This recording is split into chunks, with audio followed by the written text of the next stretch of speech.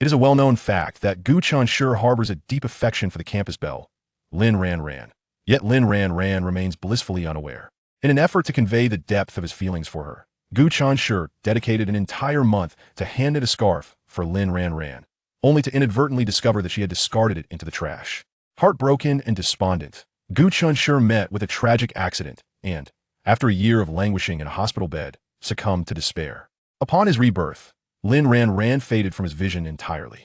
However, as he turned to depart, Lin Ranran wept, declaring that her world could not exist without him. Regrettably, no amount of tears could sway Gu Chenshi's heart any longer. Far removed from the campus beauty, Gu Chenshi encountered a girl worthy of cherishing for a lifetime, and from that point onward, his days were filled with unadulterated sweetness. Chapter 1. Reborn, Living for Oneself. Gu Chenshi stood silently before the trash can, having been granted a second chance at life, returning to the most humiliating and desperate moment of his previous existence. He suddenly chuckled at his own predicament and reached in to retrieve the topmost refuse.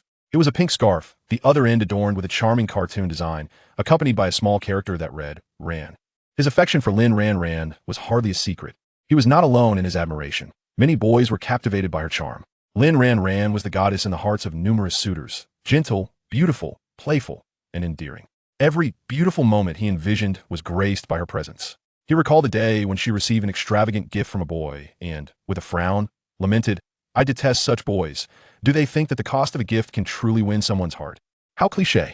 This tactic only works on materialistic girls, and I'm not one of them. I prefer boys who invest their hearts. Sincerity is the most precious thing in this world. Even a hand-folded origami crane or a portrait drawn with love holds far more value than something purchased with parental money." Gu Chenshi was profoundly moved at that moment, relieved that he had not misjudged his affections. Subsequently, as Lin Ranran's birthday approached, Gu Chenshi grappled with what gift to present her, her birthday falling amidst a flurry of snowflakes. He resolved to gift her a scarf, meticulously hand-knitted by himself. Although few boys would undertake such a task, this only served to highlight his sincerity, did it not? Measuring over a meter in length, Gu Chenshi clumsily wielded knitting needles while following instructional videos, laboring for an entire month. When he joyfully presented the scarf to Lin Ranran, brimming with anticipation that she would be touched, he was met with disappointment. Lin Ranran merely glanced at it, her expression unchanging, and offered a perfunctory thank you. In the end, it seemed he had stirred only his own emotions. Perhaps she simply concealed her feelings well. Yet upon receiving gifts from others, her eyes sparkled, and she sweetly exclaimed, "Thank you, I love it." Gu Chenshi felt disheartened and began to question whether he had fallen short. Perhaps Lin Ranran simply did not favor scarves, or maybe she disliked the cartoon design. He should have inquired about her preferences beforehand. However, in his past life, he had forgotten that this cartoon character was indeed her favorite. After exiting the hotel, Lin Ranran expressed her thirst. Upon hearing this, Gu Chenshi rushed to a nearby tea shop to procure her favorite flavor, but upon his hurried return, what did he witness? He saw Lin Ranran casually discarding something into the trash, her actions indifferent and devoid of sentiment. What she discarded was the pink scarf, the very one he had labored over for a month, hidden away in his room to avoid ridicule from his parents, a token of his heartfelt affection. She had not merely discarded a scarf.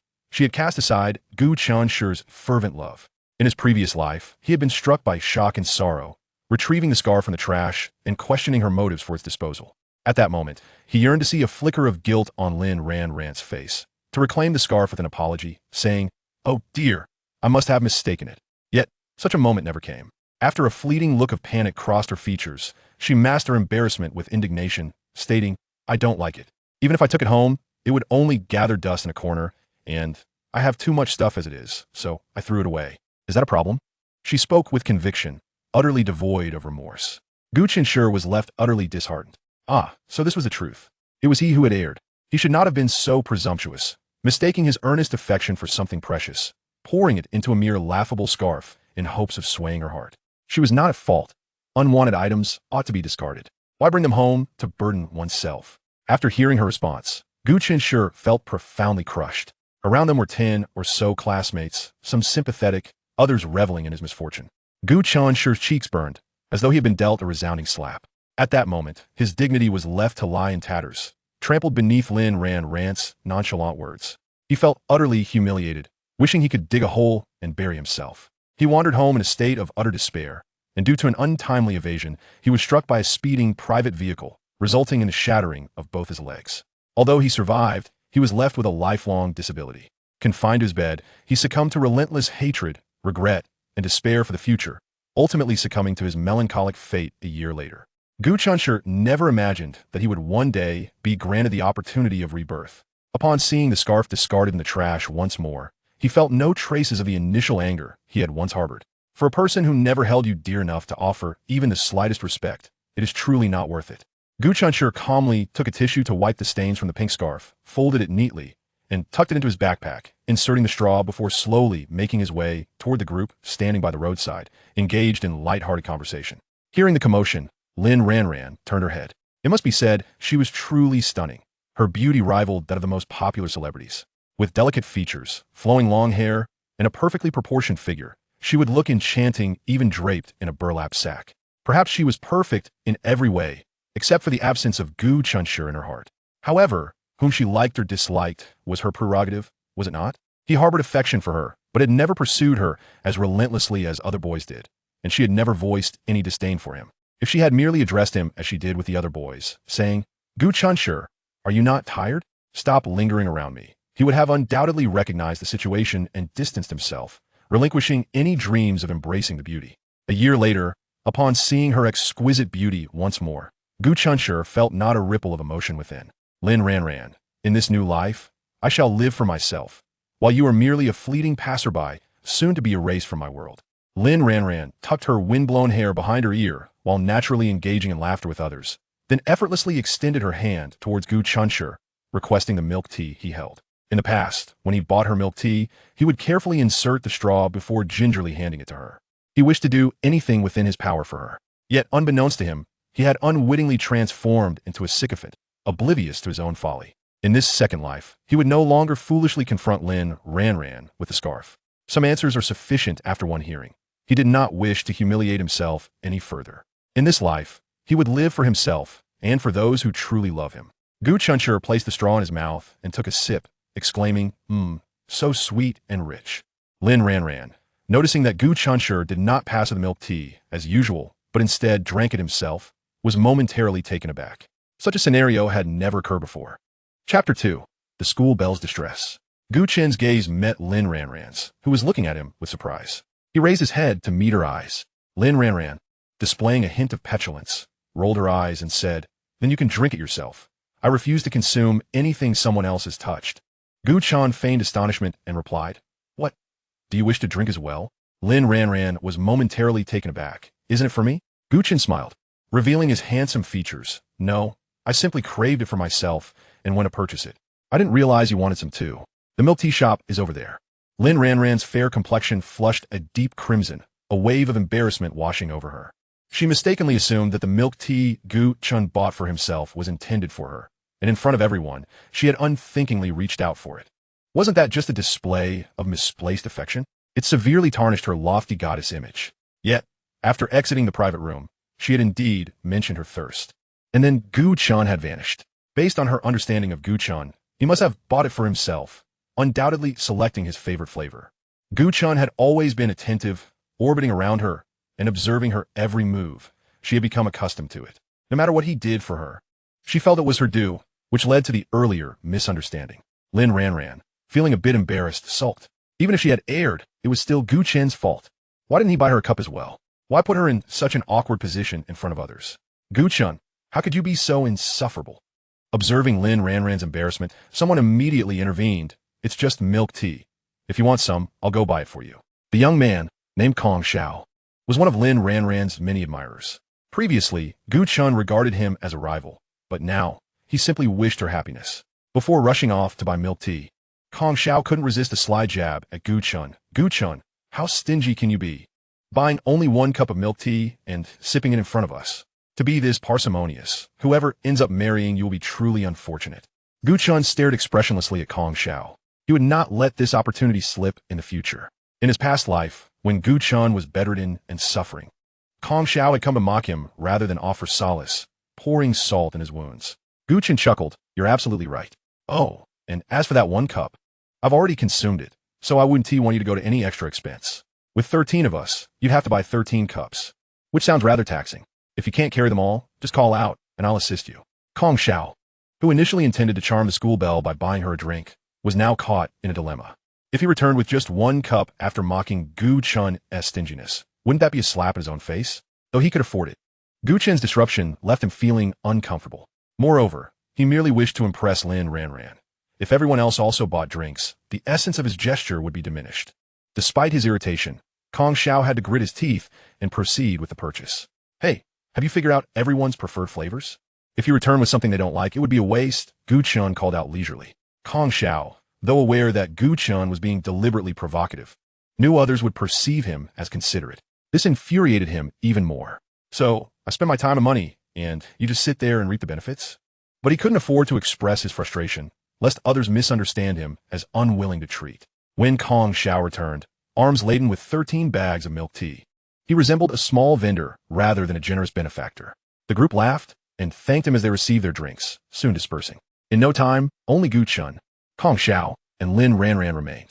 Kong Xiao, with a fawning smile, said to Lin Ranran, "You are so beautiful. It's unsafe for you to go home alone. Let me escort you." Lin Ranran, biting her straw, discreetly glanced at Gu Chen before letting out a soft huff and nodding. Kong Xiao, elated, cast a triumphant look at Gu Chen. Gu Chen finished his milk tea and tossed the empty cup into a nearby trash bin, departing without a backward glance. Too indifferent to even bid farewell. Lin Ranran stared blankly at his retreating figure, suddenly feeling a sense of estrangement. Normally, Gu Chen would be displeased and vie for the opportunity to take her home himself. Her agreement to Kong Xiao's offer was, in part, a retaliation for the embarrassment Gu Chen had caused her. Yet, she did not see the panic she expected on Gu Chen's face. Instead, he left with an unsettling calmness. Lin Ranran bit her lip, a wave of grievance washing over her. "Ranran, the taxi is here. Shall we go?" Kong Xiao cheerfully ran to open the car door, his face brimming with anticipation. Lin Ranran, however, felt a sudden pang of regret. She had not truly desired Kong Xiao's company and did not want to give him any false hopes. Her earlier agreement had merely been to provoke Gu Chen, but now, she couldn't backtrack and say she didn't need his escort. Once seated in the car, no matter how enthusiastic Kong Xiao was or how hard he tried to lighten the mood, Lin Ranran remained silent, her demeanor one of disinterest. At that moment, she wished fervently that Gu Chen were sitting beside her. Gu Chen was considerate and quiet, never seeking to draw her attention with incessant chatter or tired jokes. He always knew how to provide her with the right kind of care, unlike the other boys who often annoyed her. In truth, among all the suitors vying for her affection, it was only Gu Chen who made her feel at ease. But tonight, what had come over him? She had never felt this way before, yet in his absence, why did her heart flutter with unease? Lin Ranran pondered this throughout the journey, and as she prepared for bed, a realization dawned upon her. Was Gu Chen upset because she had accepted Kong Xiao's offer? With this thought, Lin Ranran let out a sigh of relief. Her irritation towards Gu Chen deepened. It appeared he was rather possessive. After all, she was not his private property, nor his girlfriend. She could choose to go home with whomever she wished. How tiresome. No matter how he apologized the next day, she resolved to ignore him. Yet, as she lay in bed, she found herself repeatedly checking her phone. Normally, Gu Chen would send a message to inquire if she had made it home safely. However, today, their conversation had stalled at the birthday wishes he had sent her that morning. Simply 4 words, "Happy birthday." When she had seen it amid the flurry of messages that morning, she hadn't even bothered to reply. Gu Chen returned home around 10 o'clock, his mother busy in the kitchen making dumplings. Gu Chen came from a modest background. His mother worked as a stock clerk in a supermarket while his father, an ordinary office worker, traveled frequently, returning home only once every 10 days or so. His mother, often returning late, prepared dumplings to stock the freezer for Gu Chen's breakfast. "How was your day?" Jinglan gazed up at her son, who towered over her, her eyes filled with affection. Gu Chenshi washed his hands and picked up a dumpling skin to wrap dumplings. Jinglan urged him to stop, exclaiming, "Oh, don't bother. Your dumplings are far too unappealing. They lack any allure. Hurry and wash up. It's time for bed. We have an early start tomorrow." As Gu Chenshi observed the deep wrinkles at the corners of his mother's eyes, a wave of guilt washed over him. Chapter 3. His deep affection was beyond her worth. In his previous life, after Gu Chenshi's car accident, it was undoubtedly his parents who suffered the most. They often wept in secret, yet when faced with him, they always wore smiles, encouraging him not to lose hope, assuring him that everything would eventually improve. However, Gu Chenshi was acutely aware that these were merely comforting lies. He scoffed at the notion of medical miracles. He knew he would be confined to a bed for life, a mere burden incapable of self-sufficiency. His existence was utterly shattered. To care for him, his mother resigned from her job, and over time, she became alarmingly thin, her face gaunt, skin pallid and slack. At 50, she resembled an octogenarian. Her hair turned completely white. His father, to support him, worked tirelessly day and night, yet their household was still drained of resources, leaving them with substantial debts. Not only had his own life been ruined, but he had also led his parents down the same path of destruction. Devotion and selflessness can lead to utter desolation. Gu Chenshi looked at the few strands of white hair on his mother's head, feeling an even deeper pang of sorrow. What woman does not cherish beauty? Yet, in his memories, his mother wore the same few garments repeatedly, never indulging in cosmetics, using only inexpensive facial cream. To her, every penny was vital for his education. For socializing with classmates, for university, and for his future marriage, every aspect of their lives revolved around him. Meanwhile, he was fixated on that woman who trampled his dignity without a second thought, never once considering to share a fraction of his attention with his loving parents. He felt utterly wretched.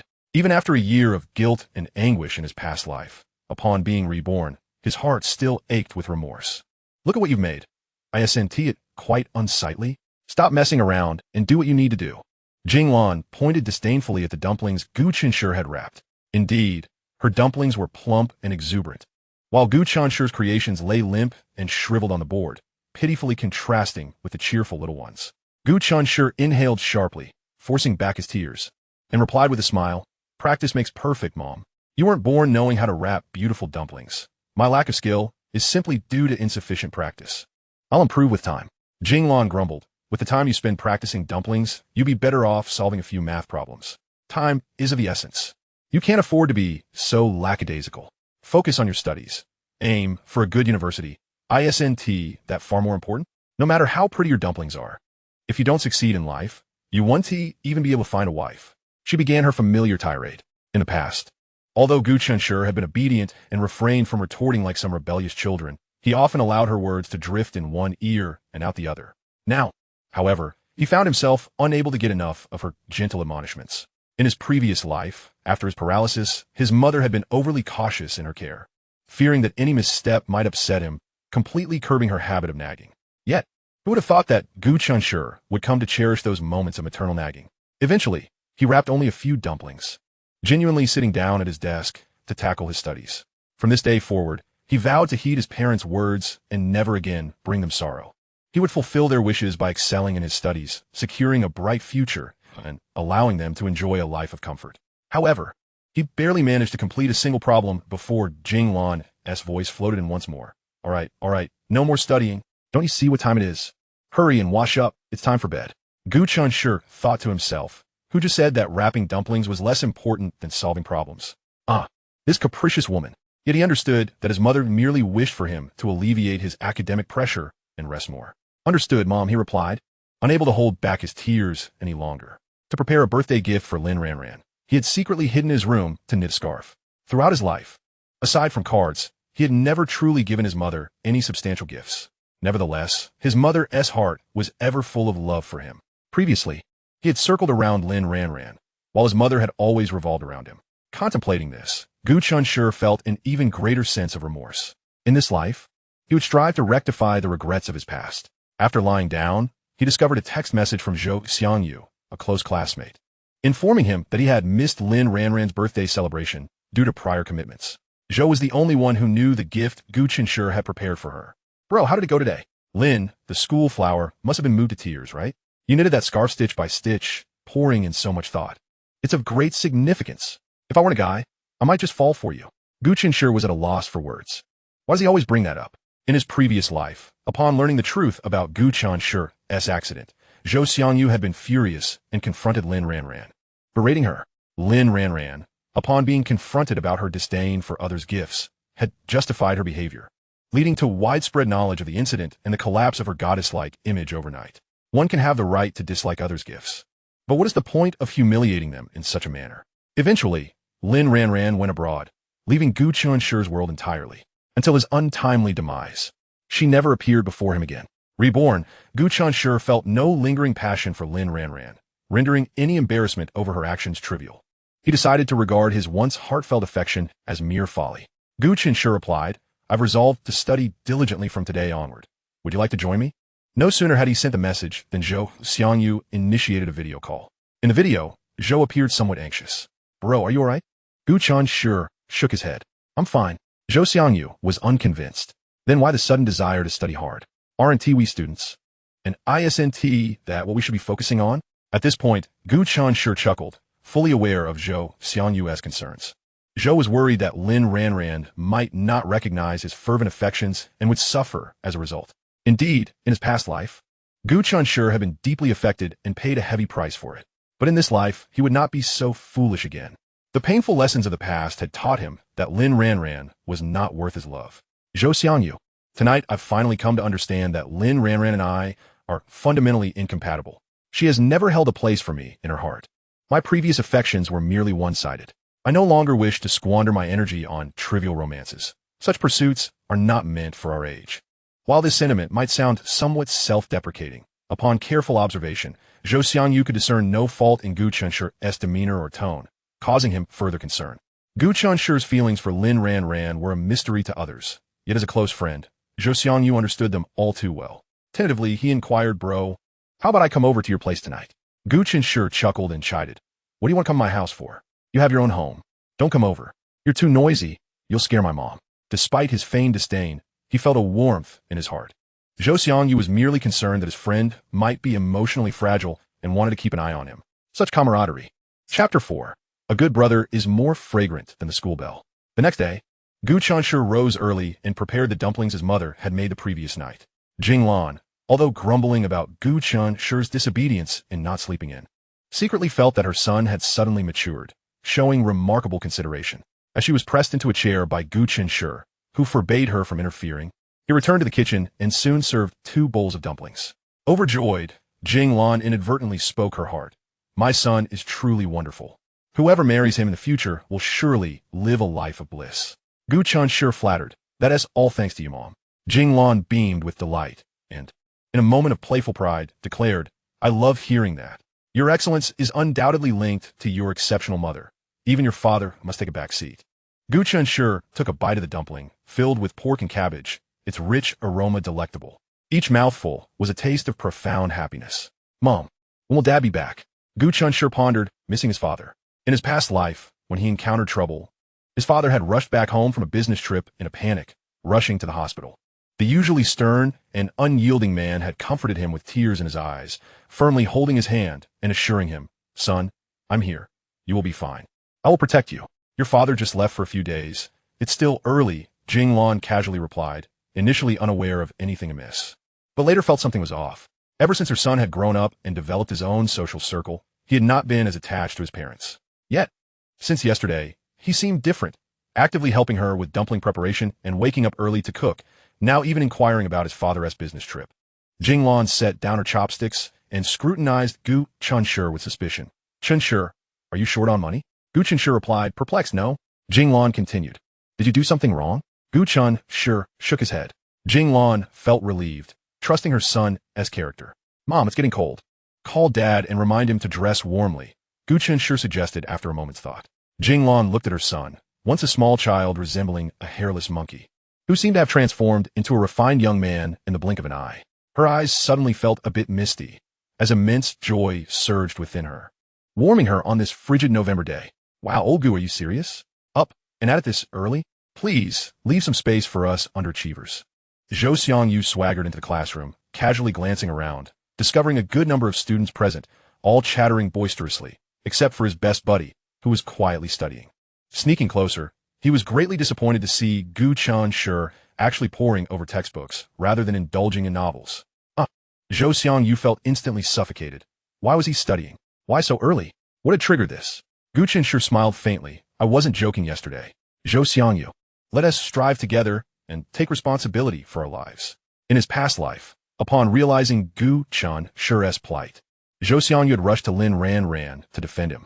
2 days later, on his way to visit Gu Chenshi, he was brutally attacked by a group of people without provocation.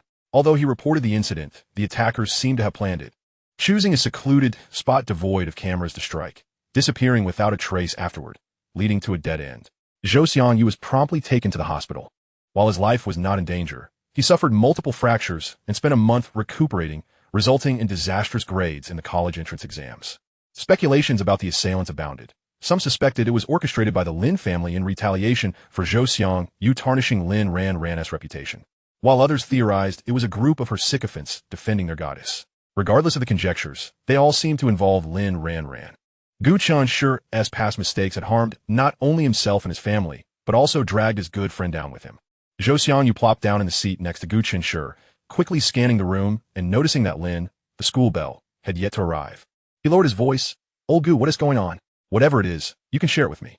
I'm your emotional garbage bin. Feel free to unload any burdens here. If Lin Ranran is being unreasonable, I'll stand up for you."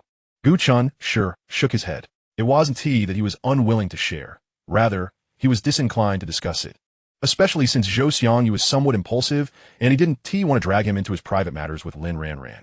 Most importantly, his feelings for Lin Ranran had concluded. Oh no, it was his unreciprocated affection for her that had ended.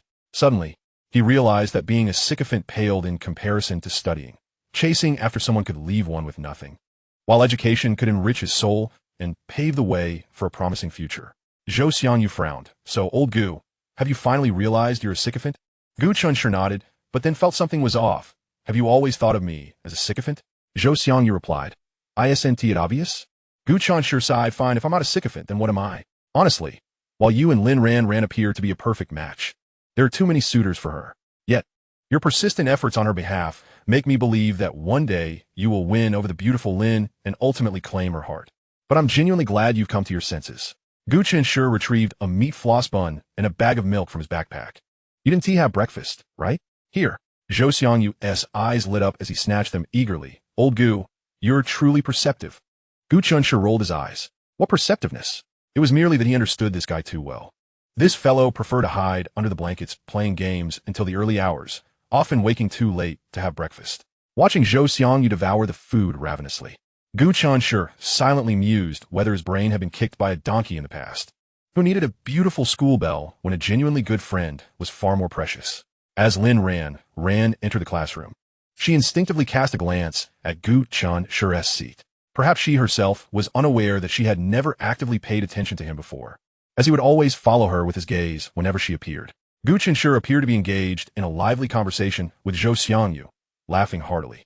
Suddenly, she felt a pang of unease. How had she never noticed before that Gu Chenshi's smile could be as dazzling as the sunlight outside? Observing their camaraderie, Lin Ranran felt an inexplicable discomfort, even though she couldn't quite identify its source. Gu Chenshi even reached out, tenderly brushing the crumbs from Zhou Xiangyu's collar. Lin Ranran found it hard to believe. She lingered at the classroom door for several seconds. And yet, Gu Chenshi hadn't looked her way at all. Chapter 5. The school bell is quite annoying. "Oh, Ranran, why do you have such dark circles under your eyes? Did you not sleep well last night?" inquired Jing Shu, Lin Ranran's deskmate, who failed to notice Lin Ranran's sullen demeanor. The mention of it only heightened Lin Ranran's irritation. She had tossed and turned throughout the night, unable to find solace in sleep, checking her phone countless times. Yet, come this morning, there was still no sign of a greeting message from Gu Chenshi. How could he be so miserly? Moreover, if he didn't want Kong Xiao to see her home, why didn't he make an effort yesterday? Had he only needed to express his desire, she would have gladly allowed him to accompany her. Instead, he had left without a backward glance, pretending to be indifferent. Lin Ranran intentionally raised her voice. "Yes, I didn't sleep well, and I'm quite annoyed." Jing Shu, perplexed, responded. "But we had such a great time celebrating your birthday yesterday. What are you so upset about?" Lin Ranran suddenly found herself at a loss for words. Her already troubled heart grew increasingly agitated. After confessing her sleeplessness due to her annoyance, she realized that Gu Chenshi hadn't even bothered to glance her way, let alone show concern. The feeling of being overlooked, particularly by Gu Chenshi, was something she found disconcerting, even evoking an unrecognized emotion within her: panic. As she irritably shoved her backpack into the desk compartment, her fingers brushed against something, igniting a flicker of delight in her heart.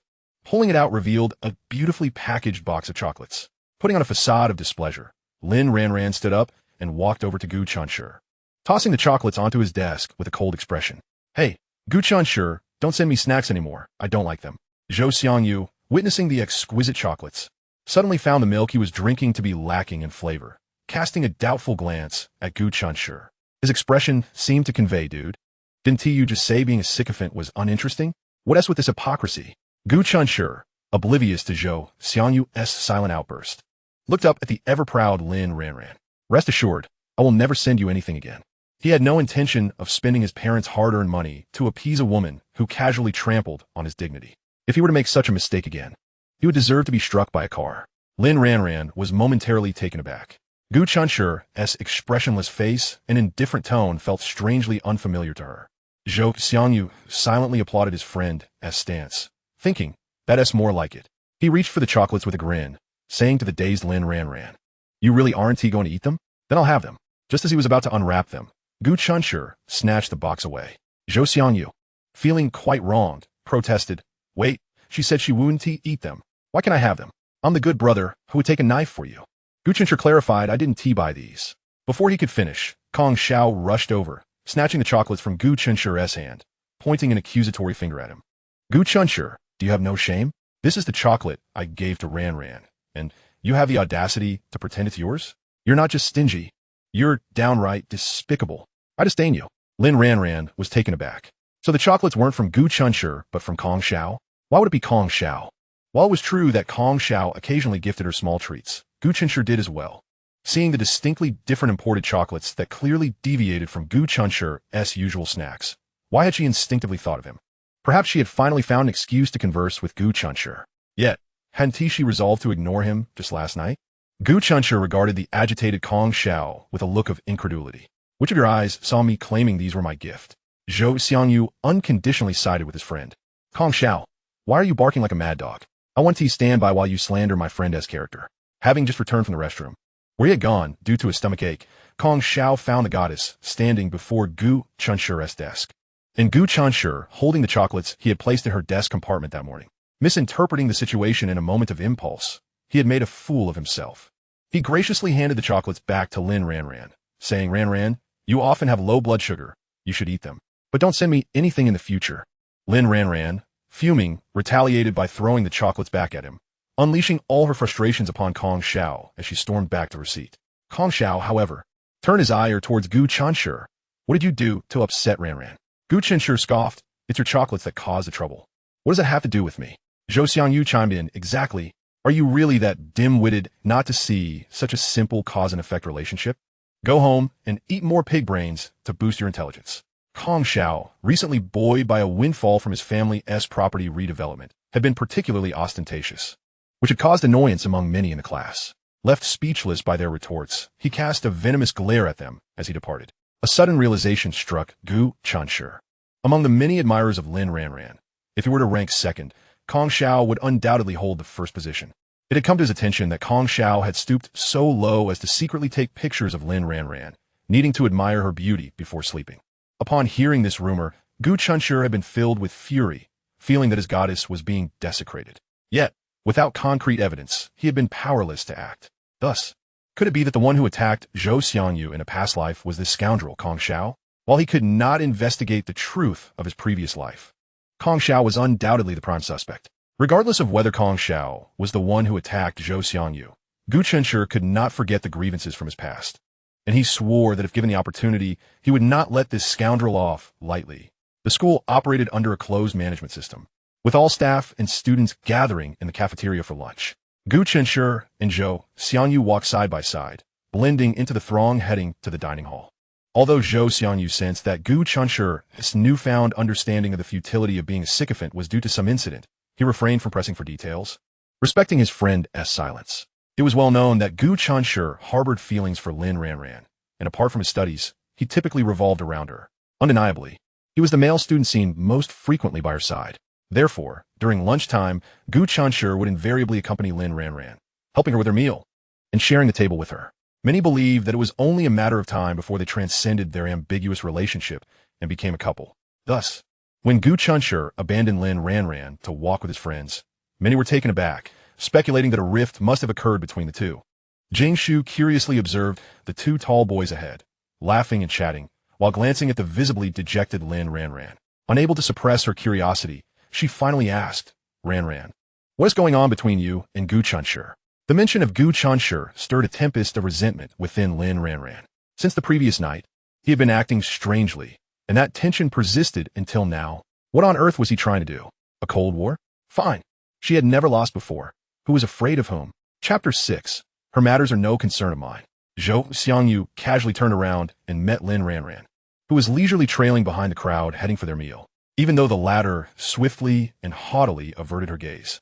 Zhou Xiangyu could still ascertain that the illustrious school belle had briefly cast her eyes upon them. A sense of bewilderment washed over him. The look Lin Ranran had directed at a moment ago was rather peculiar. What term could adequately encapsulate that expression? Jealousy. Yes, it was indeed jealousy. Having pinpointed the perfect descriptor, Zhou Xiangyu was momentarily stunned. Was Lin Ranran envious of him? Jealous of his height and impressive physique? Surely not. He glanced in confusion at Gu Chenshi, who walked at his left side. After countless hours spent watching idol dramas with his mother, a sudden epiphany struck him. Was Lin Ranran envious of his ability to stand beside Gu Chenshi and engage in jovial banter? Unthinkable. Zhou Xiangyu was taken aback by his own conjecture. The school belle, accustomed to being adored like a celestial body, typically treated others with indifference, remaining aloof and untouchable. His good friend had once nearly offered his heart to her, yet she had never reciprocated even the slightest kindness. Shaking his head, Zhou Xiangyu dismissed his theory, thinking to himself, "Thank goodness I only love gaming. Otherwise, deciphering the whims of women would surely exhaust me." Chenshi, do you truly have no lingering feelings for Lin Ranran? He mused. Is it possible to so decisively abandon such affections? Gu Chenshi, true to the bond of brotherhood, replied that such trivial queries should not be entertained further. Zhou Xiangyu's eyes brightened. He had shared classes with Gu Chenshi since middle school, and their brotherly bond had persisted into high school, allowing him insight into Gu Chenshi's character. Whenever Gu Chenshi set his mind to something, he pursued it with unwavering determination. For instance, if he intended to court Lin Ranran, he would undoubtedly devote himself to her. Now, with the intention to cast aside romantic entanglements in favor of diligent study, he would undoubtedly follow through. Gu Chenshi was, after all, a man of his word. The one who stood to gain the most from Gu Chenshi's emotional withdrawal was Zhou Xiangyu, for it meant he would have a companion for gaming. Gu Chenshi shot him a sidelong glance. You have naive dreams. I need to study diligently and strive for self-improvement. His words doused Zhou Xiangyu with a cold splash of reality. He had initially planned to drag Gu Chenshi down with him, so that if they were ever caught by their mothers, he could share the blame with his good friend. Zhou Xiangyu lamented, "How can studying be more important than gaming?" Gu Chenshi replied, "Aren't you concerned about poor exam results?" Zhou Xiangyu scratched his head. "Success in exams relies on fate, but my parents have high expectations.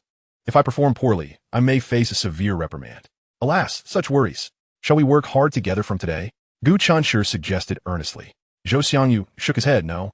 You focus on your studies. I'm still young and don't wish to experience burnout." Gu Chenshi retorted with a cold smirk.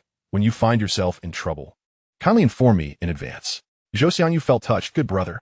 With your support, I might endure a bit less punishment. My parents would likely take your presence into account."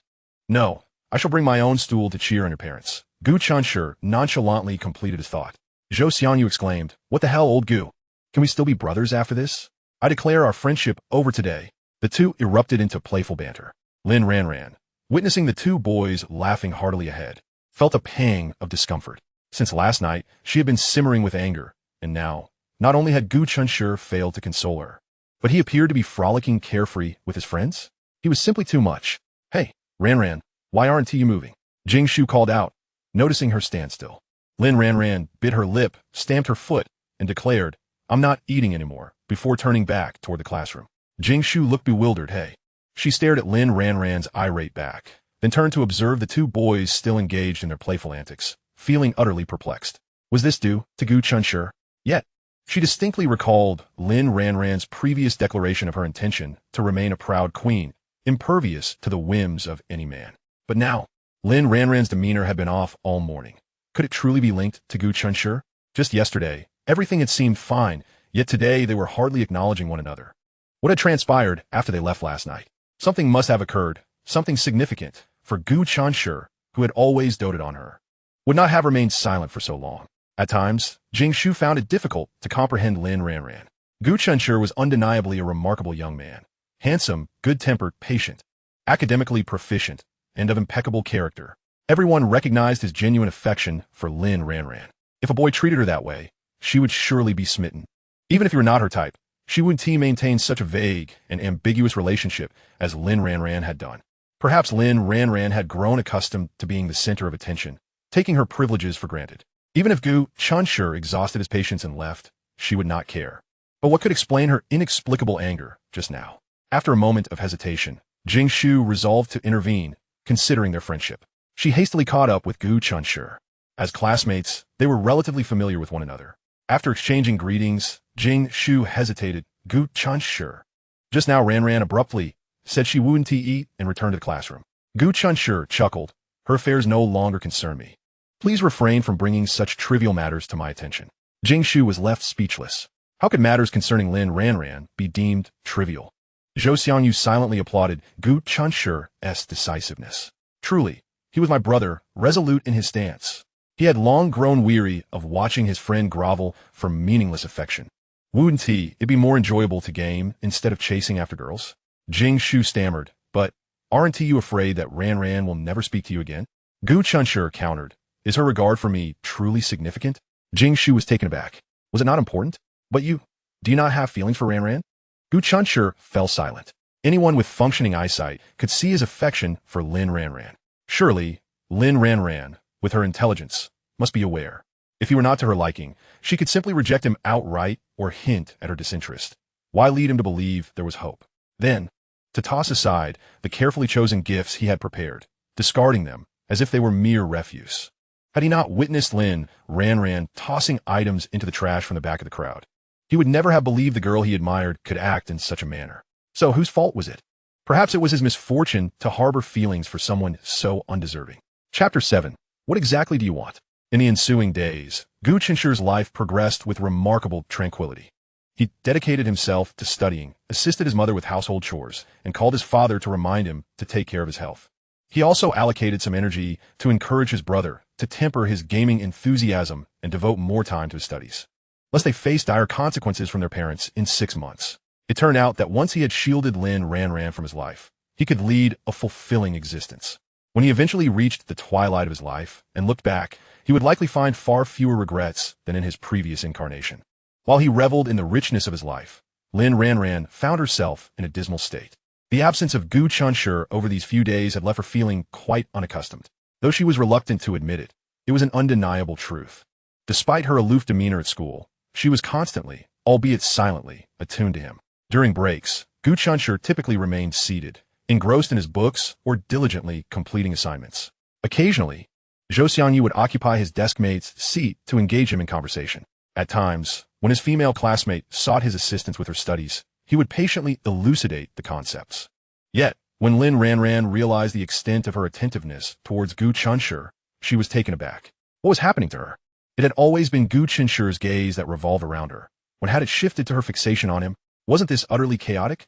As a girl who naturally attracted attention wherever she went, a beautiful girl who should carry herself like a proud queen, focusing her attention on a single boy felt like a diminishment of her worth. But she found herself unable to restrain her feelings.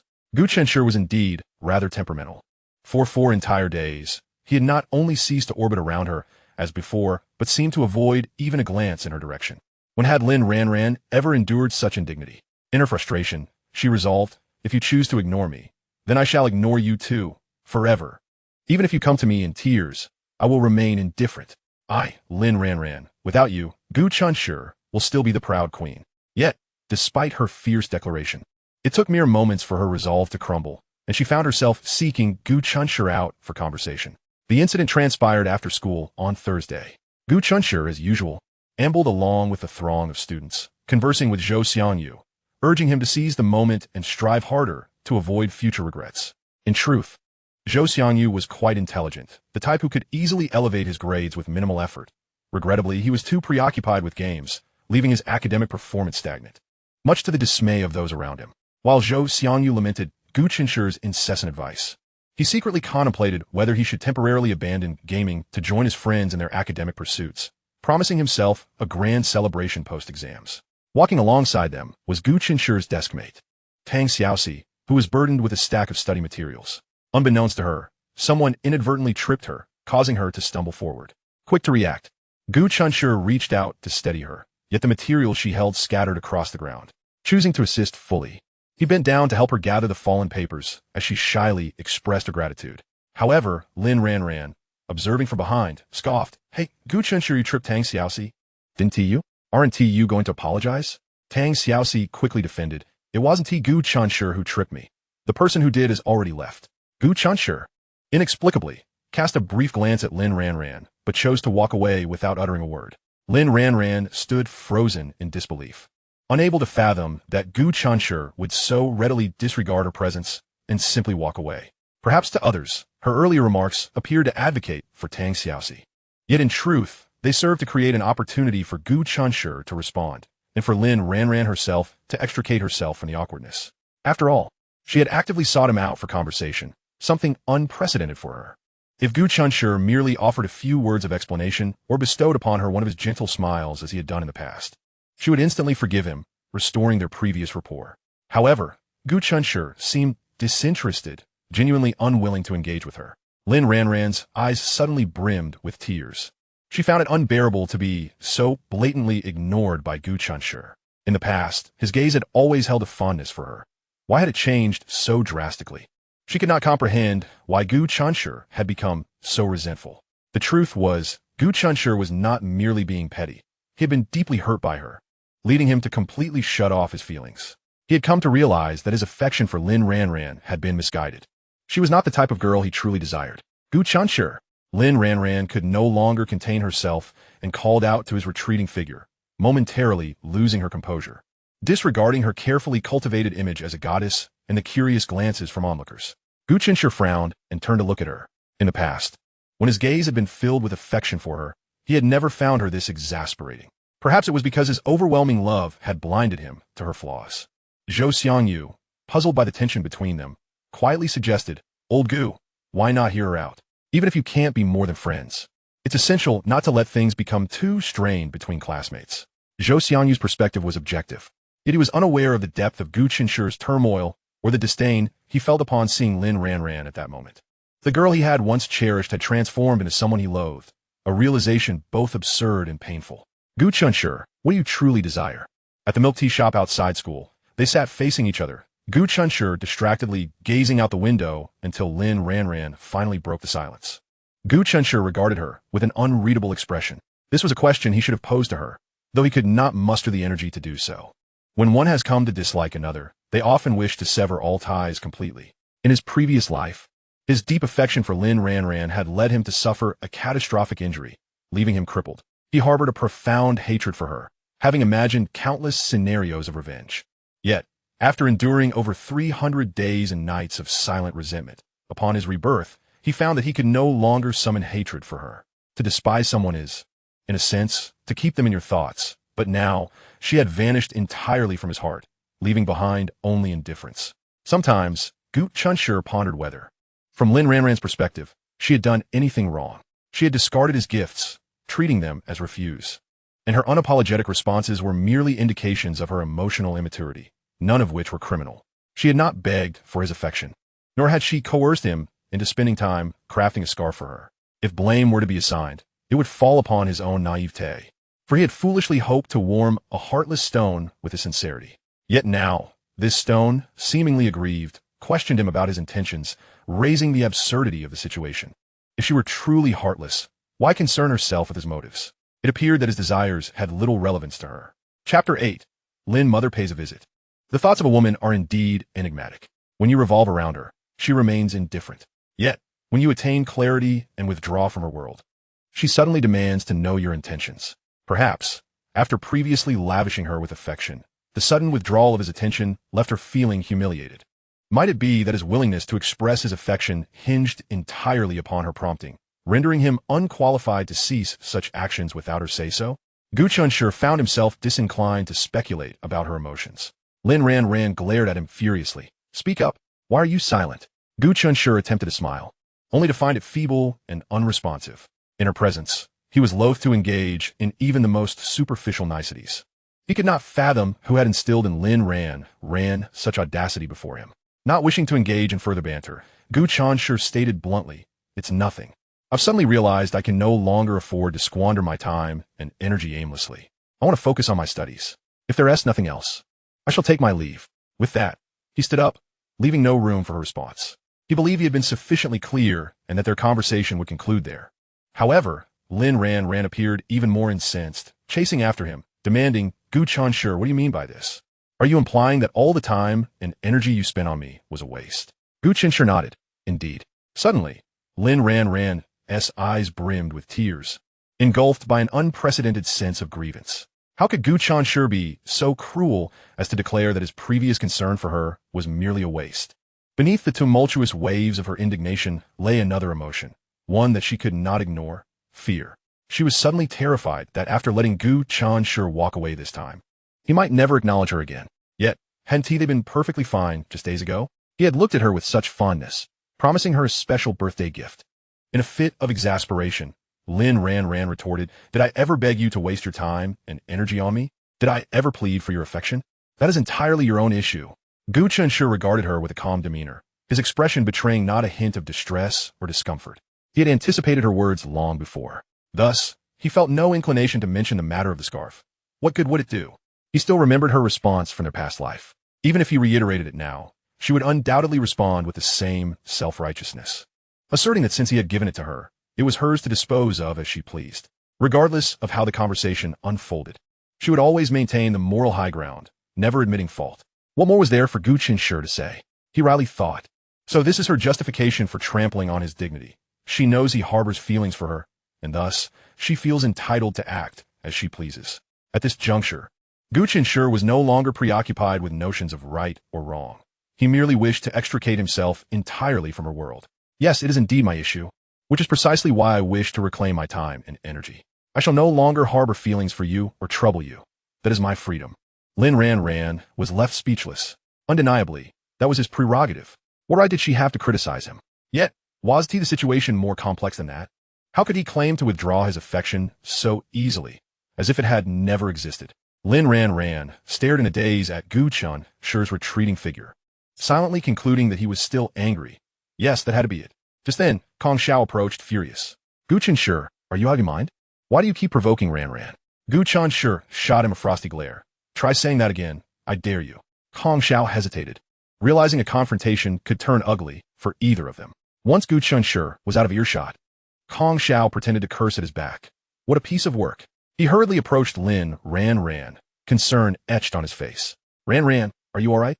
If that jerk bullies you again, just tell me, and I'll take care of him."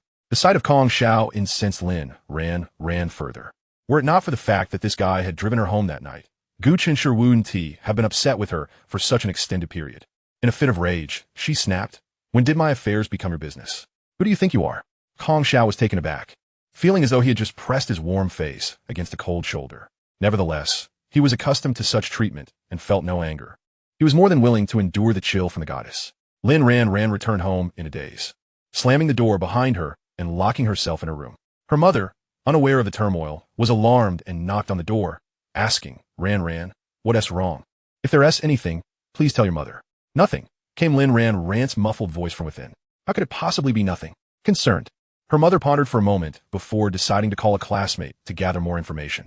This led her to Kong Xiao, whose parents held significant positions in Lin's family business, forging a close relationship between the two families.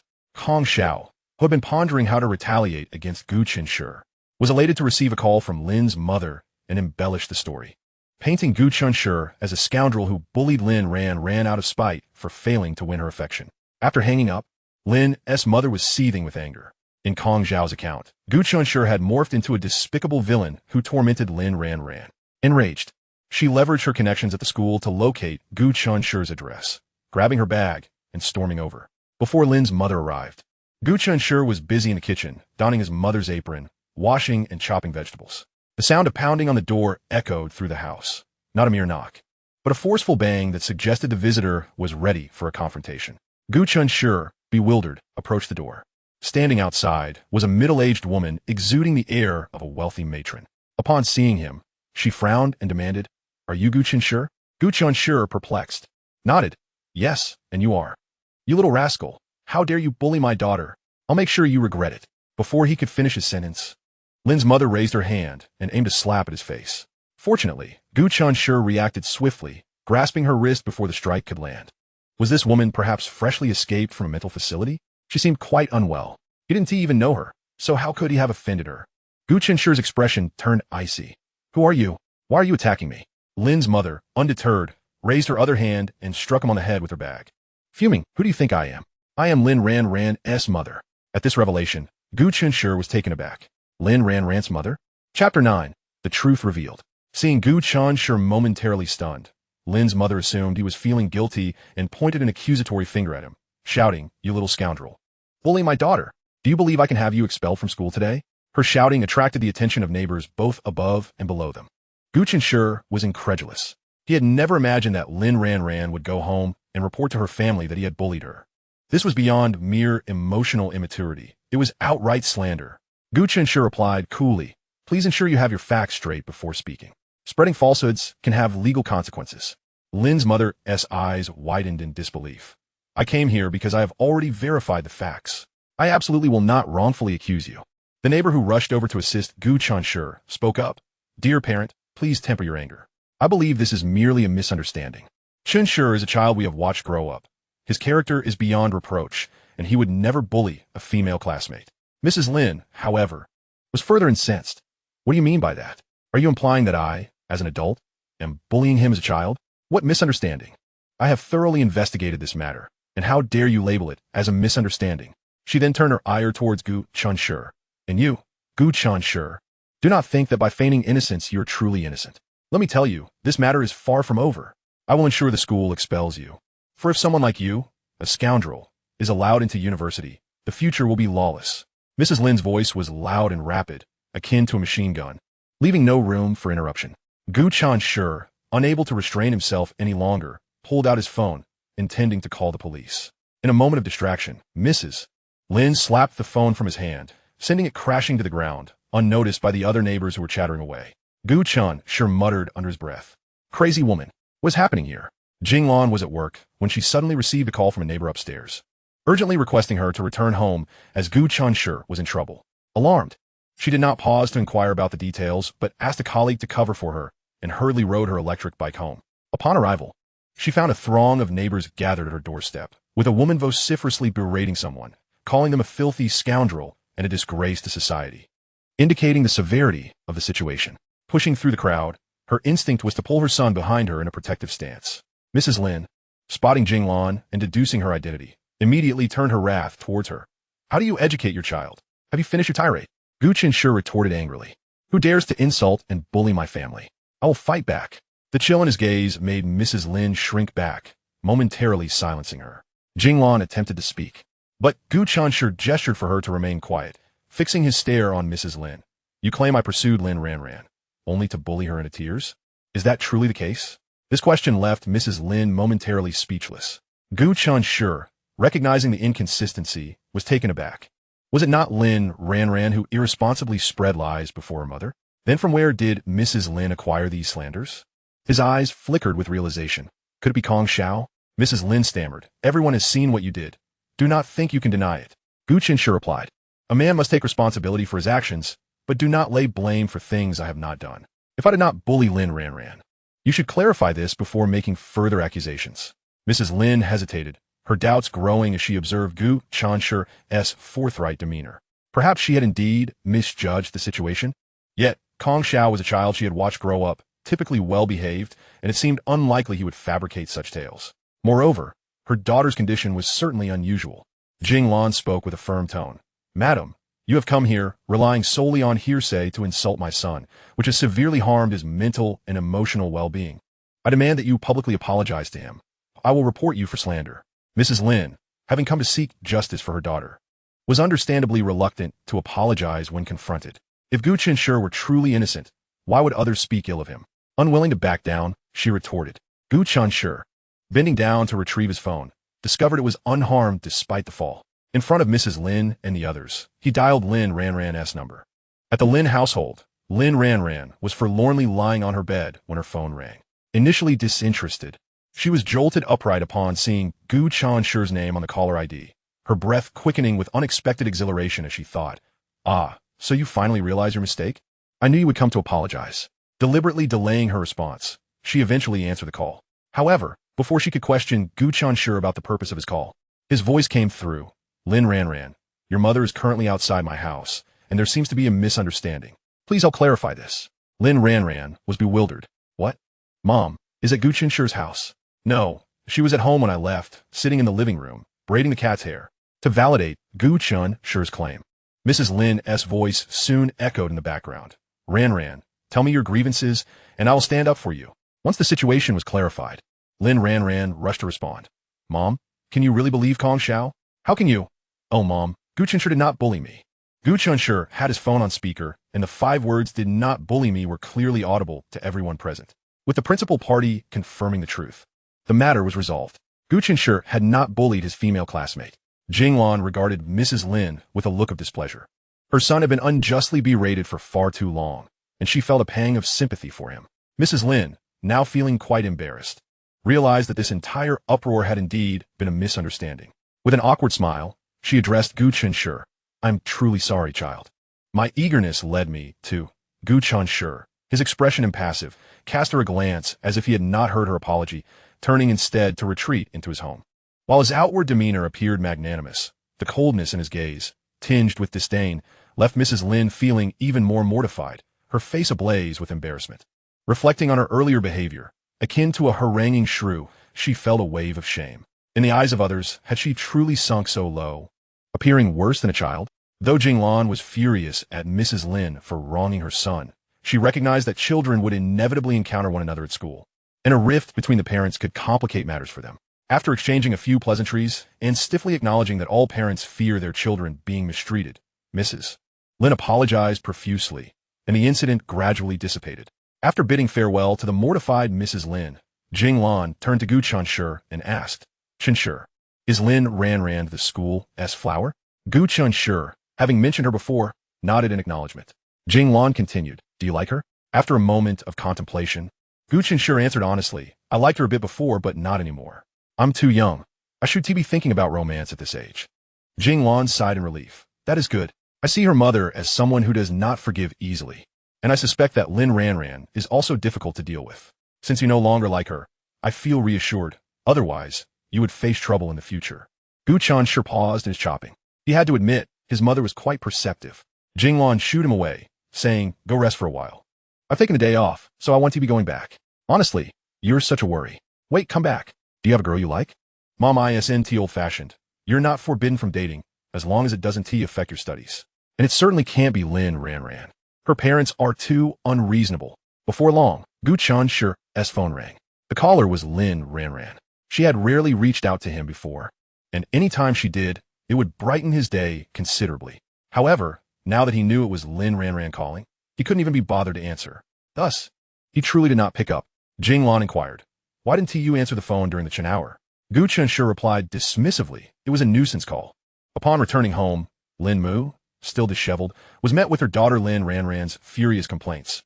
Mom, what on earth were you thinking? How could you go and trouble Gu Chenshi based solely on that scoundrel Kong Zhao's word? Lin Mu, already feeling embarrassed, now felt even more aggrieved by her daughter's reproach. I asked you what was wrong, but you didn't say anything. I was left with no choice but to inquire from others. What is that boy Kong Xiao thinking? How dare he spread such nonsense? It infuriates me. The more Lin Mu pondered, the angrier she became, longing to give Kong Xiao a scathing reprimand. Yet, as she grasped her phone, she hesitated, deciding against it. After all, the two families usually maintained a cordial relationship, and pursuing this matter further could lead to undesirable consequences, so she reluctantly let it go. Lin Ranran continued to press anxiously. Mom, did you scold Gu Chenshi? Lin Mu replied. Lin Ranran's heart sank. Gu Chenshi must be very angry, otherwise, he would not have ignored her calls. Lin Mu's heart was filled with trepidation, as she recalled Gu Chenshi's abrupt question before entering the house.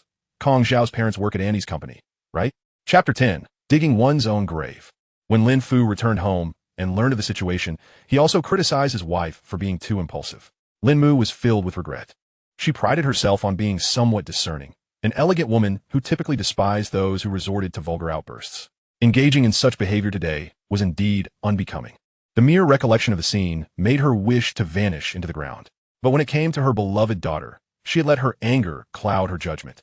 After the misunderstanding was resolved, although the Gu family seemed relatively reasonable and did not persist in their grievances, Lin Mu still felt quite embarrassed. She thought to herself, Thankfully, Gu Chenshi had been quick to grab her hand.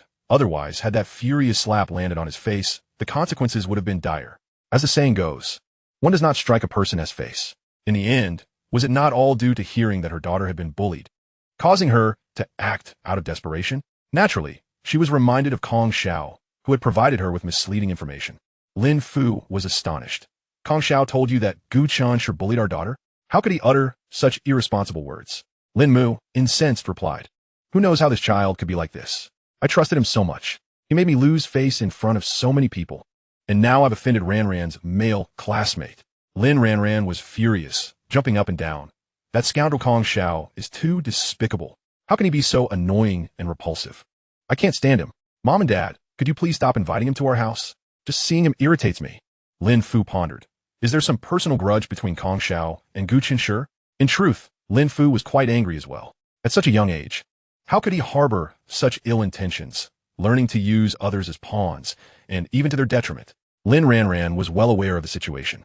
Kong Xiao harbored feelings for her, and so did Gu Chenshi. While she did not reject Gu Chenshi's advances, she consistently ignored Kong Xiao, which fostered resentment in Kong Xiao towards Gu Chenshi.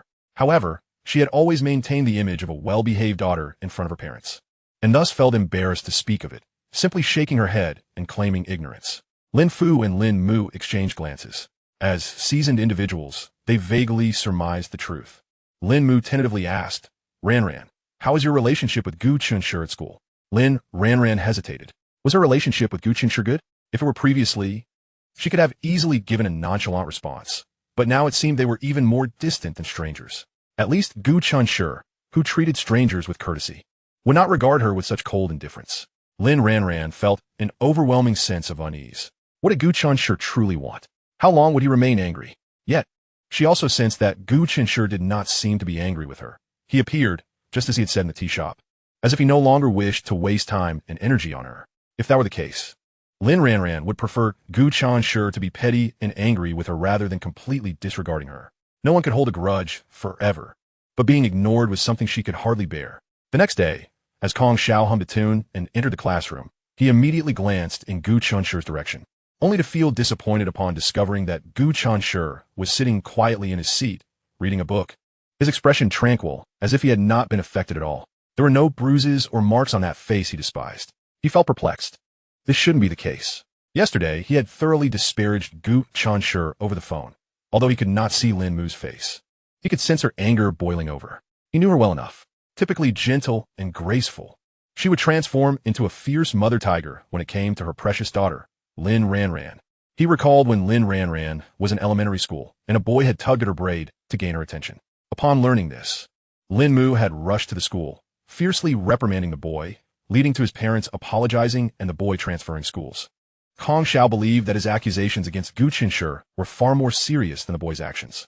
Lin Mu would surely have unleashed her fury upon Gu Chenshi and demanded his expulsion from school. From another perspective, Kong Xiao's actions were foolish.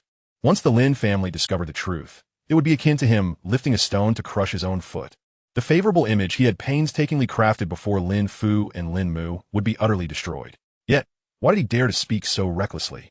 Because he believed Gu Chenshi had become insufferably arrogant in recent days, constantly provoking Lin Ranran's ire. Lin Ranran was vindictive enough that she would not clarify the truth for Gu Chenshi. Thus, it would effectively solidify Gu Chenshi's guilt. He would be unable to clear his name, even if he jumped into the Yellow River. After all, that guy had spent time alone with Lin Ranran in the tea shop. If one thought about it, there was surely an opportunity for something to happen, right? It could only be said that Kong Xiao was overly self-assured, thinking he understood Lin Ranran well. Gu Chenshi, sensing something amiss, glanced up. Kong Xiao was startled, feeling guilty as he averted his gaze and walked back to his seat. Gu Chenshi snorted softly. Fool! Would he simply let Kong Xiao's baseless slander slide? Of course not. However, Gu Chenshi would not foolishly confront Kong Xiao, demanding to know why he had defamed him. If a dog bites you, should you bite it back? Why not strike it with a brick instead? To deal with a rabid dog, while also protecting oneself from further bites, requires a bit of cleverness. If Kong Xiao wished to use others to do his bidding, well, Gu Chenshi could do that too. The years spent in despair and darkness had granted Gu Chenshi a maturity that belied his age. He is acutely aware that, even with a second chance at life, he remains merely an ordinary individual. Life is exquisitely beautiful, and time is a precious commodity. Why should he squander his limited energy entangled with the likes of scoundrels? Such actions would equate to a depletion of his very existence. Just yesterday, before Gu Chenshi entered the house, he deliberately inquired with Lin's mother whether Kong Xiao's parents were employed at their company. Kong Xiao had boisterously proclaimed his unique relationship with Lin Ranran on numerous occasions. Thus Gu Chenshi knew that his parents working at Lin Ranran's company was hardly a revelation. Fearing to confront him directly, Kong Xiao resorted to manipulating Lin's mother to stir up trouble. Therefore, Gu Chenshi reciprocated in kind. And there was naturally no issue with that. His inquiry was, in fact, a subtle reminder to Lin's mother. Lin Ranran had once mentioned that her parents harbored a strong aversion to individuals of poor character. Thus, one might ponder, how could the parents who raised Kong Xiao, a person so venomous, possess good character themselves? Given that Lin's mother had been humiliated by Kong Xiao's fabrications, could she possibly remain unperturbed? At this moment, Gu Chenshi needed only to plant a thorn in Lin's mother's heart to render her restless. It is worth noting that Kong Xiao's parents held significant positions within the company. Should their character be called into question, it would not be a trivial matter akin to a child's play of severing ties. If Kong Xiao's parents were indeed unsullied, that would be one thing. However, if they were not, every person has their flaws. Lin Ranran's parents, should they choose to investigate, could undoubtedly unearth a plethora of issues. It must be said, Gu Chenshi possessed an uncanny foresight. That very evening, Lin's mother confided her concerns to Lin's father, who promptly recognized the gravity of the situation. The following day, he initiated a covert inquiry into whether Kong Xiao's parents had been negligent or engaged in any misconduct in the workplace. Gu Chenshi, let us proceed to the cafeteria, Lin Ranran suggested after their final class of the morning. The other students were taken aback. The esteemed school beauty was, astonishingly, extending an invitation to someone else. They recalled the seemingly distant rapport between the two in recent days, speculating that perhaps they had quarreled. They assumed it would ultimately lead to Gu Chenshi capitulating. For although the school beauty was indeed striking, she was also more proud than the average girl. How could she lower her noble head? Yet in reality, Gu Chenshi remained unperturbed, diligently studying as usual, without any attempts to placate Lin Ranran. Meanwhile, Lin Ranran was now, surprisingly, expressing a desire for reconciliation with Gu Chenshi. The onlookers regarded Gu Chenshi with admiration, recognizing the brilliance of his strategic retreat, a masterful application of the principle of yielding to advance. Chapter 11. The unfamiliar Gu Chenshi. They were mistaken. All of them were mistaken. Gu Chenshi was not employing a tactic of feigned retreat. He intended to withdraw entirely. Zhou Xiangyu, who had been prepared to accompany Gu Chenshi, took the hint and discreetly stepped aside. Previously, he had felt indignant on behalf of his friend, as the school beauty seemed oblivious to his merits. However, with Lin Ranran now taking the initiative to mend fences, it was a positive development. He could not linger as an unwelcome third wheel between them. A gentleman does not contend with a lady. Thus he decided to graciously yield his friend to the school beauty. Kong Xiao, visibly disgruntled, interjected, Ranran, have you forgotten how he bullied you yesterday? I should accompany you instead. I will never allow you to be upset, no matter the circumstance. Those who were perceptive withdrew, while the oblivious pressed forward, shamelessly seeking attention. Lin Ranran shot him an exasperated glare. I have something to discuss with Gu Chenshi. Keep your distance. Had it not been for her parents' incessant admonitions to maintain composure, she would have sought trouble with this fellow first thing in the morning.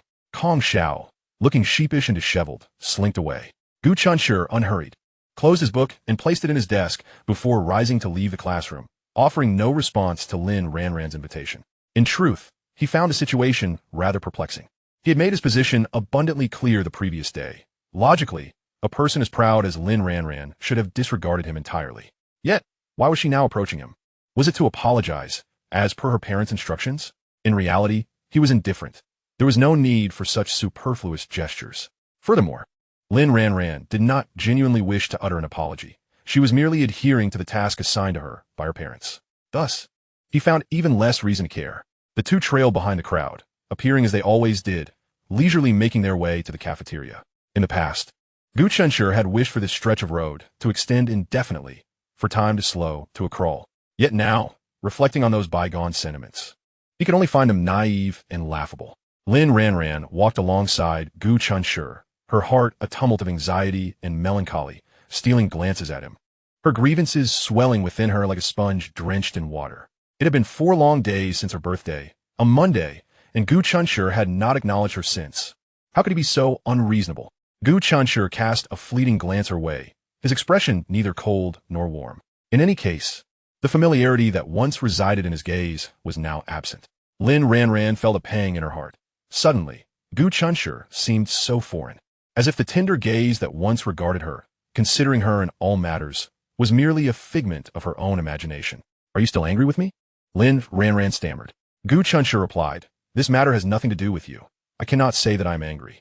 Lin Ranran, feeling unjustly wrong, thought, if you acknowledge that it has nothing to do with me, why then have you ignored me for several days? It seemed to her that he was still harboring resentment. Gu Chenshi, of course, was oblivious to Lin Ranran's inner turmoil and had no desire to speculate. To him, she was simply a transient figure in his life. He was disinclined to bestow too much attention upon someone destined to be a fleeting presence. Nonetheless, Gu Chenshi understood that as classmates, sharing the same roof, it was impossible to completely erase her from his life. It was merely a little over half a year. Once he entered university and they parted ways, they would have no further intersections. As for this half year, it was, in fact, not so intolerable. He had only now come to realize that when one truly manages to disregard someone, even when she stands directly before you, you might forget what she is wearing. And naturally, you would not concern yourself with her emotions. Perhaps Lin Ranran had once viewed him through such a lens? Since you dislike Kong Xiao escorting me home, why didn't you say so at the time? Lin Ranran bit her lip, feeling utterly aggrieved. Although she understood that her proactive inquiry might diminish her stature, she could not suppress the need to voice her discontent. Gu Chenshi was taken aback. Lin Ranran's anger stemmed not from her mother's incident, but from that night of her birthday. Gu Chenshi was perplexed. What was this all about? Why should he be angry? Indeed, had this occurred previously, he might have felt discomfort. Yet, it was her prerogative, was it not? She could choose whomever she desired to escort her, for they shared no relationship. In the past, he lacked the right to feel anger, and now, regarding matters that should be inconsequential to him, why would he be incensed? To put it bluntly, even if Lin Ranran and Kong Xiao affirmed their relationship, or even spent the night together, it would not stir a single ripple in his heart. Gu Chenshi remarked, Lin Ranran, it is your prerogative to have Kong Xiao escort you home. I am not angry. Lin Ranran gazed at him in astonishment, attempting to discern a hint of deception in Gu Chenshi's tranquil expression, but she failed. She pressed further. You truly are not angry? Gu Chenshi shook his head. Suddenly, Lin Ranran could no longer contain herself. Gu Chenshi, you jerk. With that, her eyes reddened, and she turned to flee. Gu Chenshi thought, what did he say wrong? It's exhausting. Being a sycophant is truly tiring. Had this been in the past, he would have been in a flurry, chasing after her to explain. Fortunately, he had pulled back from the brink and was now headed towards a brighter path. Zhou Xiangyu was halfway through his meal when Gu Chenshi approached him, holding a freshly prepared plate of food. Noticing that Gu Chenshi carried only a single tray, Zhou instinctively glanced behind him, failing to see the figure of Lin. The campus belle. Curiously, he inquired, Old Gu, where is Lin, the campus belle? Weren't you two supposed to come together? Why did you only get one portion? Gu Chenshi replied, I cannot eat 2 servings alone, so of course, I only took one. Zhou Xiangyu, chewing on his chopsticks, remarked, Old Gu, I believe that while academics are undoubtedly important, learning and love can coexist if properly balanced. Gu Chenshi looked at him, puzzled. Are you suggesting that I should return to being a sycophant? No, Zhou Xiangyu waved his hands. That is not what I mean. I used to think Lin, the campus belle, was intentionally toying with you, but now I perceive that she genuinely cares for you. You might not be aware, but while you were engrossed in your studies, I inadvertently caught her stealing glances at you on several occasions. Gu Chenshi was momentarily taken aback. Lin Ranran was secretly watching him? That seemed implausible. After all, she was the proud Lin Ranran. How could she possibly take notice of someone like him? If you put in a bit more effort, you might truly win her heart, Zhou Xiangyu continued. Although I do not endorse your sycophantic behavior, I must admit that you and Lin Ranran are quite the match, visually. Gu Chenshi scoffed with a hint of derision. That is impossible. He and Lin Ranran, in this life or the next, or in any future existence, would never be together. Not only was Zhou Xiangyu mistaken, but Lin Ranran would never suddenly develop an interest in him, even if she did see his worth and wished to be with him. The truth remained. He no longer harbored feelings for her. Chapter 12. The neurotic new neighbor Lin Ranran skipped lunch, spending the afternoon secretly weeping at her desk. Just before her classmates returned from the cafeteria, she wiped away her tears and carefully applied concealer to mask the redness around her eyes, striving to maintain her usual haughty demeanor.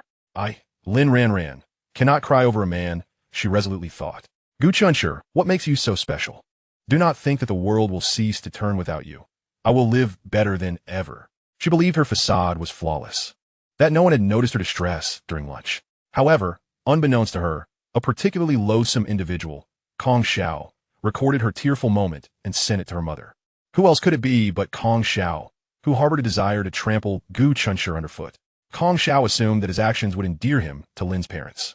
He believed that as long as he won their favor and was recognized as a prospective son-in-law, the goddess would eventually be his, as daughters inevitably heed their parents' wishes. As Kong Xiao watched the video successfully send, he felt a surge of excitement for the future. Little did he know, this act would not only fail to please Lin's mother, but would instead backfire on him. Lin Ranran had successfully masked her turmoil. To others, she remained the exalted queen, pursued and adored by many. Yet, only she understood the change within her. She was troubled to find herself unable to restrain her emotions. Since Gu Chenshi had suddenly grown distant, she could not suppress her desire to pay attention to him. She was at a loss for her feelings, perhaps agitated by Gu Chenshi's excessive behavior. Having been the center of admiration since childhood, she was accustomed to being the one who attracted attention. Thus, when she found herself drawn to another, she could not comprehend the shift. Gu Chenshi had unwittingly become an indispensable part of her life, a realization she had never acknowledged before, nor had she ever considered cherishing him. Even if she felt regret, it was too late. Meanwhile, the Lin family, along with Lin Ranran's fluctuating emotions, faced their own turmoil. Lin's parents were recently beset with worries and frustrations. Their inquiries revealed a shocking betrayal. Kong Xiao's parents, exploiting the Lin family's trust, had embezzled public funds for stock trading. In a fit of rage, Lin's father reported them to the authorities. Perhaps Kong Xiao never imagined that the lies he spun to undermine Gu Chenshi would lead to his own parents facing dire consequences. In stark contrast to the upheaval between the Lin and Kong families, Gu Chenshi enjoyed a warm and tranquil weekend at home. On Saturday evening at 7, he emerged from a convenience store, carrying a plastic shopping bag, with his mother asking him to buy soy sauce since he had been studying diligently at the table. He took a moment to stretch his legs and rest his eyes. As he ambled back, lost in thought over a problem, he noticed something unusual about a person ahead of him. The individual was short, clad in an oversized black down jacket, a black knit cap, and a mask with sunglasses adorning their face. In the wintry night, wearing sunglasses seemed rather peculiar. Perhaps they had recently undergone eyelid surgery and were trying to conceal their swollen eyes from others, which was not entirely implausible. As long as one abides by the law and feels comfortable, they may wear sunglasses at any time. It is their prerogative. However, what caught Gu Chenshi's attention was not the sunglasses, but the person's anxious demeanor.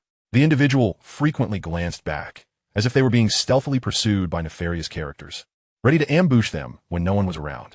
This stirred curiosity in Gu Chenshi, prompting him to mimic the person's actions and look back, only to find, to his dismay, that there was no one behind him. Did this mean he was the source of the person's unease? Did he appear so frightening? He silently implored them to open their eyes and see that he was merely a student out for a mundane shopping trip, not a character from spy thriller. If they truly perceived him as a threat, Gu Chenshi suggested that the individual should remain indoors, never venturing out again. Feeling exasperated, Gu Chenshi quickened his pace, swiftly passing the neurotic individual. Unable to resist, he glanced back once more, only to find that the person continued to look behind them even after he had surpassed them. This realization brought him a slight sense of comfort. It turned out that they did not view him as a danger. There simply was no one behind them at all. What a peculiar character indeed. Ah, by the way, during the Chen hour, someone moved into Grandma Li's house. While dining, Jinglan recalled something and mentioned it. Grandma Li has been a longtime neighbor of Gu Chenshi's family, and the two families have maintained an excellent relationship. When Gu Chenshi was a child, his parents were often busy with work, and Grandma Li took the initiative to look after him for a while. Her son has settled abroad and, concerned about leaving his elderly mother alone at home, recently flew back specifically to take her away. Consequently, the now vacant house has been listed for rent by an agency. Gu Chenshi paid it little mind, thinking it was merely a new neighbor moving in. Perhaps they wouldn't stay long, and he would just nod in acknowledgement when they crossed paths, without any intention of developing a closer relationship. Jinglan then remarked, "However, I find this child a bit peculiar." Gu Chenshi paused for a moment. A child has moved in? Not with their parents? Indeed, otherwise, why would I say it's strange? What kind of parents would let a young lad live on his own? He looks hardly a few years younger than you. Gu Chenshi proposed a possibility. Perhaps he merely appears youthful, but is actually an adult. Jinglan expressed her skepticism. No way. His face is so fair and tender, looking even younger than yours. Gu Chenshi suggested another possibility. Maybe he takes good care of himself? Unlike your son, who is just a rough man. Jinglan suddenly laughed, playfully pinching Gu Chenshi's cheek. My son is handsome even without any grooming. At that moment, the sound of a door opening came from next door. Oh, they're back. Jinglan set down her chopsticks, and as she walked outside, said, I'll go take a look, since they just moved in. I should help them settle in if I can. Gu Chenshi shook his head. His mother, always so warm-hearted, tends to pour her heart out for everyone. After finishing his meal, Gu Chenshi casually wiped his mouth and was about to head to his room when he heard Jinglan's voice calling from outside. Chenshi, come up out. Stepping outside, Gu Chenshi was momentarily taken aback by the sight before him. Clad in an oversized black down jacket, wearing a black mask and sunglasses, was the very neurotic figure he had seen earlier. Jinglan urged, Chenshi, stop dawdling, help the young man hang the curtains. Hey, young man, how old are you this year? Suddenly recalling Gu Chenshi's earlier mention of someone looking young, Jinglan wondered who might be calling whom brother. The neurotic hesitated for a moment, his voice slightly hoarse. Auntie, em 20. 20? Jinglan exclaimed in surprise, instinctively glancing at Gu Chenshi, thinking, has this silly boy really fooled us? Chapter 13. The warmth from a stranger, Gu Chenshi was reluctant to engage with the neurotic. However, since his mother had spoken, he could only comply and assist with the curtains. As Gu Chenshi, standing at 6 feet tall, passed by the neurotic, he couldn't help but tease himself, thinking that the neurotic's youthful appearance and delicate skin were one aspect, but his height also played a role. At 20 years of age, standing only about 5 feet 6, it seemed unlikely he would grow any taller. While Gu Chenshi hung the curtains, Jinglan engaged the neurotic in conversation. It was evident that the neurotic was not particularly adept at chatting, with Jinglan doing most of the talking. Thankfully, she had the sense not to pry too deeply, but instead offered her assistance, encouraging him to seek help whenever needed without feeling shy. After finishing with the curtains, Gu Chenshi hopped down from the chair, and Jinglan called out to him, All right, Chenshi, let us hurry up and leave. We don't want to delay the young man's rest. Gu Chenshi silently scoffed, thinking, what young man? He.s. just a peculiar stranger. How rude of him. Gu Chenshi thought, helping him hang the curtains without even a word of thanks. Just as he was pondering this, the neurotic finally spoke, Thank you. Returning home, Gu Chenshi curiously asked, Mom, how could you tell he looked so young with his face all covered up? Jinglan replied, when he came to view the house. He wasn't wearing sunglasses. He's quite a handsome young man, though unfortunately a bit short. Gu Chenshi was taken aback. He had double eyelids done? Jinglan, perplexed, responded, What double eyelids? His eyes are naturally double-lidded. Gu Chenshi, in all seriousness, said, Mom, could you tone down your enthusiasm just a tad and not involve yourself in everything? You child, every encounter is a connection. We should help one another, and being too cold isn't right. You're right, but I still think this new neighbor is a bit odd. It wouldn't hurt to be cautious. Jinglan chided, Don't speak ill of others behind their backs. That is not good.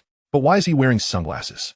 That is quite strange. Before long, Gu Chenshi managed to dismiss the peculiar new neighbor from his mind. Had it not been for his mother's overzealous nature, he might have ignored the newcomer just as he did with Lin Ranran. On Sunday, during lunch, they had dumplings. Gu Chenshi had returned from his rebirth, having made dumplings on Lin Ranran's birthday. They had made quite a few, enough for both of them to enjoy for 2 meals after having eaten them twice already. As Gu Chenshi went to serve himself some, he was astonished. Mom, why did you make so many dumplings? Jinglan took the spoon from his hand, dishing dumplings onto a plate, as she explained.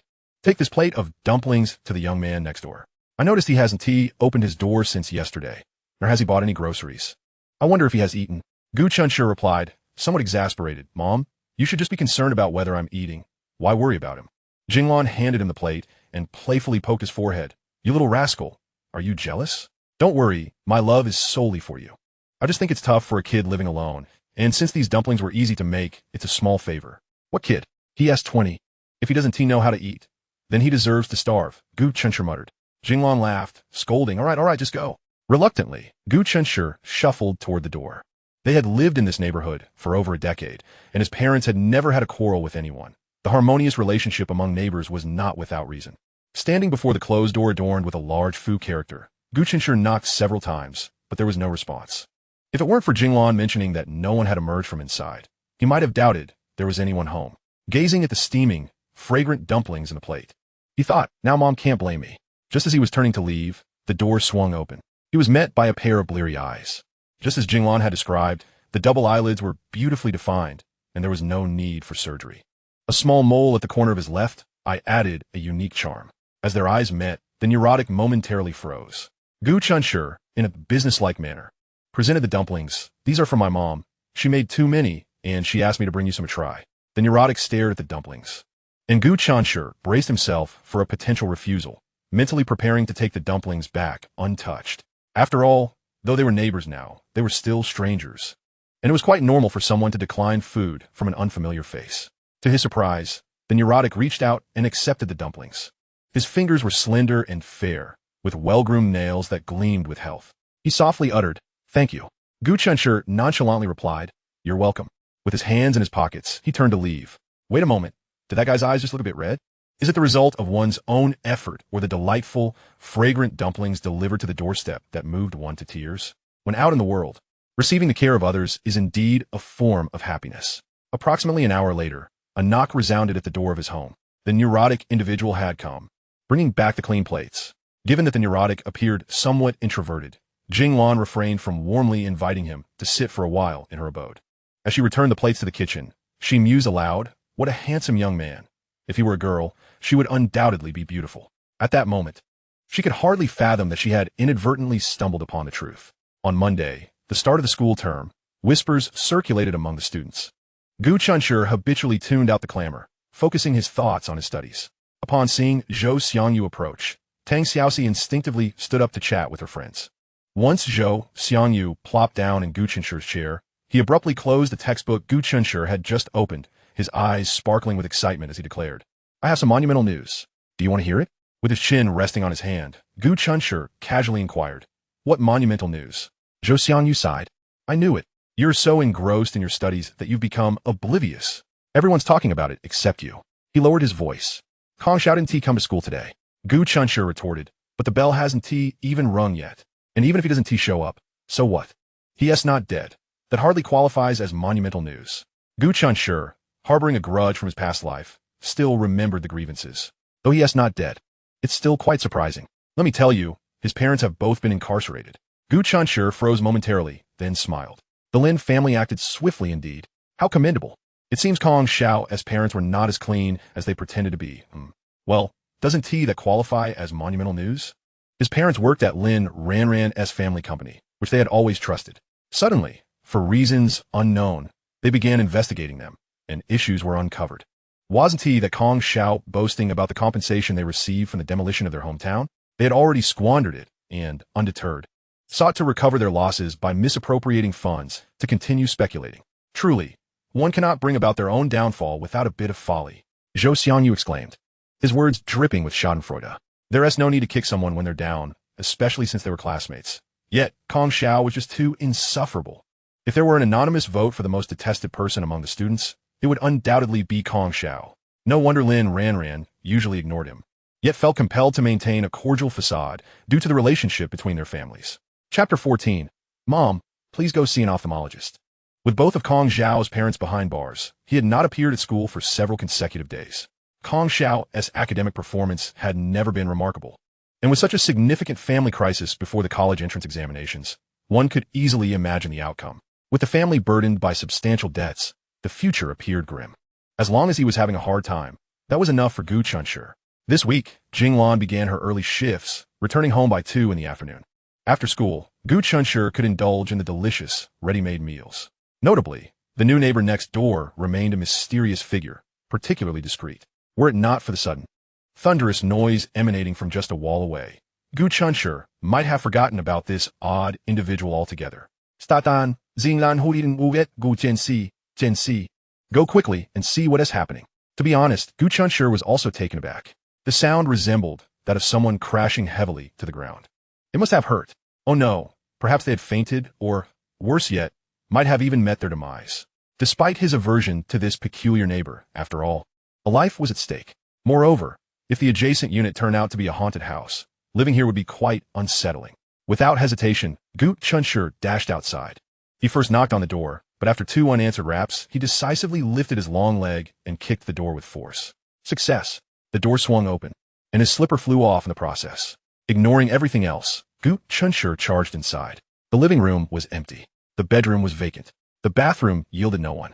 Ultimately, Gu Chenshi spotted someone sprawled on the kitchen floor. He rushed over, helping the neurotic to a seated position. "Hey, are you okay?" "You." He stared in shock at the long hair cascading over his shoulder. This was not the neurotic. Wasn't he a man? How could he have such long hair? The scent wafting from it was sweet, and the figure was soft and delicate. Jinglan soon followed in, her face a mask of panic. Chenshi, are you all right? Huh? She too was taken aback. When had a girl moved in next door? She bore a faint resemblance to that young man. Perhaps they were siblings?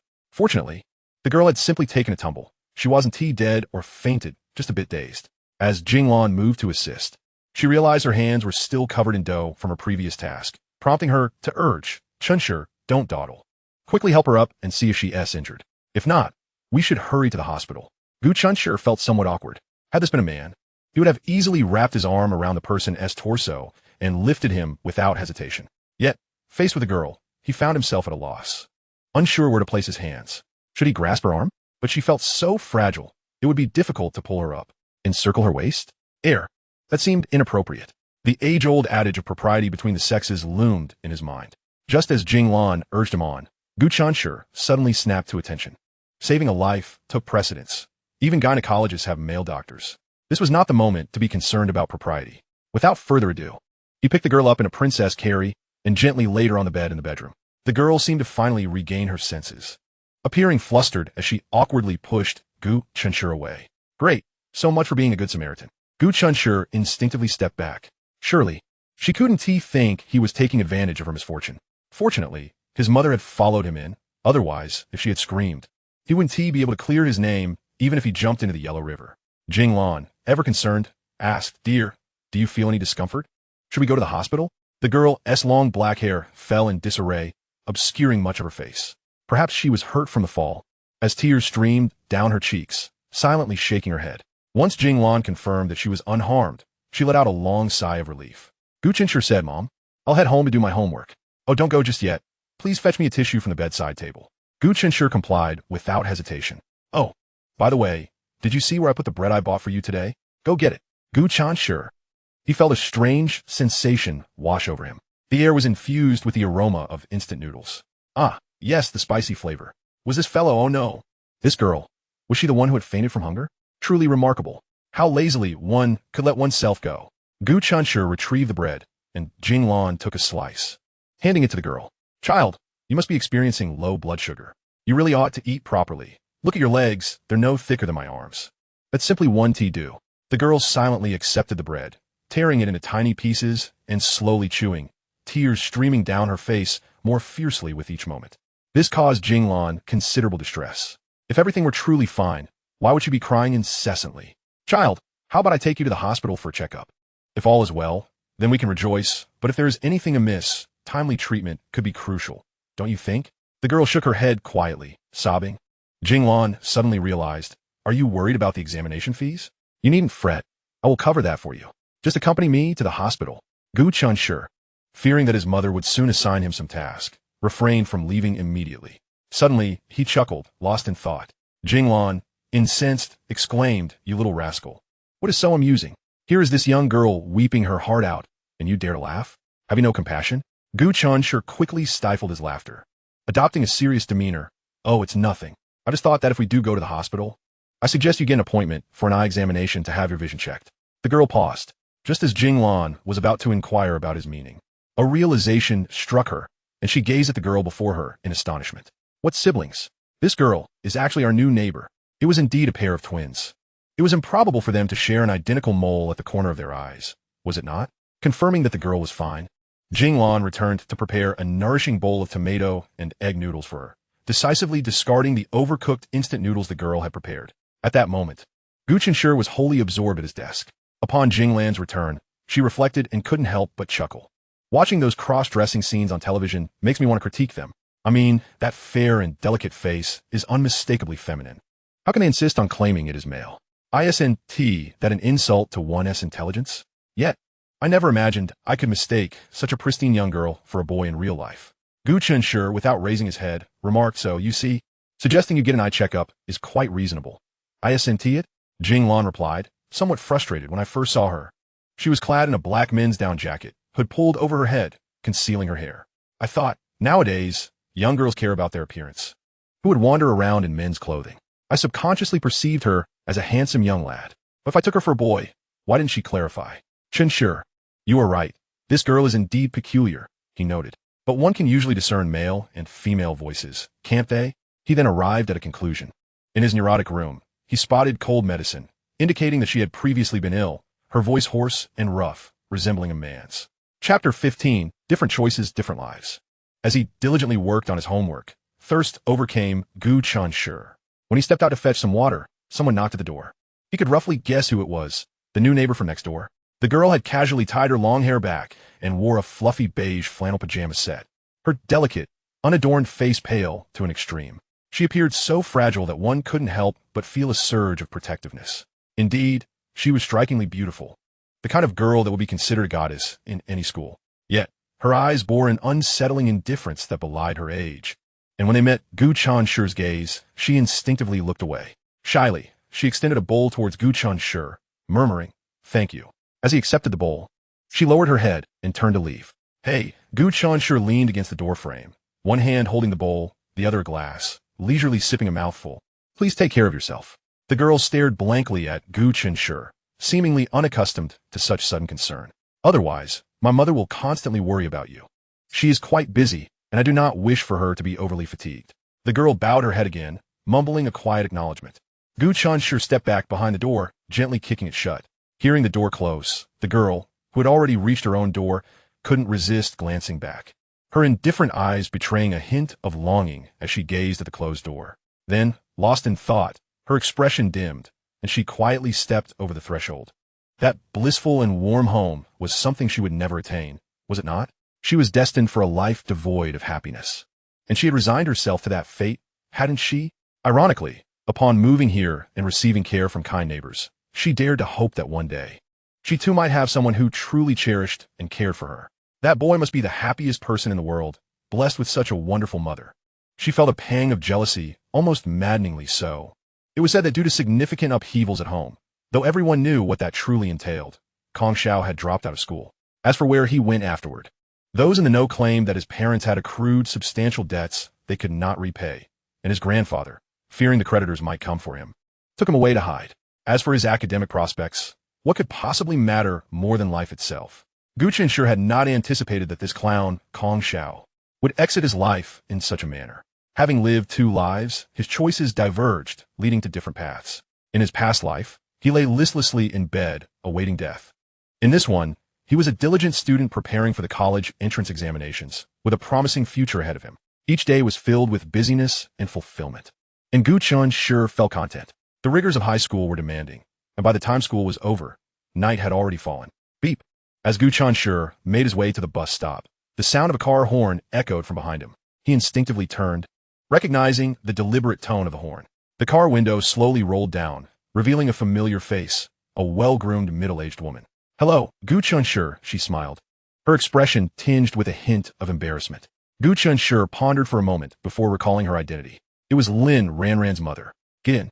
I'll give you a ride." Gu Chenshi, with a flick of his toe, surmised that Lin Ranran was seated in the back. He shook his head, "No. Thank you." There was no need to inconvenience himself for a ride that could be resolved with a mere 2 yuan. Furthermore, he wished to keep his distance from Lin Ranran and her family. The indelible experiences from his past life made him wary of Lin Ranran. Lin's mother, anticipating rejection, still wore a somewhat awkward smile. "Gu Chenshi, are you still upset with me? I admit I was impulsive and excessive that day, and I regret it now. I shouldn't have acted solely on Kong Xiao's words. It's only natural for you to be upset with me." Gu Chenshi replied coldly, "Let bygones be bygones. Annie, if there is nothing else, I'll be on my way." He finished speaking, leaving no room for Lin's mother to respond, and strode forward. In the back seat, Lin Ranran gazed fixedly at Gu Chenshi's striking, carefree figure, unable to tear her eyes away for quite some time. This boy had a heart that was as cold as ice. To declare that one will not squander time on her, and to truly extricate oneself from her world entirely, leaving no room for ambiguity, is a remarkable feat yet. Even if they are no longer lovers, they were once friends. If they cannot sustain their friendship, at the very least, they are still classmates, are they not? Why does this fellow so blatantly disregard her existence? It has led her to ponder whether she has inadvertently activated some sort of invisibility cloak that only he possesses, rendering her unseen to his eyes. Lin Ranran bit her lip in frustration. In the past, even the most casual remark from her would have been etched in his memory. Lin's mother, observing her precious daughter's demeanor in the rearview mirror, felt a nagging suspicion arise within her. Although Kong Xiao is quite a rogue, the videos he sent have illuminated the fact that her daughter has been preoccupied with matters of the heart. However, she has never confided in her family. Lately, her mood appeared dismal. She either secluded herself indoors or sat lost in thought. Out of concern for her child's feelings, Lin's mother refrained from pressing her. Yet her anxiety burgeoned. She sensed that it must be related to a certain male classmate named Gu Chenshi. Could it be that her daughter is harboring unrequited feelings? Knowing one's child is a mother's forte. Her daughter, a proud little princess, has always been pursued by boys, yet she seems never to have actively liked anyone. Yet, nothing is absolute. Perhaps the two had secretly embarked on a romance, and now they were at odds, with Gu Chenshi ignoring her, hence her distracted state. Alas, it is all the mother's fault for being impulsive and offending her daughter's classmate. Lin's mother reflected on her own shortcomings. Lin Ranran remained silent, yet she felt a tinge of resentment. If only her mother had not so readily believed Kong Xiao's fabrications and sought out Gu Chenshi, perhaps they would have reconciled by now. Lin's mother added, "One day, I shall pay a visit to formally apologize." Lin Ranran's eyes brightened momentarily, only to be quickly concealed as she feigned indifference and asked, "Mom, when do you plan to go?" Lin's mother noted her reaction with a sigh. "Oh, my silly daughter. This Saturday, then? It's settled. Saturday morning. Weekdays are impossible. You two are too busy with your studies, and a visit then would be a disruption." Lin Ranran exhaled deeply. "Mom, I'll accompany you." On the surface, she appeared to be sharing her mother's burden, but in reality, she was eager to glimpse the world of Gu Chenshi. How strange it was that she had never been curious before. Chapter 16. The tragic backstory of a new neighbor understanding her child better than anyone. Jinglan was constantly mindful of the neighbor girl who had fainted from hunger. Whenever she cooked, she ensured there was a portion for the girl next door. As she put it, she is still a child, and it is not easy for her to be away from home. Encountering her is fate. If I can lend a hand, I shall. Oh, she had thoroughly researched the girl's background. The girl's name is Xiao Yu, and she is 18 years old. Her parents tragically perished in a car accident during her childhood, leaving her to live with her grandmother. However, her grandmother, having aged, succumbed to a cerebral hemorrhage a month ago. After her grandmother's passing, she became an orphan, and to avoid reliving her sorrow, she took the meager savings left by her grandmother and moved far from her hometown to this unfamiliar city. Due to her social anxiety and lack of work experience, she relied on her commendable artistic skills and boundless imagination, becoming an online commission artist, barely managing to sustain herself. While the sentimental Jinglan lamented Xiao Yu's unfortunate circumstances, Gu Chenshi remained skeptical. He recalled their first meeting, where Xiao Yu appeared suspicious, as if she were a fallen heiress evading pursuers. Regardless of her status as a lonely orphan or a fallen noble, one undeniable truth remained. She was undeniably a rare beauty. Living next door, one would expect Gu Chenshi to be thrilled. However, due to his tragic history of unrequited affection, he had developed a psychological aversion to beautiful girls, causing him to maintain a rational distance from Xiao Yu's stunning appearance, analyzing the various possibilities surrounding her. While he could ponder this privately, he dared not voice his thoughts, fearing a reprimand from Jinglan for lacking compassion. He gently cautioned, "Mom, do not rush to bare your heart to her. Let us not forget she has deceived you." Jinglan waved her hand dismissively. "Oh, how can that be considered deceit? It was my oversight not to recognize her as a girl. She refrained from correcting me to spare my embarrassment, so I bear her no ill will." Gu Chenshi replied, "But she clearly claimed to be 20 when she is indeed 18. This undeniable fact cannot be overlooked. I was present. Does that not constitute deception?" Jinglan zépondait. "Is that truly such a grave matter?" She later apologized, wishing to appear more mature by adding 2 years to her age. "There are those who look aged yet insist on being called sister. It is quite the same." Gu Chenshi rolled his eyes dramatically. "Mom, if I may say this without inciting your ire, with your demeanor in a palace drama, you would scarcely survive an episode. No, you wouldn't last a minute before meeting your untimely demise." Jinglan playfully swatted him. "You little rascal, are you implying that I am foolish? I am your mother. Your intelligence is derived from me. If I am a grand fool, then you are a little fool." Gu Chenshi countered.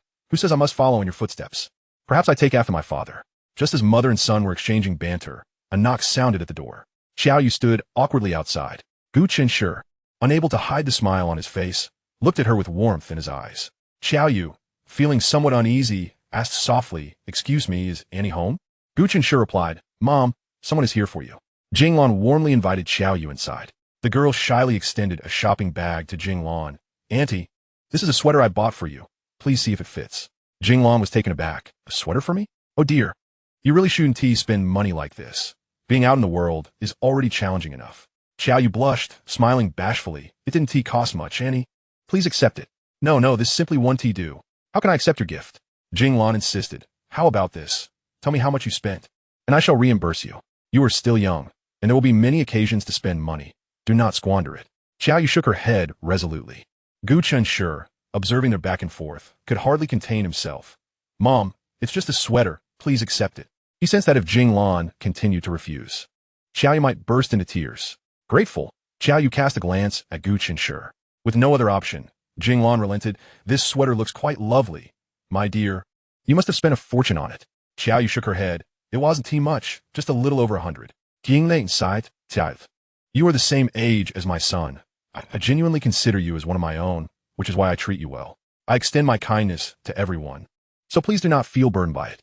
Xiao Yu replied softly. Auntie, I bought you the sweater because I find you particularly kind. I have no other intentions. Jinglan laughed heartily. You see me as kind, and I see you as very dear. Encountering you feels like seeing my own daughter. Alas, I had longed for a daughter, but I ended up with a little rascal. Gu Chenshi feigned displeasure, saying, Mom, what's wrong with that brat? He's just as thoughtful. Xiao Yu took her leave, stating, Auntie, I won't intrude any longer. I'll head back now. After successfully delivering the sweater, a subtle joy flickered across her face. Her steps noticeably lighter. Jinglan sighed. I never expected that though I don't have a daughter of my own, I could still receive gifts from someone else's daughter. What a curious feeling. Gu Chenshi remained silent, recalling the absurdities of his past life, feeling a profound sense of shame. Mom, once I earn money, I promise to ensure you and Dad live a good life. Jinglan chuckled. Your father and I will have our pensions. You needn't worry about us. Just focus on living your own life well. This thought only deepened Gu Chenshi's feelings of inadequacy. Jinglan took out the sweater Xiao Yu had purchased and tried it on. To her surprise, it fit quite well, the size just right. The sweater was incredibly soft and comfortable. For over 100 yuan, it was indeed a worthy purchase. She marveled at how well Xiao Yu could shop. Standing before the mirror, she praised it earnestly. Meanwhile, Gu Chenshi thought of the pink scarf he had salvaged from the trash. He could not articulate the motivations behind retrieving the scarf. Perhaps it was the sentiment that even if Lin Ranran did not appreciate it, it was crafted with painstaking effort. And while others might scorn it, he could not bring himself to do so. He mockingly mused that the true reason he had picked up the pink scarf was perhaps a subconscious desire for it to serve as a constant reminder not to be a mindless sycophant in the future. Chapter 17. An unexpected presence at the dinner table during dinner. Gu Chenshi sat at the table and noticed 3 bowls and 3 pairs of chopsticks were laid out. However, his father, who was away on a business trip, had not returned. After a moment's contemplation, he deduced the situation. His mother was certainly not senile, so she wouldn't mistakenly count. As expected, Jinglan, having finished her tasks, knocked on the door of the adjacent room. Xiao Yu, cooking alone is quite the challenge. And relying on takeout isn't healthy. You should have dinner at my place tonight. I always make more than enough. Xiao Yu hesitated, saying, Auntie, that might be a bit inconvenient. Jinglan gently tugged at Xiao Yu's arm, guiding her into her home. There's no inconvenience at all, from now on. Consider my home as yours. Xiao Yu glanced at Gu Chenshi, feeling quite apprehensive. It seemed Jinglan sensed her unease and reassured her, don't mind him. In this house, he doesn't get a say. Gu Chenshi interjected, Mom, that's a bit unfair. I haven't said anything. Jinglan pulled out a chair opposite Gu Chenshi, warmly inviting, Xiao Yu please sit here. Xiao Yu complied respectfully. Due to Gu Chenshi's heavy academic load, Jinglan made an effort to prepare nutritious meals to ensure he was well fed. Yet, when dining alone, she would simply throw together a quick meal. Tonight's main dish was rice accompanied by 3 dishes and a soup: seaweed egg drop soup, braised pork ribs, stewed pork with vermicelli, and stir-fried shredded potatoes. Child, treat this place as your home, and please don't hold back. Eat whatever you desire, Jinglan urged. Xiao Yu responded quietly, taking small bites of her food. Whether she felt comfortable or not, Gu Chenshi was uncertain. The sudden presence of a stranger at the table left him somewhat uneasy. Fortunately, this was his home, and that discomfort soon dissipated. He typically ate quickly, finishing his bowl and the last sip of soup before excusing himself to his room to do homework. The final year of high school was critical, and teachers relentlessly assigned copious amounts of work, often keeping him up past 11 o'clock. He left the door ajar, creating a small crack through which the faint sounds of Jinglan and Xiao Yu chatting softly while eating could be heard. Immersed in his studies, he paid little attention to their conversation. In his past life, like many classmates, he had found studying to be a burden and often succumbed to feelings of laziness. However, In this new life, he increasingly appreciated the solid feeling of striving for a better future. Having the opportunity to work hard was, in itself, a form of happiness. After Gu Chenshi left, Xiaoyu felt considerably more relaxed. At 17 or 18, one is particularly sensitive, unless one possesses a naturally vivacious and extroverted personality. Feeling ill at ease around unfamiliar males is entirely normal. Does Annie's cooking suit your taste? Jinglan inquired. Xiaoyu nodded. It's delicious, Auntie. Your cooking is the best I've ever had. Jinglan laughed heartily, assuming Xiaoyu was merely being polite. What she did not realize was that Xiaoyu spoke from the heart, tasting in her food a warmth, a sense of home, and happiness, things she longed for yet could not attain. She found it particularly astonishing. Initially, her plan upon arriving in this city had been to find a place to stay and isolate herself in her room, venturing out only when necessary, avoiding any interaction with others. If a house were a grave, she would be but a lifeless shell within it. Yet upon meeting her new neighbors, she discovered she was increasingly drawn to them, yearning to integrate into their lives. In her past demeanor, she would never have thought to casually visit someone else's home for a meal. However, now, when the neighbors warmly invited her to dine with them, she felt unexpectedly elated.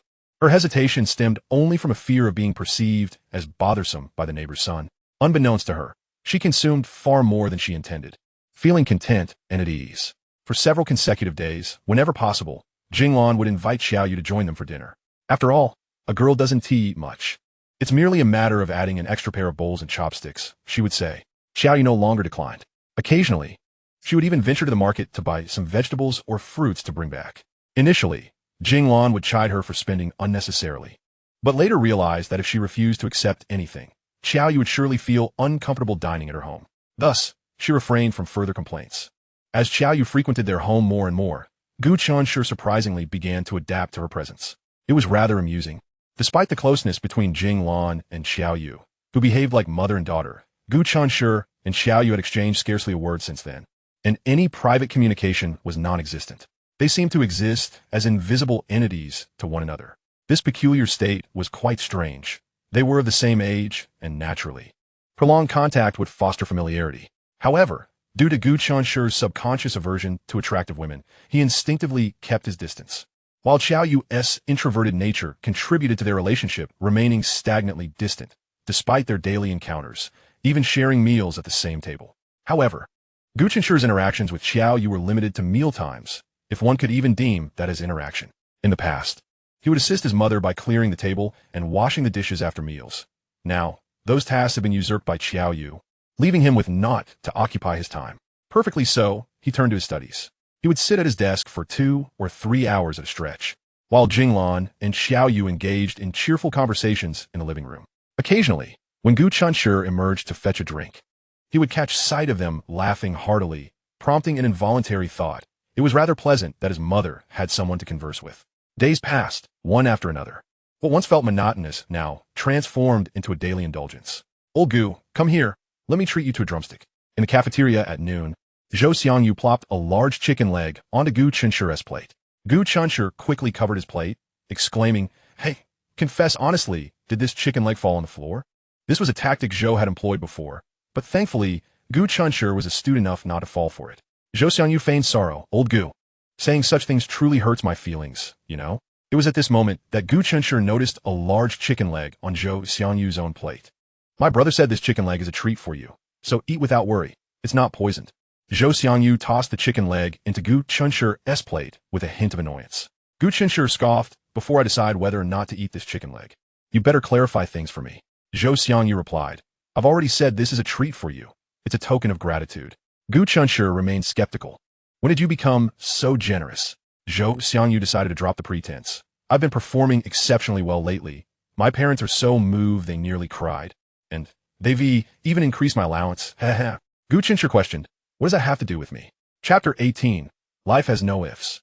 Zhou Xiangyu's good behavior led to his parents rewarding him with extra pocket money. Yet Gu Chenshi failed to see how that pertained to him. Zhou Xiangyu insisted, how could it not relate to you? If it weren't for you nagging me every day like an old woman to quit gaming, I would be quite overwhelmed. I genuinely feared you'd drive me to distraction, so I decided to set gaming aside for a bit. Upon hearing this, Gu Chenshi realized it indeed had something to do with him. A sense of pleasure filled him knowing Zhou Xiangyu was actually listening. So he felt justified in consuming the chicken leg. Suddenly, Zhou Xiangyu shot him a knowing glance. Gu Chenshi looked up to see Lin Ranran and her deskmate Jing Shu approaching with their freshly prepared meals.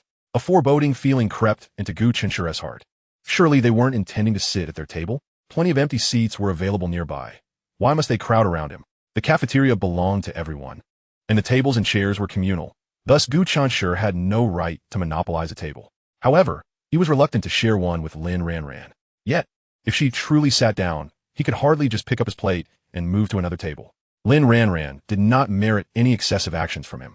In fact, she lacked even the qualification to stir his emotions. He had attained a state where he could completely disregard her presence. Gu Chenshi, do you mind if we sit here? Jing Shu smiled at them. Gu Chenshi replied nonchalantly, feel free. Jing Shu turned to Lin Ranran. Ranran, let us sit here for a moment. Lin Ranran nodded, appearing no different from her usual self. Jing Shu settled beside Zhou Xiangyu, while Lin Ranran naturally took the seat next to Gu Chenshi. A subtle fragrance wafted towards him. Lin Ranran, seemingly casually, glanced at Gu Chenshi and frowned at her meal. I seem to have taken too much. I doubt I can finish it all. She had a portion of sweet and sour ribs, braised pork, and sautéed lettuce. A rather sumptuous lunch. Gu Chenshi focused intently on his meal, feigning ignorance. Lin Ranran was quite picky and had a small appetite. In previous meals together, she would offer him the dishes she disliked. Watching a girl he admired leave food uneaten felt sweet to Gu Chenshi. Yet, reflecting on it now, he realized he had become a mere receptacle, allowing her to offload whatever she didn't T1 onto him, and he had savored it.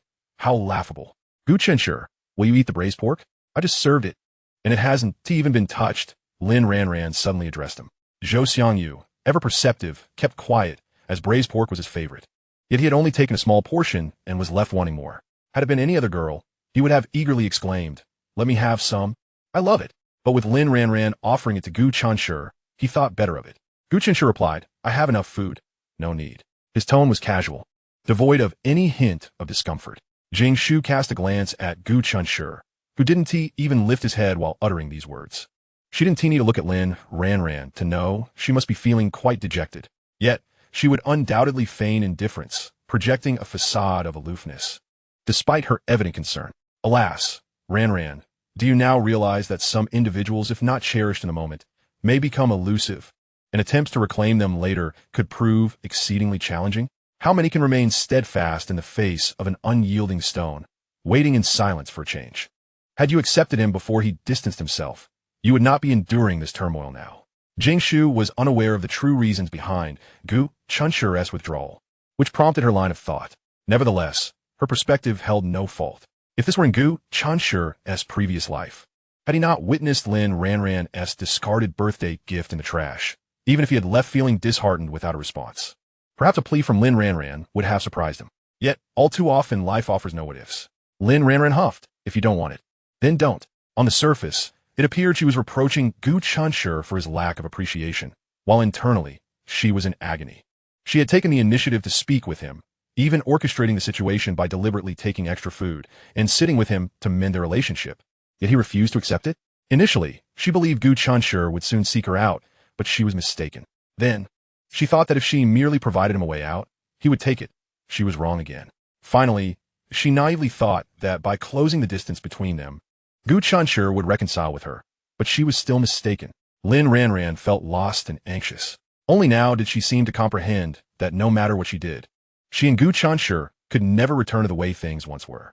This realization filled her with despair.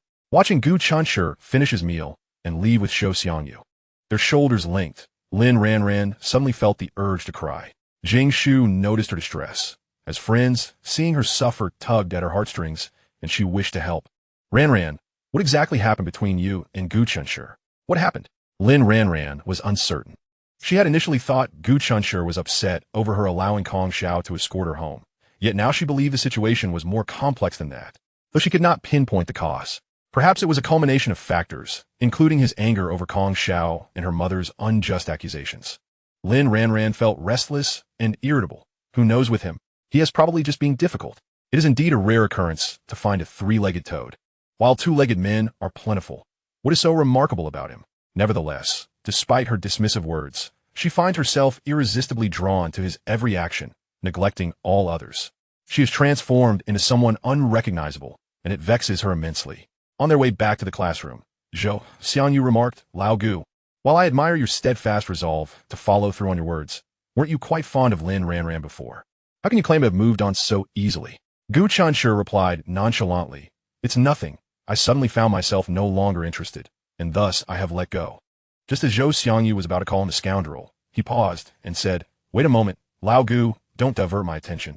You are not the type to be so fickle. Gu Chenshi chuckled. Thank you for affirming my character. Truth be told, I genuinely believe that Lin Ranran must have seen your worth by now. Otherwise, perhaps you should reconsider what I mentioned earlier. Balancing love and career is the hallmark of a true winner in life, Zhou Xiangyu suggested. Gu Chenshi replied, I have my own plans regarding my affairs. You needn't worry excessively. Zhou Xiangyu exclaimed excitedly. Did I ever concern myself with anyone else's matters?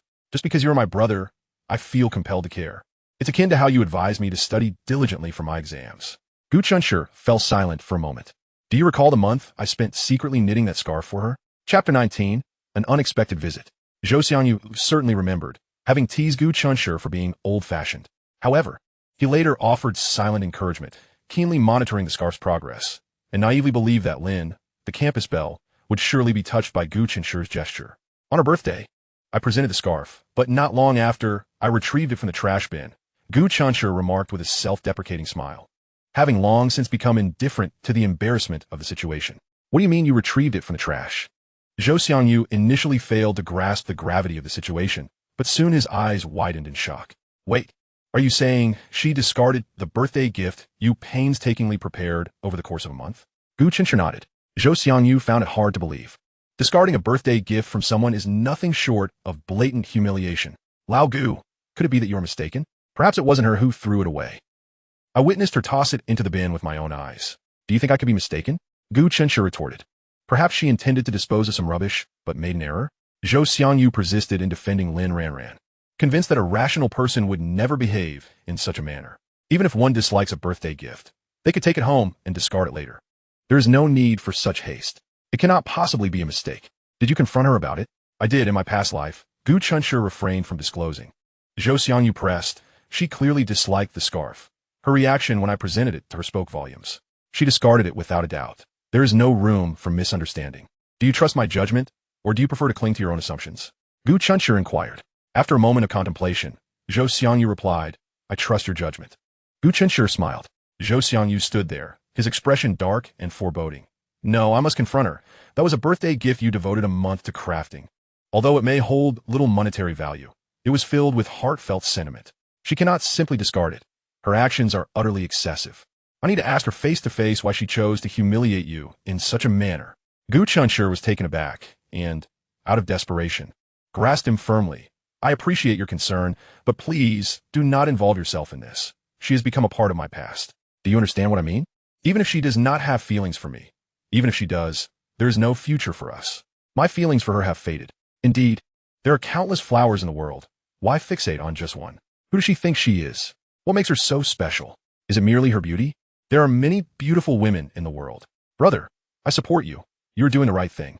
It is fortunate that you possess the composure not to confront her. If it were me, I would certainly be unable to endure it. Gu Chenshi replied, brother, you overestimate me. The tragedies of his past were not something he could forget nor wish to. Zhou Xiangyu wrapped an arm around Gu Chenshi's shoulder, walking beside him with concern. Brother, why didn't you tell me about this sooner? I would never mock you. If we are brothers, you must share any grievances with me in the future. And as for Lin Ranran, even if she comes to you in tears seeking reconciliation, do not relent. Never engage with her again. I find her insufferable and will ignore her too. Gu Chenshi laughed. What are you thinking? She is a lofty queen. How could she possibly shed tears before me? Bah, what a load of nonsense. In my eyes, she is nothing at all. A girl like her deserves to find a violent man who will beat and berate her daily. Gu Chenshi shot him a glance. Such malice? Zhou Xiangyu scoffed. I haven't even unleashed my most venomous words upon her yet. When one leads a fulfilling life, time flies by swiftly. Before long, Saturday arrived. At 9 on Saturday, Gu Chenshi relished the rare opportunity to sleep in. As he stretched lazily in bed, preparing to rise, he overheard his mother, Jinglan, speaking. Initially, he thought she was conversing with Xiaoyu next door, but shortly thereafter, a knock echoed at the door. Jinglan's voice held an unusual tone. Chenshi, hurry and get up. Your classmate has arrived. Gu Chenshi was puzzled. A classmate? Zhou Xiangyu? but they had been chatting on their phones the previous night, and this fellow had not mentioned any plans to visit him. Furthermore, based on Gu Chenshi's understanding of him, there was no way he would be out of bed at this hour. As Gu Chenshi donned his clothes in haste, he thought, my goodness, why bring so many things? Is it about the previous incident? Didn't we resolve that already? Once misunderstandings are cleared, there's no need for further confrontation. Chenshi, while you're getting up, don't just stand there. Please take a seat and have some water. Jing Lan's voice drifted in intermittently. Gu Chenshi grew increasingly perplexed. It seemed there was more than one visitor. Who could it be? Aside from Zhou Xiangyu, his relationships with other classmates were merely average, far from the level of visiting his home. Stepping into the living room, Gu Chenshi was taken aback at the sight before him. How could it be them? Lin Ranran and her mother. Lin Ranran was clad in a white down jacket, which accentuated her already fair complexion to an almost luminous glow. Had this been in the past, the sudden appearance of Lin Ranran in his home would have sent Gu Chenshi into a euphoric stupor. But now, all he could think was, what are they up to? It was all due to that Kong Zhao's careless words that caused my mother to panic. Please don't take it to heart. Lin Ranran spoke softly. Alas, this is entirely my fault for not clarifying things beforehand. Lin's mother expressed contrition. Their behavior only made Jing Lan feel awkward. Didn't we resolve the misunderstanding that day? It is entirely the fault of that mischievous classmate. After all, we are all victims in this situation. Let's not feel embarrassed any longer. This matter has passed. So let us allow it to fade into oblivion and refrain from mentioning it again in the future. At that moment, Lin Ranran spotted Gu Chenshi and greeted him with a gentle smile, embodying the very essence of the type of well-behaved child favored by elders. Why are you only just getting up? Such a lazybones. Her voice was soft and melodious, laced with the charming naivete typical of a young girl, clearly indicative of their close relationship. Lin's mother observed her daughter with a discreet glance before her gaze shifted to Gu Chenshi, scrutinizing him with quiet interest. Though Gu Chenshi found her bothersome, he maintained the necessary politeness in front of their parents and nonchalantly inquired, what brings you here? Chapter 20. Lin Ranran's Apology. Lin Ranran's classmates, apart from Kong Xiao, were unfamiliar to her mother. She had only seen Gu Chenshi once before, but her anger had prevented her from taking in his features. Upon closer inspection this time, she realized he was remarkably handsome, with an exceptional aura. Lin Ranran looked at him with sincere regret, stating, my mother has felt quite embarrassed about what happened last time, and I too feel very sorry. Therefore, I have come today to formally apologize to you. Gu Chenshi replied, my mother is right. What is done, and I have already forgotten about it. Curiously, Lin Ranran glanced behind him and cheerfully asked, what does your room look like? May I take a peek? Her curiosity was genuine, and she also wished to showcase their amicable relationship in front of the adults. Gu Chenshi had closed the door behind him when he left, making it impossible for her to see inside. He responded, perhaps it's best if you don't look. I've just gotten up, and the blankets are unmade and quite messy. Lin Ranran chided, well, could you not be a bit more diligent and neatly fold the blankets? I bet your mother often worries about you. Gu Chenshi remained silent, pondering. Lin Ranran, aren't you exhausted? Whatever happened to your usual proud demeanor? That is the true you. Jing Lan chimed in. Chenshi is usually quite well-behaved. He truly doesn't give me any worries. As their parents engaged in polite conversation, Lin Ranran attempted to speak with Gu Chenshi, but he excused himself to brush his teeth and wash his face, evading her. Listening to the idle chatter in the living room left her feeling perplexed. What exactly was Lin Ranran trying to accomplish? As Zhou Xiangyu had suggested, did she wish to mend their friendship? Unlikely. What could it possibly be? Oh, it must be that her mother thought it insufficiently sincere to come alone, so she brought her along for support. That must be it. Gu Chenshi noticed the congee and meat buns on the stove. Auntie, have you had breakfast yet? He inquired politely. Lin's mother quickly replied that they had eaten. Mother, why did you prepare so many buns? Oh, they are for Xiaoyu. That child wakes up late. So I didn't bring them to her. Gu Chenshi said, if we don't eat them soon, they will get cold. I'll take them to her. Auntie, I'll step out for a moment. Lin's mother naturally replied, of course, go ahead. Gu Chenshi picked up the meat buns and a bowl of congee, stepping outside and standing before the neighboring door, praying that Xiaoyu had already risen. He truly did not wish to engage in insincere pleasantries with Lin Ranran and her mother. He sought a place to hide, even if it meant facing a scolding from his own mother later. The door opened promptly. Annie, I had the most interesting dream last night, Xiaoyu, with her hair cascading freely and clad in comfortable loungewear, greeted him with a bright smile, eager to share her fresh dream. However, upon realizing that the person before her was not her aunt, she froze, her large, expressive eyes widening in surprise as she stood momentarily at a loss. Gu Chenshi raised the plate in his hand. This is breakfast that my mother prepared for you. Xiao Yu took it, murmuring, thank you. Noticing that she was fully dressed, Gu Chenshi quietly asked, would it be convenient for me to come in? Xiao Yu, somewhat taken aback, stammered, sure. Although she felt a hint of reluctance, she acquiesced. As he was her aunt's son, Gu Chenshi sighed with relief, thanking her as he stepped inside. He made no effort to look around. Instead, picking up a bun and standing by the window, quietly savoring his meal. Xiao Yu was momentarily stunned. Was he really eating in his own house? Did he not have a home of his own? She pondered, yet did not voice her thoughts. She was only familiar with Gu Chenshi's mother, and her relationship with him was still that of strangers. Xiao Yu offered him the only bowl of congee. Gu Chenshi replied, no need, thank you. I have some at home. Please drink it while it's warm before it cools down. Xiao Yu silently picked up a meat bun and took a bite. It's so delicious, she said with another soft expression of gratitude. Gu Chenshi, with his back to her, exuded an imposing presence that was almost suffocating. He did not respond, as he was lost in thought. Once he finished the bun, he realized he could not remain hidden here. He could not allow Lin Ranran to sway his thoughts. She was not worthy of that. With that in mind, he decided to return home. As he turned, he inadvertently met the gaze of Xiao Yu, whose bright eyes were furtively studying him. Upon noticing his attention, she quickly averted her gaze, clearly startled. Gu Chenshi mused. What an odd person she was. Yet perhaps in her eyes, he too appeared peculiar. He had a home, yet here he was, inexplicably lingering in hers. Thank you. I'll be leaving now, Gu Chenshi stated. Xiao Yu, seated gracefully on the couch, was sipping congee with a spoon when she heard him mention leaving. She responded with a soft "oh" and rose, seemingly to see him off. As Gu Chenshi opened the door and was about to say that she need not be so courteous, a thought suddenly struck him. Wait, he paused at the threshold, turning back to Xiao Yu, hesitatingly asking, would it be all right to inquire if you were facing any troubles? Xiao Yu looked up at him in confusion. Her long hair cascaded softly over her shoulders, her fair complexion untouched by makeup, and her sparkling eyes held an innocent beauty that could easily steal one's heart. Fortunately, Gu Chenshi was mentally strong at that moment. Otherwise, his heart might have skipped a beat. What? She replied, puzzled. Gu Chenshi continued, when we first met. Oh, right. Not the time I hung your curtains. I don't know if you noticed, but just before I hung the curtains, you returned from outside, and I was walking right behind you. Xiao Yu recalled that there had indeed been someone behind her at that time. That person had later overtaken her and moved ahead.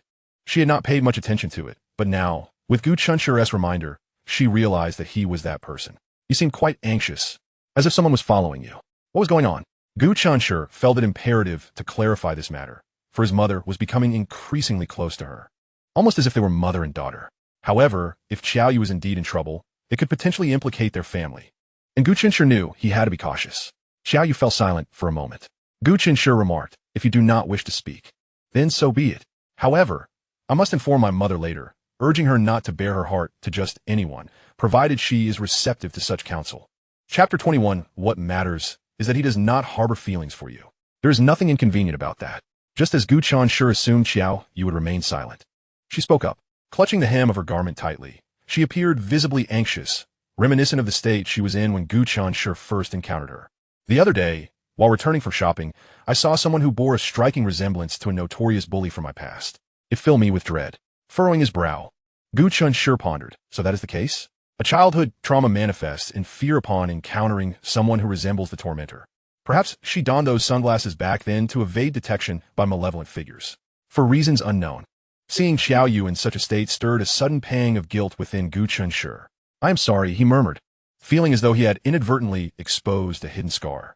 Taking a deep breath, Xiao Yu replied, it's all right. In this vast world, amidst the throngs of people, it should not be easy to encounter someone from our past in an unfamiliar city.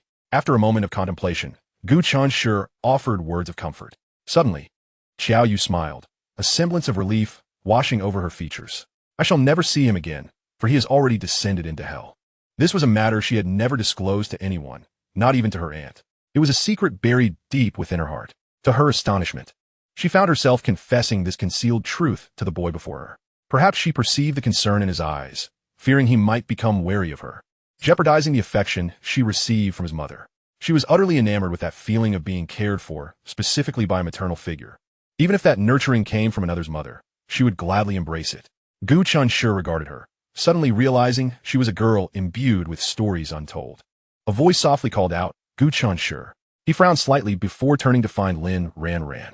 She glanced past his shoulder, locking eyes with Xiao Yu. Upon recognizing Xiao Yu's beauty, an inexplicable sense of rivalry quietly emerged within her. So this is the new neighbor that Gu Chenshi's mother spoke of? She had not anticipated her to be so young and lovely. Was Gu Chenshi's indifference toward her due to this neighbor? They appeared quite familiar, even sharing breakfast together. Why would he bring her breakfast? They were merely neighbors, not relatives. Could she not prepare or purchase her own meals? How infuriating! Lin Ranran's mind was in turmoil. As Gu Chenshi stepped out, he casually closed the door behind Xiao Yu. Gu Chenshi. Lin Ranran was about to say something when Jing Lan's polite voice floated over. Ranran, why the rush? Stay a little longer at my place. Jing Lan and Lin's mother emerged, exchanging pleasantries before Lin's mother regarded Gu Chenshi with a warm smile, a stark contrast to her previous fiery demeanor. Child, do come over to my house for a visit next time. Gu Chenshi nodded perfunctorily. Lin's mother beckoned Lin Ranran, quickly say goodbye to Annie. We must be on our way. Lin Ranran hesitated, casting a glance at Gu Chenshi before waving goodbye with a smile. After they departed, Jing Lan's smile faded, and she sighed. What a predicament. Gu Chenshi walked towards his home, with Jing Lan trailing behind. Hey Chenshi, how is your relationship with Lin Ranran at school? Gu Chenshi felt a twinge of guilt, but reassured himself that those were matters of the past, responding nonchalantly. It's just average. She truly is the belle of your school, stunningly beautiful and quite polite. If it weren't for her mother's rash accusations, I might have found her quite likable, Jing Lan mused. Although it was a misunderstanding that had been rectified with a personal apology, Jing Lan still harbored lingering resentment. Empathizing, she thought, had someone accused her son of being bullied, she would have verified the facts before acting, rather than rushing to condemn another's child based solely on hearsay. While it is common for parents of daughters to be somewhat sensitive, Lin's mother's behavior that day was undeniably overbearing. Jing Lan was willing to bet that had they been of a more privileged status, Lin's mother would not have spoken in such a manner. It carried an air of condescension. Chenshi, I must advise you when you do seek a girlfriend, it is best to find someone of similar standing. Do not mistake my words for antiquated thinking. This is advice from someone who has been there. Gu Chenshi readily accepted her counsel. He was aware of Lin Ranran's favorable background, but his previous affection for her stemmed from his admiration for her as a person, not her social status. At their age, emotions were often pure, unclouded by material considerations. They tended to dismiss adult admonitions as mundane. After leaving the Gu residence, Lin's mother could distinctly sense her daughter's mood had plummeted compared to their earlier excitement. As she started the car, she unexpectedly asked Ranran, do you have feelings for Gu Chenshi? Lin Ranran was taken aback, akin to a cat whose tail had been inadvertently stepped on. No, mother. Don't say such things. We are merely ordinary classmates. She reacted vehemently, hinting at underlying issues. Lin's mother sighed inwardly, then remarked, if you are merely classmates, that is for the best. You are not suited for one another. Lin Ranran was caught off guard by her mother's sudden foray into such discussions, feeling both uncomfortable and perplexed. Mother, why are we not suited? Having broached the topic, Lin's mother intended to clarify the pros and cons. Did you see their family? They are obviously of the working class. While we may not be affluent, we have some standing. It is a mismatch. Lin Ranran pouted. Mother, I always thought you were an open-minded parent, yet you seem so pragmatic. Of course, the disparity in social status was not the primary concern. The most significant issue was Lin Ranran leaned in, eager to hear her mother's thoughts. Lin's mother contemplated, but ultimately refrained from voicing her true concerns. What mattered most was that Gu Chenshi appeared to harbor no feelings for her whatsoever. Most importantly, it seems you both do not share any affection for each other. Do you? Lin Ranran fell silent. No, that cannot be right. She was certain Gu Chenshi had feelings for her once. Yet now, it seemed those feelings had waned. The true reason behind it was not the mundane excuse of focusing on studies, but rather a change of heart. Had he redirected the affection and patience he once reserved for her towards another girl? Perhaps that was the crux of the matter. Lin Ranran felt a surge of anger, wishing she could leap from the car and confront Gu Chenshi, accusing him of being a cad. But then she remembered, what position did she have to rebuke him? As a former girlfriend? The truth was, while she had relished the kindness Gu Chenshi had shown her, she had never truly been his girlfriend.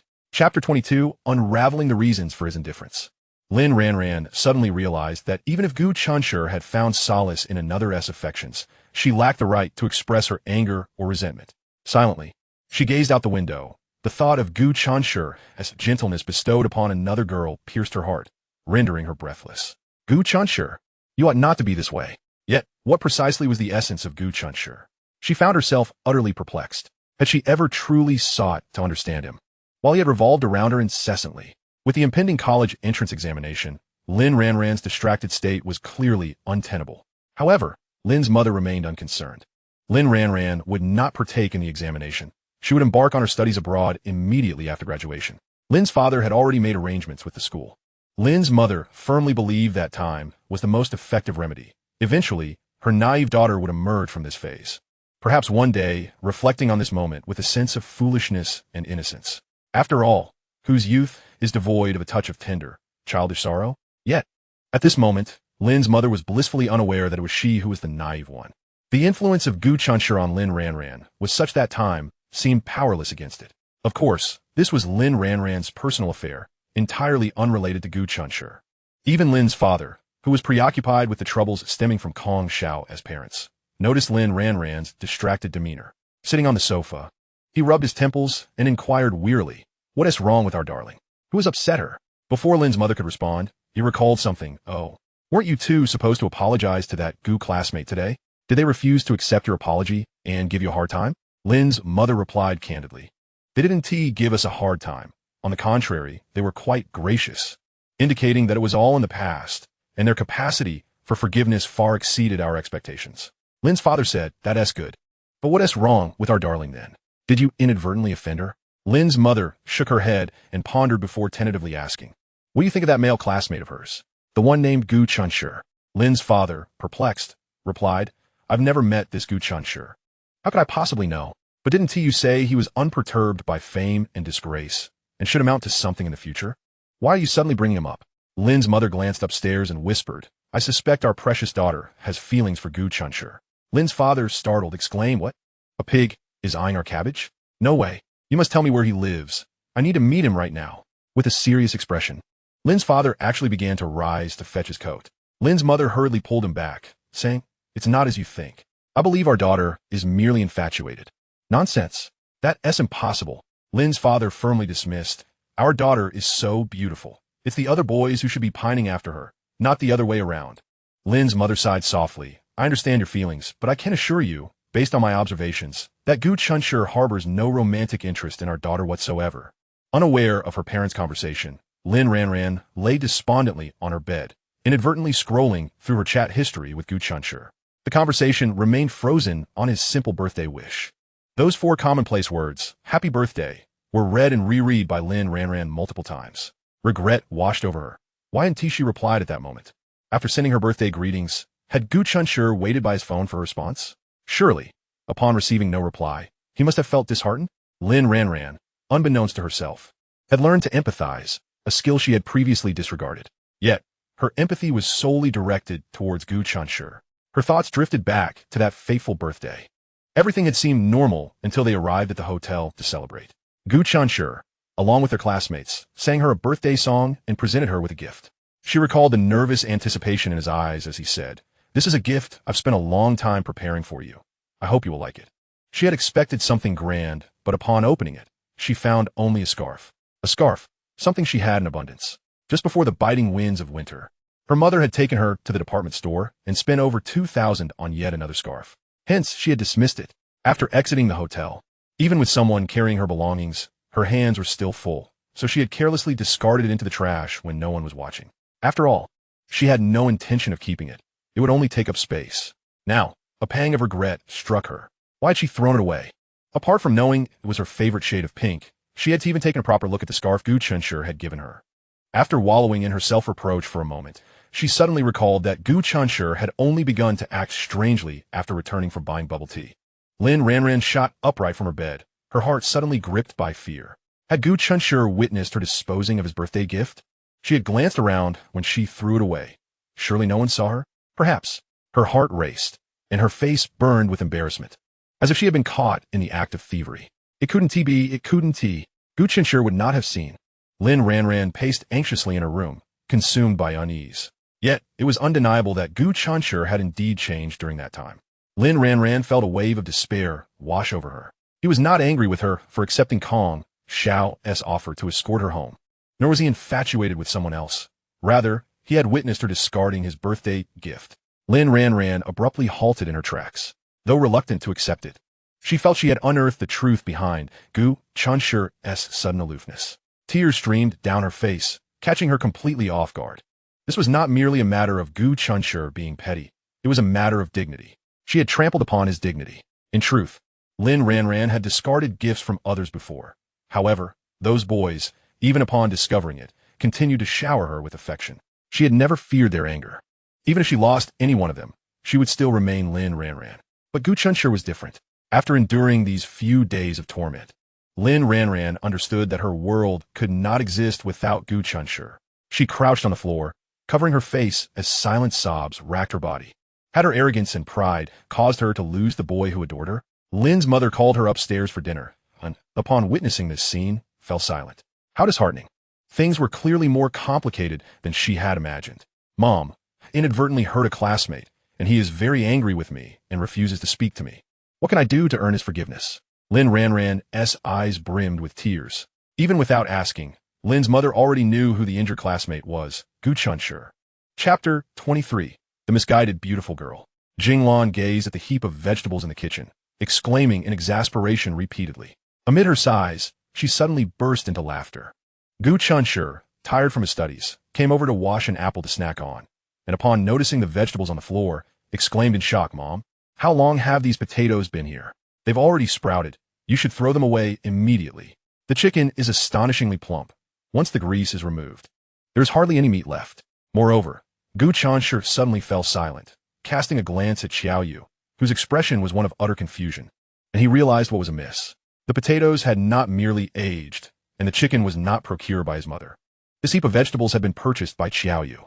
Observing the sprouted potatoes, the excessively fatty chicken, and the pile of ribs laden with large bones, it became evident that she had been duped by the vegetable vendor. It makes sense. Typically, those who frequent the market are elderly folks.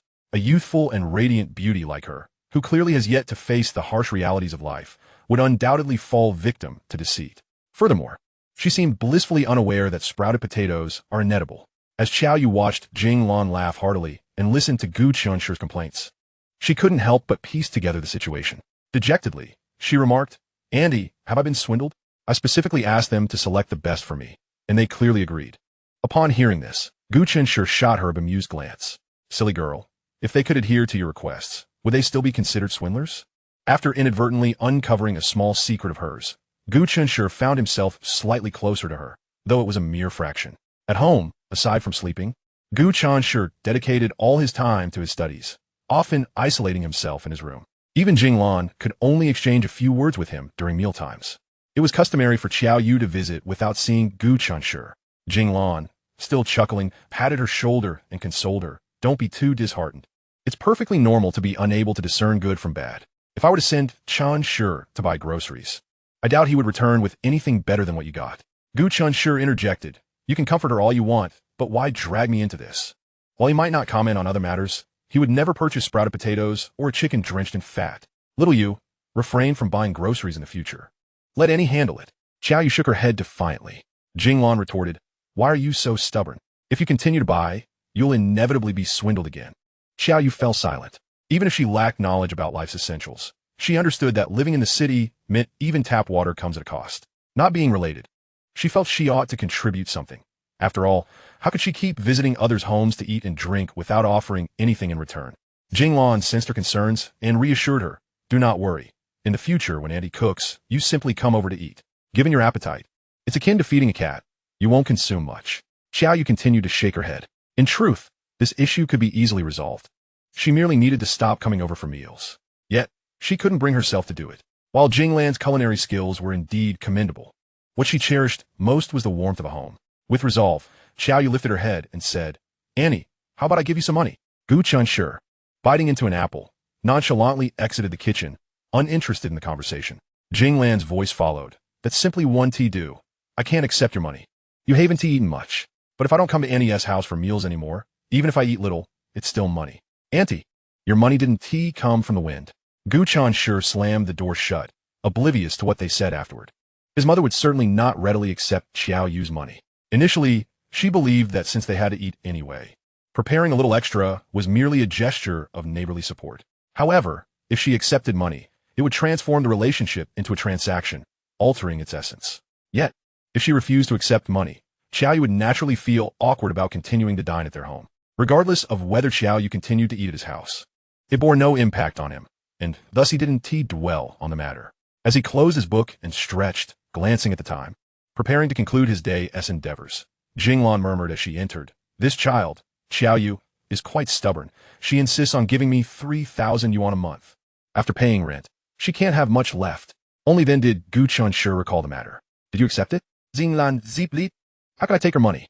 After all, she hasn't eaten much. It's merely a matter of adding an extra pair of chopsticks." Yet she stated that if I don't accept her money, she won't come to eat anymore. "This child?" Gu Chenshi inquired. "Then will you still invite her for meals?" Jinglan affirmed, "Of course. We can't expect a young girl to cook for herself. Just look at the vegetables she bought. It's clear she doesn't know how to cook. If we don't look out for her, she'll end up relying on instant noodles or takeout, which will be detrimental to her health." Gu Chenshi countered, "If you don't let her buy groceries and refuse her money, how can she continue to eat at our house, being neither family nor friends?" Jinglan sighed. "That is what troubles me. Perhaps it's better this way. 3,000 is too much. You could symbolically accept a few hundred. After all, she'll need to spend money on her own meals." After a moment of contemplation, Jinglan concluded, "I think that's reasonable. I'll take the money for now, and when she moves out, I'll return it all to her. I can't just accept her money. That will be inappropriate. But if she does move out, I will miss her. I have a special connection with this girl. How wonderful it would be if she were my daughter." Gu Chenshi was left speechless. Jinglan chuckled, "Hey, don't take offense. I truly wished for a daughter back in the day. I was quite disappointed when a son was born, and I sulked for several days, while your father and grandmother were quite pleased." Gu Chenshi replied, "Since you cherish daughters so much, why not have another with my dad? The two-child policy is in effect now." Jinglan feigned anger. "You little rascal, daring to joke about your mother. Do you want to be hit?" She waved her hand threateningly at Gu Chenshi, but ultimately, she couldn't bring herself to strike him. After all, he was her own flesh and blood, and she would need him in her later years. Early in the morning, Gu Chenshi looked at Zhou Xiangyu in disbelief. One might think this boy was reborn from a starving ghost, as he devoured 2 large buns in mere moments, choking and rolling his eyes before hastily drinking water to wash it down. "Where did you buy these buns?" "They taste fantastic," Zhou Xiangyu praised. "My mother made them." Gu Chenshi replied, shifting the topic, "Didn't you say you were going to cut back on gaming until after the college entrance examination? Why the sudden change of heart?" Chapter 24, Losing the Whole World. When Gu Chenshi rose early, he discovered that this fellow had sent him a message at 2 a.m.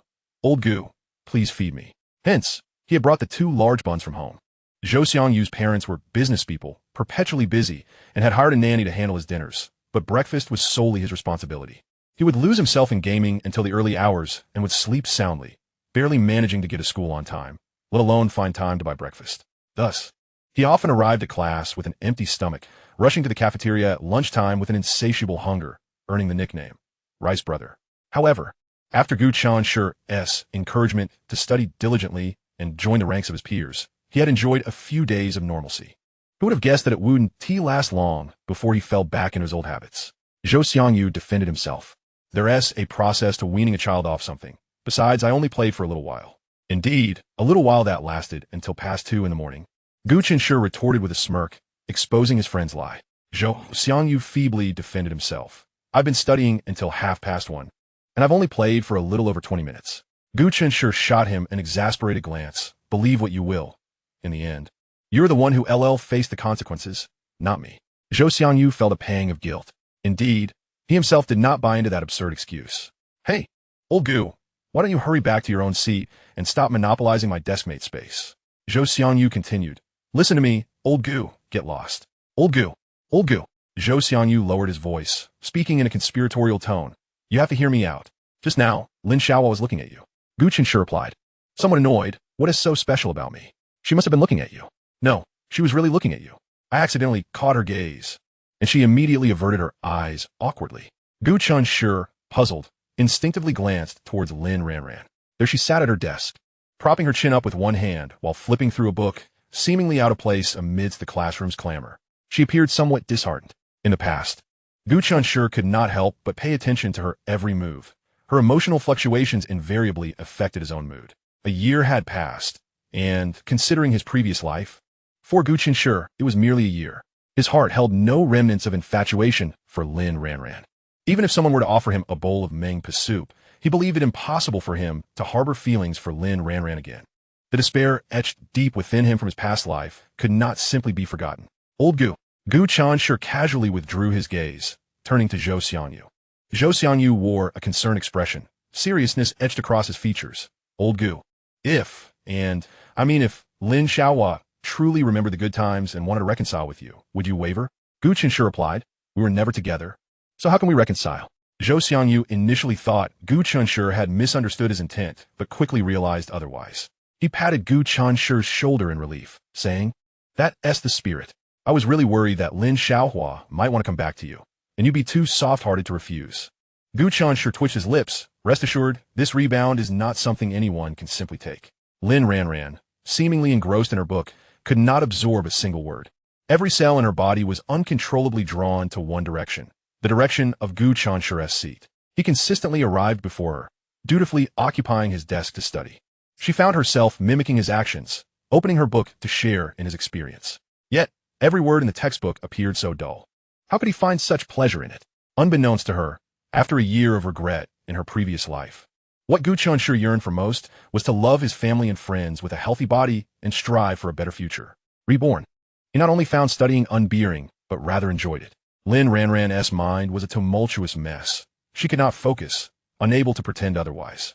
She feigned picking something up, stealing glances at Gu Chenshi. That insufferable Zhou Xiangyu had once again taken Tang Xiaoxi's seat.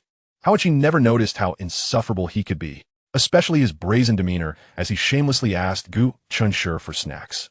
Chatting with such ease, it was utterly detestable.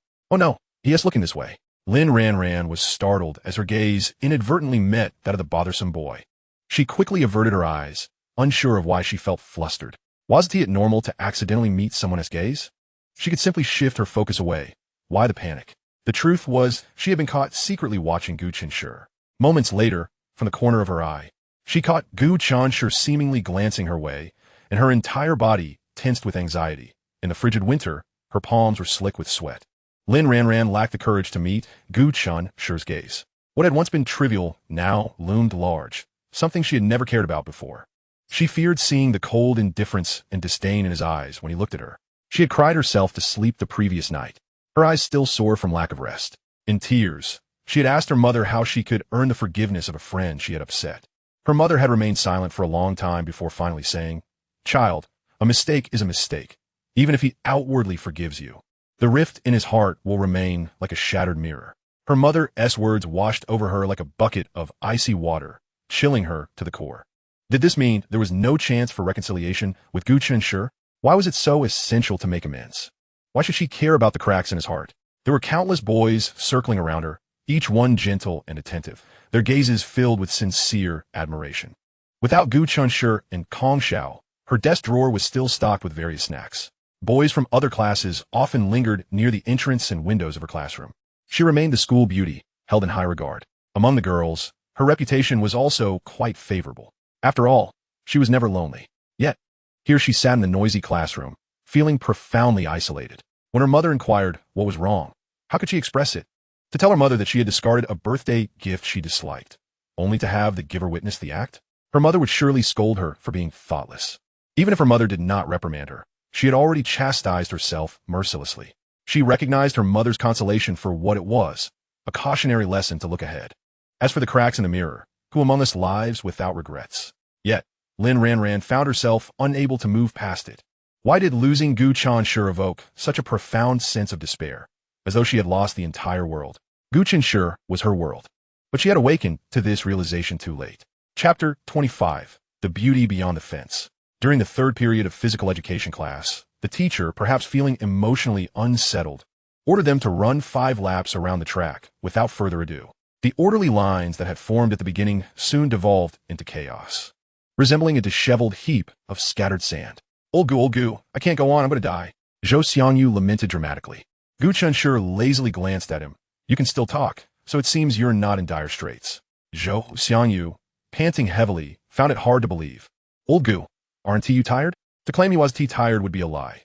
Gu Chenshi's legs felt as heavy as lead, each step laborious. However, he felt he could push through, unlike Zhou Xiangyu, who was being overly dramatic. Today's students bear a heavy academic load, rarely finding time for exercise, and when they do, like Zhou Xiangyu, They squandered on games rather than going outside for a run. Thus, physical education class was often their only opportunity for physical activity. It was perfectly normal for many to struggle. Zhou Xiangyu, lacking any shame, exclaimed, "Old Gu, can I hold onto your shirt and have you drag me along for a bit?" Gu Chenshi coldly replied, "Get lost." As Zhou Xiangyu expelled hot air from his mouth and nose, resigned to taking a break, he inadvertently caught sight of something. Instantly rejuvenated as he sprinted to catch up with Gu Chenshi. Old Gu, Zhou Xiangyu exclaimed, excitement laced with gossip. Look over there. A stunning beauty with unparalleled grace. I think she just glanced at me. Gu Chenshi remarked nonchalantly. It's a good sign, indicating that your romantic fortune has arrived. Zhou Xiangyu glanced in that direction once more. The school's courtyard walls were made of iron railings. Occasionally, when events took place within the campus, onlookers would gather outside. But wait, Lao Gu, why do I feel like she is looking at you? Zhou Xiangyu expressed his bewilderment. It seemed others in the class had also noticed the enchanting girl Zhou Xiangyu referred to, as the boys rushed to peer outside, creating a momentary stir. Not only the boys, but even the girls were stirred. Lin Ranran, panting as she ran, cast a glance outside. There stood a girl clad in a long black down jacket, a black knit cap atop her head, her silky long hair cascading over her shoulders. Due to the mask obscuring her features, her face remained partially hidden. Yet, her fair forehead, eyes like autumn waters, and the captivatingly aloof aura she exuded unmistakably suggested she possessed striking beauty. Lin Ranran felt a wave of displeasure wash over her, leading her to view the girl with disdain. She appeared to be of a similar age, and if she wasn't in school at such an hour, she must be a dropout, a working girl venturing into society. What is she doing here instead of working? Lin Ranran scoffed. The commotion had caught Gu Chenshi's attention, prompting him to glance over as well. After all, it cost nothing to be curious about the beauty who had elicited such excitement from Zhou Xiangyu. Upon looking, he found himself momentarily stunned. Wasn't he that Xiaoyu? Xiaoyu had a vibrant red scarf wrapped around her neck, her hands tucked into her pockets, gazing distractedly into the school grounds, her attention seemingly lost in thought. Oblivious to the stir she inadvertently caused, she remained unaware of the eyes upon her. Old Gu, isn't she stunning? Zhou Xiangyu exclaimed, clapping Gu Chenshi on the shoulder, laughing heartily. I can see your eyes nearly popping out. His loud voice caught the attention of many, including Lin Ranran. Lin Ranran bit her lip, wishing she could rush over and silence the infuriating Zhou Xiangyu. Can't you keep your mouth shut if you can't speak appropriately? No one thinks you're mute. Was Gu Chenshi truly a superficial person who judged by appearances? Absolutely not. Yet, one couldn't help but wonder what it was about Xiaoyu that he liked. Was it merely her beauty, like the other boys? Just moments ago, she had thought Gu Chenshi was above such trivial judgments. As thoughts of Gu Chenshi filled Lin Ranran's mind, her spirits began to plummet. Though her mother had once said that a heart is like a mirror, once cracked, it is difficult to mend, she couldn't imagine life without Gu Chenshi. She longed for the warmth of his gentle smile. How could she repair their relationship? Lin Ranran was heavy-hearted. As Gu Chenshi spotted Xiaoyu on her fourth lap, she finally snapped back to reality and, amidst the sparse crowd, caught sight of him. Seemingly surprised to see him by coincidence, she gazed at him in astonishment. The others followed her gaze. Turning to look at Gu Chenshi, Zhou Xiangyu scrutinized Gu Chenshi with a puzzled expression, exclaiming, "The beauty is actually looking at you. What kind of luck is this?" Gu Chenshi, under the envious, jealous scrutiny of his peers, walked towards the railing. What was he planning to do? Strike up a conversation? After 5 laps, Jing Shu could hardly stand upright, leaning on her knees in astonishment. Lin Ranran remained silent, yet couldn't help but glance in that direction. Jing Shu realized she had misspoken and quickly added, "I think they might know each other." This remark sparked a realization in Lin Ranran. As she looked back at the girl, she felt an eerie sense of familiarity in Xiaoyu's demeanor. After 5 laps, Gu Chenshi was flushed with warmth in the cold winter air. He unzipped his school jacket, revealing a pristine white sweater beneath, exuding vitality and charm. Gu Chenshi first peered through the iron railing, searching for the presence of Madame Jinglan. He remembered her mentioning that Xiaoyu suffered from social anxiety, preferring to isolate herself in her room if given the choice. Madame Jinglan believed this was not a healthy way to live. The less one interacted with others, the more daunting it became, leading to a downward spiral. Therefore, whenever she ventured out, she would knock on Xiaoyu's door, asking if she wanted to join her. Fortunately, the girl never found her bothersome and generally agreed. With Xiaoyu appearing here, Gu Chenshi had reason to suspect that Madame Jinglan was nearby, and today was her day off. Failing to spot Madame Jing, he inquired, "Where's my mom?" Xiaoyu turned, pointing to a short distance away. Andy is chatting over there with a friend. At last, Gu Chenshi spotted his mother, who was engaged in a lively conversation with a middle-aged woman beside her, who was pushing an electric scooter. Noticing that Gu Chenshi's classmates were all craning their necks to look this way with curiosity, Xiao Yu smiled slightly. Your campus life seems quite interesting. There was a hint of envy in her tone. This thought led Gu Chenshi to ponder. At their age, she had entered society early. Was it due to family circumstances or her own inability to continue her studies? Xiao Yu was a conundrum. Gu Chenshi had a premonition that her story was far more complex than what Madame Jinglan understood. From her chaotic grocery shopping, it was evident she had been cared for, and Gu Chenshi could ascertain that she had likely not spent much time in the kitchen. According to Madame Jinglan, her parents had passed away, and she had lived with her grandmother. Given her grandmother's advanced age, it would be rather unreasonable for her to expect everything to be done for her. Yet, her eagerness to help in Gu Chenshi's household when washing vegetables and doing dishes indicated she was not ungrateful. Thus, another possibility remained. Perhaps her grandmother's family was well off, with a caretaker attending to her, allowing her to live a sheltered life. This line of thought helped Gu Chenshi understand why she might have been so unaccustomed to hardship. However, her courage to leave her hometown for a new city was commendable. Though he was curious about Xiao Yu's past, Gu Chenshi had no intention of prying. After all, who didn't he harbor their own secrets? They weren't close enough to invade each other's privacy, and he already felt regret for having inadvertently touched upon her psychological scars. As the whistle blew, Gu Chenshi realized he could no longer linger. He waved at her. We need to gather goodbye. Xiao Yu acknowledged with a soft watching him return to the group before turning her gaze towards Madame Jinglan. Then she contemplated. If she had led a normal life, perhaps she would be like Gu Chenshi now, carrying a backpack to and from school, laughing or playing with friends, and perhaps feeling overwhelmed by the weight of academic pressure. But isn't that the life she should be living at her age? Gu Chenshi had become the object of collective envy and jealousy among the boys. Previously, he alone had the privilege of walking alongside the campus belle, Linda, though it is unclear how the illustrious Lin University Belle has ceased to acknowledge him. No, they do not comprehend, or perhaps are unwilling to admit that it is, in fact, Gu Chenshi who is ignoring their esteemed Lin Belle. Yet, it has not been long since she has turned her back on him, and already, another exquisitely graceful girl has taken it upon herself to express her interest in him. Hey Lao Gu, how's it going? Have you managed to secure the lovely lady's contact information? It seems she has her eyes solely on you amidst the throng of admirers. Zhou Xiangyu inquired with palpable excitement as he leaned closer. Gu Chenshi found him rather tedious. What contact information? Lao Gu, how can I possibly convey to you what you ought to do? Zhou Xiangyu exclaimed, slapping his thigh in exasperation. In a world teeming with individuals, if you fail to seize this opportunity, that beauty may vanish into the vast sea of humanity, and retrieving her afterward will be nigh impossible. Gu Chenshi pondered aloud. Zhou Xiangyu, do you harbor feelings for her? If we are to consider our brotherhood, perhaps I could assist you. Zhou Xiangyu deliberated for a moment before resolutely declining. No, I have no interest in romantic entanglements. It requires constant efforts to keep her content. Remembering her interests and hobbies, and during holidays, one must thoughtfully select appropriate gifts. Goodness, the mere thought is terrifying. I'd rather engage in a few rounds of video games. Gu Chenshi was left speechless. Would this fellow truly end up alone for life? With video games as his companion, perhaps he would never feel loneliness.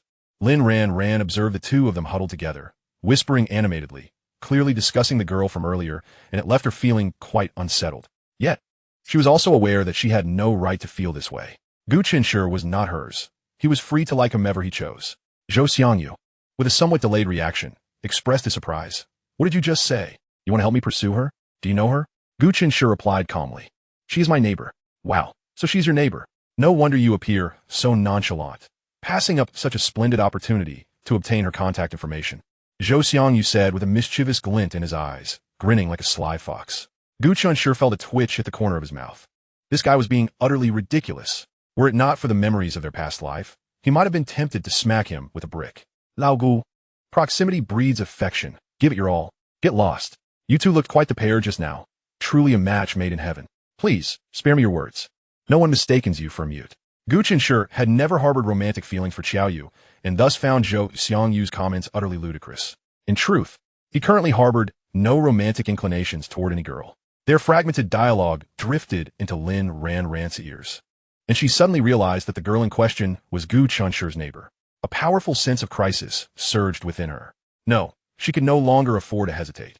If she did not take decisive action soon, Gu Chenshi would be whisked away by another girl.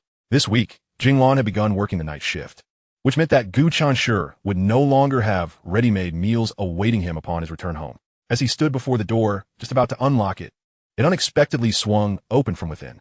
The savory aroma of lamb wafted out. Gu Chenshi stood in stunned silence before a middle-aged man of similar height, his heart swelling with emotion.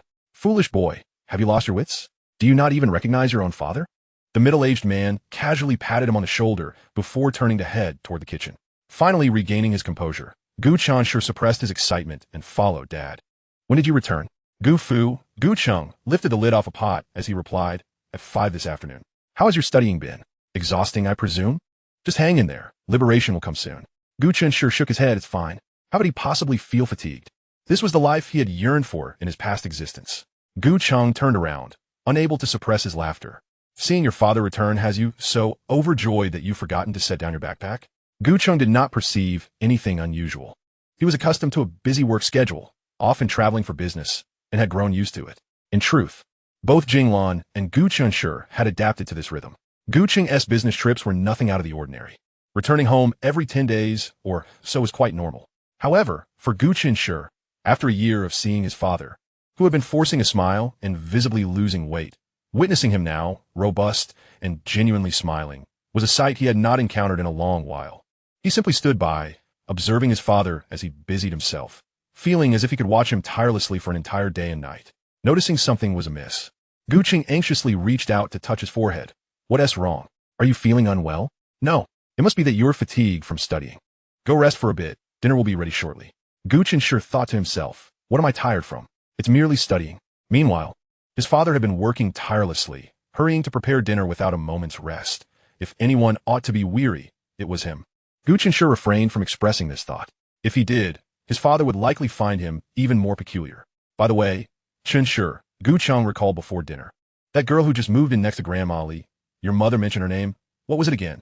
"Xiao Yu," Gu Chenshi interjected. Yes. Your mother referred to her as Xiao Yu. Please go invite her over for dinner." Chapter 27. Self-Introduction. As Gu Chenshi knocked on Xiao Yu's door, he inexplicably recalled Zhou Xiang Yu's words about proximity leading to affection. He shook his head and gently tapped twice on the door. Xiao Yu had changed into loose, warm loungewear, her hair tousled and slightly unruly, exuding the fresh scent of shampoo. Her normally pale complexion bore a hint of color now, softening the aloof demeanor she typically displayed and adding a touch of youthful charm. It was apparent she had bathed, and her hair was only half dried when she rushed to answer the door. "Dinner is ready. Come join us," Gu Chenshi called as he turned to leave, only to be halted by her voice. Clearly unaccustomed to addressing him by name, she hesitated. I just ordered takeout, so I want TB coming over for dinner." Gu Chenshi regarded her with curiosity. During this time, she had been dining at her own home quite comfortably, even insisting on contributing 3,000 for meals. Although Jinglan had negotiated it down to 500, ultimately settling on 1,000 as a temporary measure. While Jinglan accepted the money, she had no intention of keeping it. It was merely a way to help her out for the time being, with the understanding that it would eventually be returned. Gu Chenshi quickly grasped the situation. Previously, when she had dined at their home, his mother had always been present. Now that his mother was working the night shift, it was just him and his father, 2 men, and since she had never met his father before and was unfamiliar with him, it was only natural that she felt uneasy. Gu Chenshi returned to his father. "Dad," she said she ordered takeout and 1 TB coming. Gu Cheng, equally perceptive, replied, "It seems the young lady feels too shy to join us. In that case, I'll plate some food for her, and you can take it over." Had this been before, Gu Chenshi would have harbored a myriad of complaints. Yet now, he had grown accustomed to Xiao Yu's presence. If she didn't come to their home for dinner, he would worry about her not eating well, though he had not realized this himself. Gu Chenshi carried the meal that Gu Cheng had specially prepared for Xiao Yu and once more approached her door. Upon seeing the steaming, fragrant dishes, Xiao Yu was clearly taken aback. She likely hadn't anticipated that, despite her explicit declaration of ordering takeout, Gu Chenshi would personally bring her a meal. "Quickly, hold it steady. If you don't eat properly, my mother will start to worry again," Gu Chenshi urged her. "Oh," Xiao Yu obediently brought the food over, not forgetting to express her gratitude. "Thank you." Gu Chenshi dismissed it with a casual wave. "You're welcome. It's merely a trivial matter. I truly haven't given it much thought." Gu Chenshi. He turned back. Xiao Yu met his probing gaze and suddenly found herself at a loss for words. She opened her mouth, appearing somewhat flustered, and after a long pause finally managed to say, it's nothing. In truth, even without her words, Gu Chenshi could likely surmise what she wished to convey. She probably intended to say that if she wouldn't be dining with them anymore, there was no need for him to go out of his way to bring her food, as it would feel quite embarrassing. However, for Gu Chenshi, it truly was of no concern. Xiaoyu sat alone at the dining table, staring blankly at the fragrant dishes before her. Tears fell unexpectedly, leaving her uncertain whether she was lamenting her own life or touched by the serendipity of having such a good neighbor. She wiped her tears away, cautiously picking up a piece of lamb. The taste differed slightly from what Annie made, yet it was equally delightful. She finished her meal in silence, tears still lingering. And as she took the bowls to wash in the kitchen, her eyes landed on the well-equipped space, sparking a sudden thought. She recalled that Jinglan had early shifts one week and late shifts the next, and during the latter, even Gu Chenshi had to cook for himself. How could she possibly continue to impose on their hospitality? Yet, if she refrained from dining with them, they would worry. Moreover, she had just accepted 1,000 yuan from them. Xiaoyu felt a twinge of regret. She shouldn't have insisted on paying earlier. Though her intention was to prevent Auntie from feeling taken advantage of, once money was involved, it altered the nature of their relationship. Originally, they simply wanted to invite her for a meal, and if they didn't that was perfectly fine.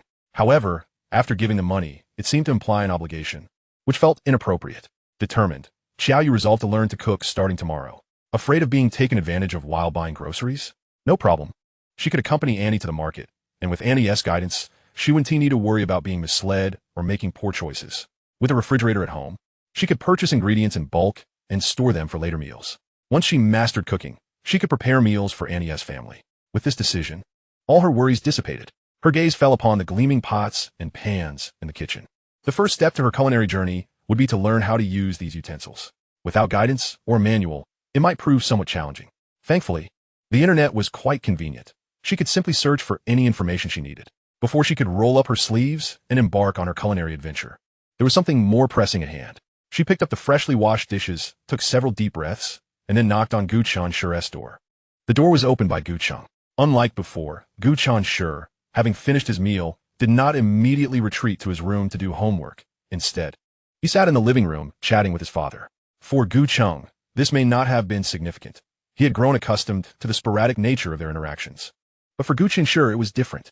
After a long time, he finally had the chance to see his father. He wanted to absorb every moment, every word, as if he might never have this opportunity again. Hello, uncle. My name is Xiaoyu, and I'm the new neighbor next door. I hope you'll look after me in the future.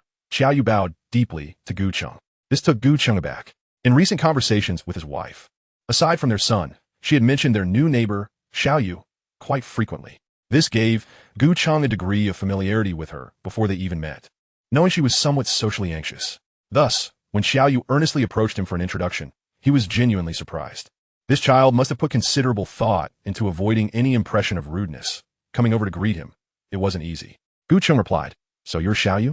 I've often heard your aunt speak of you, praising your thoughtfulness and intelligence. Indeed, you're just as she described." Xiaoyu smiled shyly, offering the utensils, and after a moment's thought, remarked, "Uncle, the dishes you cooked are very delicious." Gu Cheng laughed heartily. "Just some home-cooked meals. I'm glad you like them. Dear child, would you like to come in and sit for a while?" The affectionate term child naturally bridged the distance between them. Xiaoyu instinctively glanced inside, just in time to meet Gu Chenshi's gaze. She quickly averted her eyes and smiled gently at Gu Cheng. "I won't intrude any longer." "Goodbye, uncle." Gu Cheng closed the door, musing, "No wonder your mother can't stop talking about this Xiaoyu. She is indeed quite endearing." Then, he seemed to recall something. Sharing a smile with Gu Chenshi, Gu Chenshi was puzzled by the laughter. "Dad, what are you laughing about?" Gu Cheng waved his hand dismissively. "Oh, it's nothing, nothing at all." "Nothing? That is suspicious," Gu Chenshi thought, feeling an odd sensation in his chest, yet he refrained from probing further. He couldn't shake the feeling that his father's laughter was somehow connected to Xiaoyu, and, coincidentally, to himself as well. While contemplating the connection between Xiaoyu and himself, Gu Chenshi, being astute, began to piece things together. Could it be that dad, like mom, is being a bit too whimsical? Or perhaps, this bored father has heard some fanciful notions from a similarly bored mother? Not long ago, Ms. Jinglan had scrutinized Gu Chenshi from various angles, leaving him feeling uneasy. Unable to bear it any longer, he had asked her, "Mom, what are you looking at?" Jinglan grinned widely, proudly declaring, "My son is truly handsome." Gu Chenshi replied nonchalantly, "Of course, Mom. You would have just realized your son as good looks today, would you?" Jing Lan, still smiling, continued, "When will you go take a chance on a girl? When will you bring home a lovely daughter-in-law for me?" Gu Chenshi shivered. Has Mom lost her mind? Please, I'm only 18, still just a child. He feared that if he allowed Ms. Jing Lan to continue, she would inevitably mention when he might give her grandchildren, prompting him to hastily put an end to the conversation. All right, Mom. I have a mountain of homework to do. Please step outside and don't distract me. If I fail to get into college, it'll all be your fault. With that, he successfully sent away the oddly enchanted Ms. Jing Lan. However, just before she exited, she inexplicably added, "I truly like this child, Xiao Yu." At the time, Gu Chenshi hadn't thought much of it. However, with his father now smiling meaningfully, he couldn't help but recall that moment, and it strangely connected the dots in his mind. Gu Chenshi was at a loss for words. The old saying that birds of a feather flock together seemed all too true. Everything felt so inexplicable. Moreover, could they please refrain from seeing a lovely, well-behaved girl and immediately thinking of her as a potential daughter-in-law? That would be rather presumptuous. It began to snow. Gu Chenshi, still in his senior year of high school, awoke to the excited cheers of first graders from downstairs. Rubbing his eyes, he yawned widely as he got out of bed and dressed. Opening the window, the biting cold wind swept in, accompanied by swirling snowflakes, chilling him to the bone just as he had climbed out from under the covers. Quickly abandoning his reckless act, he shut the window. After hastily washing up and having breakfast, Gu Chenshi stepped out of the house, just as he always did. As the hour of the chun approached, a gusty wind swept outside. "Wrap a scarf around your neck before you venture out," Jing Lan hastily called after him. Gu Cheng handed the scarf to Gu Chenshi, saying, "Take care to keep warm." As Gu Chenshi descended the stairs, he wound the scarf around his neck twice. In that moment, he naturally recalled the pink scarf lying in his wardrobe. "Goodness, I'm freezing to death." Zhou Xiangyu rushed in, his hair a chaotic mess whipped by the fierce wind, flecked with glistening, melting snowflakes. Gu Chenshi glanced at him, noting how this fellow prioritized style over warmth, donning merely a sweater beneath his school uniform jacket, with no scarf to shield him from the cold. If it didn't freeze, who would? Just as Zhou Xiangyu stamped his feet in an effort to warm himself, someone brushed past him, carrying a gentle fragrance on the breeze. Rubbing his nose, Zhou Xiangyu looked up to find Lin Ranran, who, in the midst of her irritation, was about to divert her gaze when her eyes inadvertently landed on the scarf around her neck, causing her to freeze momentarily. With a look of incredulity, she turned to Gu Chenshi, as if to say, "Didn't you mention that the scarf was lost? Then what is she wearing?" Gu Chenshi, too, noticed the scarf adorning Lin Ranran's neck, a soft pink hue, identical to the one he had gifted her. The texture was also the same. At first glance, it resembled the scarf he had knitted with his own hands, which explained Zhou Xiangyu's astonishment. Gu Chenshi averted his gaze. It was no secret that Lin Ranran favored light pink. Was it not entirely normal for her to possess a scarf of that color? Lin Ranran pretended to casually glance in his direction, since the moment she realized that Gu Chenshi held a different significance for her compared to other boys. She found it difficult to look at him with the same carefree abandon. Now, she was torn between the desire to gaze at him and the fear of being discovered, feeling all flustered and unsure. Taking a deep breath to steady her fluttering heart, Lin Ranran approached him. Gu Chenshi caught a glimpse from the corner of his eye and looked up, surprised to see her walking towards him. Ever since he had distanced himself from her world, their interactions had diminished significantly. He thought he had successfully extricated himself from her throng of admirers, believing that they could go their separate ways without further entanglement. Yet, what did it mean when Lin Ranran approached him, smiling? In that moment, she bore no resemblance to her usual lofty self. Rather, she appeared as gentle as a neighborly girl. "Gu Chenshi, thank you for the scarf you gave me. I really like it," Lin Ranran said as she stood before him, her smile warm and sincere. Gu Chenshi looked at her, speechless and bewildered. If not for having lived 2 lives and rescuing the scarf from the trash bin on 2 occasions, he might have genuinely doubted whether Lin Ranran had discarded it in the first place. Jing Shu approached with freshly brewed hot water and, overhearing, exclaimed in surprise, "Gu Chenshi, so the birthday gift you gave Ranran was indeed a scarf. In this snowstorm, a scarf is just perfect, especially in her favorite pink. How thoughtful of you." Gu Chenshi remained silent.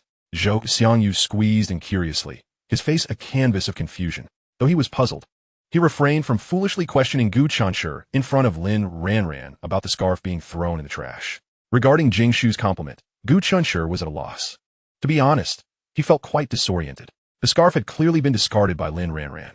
And now she was wearing one that resembled the very scarf she had thrown away, running over to thank him for his gift. What was the meaning of this? Was she merely being considerate, fearing that he would feel disheartened if she did not wear the scarf he had gifted her, yet secretly looking down on it? Hence purchasing a similar one to feign appreciation? How absurd. Such misplaced consideration was of no value to Gu Chenshi. However, he also pondered that if Lin Ranran was indeed indifferent towards him, then there was no need for her to exhibit her understanding in such a manner. The only plausible explanation was that she was unaccustomed to his absence from her legion of admirers and was attempting to win him back. Perhaps, just perhaps, that was the truth. Chapter 29. Lin Ranran. Did I inadvertently offend you in some way? Gu, what is going on? Didn't you say that Lin, the school flower, discarded the scarf? During the break, Zhou Xiangyu hurried over, whispering to inquire about the situation. Gu Chenshi interrupted him. That is not the scarf I gifted her. The one she discarded is currently in my wardrobe. Zhou Xiangyu looked puzzled. Then what did she mean this morning? I distinctly heard her say thank you for the warm scarf. Zhou Xiangyu asked Gu Chenshi, who simply shrugged. Zhou Xiangyu and Gu Chenshi reached a mutual understanding. Gu, I get it now. It must be that you've been ignoring her lately, and she is not used to it, wanting to reconcile with you. You're quite the quality admirer. One like you is hard to find. Gu Chenshi shot him a disgruntled glance. Can we please not dwell on the past? Zhou Xiangyu chuckled in response. All right, you've reformed now. I'll bring it up again. Gu Chenshi, what the hell do you mean by reformed? While Lin Ranran chatted with Jing Shu, she noticed Gu Chenshi and Zhou Xiangyu leaning close together, whispering conspiratorially, which stirred feelings of jealousy within her. Her aversion towards Zhou Xiangyu grew stronger. Why was he so attached to Gu Chenshi? What if others misinterpreted their relationship? Tang Xiaoxi, Gu Chenshi's deskmate, would also immediately vacate her seat to play with other classmates whenever Zhou Xiangyu approached. Why should she always give up her spot for that guy? Did she have no pride at all? Fuming, Lin Ranran reached in her desk and accidentally touched something soft. It was the scarf she had worn that morning. Her heart tightened once more. Thankfully, before discarding that scarf, she had glanced at it, imprinting its color and texture in her memory. To find a similar one, she had spent a considerable portion of the day searching in the mall yesterday. Gu Chenshi, did you notice it? At that time, his reaction revealed nothing.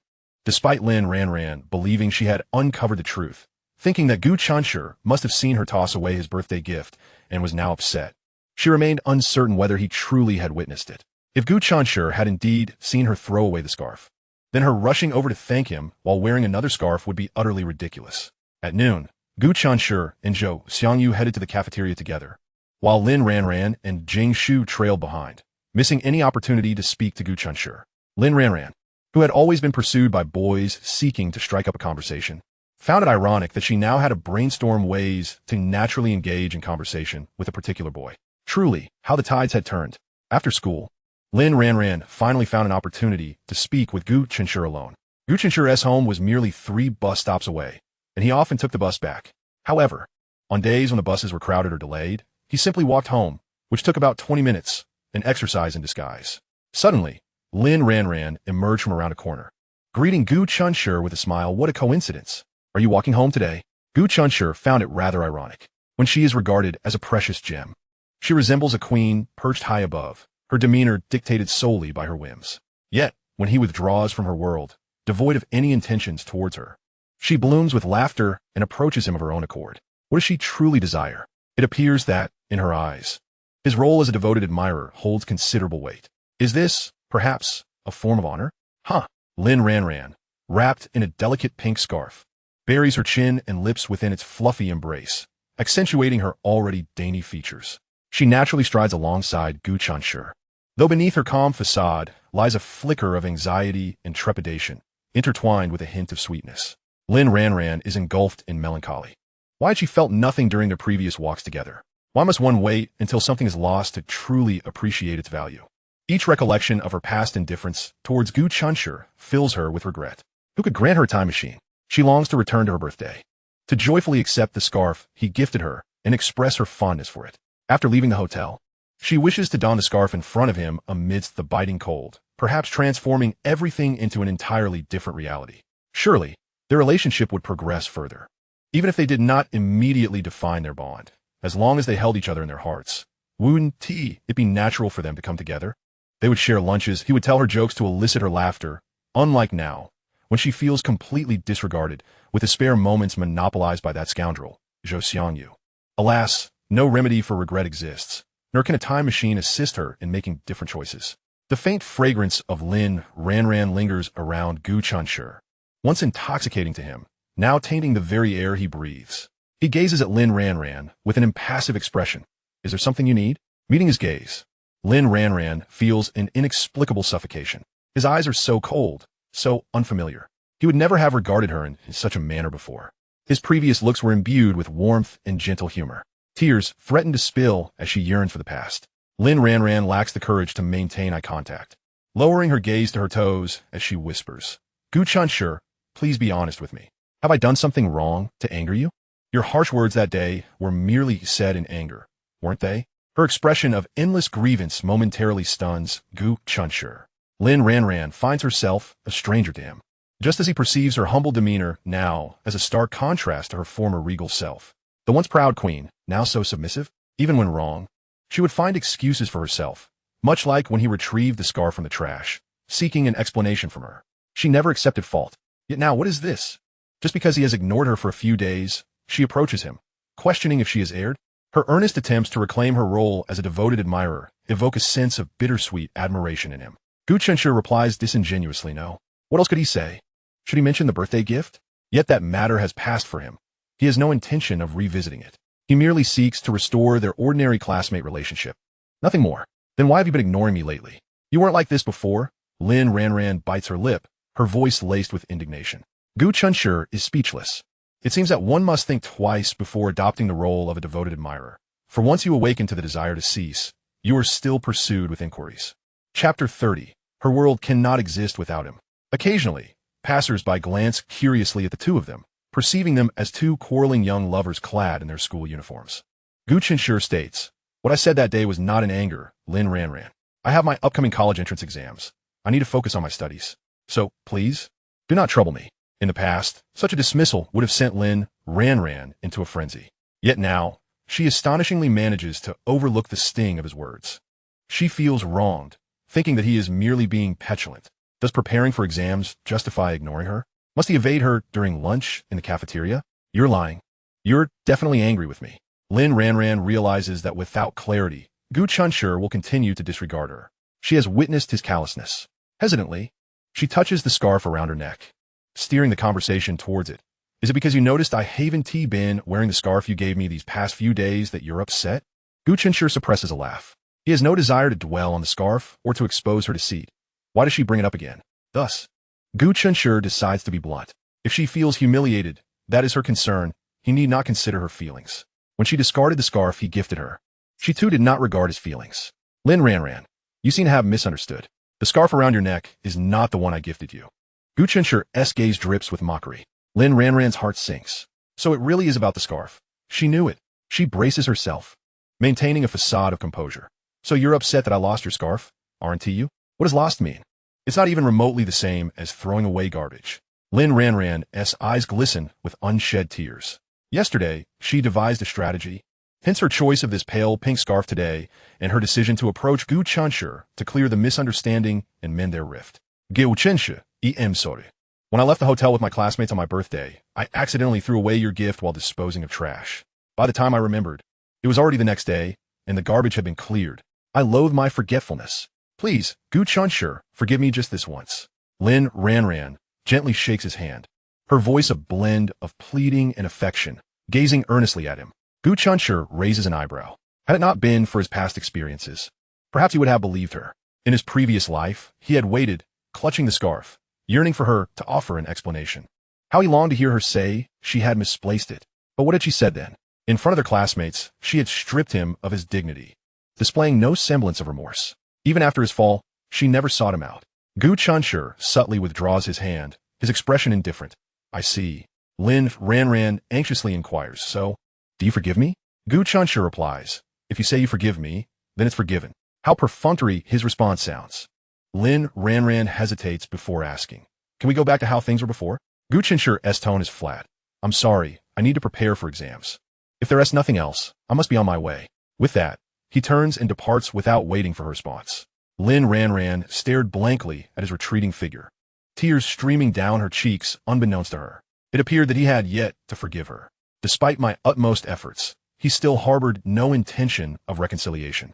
What more could he possibly desire from me? I have never treated any other boy in such a manner. Does he not realize this? It was only when Gu Chenshi's silhouette disappeared from her sight that Lin Ranran wiped her tears fiercely, feeling a mix of resentment and sorrow. Gu Chenshi, do not overestimate your own importance. I, Lin Ranran, can certainly thrive without you. Yet, her tears fell even more fervently. But it seemed that was not the case. Her world could not exist without him.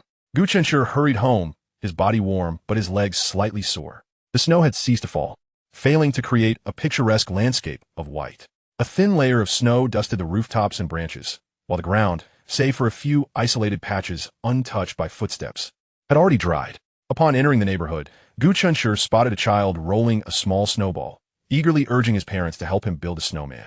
He reminisced about his own childhood, where snow days sparked excitement and dreams of constructing grand snowmen.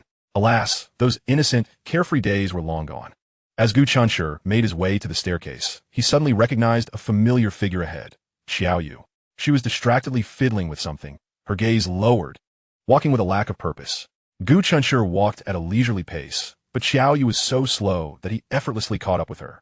He couldn't help but glance back, suppressing a chuckle. Xiao Yu was playing with snowballs like a child. At that moment, she was rubbing the snow between her hands, attempting to form it into a perfect sphere. Her slender fingers were reddened from the cold, yet she seemed oblivious to the chill, thoroughly enjoying herself. Noticing someone passing by, Xiao Yu instinctively lifted her head, locking eyes with Gu Chenshi's inquisitive gaze. She offered him a shy smile. Oh, Gu Chenshi then realized she had a pair of cute, pointy canine teeth. They ascended the stairs side by side, and he inquired, "Aren't you cold?" Xiao Yu replied with a smile, "Not really." After this exchange, Gu Chenshi found himself at a loss for words, and Xiao Yu felt the same. To alleviate the awkwardness, he took long strides, surpassing her to ascend the stairs ahead. As was customary, after Gu Cheng returned from a business trip, he would work a few days at the company, adhering to a 9-to-5 schedule before embarking on another trip. During the days when Gu Cheng was home, while Jinglan worked the night shift, Gu Chenshi was spared the chore of cooking for himself. As he retrieved his keys to open the door, he glanced back to see Xiao Yu slowly making her way up the stairs and casually called out, "Want to come over for dinner later?" Xiao Yu shook her head. She only felt comfortable visiting Gu Chenshi's home when Aunt Jinglan was present. In her absence, she rarely ventured outside, save for taking out the trash. Her reaction was anticipated, and Gu Chenshi said no more, as his inquiry was merely out of courtesy. "All right, then I'll bring something over later." "No, it's fine," she insisted. Gu Chenshi remarked, "Did you order takeout again? You should eat less takeout. It's not good for your health. Instant noodles aren't nutritious either." His concerns slipped out unconsciously. "Really, it's not necessary.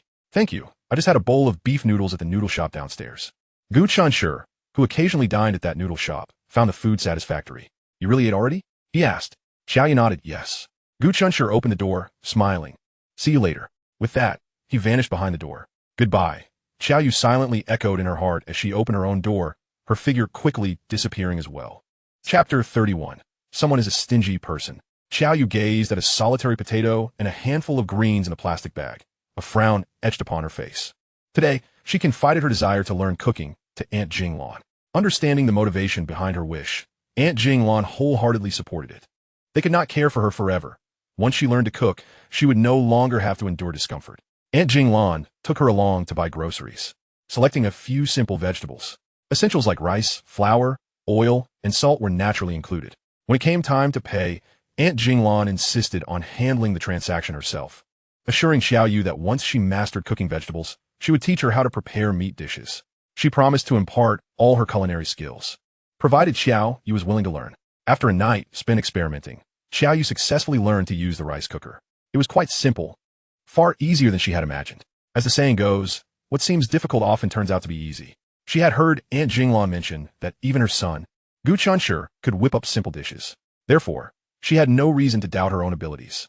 A delicate aroma of rice wafted through the air, accompanied by the soft bubbling sounds emanating from the cooker. The rice she had steamed before taking out the trash was nearly ready, filling her with immense encouragement. Her confidence surged as she clenched her fists. She would surely succeed. Before long, she would impress Aunt Jinglan with her culinary skills, and the thought thrilled her. At the Gu household, Gu Cheng prepared dinner, as usual, setting aside a portion for Xiao Yu. Gu Chenshi remarked, "Dad," she said she already ate, that she had beef noodles downstairs. Gu Cheng retorted, "You believe her just because she said so?" Your mother told me she's intent on learning to cook. So, she's probably experimenting at home tonight. She has never cooked before, so what edible dish could she possibly concoct? Go take it to her. Gu Chenshi was taken aback. Someone who could faint from hunger was now eager to learn how to cook? His father was right. Whatever she made was unlikely to be palatable. Knock, knock. Xiao Yu stared in surprise at Gu Chenshi, who approached with a tray of food. I told you I already ate. The aroma of the rice was too enticing. And Gu Chenshi, standing outside the door, had caught a whiff of it. Without further ado, he placed the tray in her hands, calling her a liar, and turned to leave. Xiao Yu, feeling sheepish, realized he was referring to her claim of having eaten beef noodles downstairs. She looked down, contemplating her own unappetizing stir-fried greens, and sighed. Forget it. She lacked the courage to even taste them. Better to toss them in the trash. However, in any case, the rice had turned out quite well, so at least it wasn't a total failure. Every beginning is fraught with difficulties. She wouldn't let a minor setback defeat her. Hey, Gu Chenshi, are you dating Lin Ranran? The next day, during a break, a boy from the neighboring class expressed envy and jealousy upon seeing Gu Chenshi in the restroom. Gu Chenshi replied, no. The boy insisted. Don't worry, just tell the truth. We won't ambush you. Gu Chenshi sighed, I truly am not. But someone saw you shopping with Lin Ranran yesterday, the boy pressed on. Shopping? How could that be? He hardly spoke to her. The notion of shopping together was absurd. Even if he were forced to drink 10 bowls of mangpa soup, he couldn't bring himself to do it. Gu Chenshi asserted, they must have mistaken you. Impossible, the boy declared emphatically, providing specific details. After a moment of contemplation, Gu Chenshi recalled the incident. He had indeed run into Lin Ranran after school the day before, though he was unaware that it had not been a mere coincidence. Upon being spotted by others, they were mistakenly assumed to be out shopping together. Some young couples, hand in hand, often wander the streets after school, indulging in snacks as a means to cultivate their affections. It was a chance encounter yesterday, Gu Chenshi explained. The boy's eyes brightened. So you were really not together? Gu Chenshi shook his head, eager to put an end to this tiresome topic. He was not one to engage in idle chatter, especially when it concerned everything related to Lin Ranran, which held no interest for him whatsoever. Since you are not together, do I still have a chance? The boy stroked his smooth chin. Hey, Gu Chenshi, you don't mind if I pursue Lin Ranran, right? She hasn't accepted you, after all. It's a fair competition. Gu Chenshi replied, I don't mind. I wish you success in winning her heart. With that, he exited the restroom. The boy stood there, momentarily bewildered. He was uncertain whether Gu Chenshi was mocking him. However, reflecting on Gu Chenshi's calm demeanor, it seemed devoid of sarcasm and rather sincere. As Gu Chenshi entered the classroom, Lin Ranran was just stepping out. Had he not promptly sidestepped, they would have nearly collided. Gu Chenshi paused, turning to the side, gesturing for Lin Ranran to exit first. Lin Ranran cast a silent glance at him, her eyes laden with unspoken sorrow, as if she wished to say something, but ultimately remained silent. Little did he know, after leaving yesterday, Lin Ranran had sought a secluded spot to weep for half the day before returning home. Despite her best efforts to conceal her emotions, her parents could still detect the signs. Lin Ranran accepted a harsh reality, that Gu Chenshi was withdrawing from her life. Go if you wish, Lin Ranran thought, feeling exceedingly aggrieved. Stingy, I apologize to you, and if you choose not to accept it, so be it. Can I not survive without you? If you ignore me, I shall ignore you as well. Who is afraid of whom? In a fit of despair, Lin Ranran resolved to love whomever she chose. But who, after all, had a restful night? Whose dark circles required concealing with concealer? Who felt pain in their breath upon seeing a certain someone? Who spent the entire day in a daze, silently hoping he would glance her way? It was she indeed. In the end, she still refused to accept this reality.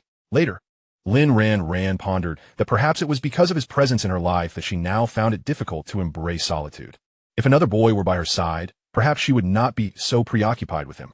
Perhaps that was the case. Lin Ranran felt utterly bewildered. Time flew by, and before she knew it, the weekend had arrived. Saturday morning's breakfast consisted of egg pancakes and millet porridge. Gu Chenshi picked up a piece of egg pancake and remarked disdainfully, Mom, how has your culinary skill deteriorated so drastically? What has happened to this pancake? Upon closer inspection, some areas were slightly burnt. Jinglan smacked him lightly on the back of the head, exclaiming, Hurry up and eat. Stop with the nonsense. Gu Chenshi felt disheartened. Although his mother could be a bit fiery at times, she generally welcomed constructive criticism. What was wrong today? Gu Chenshi glanced at his father, Gu Cheng, seeking a silent query. Dad, did you upset Mom? Gu Cheng cleared his throat and replied, Chenshi, what do your parents always teach you? Do not judge by appearances. This pancake, despite its unappealing look, is delicious. Gu Chenshi retorted, Dad, I disdain you. Sitting nearby, Xiao Yu quietly reflected, I'm sorry. I will practice more to ensure the pancakes are better next time. Gu Chenshi turned abruptly, eyes wide in disbelief. No way. Did Xiao Yu make this pancake? Chapter 32. Surprisingly acceptable. Gu Chenshi felt an impulse to toss the egg pancake immediately. Xiao Yu's egg pancake? Could it be edible? Jinglan narrowed her eyes as if to say, try complaining again. Gu Chenshi truly wanted to ask, Mom, am I your biological child? Is it possible that you long for a daughter so much that you wish to poison me and make way for Xiao Yu? Xiao Yu timidly said, if you don't want to eat it, that's fine. Upon seeing her understanding nature, Gu Chenshi suddenly felt guilty. It was only natural for her to struggle with her first cooking attempt. She deserved encouragement. His own first attempt at making egg pancakes had not been superior to hers. His complaints could easily dampen her enthusiasm. With determination, Gu Chenshi looked at the egg pancake in his hand. Well, even if it were toxic, he could always go to the hospital for a stomach pump afterward. He had to eat it and smile while saying, not bad, quite delicious. Fearing the pancake would crumble, he awkwardly rolled the mushy egg pancake into a cylinder and, under the watchful gaze of his mother, his father's approving demeanor, and Xiao Yu's anxious eyes, took a bite. It was soft and seemed to lack much flavor. Gu Chenshi chewed slowly and soon detected the unique aroma of the egg. His eyes widened slightly. Surprisingly, it was rather good. The flavor was perfectly normal, far from the dreadful expectations he had envisioned. Jinglan appeared even more anxious than Xiao Yu. You rascal, how does it taste? Is it not good? Gu Chenshi gave Xiao Yu a thumbs up. Not bad. Really tasty. Xiao Yu, skeptical, asked, really? Of course it is. Why would I lie to you? To prove his sincerity, Gu Chenshi took another large bite. His cheeks bulged, giving the impression that he was relishing it immensely. Xiao Yu now believed him. If he were merely comforting her, he would not be enjoying it so much. In fact, before sharing the egg pancake, Xiao Yu had tasted it herself and found nothing amiss. That was why she felt confident serving it. However, she had still been quite apprehensive about whether Annie would like it. Hearing them say the pancake was quite good, she felt a surge of happiness. At least what she had made was edible and not inedible. Jinglan smiled warmly. Little Yu, what did I tell you before? You are a bright child, and you will surely excel at whatever you learn. In the future, your cooking will surely surpass mine. Xiao Yu felt a flutter of excitement. Her cheeks flushed with a delicate pink, her eyes sparkling. Uncle, Annie, once I learn to cook, I will make meals for you. She earnestly promised. Jinglan laughed heartily. All right, I eagerly await your cooking. She genuinely cherished this child. Gu Chenshi graciously finished the remaining bits of the egg pancake and then drank a full bowl of millet porridge. Once he was sated, Jinglan informed him that even the millet porridge had been prepared by Xiao Yu. Gu Chenshi was taken aback. Good heavens, today, oh no. It was their entire family had been fed by her. Jinglan advised Gu Chenshi, Chenshi, don't just sit indoors studying, you need to take a break. Later, let us go out shopping together. Your dad has a business trip tomorrow. Let us buy him a couple of shirts to take along. And I'll get you a down jacket. Gu Chenshi replied, I think I'll pass. I can still wear last year's. He had no concept of new clothes versus old. As long as he had something to wear, that sufficed. Purchasing is a necessity. Our family is not lacking in funds. Jinglan asserted with a commanding presence. Gu Chen's response was, very well, then you should buy one as well. To which Jinglan replied, I shall forego the purchase. I already possess an abundance of clothing that remains unworn. Gu Chen echoed her sentiment, stating, our family is not lacking in funds, and with the new year approaching, a fresh appearance is in order. After a moment of contemplation, Jinglan retorted with 3 words, rascal. Xiao Yu stifled a laugh from the side. Gu Chen inadvertently caught sight of her, and his breath momentarily faltered. Her laughter was indeed quite charming. Gu Chen began to change his shoes. By it all, while we may not be wealthy, we can certainly afford this little expense. The 3 of them. Oh no, from an outsider's perspective, it would be more appropriate to save for, walk together as if Xiao Yu were an integral part of their family, devoid of any sense of incongruity. Xiao Yu donned the black long down coat she had seen Gu Chen wear during gym class, topped with a knitted hat and a vibrant red scarf. With her hands tucked in her pockets, she walked quietly beside Jinglan. Gu Chen, striding ahead, occasionally turned back to engage in their conversation with a few interjections. They arrived at the largest shopping mall in the city center. While Jinglan helped Gu Chen select warm clothing, Gu Chen beckoned Xiao Yu, who stood nearby, with a finger. Xiao Yu looked at him in confusion. Hey, I want to buy a piece for my mom, but my taste is lacking. Could you lend me your discerning eye? The last time Xiao Yu had chosen a sweater for Jinglan, everything, color, style, size, had been perfect, indicating her good taste in clothing. Gu Chen, aware of his own shortcomings in this regard, felt compelled to seek assistance to procure something his mother would appreciate. Naturally, Xiaoyu was the most suitable choice. She readily agreed, sure. Gu Chen addressed Jinglan and Gu Cheng, Dad, Mom, Xiaoyu and I are going to explore elsewhere. Jinglan replied, all right, off you go. The mall was vast, but they felt no concern about losing each other, given the ease of communication. Gu Chen and Xiaoyu walked side by side as they exited. Jinglan turned back to observe their figures, playfully tapping Gu Cheng on the shoulder. Do you think they make a good match? Gu Cheng responded with blunt honesty. It matters not what we think. It is up to the children to decide. As parents, we ought not to meddle, especially since your son is only 18 this year. If you desire to be a grandmother, you will have to wait a few more years. Before departing, Gu Chen discreetly retrieved his accumulated pocket money, a sum that had amassed over several years, amounting to several thousand. His intention was to purchase one item for each parent, which would suffice to acquire 2 decent pieces of clothing. Let's check this store, Gu Chen suggested, pointing to a women's clothing shop. Xiaoyu followed him inside. The saleswoman approached, glancing at Xiaoyu before beaming at Gu Chen. Wow, your girlfriend is truly beautiful. You two are a perfect match. Buying clothes for her? Come on in. Our garments are exceptionally fashionable, and she will look splendid in them. Although Gu Chen acknowledged the saleswoman's compliment as sincere, he wished she would refrain from making presumptions about their relationship. Just because a man and a woman were together did not automatically imply they were romantically involved. The saleswoman's words left both Gu Chen and Xiaoyu feeling somewhat uncomfortable. However, neither felt compelled to clarify, as it seemed unnecessary. After all, one need not fear shadows if one's intentions are upright. Furthermore, the saleswoman was a mere stranger. It was unlikely they would encounter her again. So any misunderstanding would not impact their lives. Xiaoyu gently tugged at Gu Chen's sleeve, and when he turned back, their silent exchange of glances bore an uncanny resemblance to that of young lovers. The store specialized in trendy apparel aimed at fashionable young women, and there were no suitable garments for Jinglan. Upon exiting, Gu Chen noticed a shop across the way where customers of a similar age to his mother were selecting clothes, leading him to conclude that this store might offer appropriate options for her. He strolled in with purpose. The establishment was opulently decorated, and the garments exuded a high-end appeal. This specialty store had clearly marked prices, with no haggling allowed. Gu Chen casually glanced around, finding the items somewhat similar and overwhelming in their variety. He asked Xiaoyu to assist him with the selection while he perused the store as a detached observer. As Xiaoyu meticulously examined the clothing, Gu Chen wandered about and inadvertently spotted a particularly familiar sweater, identical to the one Xiaoyu had purchased for his mother. He reached out to touch it, noting the soft, plush texture. Upon inspecting the tag, his suspicions were confirmed. His heart sank as he glanced at the price, 1,899 yuan. Meanwhile, Xiaoyu found a suitable style for Jinglan and turned to call Gu Chen over to take a look. However, she noticed him staring blankly at the price tag of the sweater, and her heart dropped. Oh no! Gu Chen, sensing her distress, glanced in her direction and a subtle, knowing smile crept onto his lips. Xiaoyu felt panicked and regretted allowing him to enter this store. She rushed to Gu Chen, disregarding the curious gaze of the saleswoman, and pulled him outside in a flurry, exclaiming, "What I bought for Annie was a high-quality imitation. It was really only a little over 100.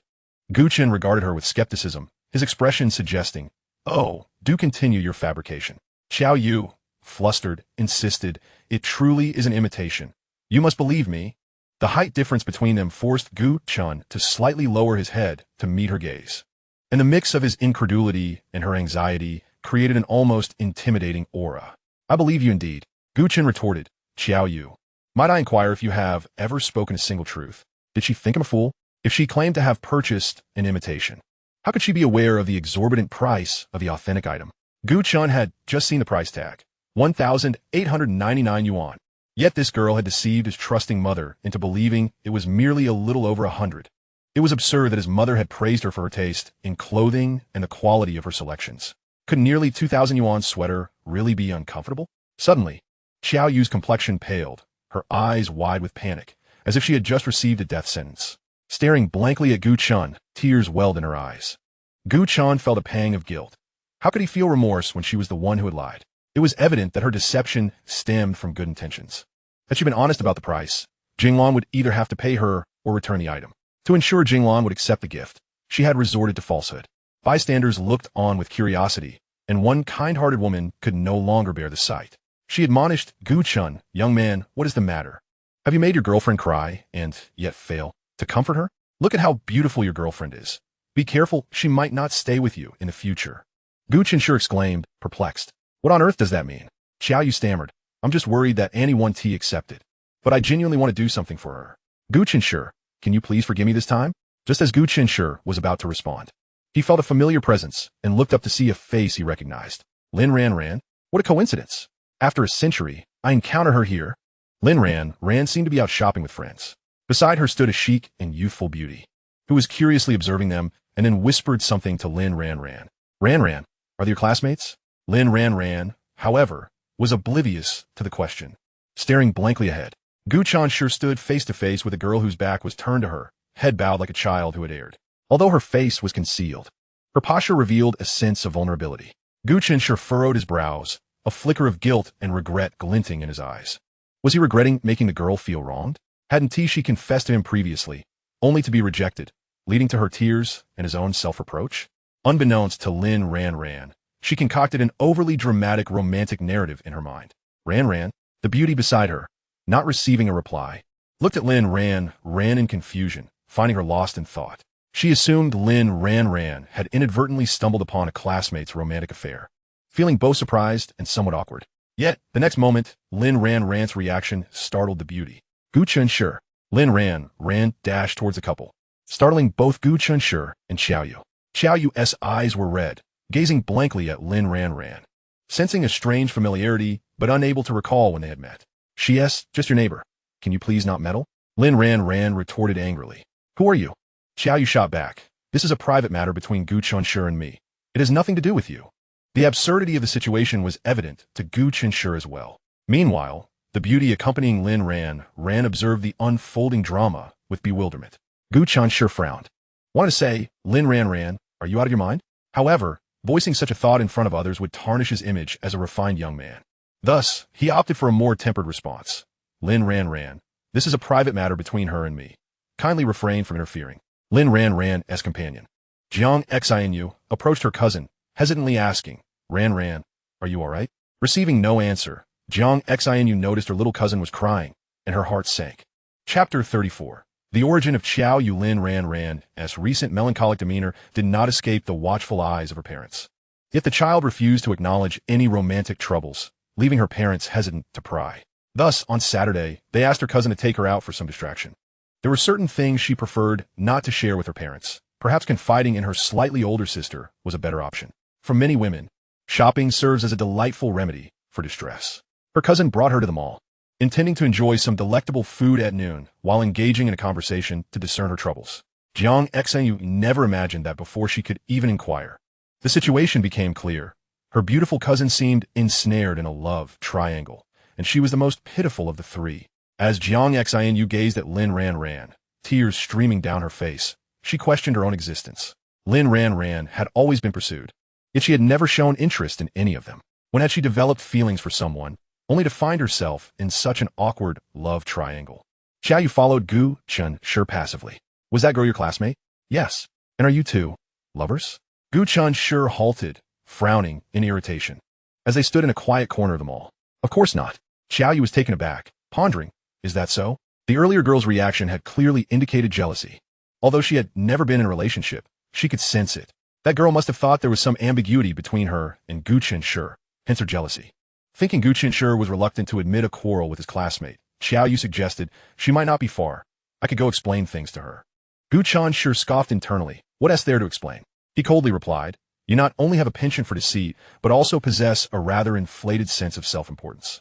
Xiaoyu felt embarrassed. I'm just trying to prevent any misunderstandings between you and your girlfriend from escalating. Gu Chenshi looked down, realizing he was still gripping her wrist, and quickly released it.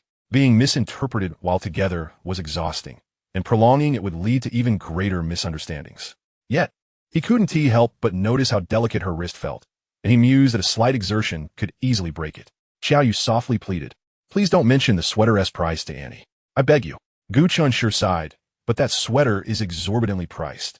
How much can you earn from your illustrations in a month? Money must be spent wisely. Your lavishness is untenable. Do you not understand the principle that it's the thought that counts? Even if you bought my mom something from a street vendor for a few bucks, she would be overjoyed. Xiaoyu murmured, it's not that expensive. Although her voice was faint, Gu Chenshi heard it clearly. He was speechless.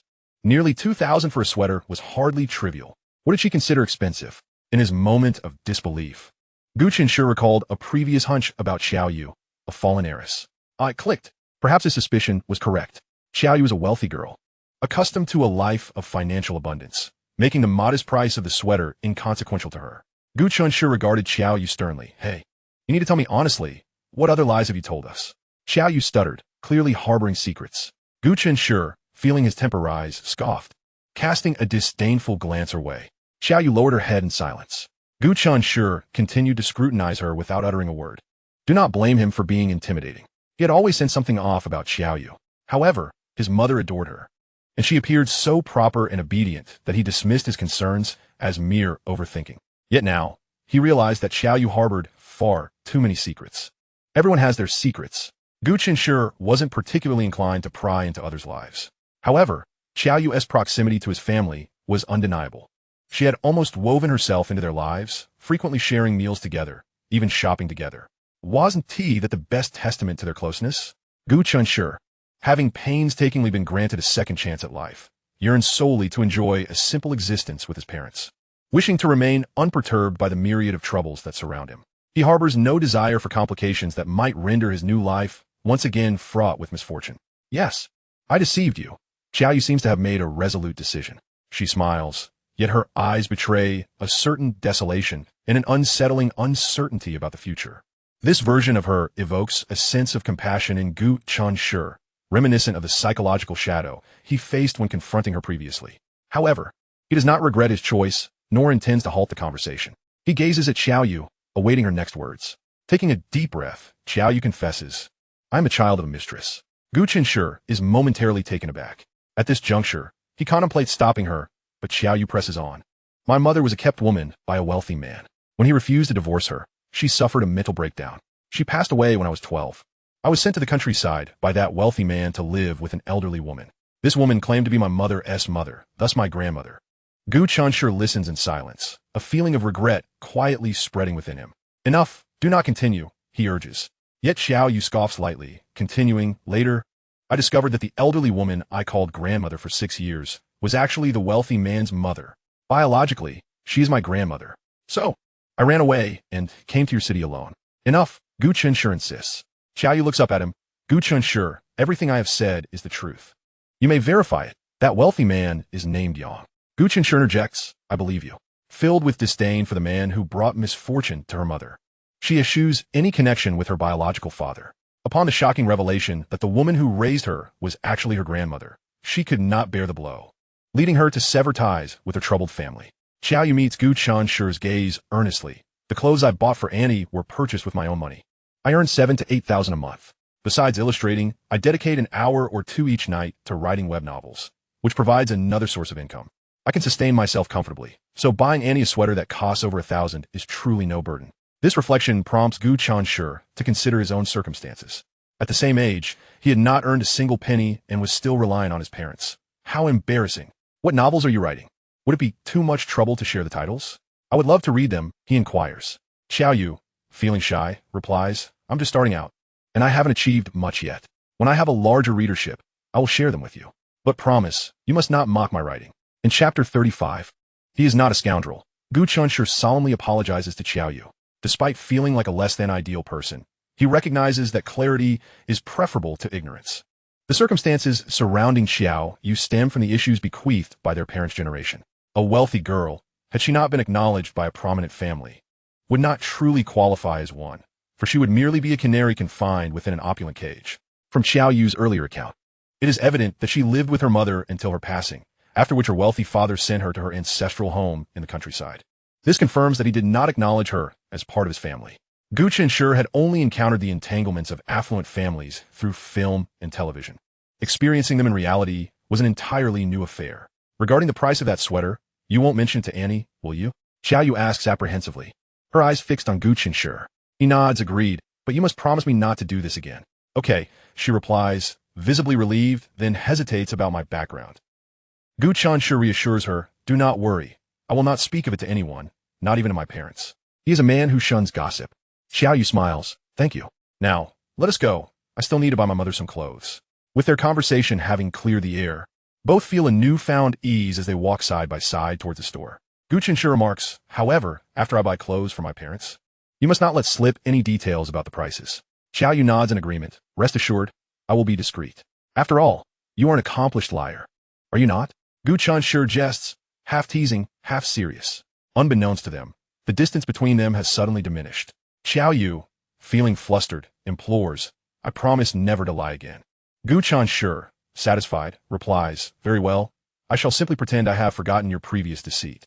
Beautiful lady, come in and see if anything catches your eye. The enthusiastic sales clerk beckons.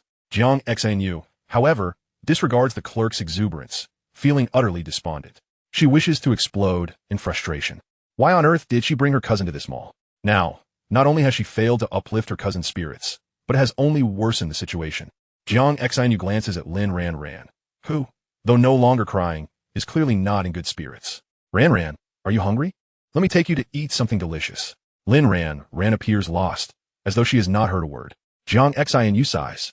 Her gaze inadvertently catches sight of a man and woman walking towards them, and her heart sinks. If she is not mistaken, these two are the very individuals who caused her cousin to cry moments ago. Had they not left? Why have they returned, as if intent on deepening her cousin's heartache? Jiang Xanyu hurriedly pulls Lin Ranran back, relieved that Lin Ranran, in her dazed state, is oblivious to the unfolding drama. Gu Chenshi and Xiao Yu simultaneously spot the two women. Xiao Yu glances back at Gu Chenshi, finding him expressionless, seemingly unaffected. As Jiang Xanyu leads Lin Ranran away, she shoots Gu Chenshi a fierce glare, her expression unmistakably conveying, scoundrel, do not let me see you again, or I shall not spare you. Gu Chenshi, feeling somewhat vexed, muses to himself about the company Lin Ranran keeps. He wonders why he once found her so captivating, perhaps out of a youthful affection that allowed him to overlook her flaws. Now, however, devoid of those feelings, she appears utterly lacking in merit. Sister, what should I do? In an elegantly decorated cafe, Lin Ranran gazes at her own reflection in the glass. A beautiful yet worn visage, resembling a defeated rooster. I'm so afraid he will be taken away by another girl. What should I do? Lin Ranran murmurs in a daze, tears welling up once more. Jiang Xanyu, flustered, rummages for tissues to dab her tears away. Do not cry, do not cry. If he wants to leave, we cannot stop him. With a scoundrel like him, if he wants to go, let him go. We do not need him. No. Lin Ranran responds in anguish. I cannot be without him. Sister, please help me. Tell me how I can win his forgiveness and bring him back to me. Jiang Xanyu silently observes her distraught cousin. Truthfully, she has never seen Lin Ranran in such a state before. Ranran, is he your boyfriend? How come you never mentioned it before? Lin Ranran shakes her head no, but he used to like me, I know it. Sister, it seems what I say is true. He was once exceptionally gentle and kind to me. Though harsh, Jiang Xinyu felt compelled to express. Ranran. He has now taken a liking to another girl. You just witnessed it. He made her cry moments ago, and now you are in tears as well. What does this indicate? It reveals that he is nothing but a scoundrel. A scoundrel, no matter how handsome, remains fundamentally a scoundrel. They delight in fickleness, leaving a trail of heartache, particularly relishing the tears of innocent girls, and rather than feeling any shame, they bask in self-satisfaction. Scoundrels deserve nothing less than 1,000 cuts. Ranran, come now, wipe your tears and cease your sobbing. We must learn to be wiser. Shedding tears for a scoundrel is utterly unworthy. Lin Ranran shook her head defiantly. Gu Chenshi is not a scoundrel. Jiang Xinyu sighed, realizing that despite her lengthy admonitions, this girl had absorbed none of it and was still defending the rogue. Jiang Xinyue's heart grew heavy. How perplexing. This little cousin, generally quite astute and discerning, had suddenly lost her sense, mistaking a scoundrel for a treasure. Her tears betrayed a deeper emotional investment than she had anticipated. Very well, if she insists he is not a scoundrel, let us entertain that notion for the time being. Jiang Xinyu inhaled deeply, striving to temper her tempestuous temperament. Her cousin was already heartbroken. If she were to berate her further, what would she say to her parents if something tragic were to happen? Now tell me, what kind of person is he on a daily basis? And what exactly transpired between you two? 10 minutes passed as Jiang Xinyu observed her cousin sobbing uncontrollably, her temples throbbing with irritation. Such typical dramatics. Were it not for the bond of blood, Jiang Xinyu would have been tempted to scold her. It was simply too excessive, no matter how distasteful a gift may be. If it is given with genuine sentiment, one should never discard it carelessly. For Jiang Xinyu, if someone were to toss aside a gift she had bestowed, she would unhesitatingly confront them, severing all ties thereafter. Alas, her little cousin had been spoiled and had committed such a foolish act. Chapter 36. Eli instantly exposed. Gu Chenshi felt a pang of guilt. The most expensive piece of clothing his mother owned was the sweater gifted by Xiao Yu. Aside from that, the priciest item he had purchased was a discounted down jacket, costing over 600, and even that had stung his wallet. His father, needing to travel for work, had to dress decently. Otherwise, he would never allow himself to spend excessively on clothing. His parents had dedicated their lives to him, toiling tirelessly, economizing, and saving to buy him a home and provide for his future wife. The more Gu Chenshi pondered, the more ashamed he felt. At 18 years old, what had he contributed to his parents? Especially considering the regrets of his past life. He was determined to rectify those mistakes in this lifetime. With Xiao Yu's guidance, he purchased a down jacket for both Jinglan and Gu Cheng, totaling over 4,800, nearly depleting his savings. Yet he felt no regret. "Mom, these are the jackets I bought for you. Tell me if you like them." Gu Chenshi presented his purchases with pride. "Where did you get the money?" Jinglan inquired, puzzled. "From my New Year's money. Didn't you used to care about that? I've saved several thousand," he replied. Jinglan feigned indignation, chastising him for taking it upon himself to buy them clothes, stating she had enough to wear. Yet her eyes glistened, betraying the pride she felt in her son's maturity. "Mom, try it on. See if it fits. If it doesn't we haven't gone far and can exchange it," he urged. If it didn't fit, Jinglan would naturally go to the store to try it on, and at that point the price would be hard to conceal. However, Gu Chenshi trusted Xiao Yu's judgment. His words were merely a formality, for he believed the jackets would fit perfectly. Jinglan lifted the jacket to inspect the style and asked, "How much did you pay for this?" "Not much, just over 700 for yours. And 800 for Dad's. Altogether, just over 1,600. Look how thick the down is, it's quite a bargain." He couldn't reveal too little, lest it seemed insincere and raise suspicions. 700? Such a low price? Jinglan questioned skeptically. "Mom, why would I lie to you? Hurry and try it on," Gu Chenshi urged. "If it fits, don't take it off. Wear your new clothes home." "Dad, you should try it too." Gu Cheng coughed lightly. "I think I'll wait a bit," as Gu Chenshi detected the underlying meaning in his father's words. Jinglan suddenly burst into anger, raising her hand to smack Gu Chenshi on the forehead. "You rascal, what have your father and I taught you? Honesty is paramount. 700? 800? Fine. Tell me where you bought it. Take me and your father there right now." Xiao Yu stood quietly to the side, her neck shrinking, remaining silent. "Oh no." Annie had seen through Gu Chenshi's lie so quickly. He rubbed the back of his head, feeling utterly frustrated as he glanced at Xiao Yu. What a stroke of bad luck. While her deception had gone unnoticed by his mother, his first attempt at lying had been immediately exposed. What kind of situation was this? Noticing Gu Chenshi's gaze upon her, Xiao Yu quickly turned her face away, as if fearing that even a moment of eye contact would unveil her involvement. The moment Gu Chenshi saw her desperate attempt to distance herself, he knew he could not rely on her for support. And he looked at Jinglan with a pitiful expression. It was indeed unfortunate. The store where he purchased the down jackets had been visited by Jinglan and Gu Cheng prior to their meeting. By sheer coincidence, Jinglan had shown interest in the very style Gu Chenshi had bought for her. Gu Cheng intended to buy one for Jinglan, but upon seeing the price, she adamantly refused and dragged him out. Thus, when Jinglan recognized the familiar down jacket, she instinctively inquired about the price. Gu Chenshi's concocted tale of 700 had immediately aroused Jinglan's suspicions. "Mom, look at how beautifully dressed other mothers are. You keep wearing the same few old clothes. I'm not criticizing you. I just want you to look as lovely as the other parents. I didn't want you to refuse, so I fibbed a little." "Oh right. It was me who asked Xiao Yu to keep it a secret from you. This matter has nothing to do with her. The clothes were purchased jointly by Xiao Yu and Gu Chenshi. If Gu Chenshi lied, then she was merely an accomplice. He took full responsibility, which touched Xiao Yu deeply." Jinglan shot him a knowing glance. "Of course I know. Little Yu is such a good child. She wouldn't behave like you. You rascal, stop dragging her into your mischief, lest you lead her astray." Gu Chenshi nearly choked on his own words. "She is a good child? I've corrupted her? Mom, your judgment is rather questionable." After scolding Gu Chenshi for his reckless spending, Jinglan reluctantly tried on the jacket, and to her surprise, it fit perfectly. Gu Cheng also tried his on, and it fit him well too. It must be said, Xiao Yu's taste was indeed commendable. Jinglan retrieved a vibrant red knitted hat from a shopping bag, its interior lined with a plush layer of white fur, topped with a whimsical pom-pom. With a beaming smile, she placed the hat on Xiao Yu's head, expressing her satisfaction. "I knew it. Little Yu looks absolutely charming in this hat, and it also keeps her ears warm." She had noticed Xiao Yu adorned with a striking red scarf, which exuded a youthful and radiant charm befitting her age. Upon seeing the red hat, she was immediately inspired to purchase it as a matching gift, complementing the scarf beautifully. Xiao Yu playfully covered her ears, exclaiming, "Thank you, Auntie. This hat is so warm. I really like it. Meanwhile, in the cafe, Lin Ranran, with tears in her eyes, turned to her elder sister for advice, lamenting, "What should I do? At this rate, he might be snatched away by another girl." She regarded her cousin, who was 3 years her senior, as a lifeline and emotional guru, hoping for guidance. However, after hearing the full story, Jiang Xinyue felt a profound sense of helplessness. She realized that she had misjudged the situation. The boy was not the scoundrel she had imagined. From Lin Ranran's account, it became evident that the boy had genuinely liked her cousin, being just one among many admirers. Yet, after Lin Ranran carelessly discarded the birthday gift he had given her into the trash, his demeanor had shifted dramatically, turning cold and indifferent. Jiang Xinyue thought it perfectly reasonable. If one witnessed their heartfelt gift being thrown away, it was only natural to feel hurt and withdraw affection.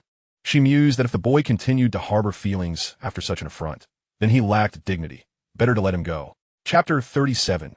Love Cannot Be Capricious. In summary, faced with Lin Ranran's tearful pleas, Jiang Xinyue found herself at a loss for words.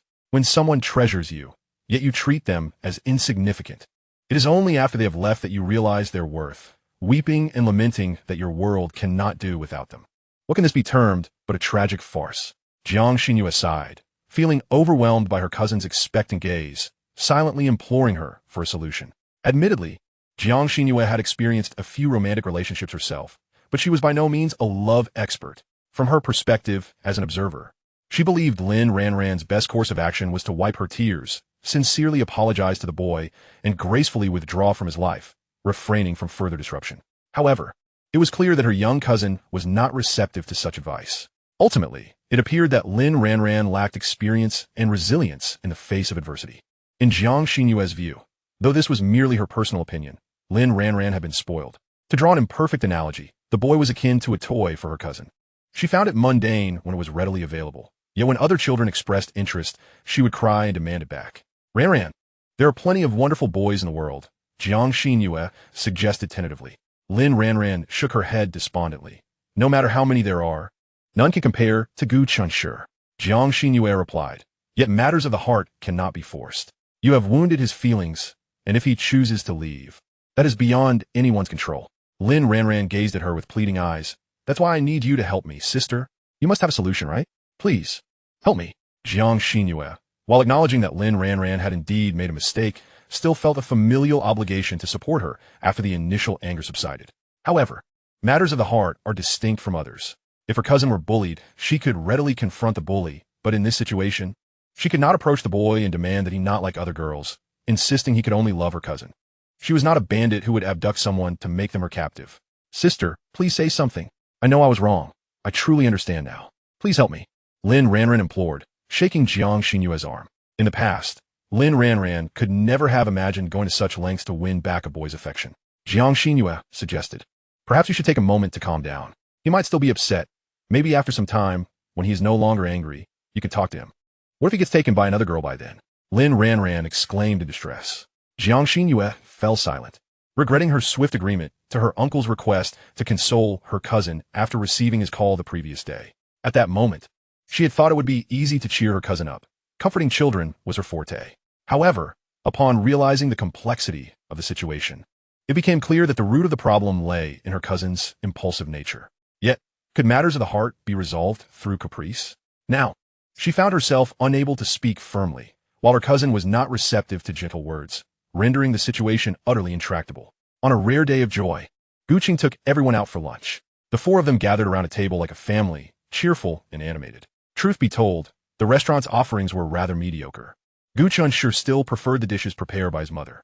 However, a change of pace was welcome. Gu Chenshi handed the menu to Qiao Yu, smiling as he encouraged, "Little Yu, feel free to order whatever you like." Qiao Yu shook her head, replying, "Uncle, anything is fine. I'm not picky." She was merely a guest at the table, and being selective would be inappropriate. Yet her words were sincere. She truly was not difficult to please. Gu Chenshi took the menu without hesitation, stating, "I'll order." He perused the selections, energetically choosing dishes that he knew Jing Lan and Gu Chenshi enjoyed. After placing their orders, they engaged in conversation while they waited, consistent with Qiao Yu and Gu Chenshi's insistence.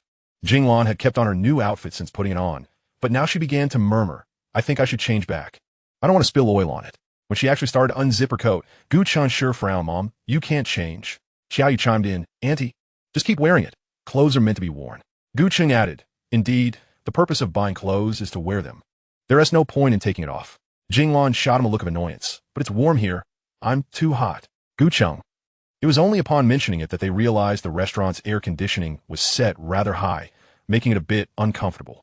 Consequently, they all began to remove their heavy winter coats, instantly feeling much more at ease. Jinglan observed them and couldn't help but chuckle. The group soon found humor in the situation, erupting into laughter. The restaurant was bustling, and given the lunchtime rush, the service was slow. During a trip to the restroom, Xiaoyu, Jinglan remarked, What a wonderful child. In a normal family, she would still be a pampered darling. It truly tugs at my heartstrings. Under normal circumstances, Gu Chenshi might have felt a twinge of jealousy, but ever since he learned about Xiaoyu's background, he found himself admiring her. The complexities of adult relationships are hard to navigate, yet she was innocent in all of this. With her mother gone and her father, well, that unworthy man likely absent as well. If his guess is correct, the malevolent figure who has cast a psychological shadow over her must be her biological father. When she mentioned that the wicked man was condemned to hell, she was simply referring to his demise, wasn't she? As Gu Chenshi was lost in his thoughts, Gu Cheng suddenly interjected, Chenshi, go take a look. Gu Chenshi lifted his gaze and noticed that Xiaoyu was being obstructed by someone. After removing her bulky black down jacket, she revealed a slightly loose, round-neck cream sweater paired with light-colored jeans. Her smooth, long hair was casually tied back, and despite the absence of makeup, she radiated a pure and striking beauty that was exceedingly captivating. The young man, around 20 years old, stood in her way, shamelessly soliciting her contact information. Xiaoyu wore a cold expression, clearly unwilling to engage with him. However, the narrow passage left her with no room to maneuver as the young man blocked her path.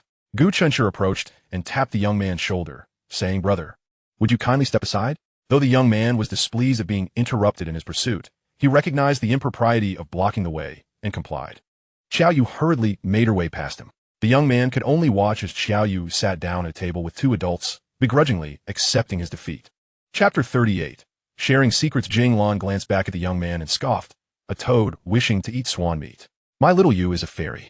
Not just anyone can dare to dream. Little Yu, you must be cautious when going out. This kind of young man is clearly not someone who thinks about lasting commitments. In the future, steer clear of such individuals. Gu Cheng replied with exasperation. Why are you lecturing a child?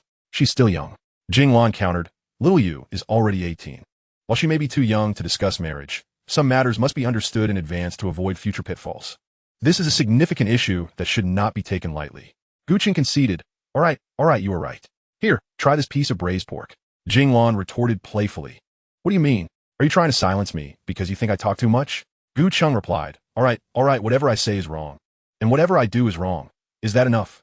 Gu Chenshi, observing the exchange, found amusement in their banter, yet felt a twinge of sadness. What are you laughing at? You little rascal? I haven't settled the score with you for lying earlier. Jinglan turned her ire towards him. Gu Cheng discreetly kicked Gu Chenshi, who obediently feigned innocence. Jinglan, with a gentle demeanor, looked at Xiaoyu, saying, Little Yu, enjoy your meal. You're too thin. Eat more to stay healthy. Xiaoyu responded with an obedient. Jinglan expressed her concern. Little Yu, the words I just shared were from the heart. Do you think I am being too verbose? Xiaoyu shook her head. No, I understand that you mean well, Annie. I've remembered everything you said. She felt fortunate to encounter such a kind neighbor in an unfamiliar city, experiencing a warmth of a complete family that she had never known before. Even if it wasn't hers to claim, what did it matter? At least she could pretend to have had that experience in her lifetime. After the meal, Gu Chenshi decided not to return home and intended to visit the bookstore for some materials. Xiaoyu, who was usually very attached to Jinglan, contemplated and said, I'll go with you. Gu Chenshi looked at her in surprise. Jinglan beamed. Go ahead, Chenshi. Take good care of little Yu. If you lose her, I want to spare you. Got it, Mom. If I lose her, I could just not come back, right? Gu Chenshi quipped. You little rascal, always so glib. Jinglan then turned her attention back to him, asking with concern, Chenshi, do you have enough money on you? If not, I can give you some. Gu Chenshi, feeling touched, replied, I have enough, no need. However, when he caught sight of a certain quiet figure out of the corner of his eye, he suddenly realized that his earlier sentiment was misplaced. Mom, you really are my mother. If it gets too late and you don't want to come home for dinner, feel free to eat something outside before returning, Jinglan advised. After waving goodbye at the restaurant entrance, Gu Chenshi beckoned Xiaoyu and they strolled along the landscape path. They were in the city center, and the largest bookstore was just a 10-minute walk away.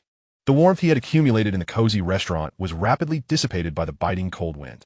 Having forgotten his scarf, he pulled the collar of his down jacket up to the highest point, burying his chin inside for some relief.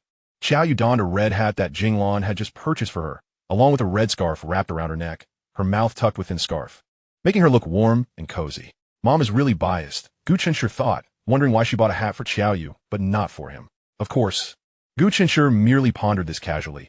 He wasn't truly envious of Xiao Yu. Even if his mother had bought him one, he wouldn't wear it, as it would flatten his hair against his scalp, diminishing his handsome appearance. Xiao Yu pointed at his back. Gu Chenshi, perplexed, instinctively turned to look, but, given his limited range of motion, couldn't see. Is there something on my back? If so, please help me get rid of it. I can't see where it is. Xiao Yu smiled, reached out her hand, and in the next moment, Gu Chenshi found a hat atop his head. She had placed the hood from his down jacket over him. With a faint smile, she asked, "Is it warmer now?" "Indeed, it is," Gu Chenshi replied, puzzled. "How did I not think of that?" He mused, bemused by his own moment of confusion. The two walked side by side, hands tucked in their pockets, moving forward slowly. "Are you not working today?" Gu Chenshi casually inquired. Xiao Yu looked down at the ground. "I have work, but not much. Is your monthly income stable?" Gu Chenshi asked, genuinely curious. In his view, Xiao Yu's work differed significantly from conventional jobs in companies or factories, which were perceived as stable by outsiders. However, her approach of taking orders online seemed somewhat unreliable. Xiao Yu responded, "It's all right. Even when work is scarce, I still earn at least 4,000 to 5,000 per month. I can manage to support myself." Gu Chenshi couldn't help but mentally calculate her finances. Their city was not particularly large, and the cost of living was relatively low. The rent for Granny Lee's house was 2,000 a month. If Xiao Yu's minimum income was indeed 4,000 to 5,000 after deducting rent, she would have 2,000 to 3,000 left for living expenses. Even though she was single and self-sufficient, this amount was not overly generous for living alone. Naturally, Gu Chenshi recalled the sweater she had bought for her mother and her previous suggestion of providing 3,000 in living expenses for their family each month. This led him to conclude that she might be living paycheck to paycheck. Earning money is not easy. You should try to save a bit for future needs. Gu Chenshi advised. I understand," Xiao Yu replied obediently, suddenly making Gu Chenshi feel like an older brother. "Do you have any plans for the future?" he asked again. Interestingly, before today, they had been in an awkward, half-acquainted state with little to say to each other.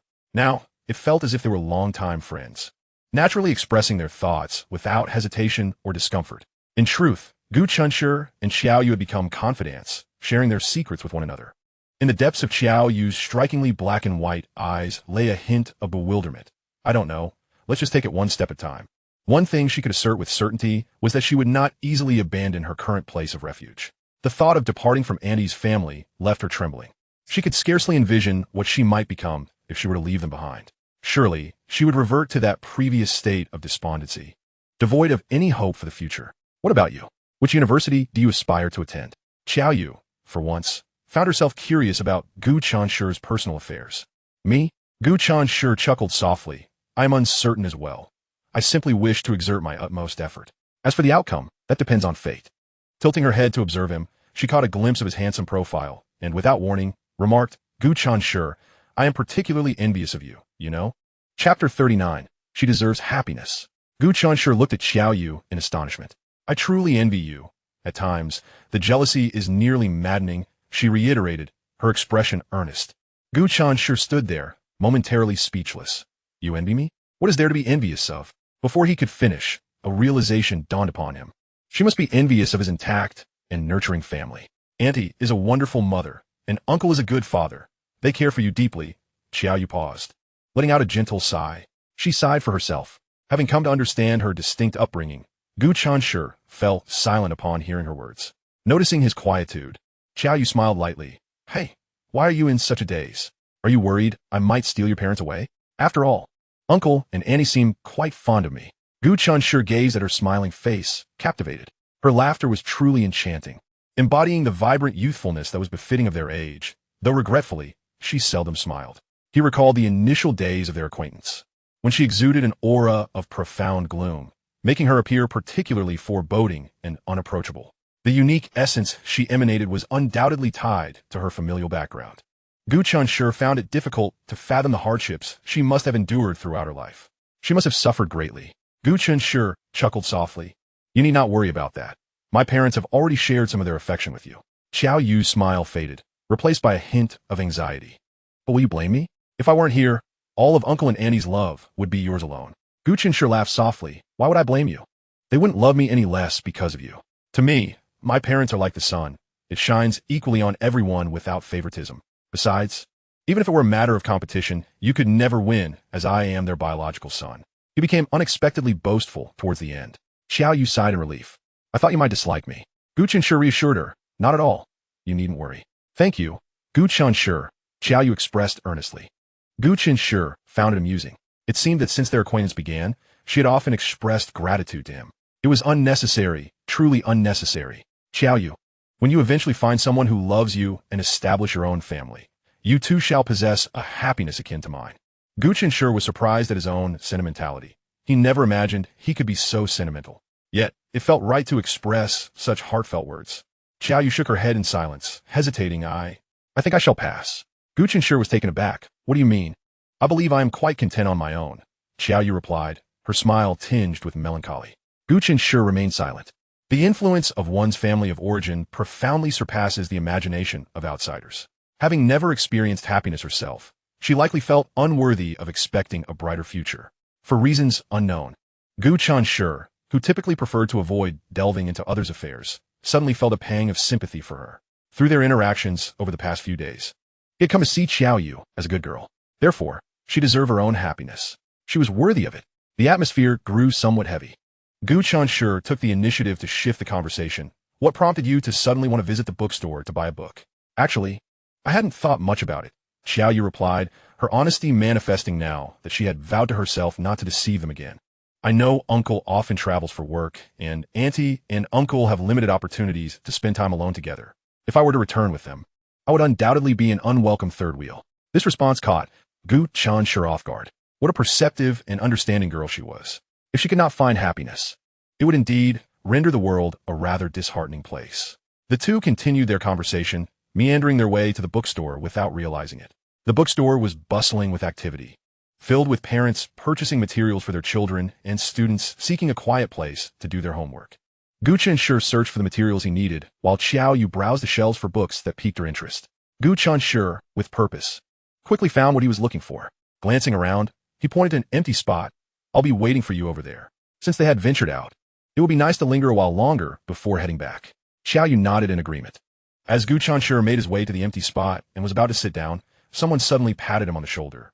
Old Gu, a familiar voice exclaimed from behind him. Gu Chenshi's lips twitched before curling into a slight smile. Zhou Xiangyu, his friend, threw an arm around Gu Chenshi's shoulder. Before I came here, I was wondering if I might run into you, and lo and behold, fate has brought us together. Gu Chenshi replied, this city is rather small. Encountering each other is hardly surprising. Zhou Xiangyu chuckled. Old Gu, you truly lack a sense of romance. Gu Chenshi retorted, please, even if I were to indulge in romance, it certainly wouldn't be with you. Zhou Xiangyu pondered for a moment. Fair point. During their exchange, Gu Chenshi noticed a figure flitting by, and in that moment, the seat he had coveted was taken. Gu Chenshi rubbed his jaw. Zhou Xiangyu, you just took my spot. Zhou Xiangyu waved his hand dismissively. What does it matter? Come on, old Gu, turn your head. There's a stunning beauty over here. Exceptionally beautiful. Gu Chenshi observed an amusing phenomenon. While Zhou Xiangyu adored admiring beautiful women and discussing them, he never took any concrete action. His true passion lay with video games, far surpassing any interest he had in women. Gu Chenshi dismissed him. Oh, then you should look a little longer, that way. You won't have any regrets in life. Zhou Xiangyu whispered conspiratorially. Old Gu, the beauty is walking towards us. She must be interested in me and wants my contact information. No way. I can't let her have my number, or she'll be pestering me for love every day. And how would I play games then? Gu Chenshi responded dryly. Brother Zhou, if you continue this way, you might end up alone for the rest of your days.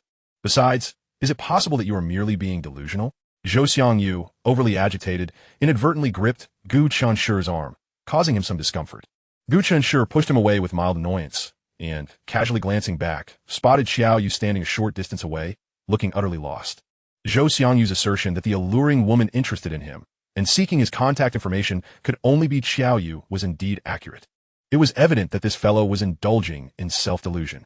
Gu Chenshi greeted Xiao Yu with a wave and a smile. Zhou Xiangyu was taken aback. As Xiao Yu approached them, she cast a furtive glance at Zhou Xiangyu, who was nearly about to exclaim in surprise. Chapter 40. Zhou Xiangyu, my friend. I wouldn't want to interrupt your romantic endeavors. Zhou Xiangyu surveyed Gu Chenshi with a mixture of disbelief and curiosity, then turned his gaze toward the beautiful woman. What was going on here? To his astonishment, old Gu was acquainted with her. What was their relationship? Since when had this begun? Why had old Gu never mentioned this before? How foolish of him to have always invited old Gu to admire beautiful women together without realizing their bond. After years of camaraderie, how could Gu Chenshi not be aware of his sentiments? Xiaoyu, this is my friend and classmate, Zhou Xiangyu, Gu Chenshi introduced gravely, then turned his face away, clearly annoyed, as if Zhou Xiangyu had been struck by lightning. Zhou Xiangyu, this is my neighbor. Zhou Xiangyu suddenly had a revelation and exclaimed, I know. She's the stunning beauty we saw standing outside the fence during our last PE class, isn't she? Gu Chenshi's expression was one of exasperation. Is it too late to say I don't know you? He glanced apologetically at Xiaoyu. I'm sorry, my classmate can be a bit much. Please don't mind him. Zhou Xiangyu, oblivious to Gu Chenshi's disdainful tone, eagerly extended his hand. Hello, I'm Zhou Xiangyu, Gu Chenshi's best friend. Xiaoyu offered an awkward yet polite smile, refraining from reciprocating his handshake. Gu Chenshi swatted away Zhou Xiangyu's outstretched hand. All right, enough of your enthusiasm. You might scare her off. Suddenly, Zhou Xiangyu remembered something. Old Gu, I just realized I have other matters to attend to. I must take my leave. Goodbye. Gu Chenshi was momentarily speechless. Watching Zhou Xiangyu hurriedly depart, Xiaoyu remarked with a strange expression tinged with envy. Your classmate is quite amusing. Indeed, though he may appear rather disjointed at times, he is the most reliable when it truly matters. Gu Chenshi thought of his own regrettable past. If all your classmates were as entertaining, your school life must have been delightful. Perhaps, but you must have one or two interesting classmates as well, right? Gu Chenshi was taken aback when Xiaoyu hesitated before responding. Actually, I've never attended school. Gu Chenshi was astonished. What? You've never been to school? Xiaoyu nodded. No, I've never set foot in a school. Gu Chenshi found it hard to comprehend. In this day and age, how could someone have never received an education? Regardless of her background, she should have had access to some form of education. Did that mean she was illiterate? Wasn't he that akin to being blind, yet with eyes open? But wait, if she were truly illiterate, how could she possibly take on illustration commissions online? How could she have traveled from one city to another? How could she have found an agent to rent a house? In today's society, claiming illiteracy would render one utterly helpless, and that was no exaggeration. Moreover, she had just mentioned she was currently writing a novel. How could one who was illiterate write a novel? It seemed Xiaoyu sensed his confusion and explained. My mother has mental health issues and forbade me from leaving the house, which is why I never went to school. However, that man, she paused, indicating her evident disdain for the man who had derailed her mother's life. He hired over a dozen tutors for me, and I've learned the same things you would typically acquire in school. I just never attended school like other children. Now it made sense. Gu Chenshi felt a bit better, though he realized he had inadvertently uncovered more of her secrets. He knew more than her own mother did. Well, strictly speaking, her mother was oblivious to her true origins. The more he learned about her, the more compassion he felt. Her mother's restrictions had deprived her of normal social interactions, leading to her social anxiety. Yet, he surmised that her mother's overprotectiveness stemmed from a desire to shield her in an unconventional manner. His phone vibrated with messages from Zhou Xiangyu. Old Gu, am I not a good friend? To ensure you have time to woo the beauty, I sacrifice myself. Sob. Go for it, brother. She is just as good as Lin Xiaohua. Lin Xiaohua will be stunned. Without her, you can find someone even better. Gu Chenshi couldn't help but chuckle as he gazed at his phone. Although Zhou Xiangyu could be a nuisance at times, his incessant chatter did not diminish the fact that he was his best friend. Zhou Xiangyu's hasty exit was not due to pressing matters, but rather his desire not to be a third wheel. While his motives were somewhat amusing, they also provided Gu Chenshi with a rare warmth and comfort in the cold winter. After spending some time in the bookstore, Gu Chenshi and Xiaoyu made their way out. Just downstairs was a bubble tea shop. Gu Chenshi said, "Wait for me. I'll get you a cup of bubble tea. What flavor do you like?" Xiaoyu shook her head. "No need to buy. I don't drink it, thank you." Gu Chenshi assumed she was just being polite. "It's just a cup of bubble tea. You don't have to be so formal. It's freezing. A warm drink will help." Xiaoyu replied, "I'm not being polite. I genuinely don't drink bubble tea. I don't like overly sweet things." It was rare to find a girl who could resist the allure of bubble tea. Among the girls he knew, hardly any disliked it, including Lin Ranran. Gu Chenshi couldn't help but ponder if Xiaoyu's aversion to sweetness was somehow related to her unpalatable life. "Then what do you like to eat? Let us not rush home. We can grab a bite somewhere." Unbeknownst to him, Gu Chenshi was making every effort to provide her with warmth. He finally empathized with what his mother often said about how difficult life could be for her. She indeed had faced numerous challenges, while many were unfortunate in this world. Since fate had brought her before him, he wished to treat her with kindness within his capacity. Xiaoyu nodded. All right, you choose the place. I'm not picky about food. Gu Chenshi smiled. Great, it's my treat. This time you treat. Next time it's my turn, Xiaoyu insisted earnestly. Gu Chenshi retorted, why are you being so particular about it? Xiaoyu half-jokingly responded, even brothers must keep accounts clear. Besides, you're still a student. Spending your parents' money, while I can earn my own, I can't take advantage of you. That wouldn't be fair. Her reasoning was quite sound, leaving Gu Chenshi momentarily speechless. That insufferable sense of superiority was truly suffocating. Madame Jinglan called, Chenshi, enjoy your day out. Treat it as a chance to unwind. Take Xiaoyu with you, and show her around the places young people like to go. Gu Chenshi could hardly be oblivious to the fact that his mother's perceptiveness at this moment was entirely due to Xiaoyu's influence. However, he felt no pangs of jealousy whatsoever. Chapter 41. Lin Ranran's cousin in truth.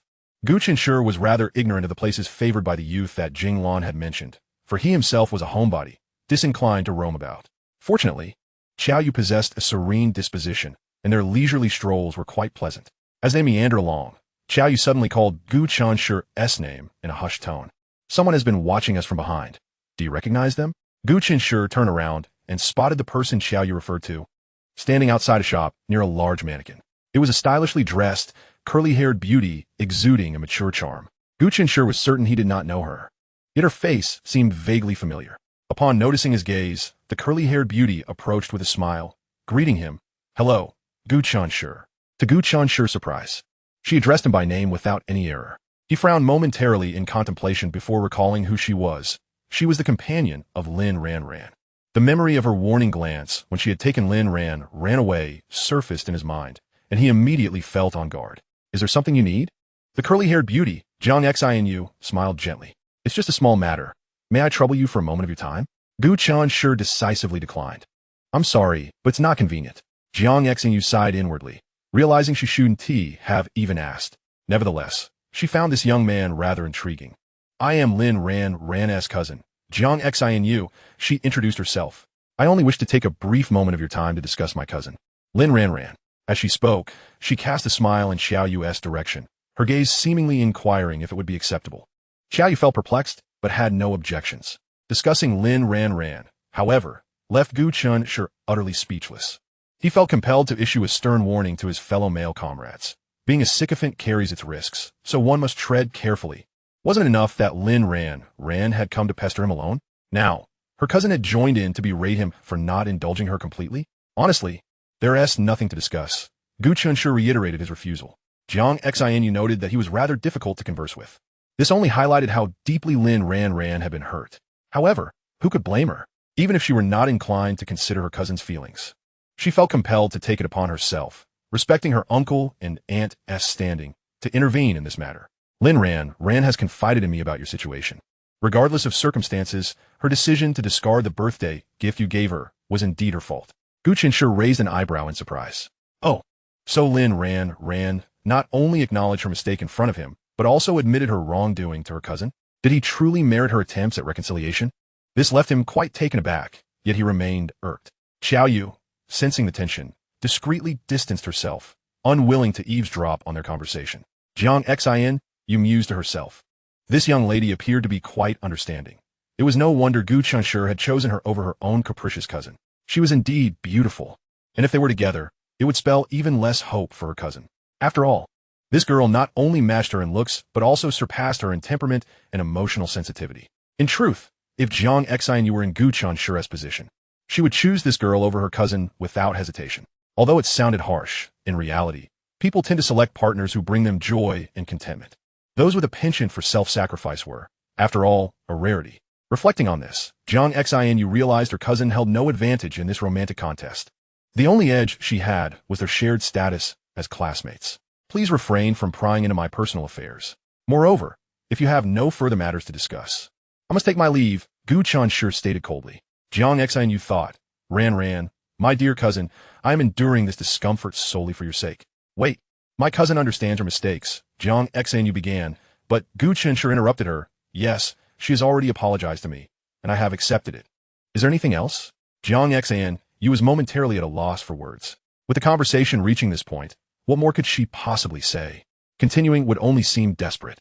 In relationships, the most undesirable trait is being overly persistent. Gu Chenshi called out to Qiao Yu, "Let us go, Qiao Yu." Jiang Xan Yu watched as they walked away, seemingly unfazed by her presence. Suddenly, she comprehended why her cousin found it so difficult to let go of Gu Chenshi.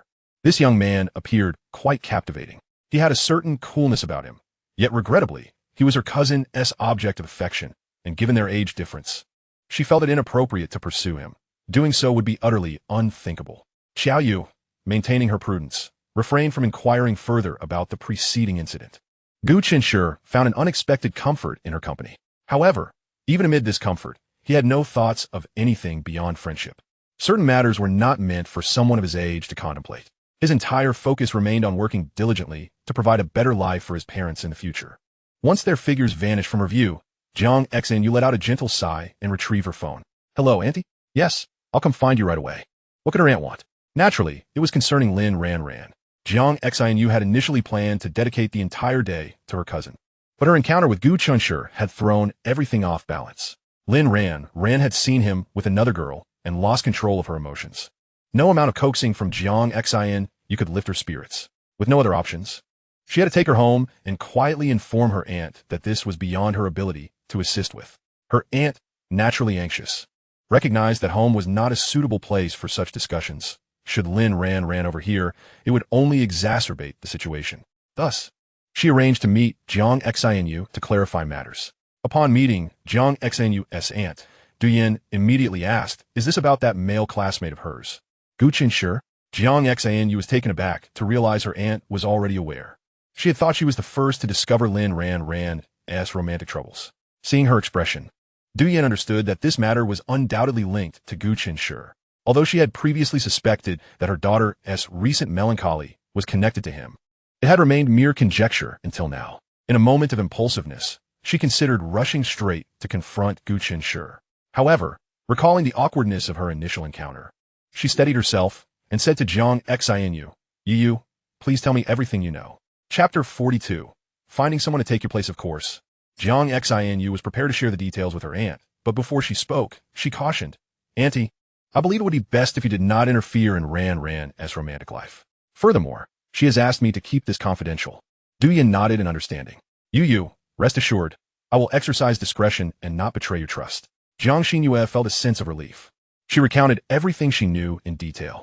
When she mentioned that Gu Chan was once enamored with Lin Ranran, Du Yan's brows furrowed slightly, revealing a trace of displeasure.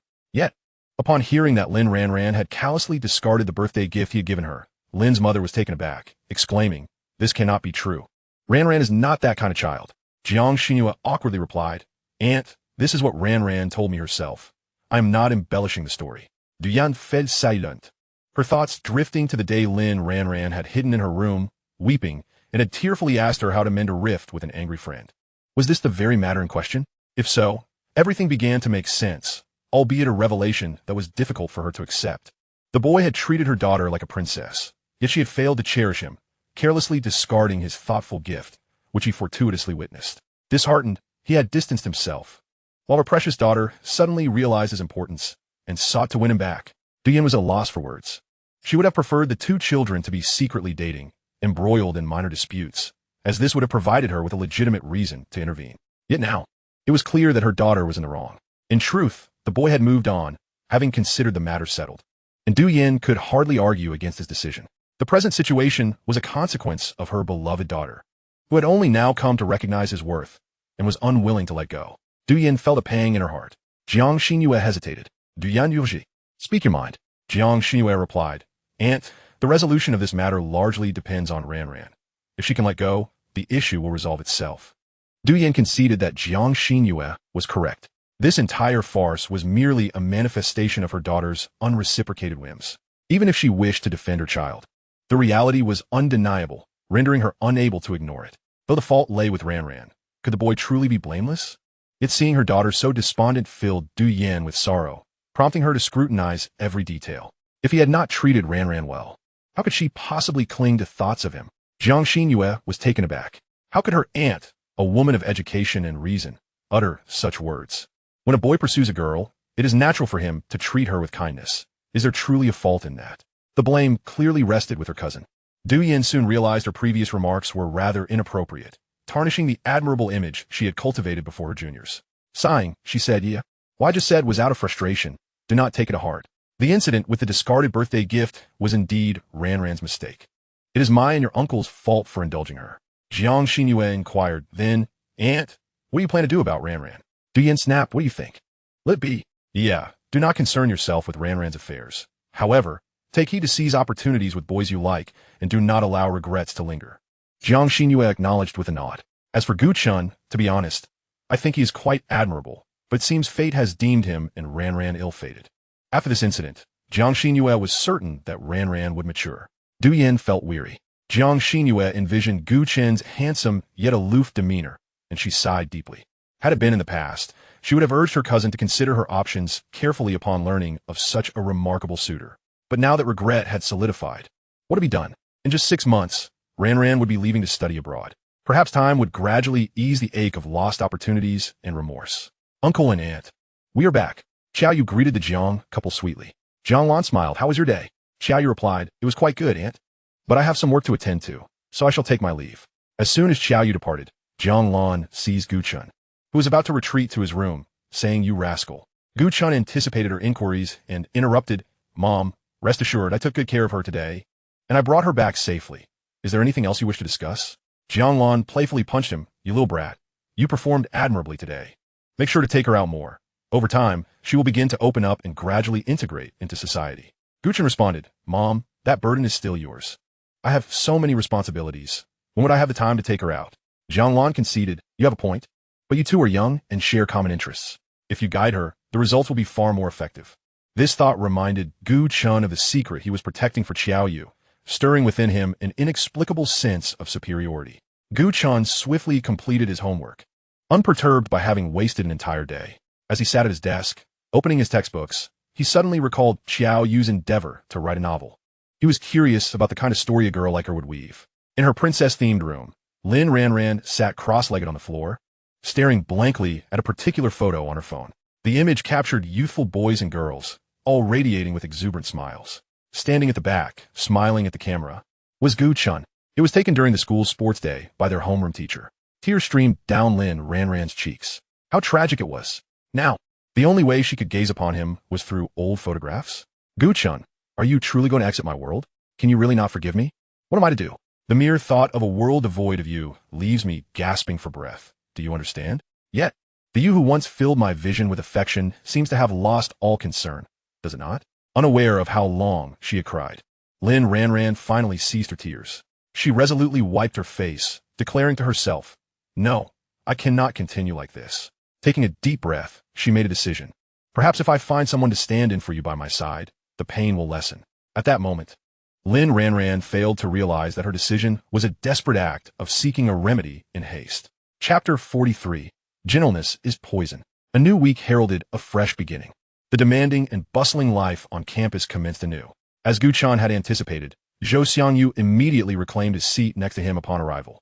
His deskmate, Tang Xiaoxi, possessed an exceptionally accommodating temperament.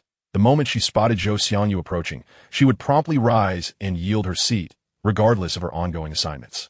Zhou Xiangyu, unashamed, seemed oblivious to the awkwardness of the situation, while Gu Chun felt a twinge of embarrassment. Zhou Xiangyu inquired, "Old Gu, how is it going with your beautiful neighbor?" Without hesitation, he delved into Gu Chen's romantic life as soon as they met. Gu Chen replied, "We share a perfectly normal neighborly relationship. It is not what you might think." Zhou Xiangyu was certainly skeptical and had more questions to ask, but Gu Chun, sure, pulling out 2 steaming meat buns from beneath the table, interjected, "These were made by my mother last time. They're the last 2 left. Would you care for one?" Zhou Xiangyu's eyes gleamed with excitement as he immediately reached out to snatch them. Gu Chenshi, however, covered the buns with his hand, adding, "But you must promise me not to inquire further about my relationship with the neighbor. We truly have no connection." Zhou Xiangyu readily agreed, all right, I won't ask anymore. Regardless, the truth is evident, and whether I ask or not makes no difference." Gu Chenshi felt exasperated. At times, he believed this guy was even more concerned about him than his own parents, as if he feared he might end up alone. For heaven's sake, perhaps you should spend more time caring for yourself instead. I see it's you who might end up single in the future. At that moment, Jing Shu entered with her backpack, casting a peculiar glance towards Gu Chenshi before shaking her head and deciding not to involve herself in their affairs. Just then, a boy named Wang Zishan slammed his palm on the table in frustration, exclaiming, "I'm furious, absolutely furious. What's wrong, Sean? Who's offended you to this extent?" His desk mate Zhu Mingming inquired. Wang Zishan replied, "A guy from the next class is currently showering our class's Lin School Belle with attention." Zhu Mingming shrugged it off. "Let them fawn over her if they wish. Don't worry. Our Lin School Belle wouldn't give those rodents a second glance." Wang Zishan snorted dismissively. "How would he be so sure? That Zhang Shua from next door is so eager to avoid tiring her that he offered to carry her backpack, and she accepted." Zhu Mingming laughed. "That's impossible. The Lin School Belle despises anyone touching her belongings." Yet, as soon as he spoke, reality struck. Zhang Shua entered their classroom, beaming with happiness as he carried Lin Ranran's backpack without needing her to guide him. After all, he had circled his classroom door often enough to know precisely where Lin Ranran's desk was located. Silence fell over the classroom as all eyes turned towards Lin Ranran and Zhang Shua, including those of Gu Chenshi and Zhou Xiangyu. Gu Chenshi realized that the boy assisting Lin Ranran was the very same who had asked him in the restroom if he was already with her. Lin Ranran smiled and said, "Thank you." "No need for thanks," Zhang Shua replied, visibly bashful in the face of her smile. He scratched his head and, under the envious gazes of other boys, added, "If you'd like, I could carry your backpack every day." This was, in essence, a confession. Lin Ranran merely smiled in response, offering no further reply. As the acknowledged school belle, she was inundated with admirers who penned love letters, showered her with gifts, and professed their affections daily. Aside from those she found particularly distasteful, she would neither reject nor accept others, often saying, "We are still students. We must focus on our studies." In the past, when Gu Chenshi had harbored feelings for her, he thought her kindness was genuinely sweet, encouraging her admirers not to neglect their studies while they cherished her. Now, however, he understood that Lin Ranran's gentle demeanor was akin to poison. Perhaps she did not intend it, but her ambiguous stance misled her admirers into believing they had a chance. Wasn't this a form of irresponsibility? Jing Shu silently observed Lin Ranran, who maintained her smile, uncertain of what to say. Meanwhile, Lin Ranran, though smiling, felt a wave of anxiety rising within her. She sensed Gu Chenshi's gaze upon her. What would he do? Her heart raced, fluttering wildly. Would Gu Chenshi feel jealous? Though angry, he must still harbor some lingering affection for her, right? Jing Shu discreetly glanced at Gu Chenshi, and she was not alone. Many classmates in the room were surreptitiously sizing him up, eager to gauge his reaction to Lin Ranran's apparent interest in another boy. To their astonishment, Gu Chenshi exhibited no reaction whatsoever. He was, like them, merely an onlooker. Zhou Xiangyu leaned closer to Gu Chenshi, whispering, "Old Gu, could it be that Lin Ranran truly likes that boy from next door?" Gu Chenshi replied, "How would I know? If you're so curious, why not ask her directly?" Zhou Xiangyu scoffed, "I wouldn't dream of asking her. I find her bothersome now. You're so exceptional. How could she possibly prefer that boy? If she truly liked him, she must be blind and in need of an eye exam." Lin Ranran's palms were clammy with sweat as her heart sank further. His lack of reaction was astonishing. He displayed absolutely no response. After all, wasn't he equally unemotional when Kong Xiao offered to escort her home that night? He had walked away with such nonchalance. He truly felt no lingering affection for her. He no longer liked her. Lin Ranran felt an emptiness within, barely noticing as Zhang Shua shyly waved goodbye before leaving.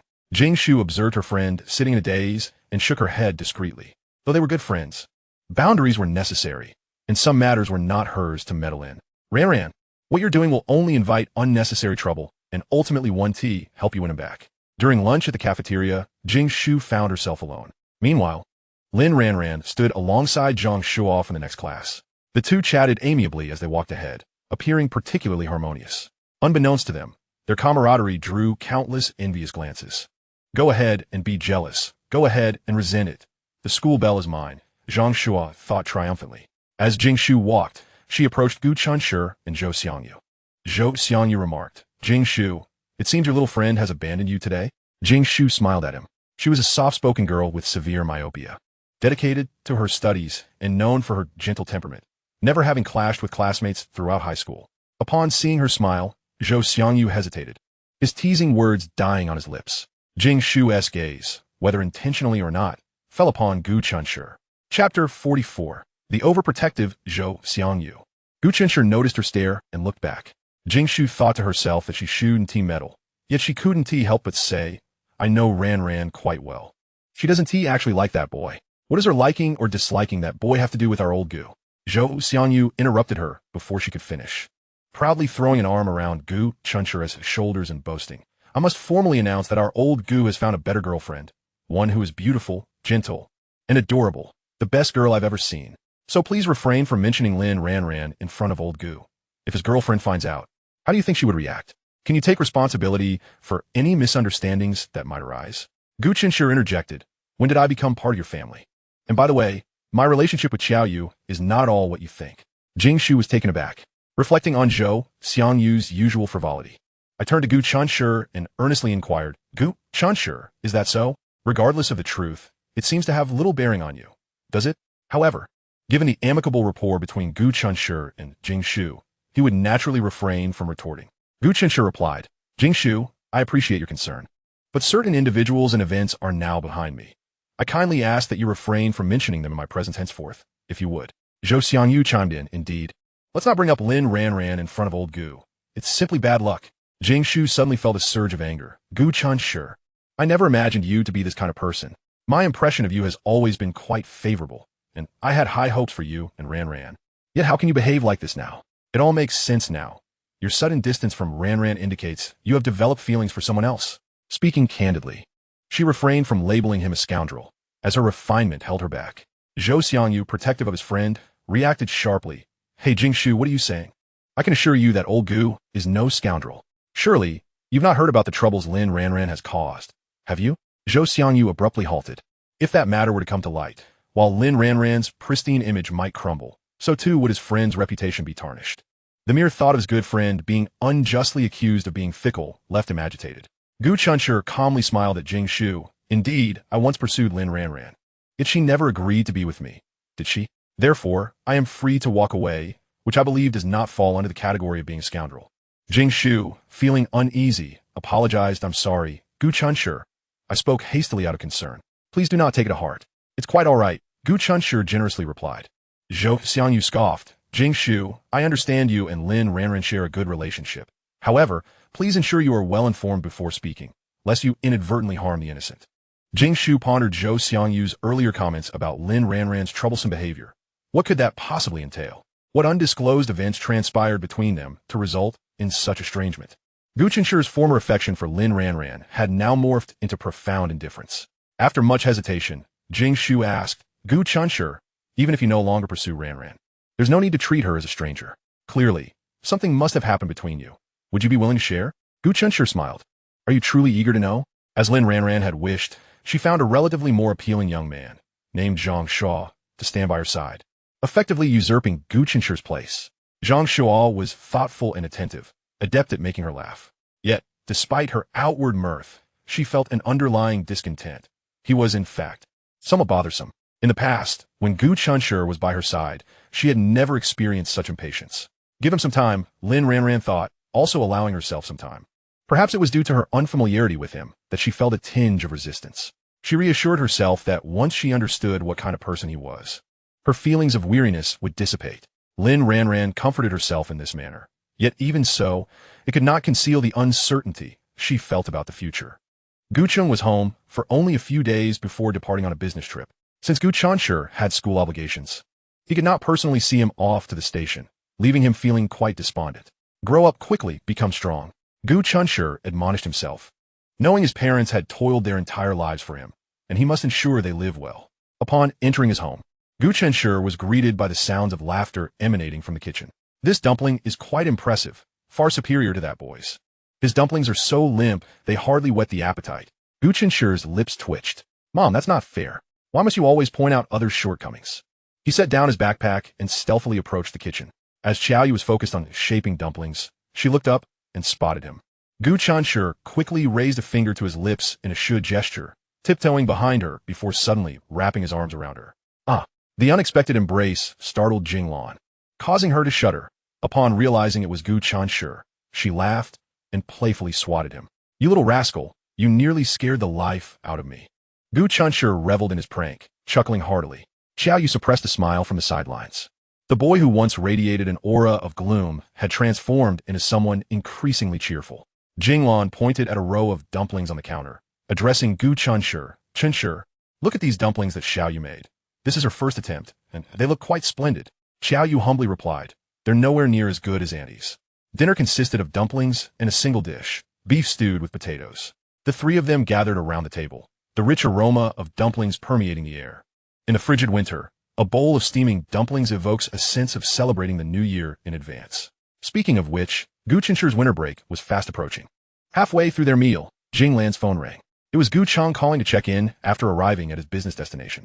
Jinglan reminded him to find a good place to eat before changing the subject to boast. Tonight's dinner is dumplings. Let me show you. Gu Chenshi, eating a bit faster, noticed his bowl was empty. Xiao Yu reached over. Let me serve you some. No, I can manage. I have hands and feet after all. What a ridiculous notion. Gu Chenshi thought to himself, knowing that if he truly allowed her to serve him, Jinglan would undoubtedly scold him. Their family values emphasized respecting elders and loving the young. One should do what they can and not trouble others unnecessarily. Chapter 45. The tears shed for him have been sufficient. At the Lin residence, Du Yin observed Lin Ranran, who was sullenly eating her meal, and exchanged a knowing glance with Lin Fu, Lin Jiangwo. Lin Jiangwo cleared his throat and, with a warm demeanor, said to Lin Ranran, Ranran, tomorrow I will be going abroad for business. Please ask your teacher for a couple of days off so you can accompany me. It will be a great opportunity for you to see the school you will be attending next year. Lin Ranran replied morosely, I don't want to study abroad anymore. What? Lin Fu did not catch that. Lin Ranran set down her chopsticks and, with utmost seriousness, declared, Dad, I said I don't want to study abroad anymore. I want to participate in the college entrance examination normally. Both Lin Jiangwo and Du Yin were taken aback. She had previously looked forward to studying abroad.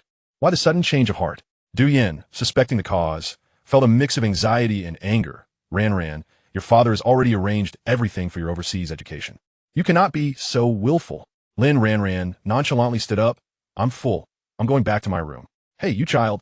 Du Yin glanced at Lin Ranran's barely touched meal. Infuriated, she slammed her chopsticks down. This child has truly been spoiled by us. Lin Jiangwo remarked. The child is feeling down. We need to comfort her properly. How do we comfort her? She's not a 3-year-old who can be placated with a new toy. Sigh. Girls grow up so fast. Du Yin sighed heavily. She had observed Lin Ranran's recent unusual behavior and had come to understand the issue now. She felt both anger and heartache, helpless in her concern. After a moment's hesitation, Lin Jiangwo suggested, how about I meet with that male classmate when I return from abroad? Du Yin remarked, what purpose does it serve for you to meet them? They are currently vexed by the sight of your daughter, harboring resentment towards you as well, and are unlikely to greet you with any warmth. Lin Jiangwo added with a cutting remark, last time, you mistakenly believed they were bullying Ranran. Du Yin replied, that embarrassing incident is something she truly would prefer to forget. If the child continues in this manner, it will undoubtedly lead to complications. Let us discuss it further once I return to the country. For now, we must accept the situation. What if Ranran is unwilling to go with you tomorrow? Du Yin expressed her concerns. The child has grown. She has her own opinions. If she truly does not wish to go, then she should not be forced. What if she insists on not going abroad and is determined to take the college entrance examination? Lin Jiangwo pondered. Then what can we do? We must respect her wishes. Du Yin complained, you just indulge her excessively. Lin Jiangwo replied matter-of-factly, she is my only daughter. If I do not indulge her, whom shall I? He added, if she wishes for the stars, I would even procure a ladder for her to reach them. Du Yin scoffed. And now that she has taken a liking to that Gu Chenshi, can you make him return her affections? Lin Jiangwo, feeling a bit unsettled by the thought of his princess-like daughter being forlorn over someone else, brat, mused, you are overthinking it. In my view, our daughter might merely be unaccustomed to being overlooked. Perhaps she does not genuinely fancy Gu Chenshi. Yet, if she is truly resolute about him, as parents, we must support her. Du Yin queried, and how will we do that? Are we to abduct him and present him to our daughter? We are not bandits. Although Lin Jiangwo remained silent, he found himself increasingly curious about Gu Chenshi, the boy he had yet to meet. What sort of young man could evoke such sorrow in their precious daughter? Lin Ranran confined herself to her room, inexplicably drawn to revisit her chat history with Gu Chenshi. This guy is so lazy, she thought, never posting on social media. His profile picture, a haphazard snapshot of a slightly disordered desk, held her gaze for an extended moment. What is he doing now? Still studying? He seems different. Aside from no longer orbiting around me, he is transformed into a study fanatic overnight. Frustrated, Lin Ranran shook her head vigorously. lamenting, "Why am I still thinking about him? No one is perfect. I made mistakes, yet I have apologized and reflected deeply. Yet he remains unforgiving. Why should I continue to dwell on someone so petty?" Rising abruptly, she opened her door and called down to Lin Jangwo, "Dad, could you please help me request a leave of absence from school? I need some peace." Since her world no longer included him, she resolved to learn acceptance, despite its difficulty. Yet, if she did not try, how could she ascertain her limits? The tears she had shed for him were already ample. Continuing down this path would only lead her further from herself. Perhaps, by not seeing him, she could swiftly forget him. Lin Ranran desperately sought ways to erase Gu Chenshi from her thoughts, experimenting with various strategies. The first was to find a substitute to fill his space in her life.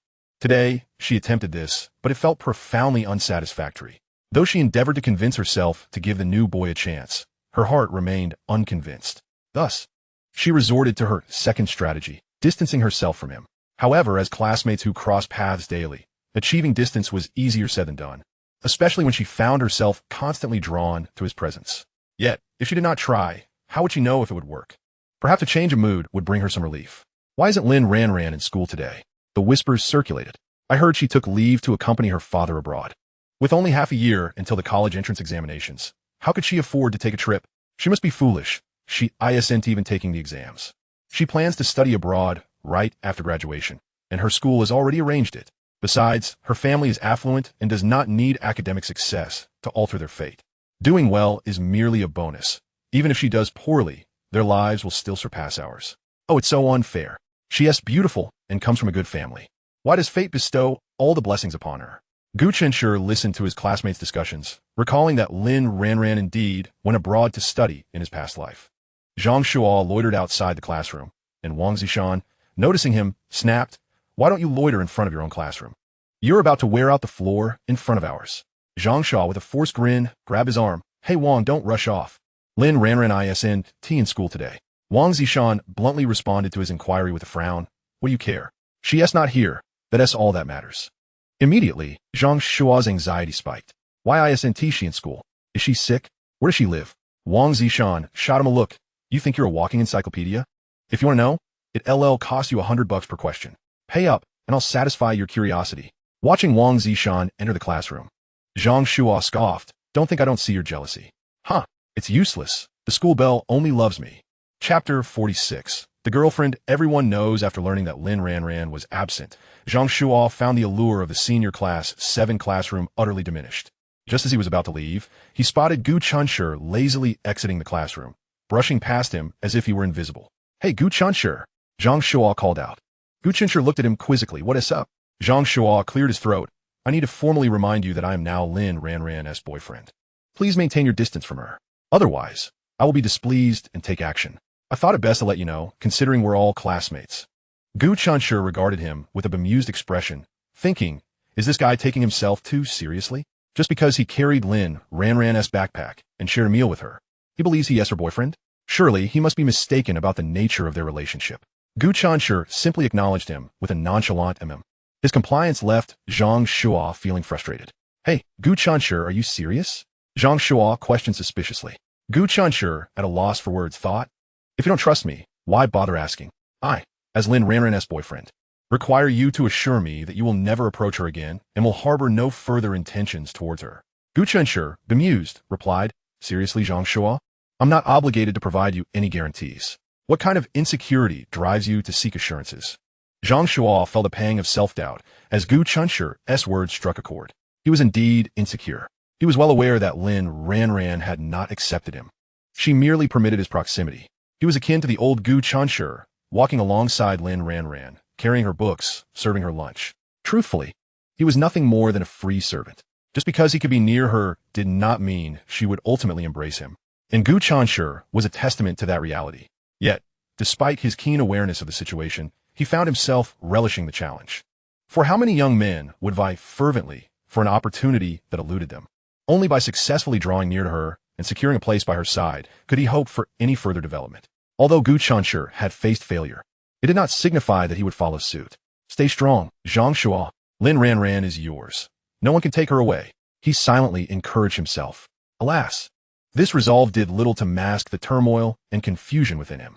Why had Lin Ranran, who had previously never cast a glance in his direction, suddenly permitted his approach. This perplexity gnawed at him. Perhaps it was due to Gu Chenshi's presence that she had overlooked Zhang Shuo's merits. Ignoring him entirely, Gu Chenshi strode away. Zhang Shuo remained rooted in contemplation until he felt a tightening around his neck. Zhou Xiangyu's voice, dripping with malice, emerged from behind. "You little brat." Zhang Shuo struggled momentarily, unable to free himself from the arm encircling his neck, and was left with no choice but to plead, "Let go, let go. I'm being choked here." Zhou Xiangyu, a towering figure of immense strength, had once triumphed in a skirmish against 5 boys from another class, earning a notorious reputation that made him untouchable. Zhou Xiangyu feigned ignorance. "Hey brat, what did you just say to old Gu?" Zhang Shuo recognized that Zhou Xiangyu and Gu Chenshi shared a bond akin to that of brothers. Realizing then where he had inadvertently provoked this menace. "It was nothing. I was simply greeting him," he weakly defended. "Greeting? Does that require guarantees and assurances?" Zhou Xiangyu retorted, feeling insulted by Zhang Shuo's perceived foolishness. "If you wish to be Lin Ranran's sycophant, no one will stop you, but if you dare to trouble him again, I'll be the first to make you regret it." Zhang Shuo, recognizing the wisdom of submission, replied, I understand. I wouldn't dare cause trouble for someone under your protection." Zhou Xiangyu scoffed, finally releasing him. "Consider yourself fortunate. However, I must inform you that old Gu harbors no romantic feelings for Lin Ranran. So if you're looking for a rival, don't target him." Zhang Shuo hesitated. "Is that true? But I remember Gu Chenshi was quite fond of Lin Ranran in the past. How can he suddenly claim indifference?" Zhou Xiangyu replied with pride. "When our old Gu says he is not interested, he means it. He's the kind of man, to be frank. The girlfriend he is pursuing now is 100 times better than Lin Ranran. Only you shallow men would hold her in such high regard." Upon hearing this audacious denigration of his goddess, Zhang Shuo instinctively clenched his fists. Yet, as he beheld Zhou Xiangyu's imposing stature, he silently relaxed them. "Let go," he admonished himself. A wise man does not seek unnecessary conflict. However, Zhou Xiangyu's assertion that Gu Chenshi's current girlfriend was 100 times superior to Lin Ranran? Ridiculous. Lin Ranran's beauty alone surpassed that of 99% of women. Zhou Xiangyu was merely bitter that his friend had not attained such a prize. He firmly believed that Gu Chenshi could never find a girlfriend more beautiful than Lin Ranran. Little did Gu Chenshi know. The rumor of him having a girlfriend more stunning than Lin Ranran had spread far and wide, thanks to Zhou Xiangyu's loose tongue. Upon returning to the classroom, Wang Zishan approached him with an eager grin. "Gu Chenshi, is it true your girlfriend is more beautiful than Lin Ranran? Any photos? We're all classmates here. Let's feast our eyes." Gu Chenshi, bewildered, replied, "What are you talking about? I don't have a girlfriend." Wang Zishan scoffed, "That is no fun. We all know it now, so why hide? Showing us won't cost you a thing." Gu Chenshi, disheartened, shot a glance at Zhou Xiangyu, thinking, "You promised not to bring this up again, and now you've made it public knowledge." The others chimed in, teasing him about how he had suddenly ceased to pay attention to the school beauty, only to have found a girlfriend even more beautiful than her. "What's your secret? Why is your luck with romance so abundant? Share some with us, will you?" Zhu Mingming added, his words laced with envy and bitterness. Gu Chenshi could only remain silent. He could not very well expose his heart to prove his innocence. Even his typically reticent deskmate, Tang Xiaoxi, inquired curiously, "Gu Chenshi, is she really that beautiful? From Zhou Xiangyu's description, she sounds like a fairy." As his classmates eagerly anticipated a glimpse of his ethereal girlfriend, Gu Chenshi felt an overwhelming urge to silence Zhou Xiangyu. He confronted him, demanding to know why he had spread such falsehoods. Zhou Xiangyu, unabashed, replied, "Isn't it inevitable that your fairy neighbor would become your girlfriend soon? Therefore, I am not spreading rumors." Gu Chenshi retorted with a scoff, "What, do you possess prophetic abilities? If so, perhaps you should predict when you'll end your bachelorhood."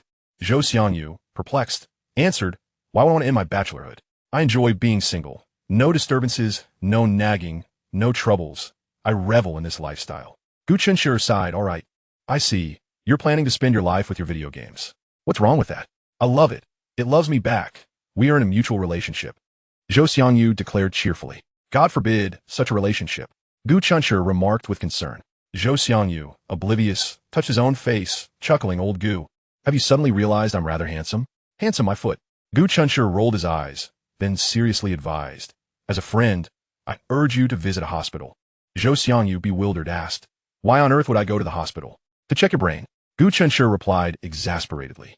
Zhou Xiangyu laughed, "You sly old Gu. Are you subtly calling my intelligence into question?" The two engaged in their usual playful banter, when suddenly someone shouted, it's snowing. Friends rushed out of the classroom, pressing against the windows to gaze outside. Indeed, large snowflakes danced down, far more exuberant than the first snowfall. The sky had been overcast for several days, and finally, a heavy snowfall had arrived. For some reason, it seemed that with the arrival of winter, people eagerly anticipated a blanket of pristine snow. Perhaps the white flakes served to cleanse the soul, purifying the world and instilling a sense of tranquility and peace. Some girls extended their hands, joyfully leaping to catch the feather-like snowflakes. As Gu Chenshi beheld the swirling snow, memories flooded back of a particularly snowy spring festival during his elementary school years, when his father had taken him downstairs to build a snowman after a hearty meal of dumplings. That snowman had been grand and beautiful, a source of immense joy. Yet, the next day, some mischief maker had kicked its head off, reducing it to a headless corpse, leaving him heartbroken and in tears. At that moment, his mother found herself utterly unable to soothe him and could only allow his tears to flow freely. She couldn't help but jest.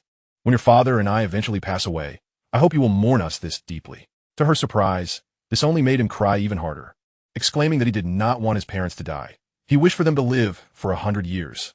Zhou Xiangyu squeezed over, exclaiming, "Wow, the snow is really coming down hard."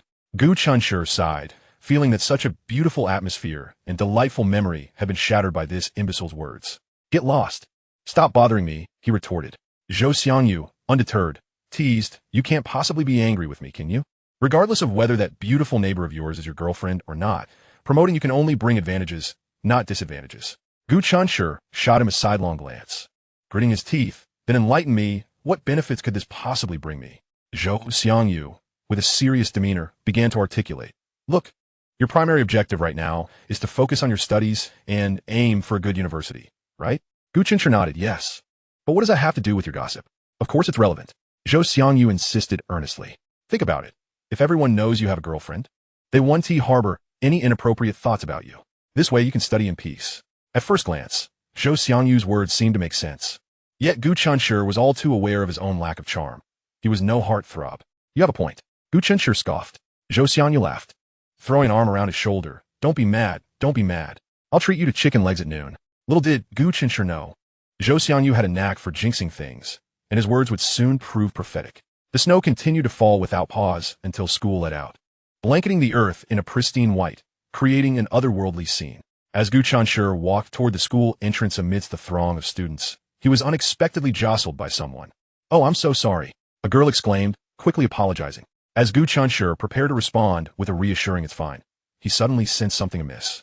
The gazes of the surrounding boys transformed into daggers, piercing him with envy. The girl continued apologetically, "I'm really sorry, Gu Chenshi. I didn't mean to bump into you. Are you all right?" Gu Chenshi recognized her as Yin Yin, a strikingly beautiful girl from class 3-2, someone with whom he had no prior interaction.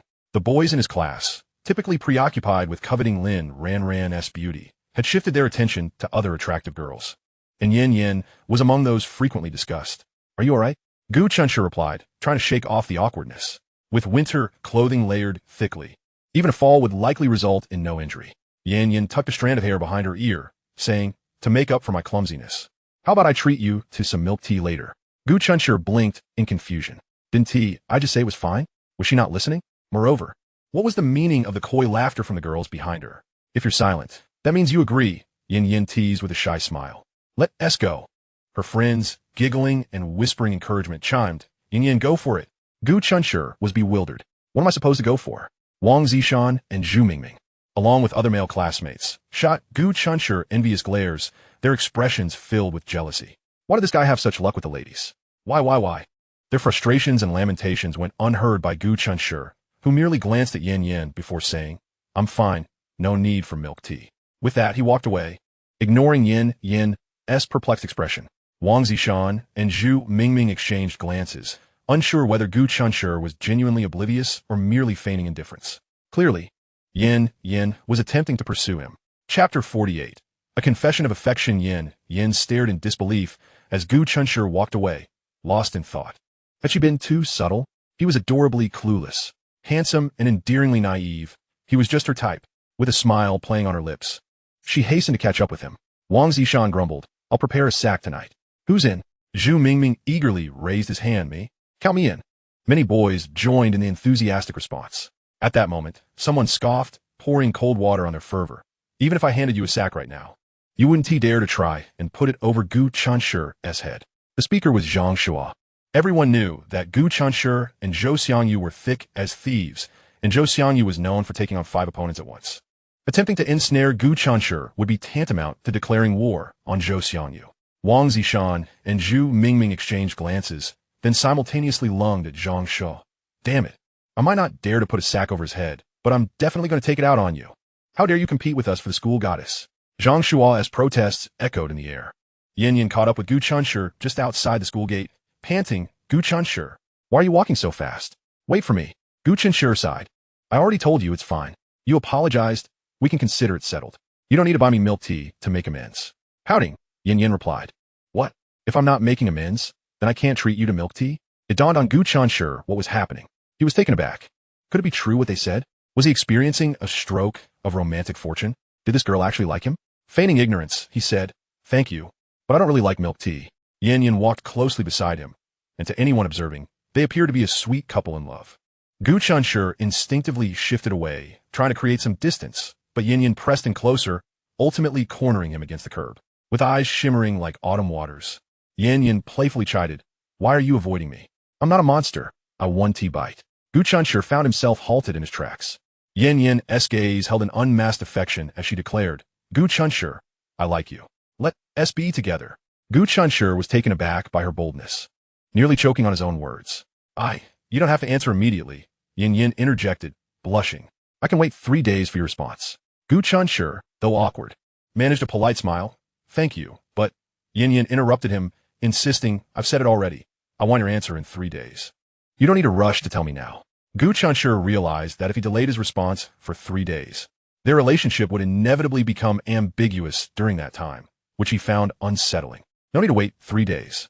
Though he seemed a bit unapproachable, he understood that indecision would only lead to chaos. Apologies, but with the imminent college entrance examination, I must devote my attention to preparation.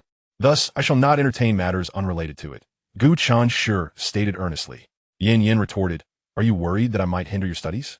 I assure you that once we are together, I will progress alongside you and will absolutely not hold you back.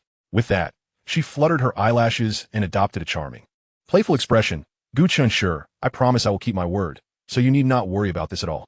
Gu Chenshi pondered, perplexed by her behavior. He had only mentioned his preparations as a considerate excuse to spare her feelings. Hadn't he expressed his sentiments clearly enough? The crux of the matter was that he simply did not harbor any affection for her. He had heard whispers about Yin Yan's reputation, a vivacious and extroverted girl, known for her exuberant social life and a penchant for revelry. Perhaps she was admirable, yet she was not the type that captivated Gu Chenshi. Rejecting a girl who boldly professed her feelings was undeniably harsh, yet he could not sacrifice his own emotions merely to protect hers. Yin Yin pouted, visibly displeased. Hey, you're still hung up on that Lin Ranran, aren't you? I truly cannot comprehend what you boys see in her. Gu Chenshi replied. We are discussing our own matters. Could you refrain from bringing others into it? Yin Yin scoffed, her earlier charm replaced by a brazen demeanor. What is the matter? Did I hit a nerve? Do you enjoy being her devoted admirer? How pathetic. A boy like you deserves to be a lifelong sycophant. Gu Chenshi regarded her with a tranquil gaze, clearly perceiving the unabashed disdain etched upon her features. It became evident that this girl was wholly unsuitable for him. Initially, he felt a twinge of guilt over his unconsidered rejection, but now, that fleeting remorse dissipated like smoke. Yin Yan's words were harsh, and to put it bluntly, they had trespassed upon another's dignity. However, Gu Chenshi had long since extricated himself from Lin Ranran's throng of admirers, and even if others recalled his past, he could now smile it off with composure. Nevertheless, this did not absolve Yin Yan's comments of their impropriety. Gu Chenshi's expression remained serene, yet his eyes grew cold. While the girl was indeed beautiful, at that moment, she appeared less appealing than a mere frog in his eyes. Have you finished? One thing I wish for you to understand is that no matter whose sycophant I may become, I will never be yours, Gu Chenshi declared, turning to leave. Admittedly, such words were rather harsh for a girl. Any girl with a modicum of pride would likely storm off in tears. Yet, Gu Chenshi underestimated the thickness of Yin Yan's skin. Yin Yan, watching his retreating figure, stomped her foot in frustration, exclaiming, Gu Chenshi, I can assure you that if you miss this opportunity, you will never find another girl as exceptional as me. Gu Chenshi glanced back, incredulous. Pray tell, who endowed you with such confidence? Sometimes, excessive self-assurance borders on delusion. It requires remedy. Gu Chenshi, Yin shouted, flustered as she caught up to him. I shall grant you one more chance. Will you, or will you not agree to be with me? If I turn away now, it will be too late for you to regret it. I have warned you. You will never find another girl like me. Just as Gu Chenshi was on the verge of uttering a scathing retort to deflate her inexplicable confidence, a gentle voice called out his name softly. Gu Chenshi. Following the sound, he turned to see, beneath the dim streetlight and amidst the swirling snow, a girl holding a transparent umbrella, standing by a utility pole. She appeared as beautiful as a painting, and he wondered how long she had been there, what she had seen or heard. Yin gazed at the girl, who she considered to be one of the most stunning individuals, rivaling Lin Ranran. It was baffling how the boys had deemed Lin Ranran the school beauty. Yet standing there, she suddenly felt an overwhelming sense of inferiority wash over her, an insidious feeling of self-doubt. Chapter 49, The Ethereal Girl. In that moment, Yin forgot her earlier displeasure with Gu Chenshi and could not help but inquire, Gu Chenshi, who is she? She might contest Lin Ranran's beauty. But upon seeing this girl, she felt truly inadequate, for the girl radiated an aura of purity and cleanliness, as if she had emerged from the snowy landscape. A sprite of sorts, Gu Chenshi, uninterested in her question, walked directly towards the utility pole. He had never felt such solace in Xiao Yu's smile as he did at that moment, instantly alleviating the emotional turmoil inflicted by the persistent girl. He softly asked, What brings you here? Where's my mom? Isn't she working the evening shift today? As Xiao Yu handed him a scarf, she replied, Yes. Annie has gone to her evening shift. This morning, I heard her mention that you left in a hurry and forgot your scarf. I happened to have some business to attend to, so I took a detour to bring you your scarf and umbrella. Gu Chenshi wrapped the scarf around his neck twice, instantly feeling warmer. With a pop, Xiao Yu opened the other umbrella and offered it to Gu Chenshi. The two passed by Yin, oblivious to her presence. As they brushed past each other, Xiao Yu shot a cold glance at Yin, causing Yin to involuntarily shrink back. Confused, Yin mused, Why should I be intimidated by someone who seems so young? As they walked, Xiao Yu quietly asked, Is she your classmate? I noticed you both wearing the same uniform. Gu Chenshi replied tersely, Classmate? She's a lunatic. After a while, when he noticed Xiao Yu's silence, anxiety crept in. He wondered if his brusque manner had frightened her. Just as he pondered this, Xiao Yu spoke again. In school, you encounter a myriad of classmates daily. Do you find it interesting or bothersome? Gu Chenshi reflected on her unique circumstances with a twinge of sympathy. While most children experience the mundane aspects of life, she had never had even a single day of such normalcy. Was that not a regret of sorts? Well, it's just average. Most of the time it can be quite dull, though there are moments of joy. Was that girl confessing her feelings to you? Xiao Yu inquired, unable to suppress her curiosity as she and Gu Chenshi were becoming more familiar with each other. Gu Chenshi's expression darkened at the thought of Yin. What confession? I cannot possibly entertain that, be careful. As they approached the platform, Xiao Yu accidentally slipped, and Gu Chenshi swiftly reached out to steady her. Their sudden closeness caused their umbrellas to bump against one another, and Xiao Yu leaned towards him, the fragrance she wore wafting into the air. In that instant, Gu Chenshi found himself momentarily entranced, wondering what brand of shampoo or laundry detergent she used. It smelled delightful. Xiao Yu, still shaken, murmured her thanks. The platform was crowded, primarily filled with high school students, and their appearance immediately stirred a commotion among the crowd. Hey look, isn't that Gu Chenshi from class 7? Yes, that's him. Who is the girl beside him? I've never seen her around school before. She must not be a student here. Look, she isn't even wearing a uniform. Her demeanor is truly remarkable, akin to that of a celebrity. Thanks to Lin Ranran, the unassuming Gu Chenshi is recognized by many at school. Their conversations, fragmented and interspersed, drift into the ears of Gu Chenshi and Xiao Yu as they stand at the bus station, which is hardly spacious. Xiao Yu remains silent. Although she is not particularly concerned with her appearance, she is aware from others' remarks that she possesses a certain attractiveness. The astonished gazes and heartfelt compliments from those around her leave her feeling somewhat disoriented. This may stem from her limited exposure to the outside world during her upbringing. She harbors a particular fear of being the center of attention. Yet today, perhaps due to Gu Chenshi's presence, she surprisingly feels at ease. Gu Chenshi initially intended to feign ignorance of the gossip, but when certain inappropriate speculations reach his ears, he couldn't help but twitch his lips. Is she Gu Chenshi's girlfriend? It must be so. I heard from Zhou Xiangyu that Gu Chenshi found a girlfriend even more beautiful than Lin Ranran. I thought he was just boasting, but it turns out to be true. Yet, I must say, they look quite compatible standing together. Gu Chenshi thought to himself, why are these people so trivial? Why waste their limited energy on gossip about those who are irrelevant?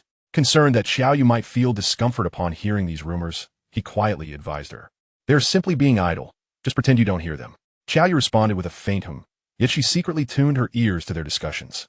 Whenever they spoke of Gu Chenshi, they often mentioned a girl named Lin Ranran. Was she a classmate of Gu Chenshi's? Their relationship seemed rather significant. Among the crowd, a boy named Zhang Shuo gazed at Xiao Yu with awe, although he and Gu Chenshi were not in the same class. They conversed regularly as they awaited the same bus at nearly the same hour. Zhang Shuo could not discern Xiao Yu's features, but her remarkable aura made it clear that she was an exceptional beauty. Listening to the chatter of their classmates, he felt a mix of emotions. So Zhou Xiangyu's claims were indeed true. Gu Chenshi had a stunning girlfriend. Therefore, it was not that Lin Ranran forbade him from standing beside her, but rather that he had chosen not to. Truth be told, realizing this fact left Zhang Shuo slightly disheartened. He had thought his charm had outshone Gu Chenshi's, basking in his own self-satisfaction, but it seemed that was not the case. Reflecting on his earlier warning to Gu Chenshi, he felt rather foolish, akin to a clown. Oh, and it seemed that Yin Yin from Class 2 intended to confess to Gu Chenshi after school today. It appeared that her confession had failed. Who would have thought that Yin Yin could experience such a setback? Over the past 2.5 years of high school, Yin Yin had dated several boys. She had a notable trait. She never paid attention to those who pursued her. All her boyfriends were those she had pursued herself. After a while, she would grow tired of them and unceremoniously end the relationship. Despite her somewhat tarnished reputation, she had never failed when she took the initiative, primarily because of her stunning beauty. Zhang Shuo pondered this and approached the group, greeting Gu Chenshi with a smile. Hey Gu Chenshi. Gu Chenshi glanced at him, acknowledging the greeting. They encountered each other daily at this spot, merely nodding in recognition. Upon hearing someone greet Gu Chenshi, Xiao Yu instinctively turned her gaze towards him. Wrapped in her scarf, her small face partially hidden, yet her strikingly expressive eyes still caught Zhang Shuo's breath. He couldn't help but recall Zhou Xiangyu's words. Old Gu's girlfriend is as beautiful as a fairy. Chapter 50. Fed by Xiao Yu in the biting cold of winter. Everyone's attire was quite similar, bulky down jackets, scarves, and hats. Fully armored from head to toe, they sought to cover every inch of exposed skin. Yet, the girl standing beside Gu Chenshi, clad similarly, exuded an ethereal charm that belied any sense of bulkiness. Ah, a fairy indeed. Is it not the essence of ethereal grace? She certainly matched Lin Ranran in beauty, yet Lin Ranran remained Zhang Shuo's ideal. And he couldn't bring himself to assert that Lin Ranran was inferior to any other girl. If he had to make a comparison, it would be a draw, an equal standing. As the saying goes, beauty is in the eye of the beholder, for others might indeed perceive Xiao Yu as surpassing the rest. Her otherworldly aura was not merely a result of her beauty. The bus gradually came to a halt at the station, and the crowd surged forward, jostling to board. Once the majority had entered, Gu Chenshi beckoned to Xiao Yu, stowing away his umbrella before stepping onto the bus with his long strides. He turned back to assist Xiao Yu aboard, swiping his student card twice, first for himself, then for her. The bus was packed with passengers, leaving no seats available. Gu Chenshi made his way to the back door, holding onto the overhead strap. Xiao Yu naturally positioned herself beside him. Among the passengers were not only students, but also several adults. The bus was filled to capacity. Gu Chenshi shielded Xiao Yu from the crowd, ensuring that she wouldn't be jostled by others. Visually, it appeared as though he held her protectively in his embrace. Facing the bus's glass window, Xiao Yu caught sight of Gu Chenshi's profile reflected in the glass, and a sudden wave of anxiety washed over her. They were uncomfortably close, so close that she could catch a whiff of the pine fragrance of his laundry detergent. It was fresh and clean. The bus's heating, combined with the crowd, made it difficult to resist the urge to succumb to sleep as the vehicle swayed gently. Fortunately, the journey was short, and they soon arrived at their stop. As before, Gu Chenshi disembarked first, then carefully assisted Xiao Yu, ensuring she wouldn't slip and fall. They walked side by side, each holding an umbrella on their way back. The crisp air was laced with the aroma of food wafting from an unknown window. Children, accompanied by their parents, enthusiastically built snowmen by the roadside. Have you ever built a snowman? Gu Chenshi asked suddenly. Xiao Yu shook her head. I've never seen snow before coming to this city. Gu Chenshi had never inquired about her previous residence, but from this statement, it was clear she hailed from a southern city. It's a pity I have too much homework. Otherwise, I could take you to build a snowman in the courtyard. Gu Chenshi lamented. No worries, there will be opportunities in the future. Indeed, they had many days ahead of them, and opportunities would surely arise. Their home was on the 4th floor. After climbing the stairs, Gu Chenshi habitually took out his keys, contemplating what to have for dinner that evening. Unexpectedly, Xiaoyu invited him. Why don't you come over for dinner tonight? I've already prepared it. Gu Chenshi was taken aback. Huh? Are you afraid to eat? Xiaoyu hesitated. Gu Chenshi quickly waved his hands. Oh no. Xiaoyu smiled brightly, then it settled. You go home and drop off your backpack, and I'll get the food ready. Gu Chan was slightly dazed as he opened the door, dropped his backpack, and momentarily lost himself in thought before he stumbled back out. It was only when he settled at the dining table of his neighbor's home that the realization struck him. The tides had shifted. Xiaoyu, who had always been the recipient of their culinary generosity, was now the one serving them. How to describe this feeling? It was rather peculiar. One could only hope that her cooking would resemble the egg pancake from that morning. Not necessarily aesthetically pleasing, yet certainly edible. This was crucial. Exceedingly so, for if her dishes turned out to be utterly inedible, Gu Chan would be too embarrassed to express his distaste in her presence. That would mean he would have to endure the meal with great discomfort. However, the faint aroma of rice in the air provided him with some solace. Even if the dishes were unpalatable, as long as the rice was cooked, there would be no issue. Do you need any help? He thought it impolite to simply sit idly by, so he stood and made his way toward the kitchen. No, just stay there and wait, Xiaoyu firmly declined, insisting on treating him like an esteemed guest. Thus, Gu Chan did not press the matter and casually turned his head to survey the surroundings. It was not his first visit here. When Grandma Li was still at home, he often played here. As a child, with his parents preoccupied with work, Grandma Li had taken care of him for a while, and he was quite familiar with everything here. However, since Xiaoyu had moved in, some changes had inevitably occurred. For instance, the curtains now featured a simple, fresh pattern. The table was adorned with charming little ornaments, and the bedding was pure white. As a young man, it felt somewhat impolite to casually glance into a girl's room, yet Xiaoyu's bedroom door was ajar, and a mere glance allowed him to catch a glimpse. The apartment comprised 2 bedrooms and a living room. Thus, the other room must be her workspace.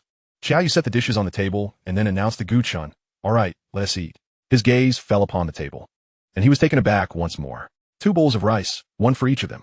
2 plates, one filled with stir-fried mushrooms and greens, and the other with spicy stir-fried chicken, and, judging by their appearance, they looked utterly delectable. Xiaoyu, somewhat bashful, remarked, "I haven't learned many dishes, so tonight we only have these 2. Gu Chan, incredulous, asked, "Are you certain this food isn't from a restaurant?"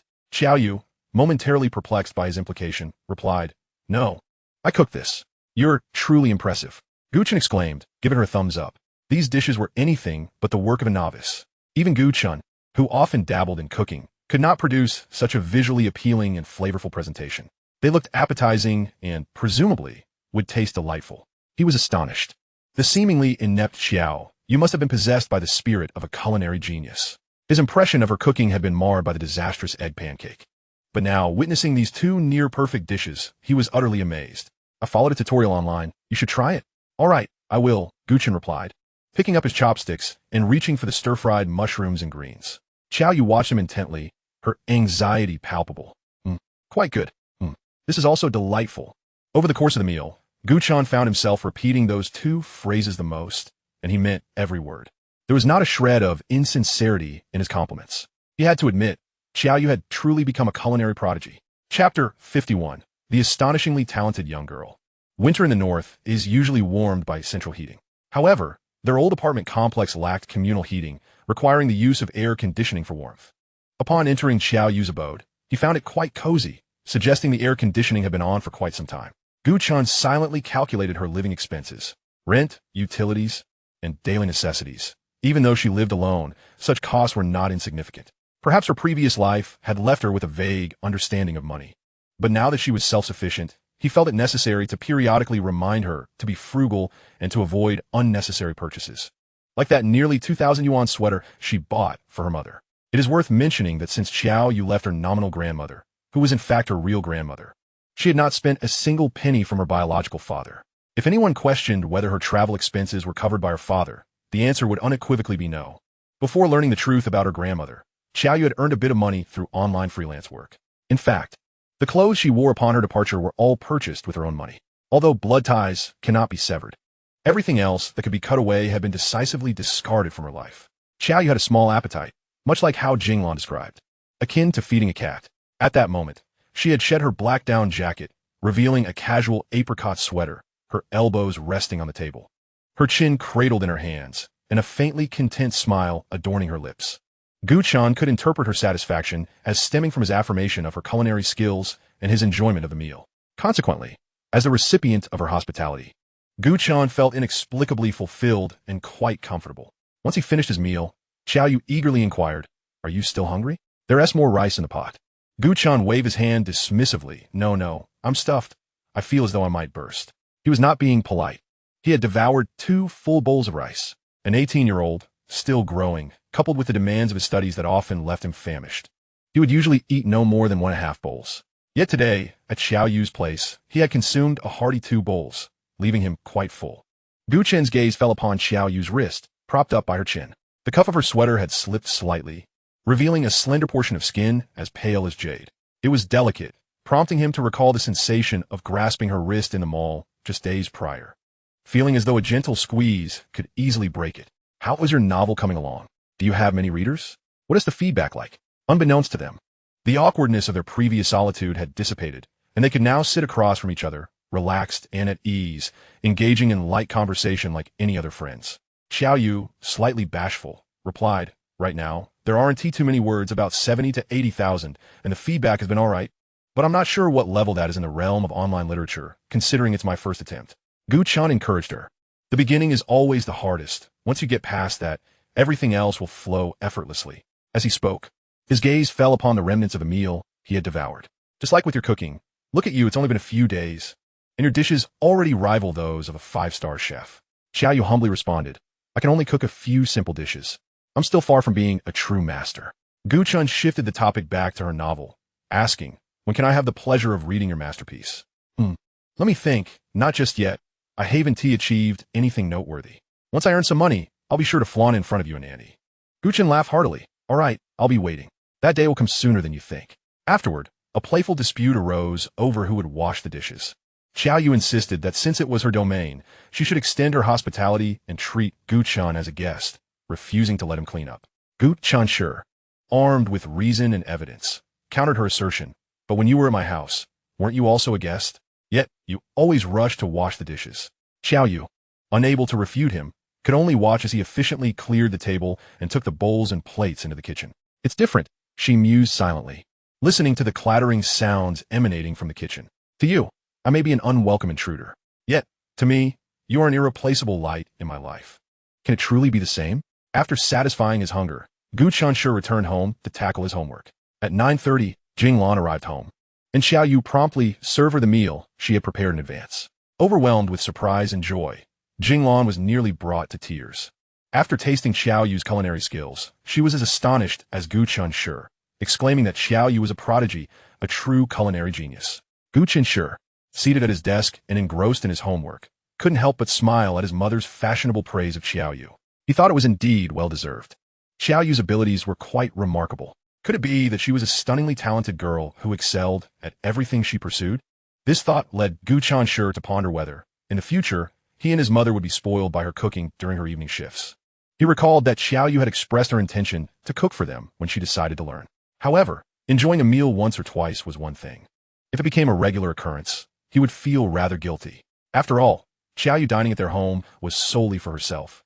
While if she were to prepare meals for them, it would entail catering to at least 2 people. Over time, wouldn't that be taking advantage of her generosity? The next day, as Gu Chenshi arrived at school, he was approached by a girl. Typically polite and composed, he wore a cold demeanor, unwilling even to glance in her direction. This girl was Yin Yin, who had previously remarked on his character. Yin enthusiastically approached him, greeting him as if they were longtime acquaintances. Noticing Gu Chenshi's indifference, she pouted, "Hey, you're not still mad at me, are you? Such a small heart." Gu Chenshi halted, turning to face her. "I already rejected you yesterday. Why are you still so eager to come up to me? Isn't that rather desperate?" Yin Yan's face turned pale. What did you just say?" Gu Chenshi smirked mockingly. "Do you find that difficult to hear? I merely rephrase your own words back to you. Can't handle it, huh?" Yin Yan, flustered, retorted, "What I said about you isn't the same as what you said about me. You're a boy. How can you be so petty?" Gu Chenshi scoffed. "Please, how long have we been shouting for gender equality? If you wish to be respected by others, you must first learn to respect them." Yin Yin found herself at a loss for words, realizing he had a point. Indeed, if she failed to respect others, why should she expect respect in return? Yet, she reflected, she had always said similar things to the annoying boys around her. and they had never objected. Suddenly, Yin understood. The reason those boys tolerated her was that they were pursuing her, thus they could overlook her various quirks. Conversely, Gu Chenshi, who had no interest in her, naturally would not indulge her. This realization left Yin feeling quite dejected, leading her to question her own appeal. She had never failed to capture a boy's attention before. Could it be that she would falter with Gu Chenshi? The pressure mounted, especially since she had boasted to her friends that she would win him over. If she failed this time, it would be utterly humiliating. With a strategic glimmer in her eyes, she adopted a vulnerable demeanor. Gu Chenshi, I truly like you. Gu Chenshi continued walking, treating her as if she were invisible. I'm sorry, would that suffice? Yesterday was my fault. I shouldn't have resorted to personal attacks. Yin hurried to catch up. Gu Chenshi scoffed in disbelief. This hardly constituted an apology. It lacked sincerity.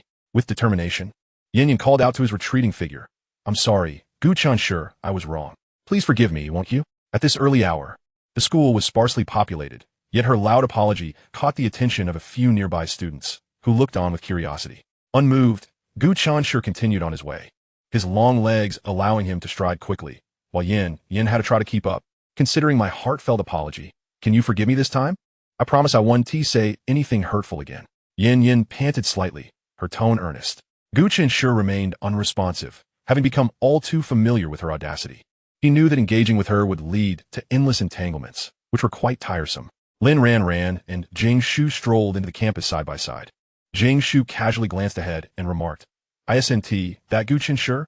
And ISNT, that Yin from class 2? Lin Ranran instinctively looked over, confirming it was indeed them. She observed Gu Chenshi walking purposefully toward the academic building, while Yin trailed behind him like a persistent shadow. Her face adorned with a coy smile as she engaged him in conversation. An inexplicable wave of irritation washed over Lin Ranran. Gu Chenshi clearly seemed disinterested in her. How could Yin shamelessly pursue him? Given my genuine affection for you, won't you consider giving me a chance? Yin pouted, her voice filled with feigned sorrow. Gu Chenshi, finally breaking his silence, replied, I've heard there are many boys who like you. Have you given them a chance? At that moment, a nearby boy, overhearing their exchange, taunted Yin. Gu Chenshi's girlfriend is like a celestial being come down to earth. Don't even think about it. Why not consider me instead? Under normal circumstances, the fiery Yin would have indignantly retorted, but after seeing the girl who had brought an umbrella for Gu Chenshi, she felt deflated. That girl was indeed Gu Chenshi's girlfriend? Why had she not considered this possibility earlier? Perhaps it was a subconscious belief that if Gu Chenshi had such a beautiful girlfriend, he wouldn't need to cater to Lin Ranran. Yin couldn't suppress her disappointment. The girl who brought you the umbrella yesterday, she's really your girlfriend? Of course she is. Otherwise, who would brave the freezing cold just to deliver an umbrella? The boy eagerly replied, acting as if he were Gu Chenshi's spokesperson. Yin shot him an annoyed glance. I was speaking to him, not you. However, she had already come to terms with the fact that she should no longer harbor any romantic notions toward Gu Chenshi. She could sense his utter disinterest. So why subject herself to further humiliation? As for the potential loss of face in front of her friends, he had a girlfriend. They shared a strong bond. How could she possibly become the third wheel in their relationship? Yes, this reasoning was quite sound.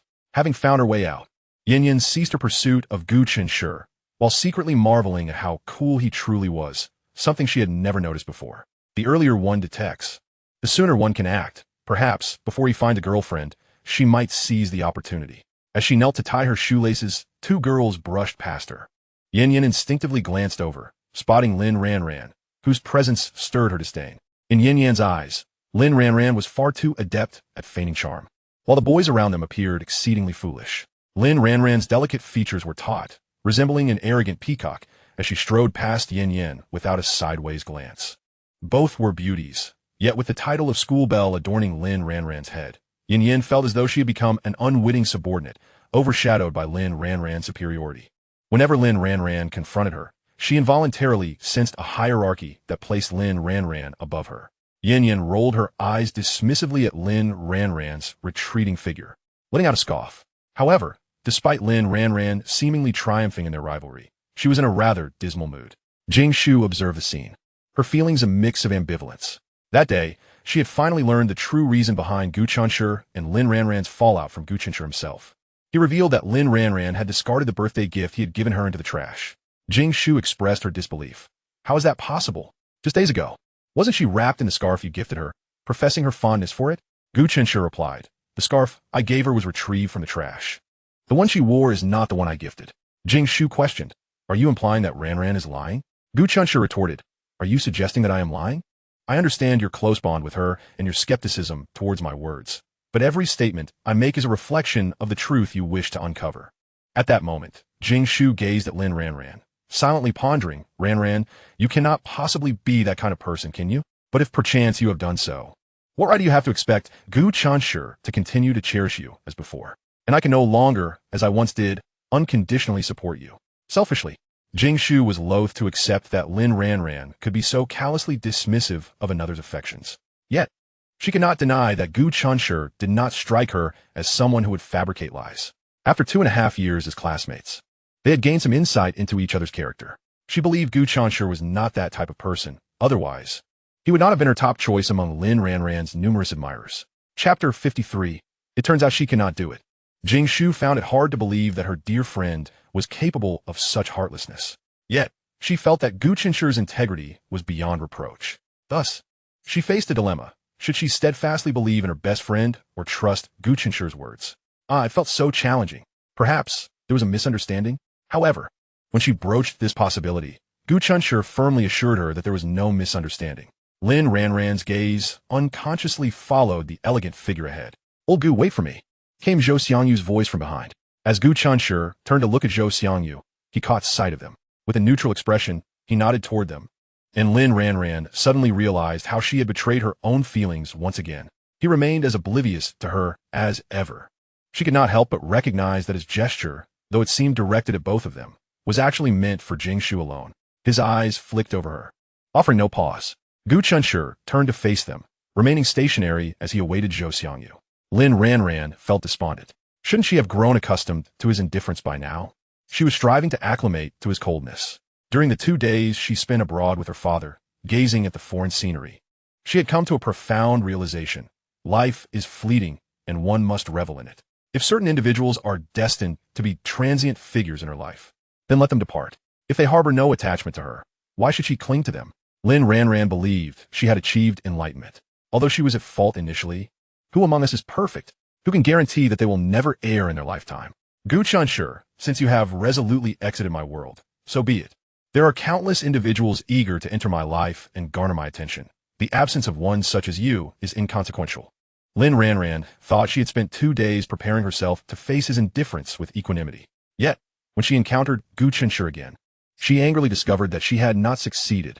When she noticed other girls vying for his attention, a surge of anger swelled within her, as if a precious treasure was being coveted and attempted to be stolen by others. When Gu Chenshi dismissed her, she still felt a pang of heartache. Jing Shu observed Lin Ranran struggle between her evident concern and her efforts to appear nonchalant, causing her to recall her earlier conversation with Gu Chenshi. Her heart wavered. Lin Ranran was such a proud individual. If she were truly blameless, would she bear the burden of her grievances alone? Certainly not. Thus, the answer appeared to be glaringly obvious. Gu Chenshi's words were indeed the truth. Jing Shu sighed. Ranran, how could you act so recklessly? You may discard many things, but a person's love for you is not one to be cast aside. Just like that pink scarf Gu Chenshi retrieved, once discarded, it could never be reclaimed. Gu Chenshi had become the focus of the entire class. The news of his relationship with a divine girlfriend was confirmed by all. Gu Chenshi, let us see how you will wriggle out of this one. Yesterday, your ethereal girlfriend came to deliver an umbrella, and many witnessed it. How stingy you are. We merely wish to see a photo, yet you refuse, fearing we might steal her away. The students clamored, filled with envy and jealousy. Some are already contemplating mischief, while everyone else lamented their unfortunate single status. Why should he be surrounded by captivating beauties, each more stunning than the last? Gu Chenshi was unaccustomed to such attention and felt a smirk tug at his lips, realizing that he could no longer extricate himself from his predicament. He could only hope that Xiaoyu would not hold him accountable upon learning of this. The raucous classroom fell momentarily silent with Lin Ranran's arrival. The gazes directed at her were tinged with curiosity. Who did not know that Gu Chenshi had once harbored feelings for Lin Ranran? Many believed he would ultimately win her heart. However, they were taken aback to find that the two had suddenly severed all ties. Rather than perceiving Gu Chenshi as abandoning the school bell, more believed that he had confessed his feelings to her behind everyone's back, only to be ruthlessly rejected, leading him to sever ties in a fit of anger. This was the prevailing speculation among their classmates, who assumed it was the truth.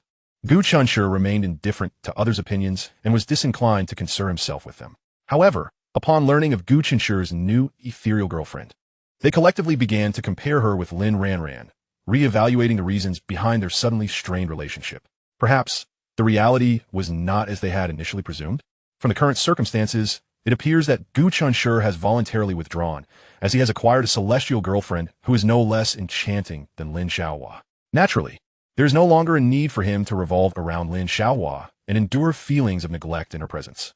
Let me tell you, I have heard that Gu Chenshi's divine girlfriend possesses an extraordinary demeanor, exuding an ethereal charm. She braved the heavy snow to deliver an umbrella to him, demonstrating the depth of their affection. Enough already. If you continue, I might just shatter a tooth from gritting my teeth in frustration. The murmurs of the crowd were not loud, but they drifted into Lin Ranran's ears like distant echoes. On the surface, she appeared indifferent, yet her heart ached with an unbearable pang. Was it true that they were truly together? That female neighbor had specifically ventured out in the snow just to deliver an umbrella to him? Were they truly so inseparable? However, if Gu Chenshi were to date any other girl, Lin Ranran would still harbor a sense of superiority, believing that none could compare to her. Yet with that neighbor, there was simply no flaw to be found, at least in terms of appearance. When the school bell rang, the classroom fell into a hush, and everyone dutifully retrieved the necessary textbooks. Jing Shu casually glanced and noticed Lin Ranran sitting vacantly at her desk, as if enchanted. "Ranran, it's time for class," she whispered gently. Lin Ranran snapped back to reality, offering a grateful smile before casually glancing in a certain direction, the direction of Gu Chenshi's seat. During the break, Tang Xiaoxi, who had been seated quietly, suddenly stood up. Gu Chenshi, though not looking, instinctively knew who had arrived. Zhou Xiangyu plopped down onto Tang Xiaoxi's seat, rubbing his legs while exclaiming, "Old Gu, how could you be so inconsiderate? Here, I thought we were brothers, and yet you kept your relationship a secret from me." Gu Chenshi, weary, responded, "It's not what you think. We are merely ordinary neighbors. No, don't worry about me. How are your legs feeling?" Chapter 54. The brother is a steel-hearted man. Gu Chenshi inquired with concern about Zhou Xiangyu's legs. "So of course, I stood for an entire class," Zhou Xiangyu retorted. To be fair, a class only lasts 45 minutes. Given Zhou Xiangyu's tall stature, standing shouldn't be much of a challenge. However, it must be noted that he had overslept, something that was quite typical of him, so it was no surprise. In a rush, he had sprinted after disembarking the bus, ultimately arriving a moment later than the teacher. As luck would have it, the first period was taught by their homeroom teacher, who shot him a piercing glance. Zhou Xiangyu's heart raced, his feet slipped, and he inadvertently put on a rather difficult acrobatic performance, landing face first on the ground amidst laughter, with concern etched on her face. The homeroom teacher asked if he was all right and if he needed to visit the school nurse. Zhou Xiangyu, touched, scrambled to his feet, insisting he was fine. To prove it, he took a few steps, and the teacher nodded in relief. But then, her expression shifted. "Since you're fine, you can stand at the back for being late." Zhou Xiangyu, though he was late, he was well aware of the buzz surrounding Gu Chenshi's celestial girlfriend that morning. He had heard about it from a boy in another class who was also running late. This boy was one of the witnesses who had seen Gu Chenshi's divine girlfriend at the bus station the previous day. "So, you played games again last night?" Gu Chenshi inquired. Zhou Xiangyu, feeling guilty, replied, "Just for a little while." Gu Chenshi did not press further. He was merely Zhou Xiangyu's friend, not his mother. As a friend, he could offer gentle advice but could not impose his will. Just as Zhou Xiangyu had said, breaking away from childhood habits takes time. One cannot simply sever ties. Gu Chenshi quietly retrieved a few slices of bread and a cold egg from his desk. The egg being cold was of no concern. Zhou Xiangyu was robust. Zhou Xiangyu grinned, eagerly accepting the food and devouring it heartily. In his haste, he nearly choked on the egg, flailing his arms to signal Gu Chenshi for water.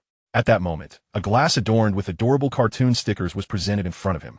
Zhou Xiangyu accepted it, gulping down the water in one go. It was only after finishing that he realized the cup did not belong to Gu Chenshi, but rather, "Is that enough?" Tang Xiaoxi asked softly. "If not, I can get you more." "Ah, no need." Zhou Xiangyu scratched his head, standing up with Tang Xiaoxi's cup in hand. "I'll wash the cup for you." Feeling embarrassed for having used a female classmate's cup, he was surprised when Tang Xiaoxi took the cup from him with a smile. "I'll do it." Gu Chenshi observed Zhou Xiangyu, now sated, as he returned to his seat, then glanced back at Tang Xiaoxi leaving the classroom. Something felt amiss. He couldn't help but scrutinize Zhou Xiangyu's face.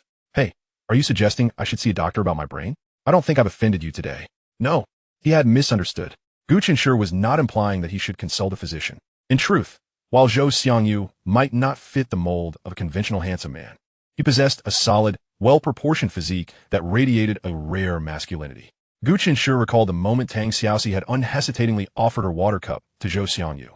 After all, cups are personal items. Unless one shares a particularly close bond, few are willing to lend their cups to others.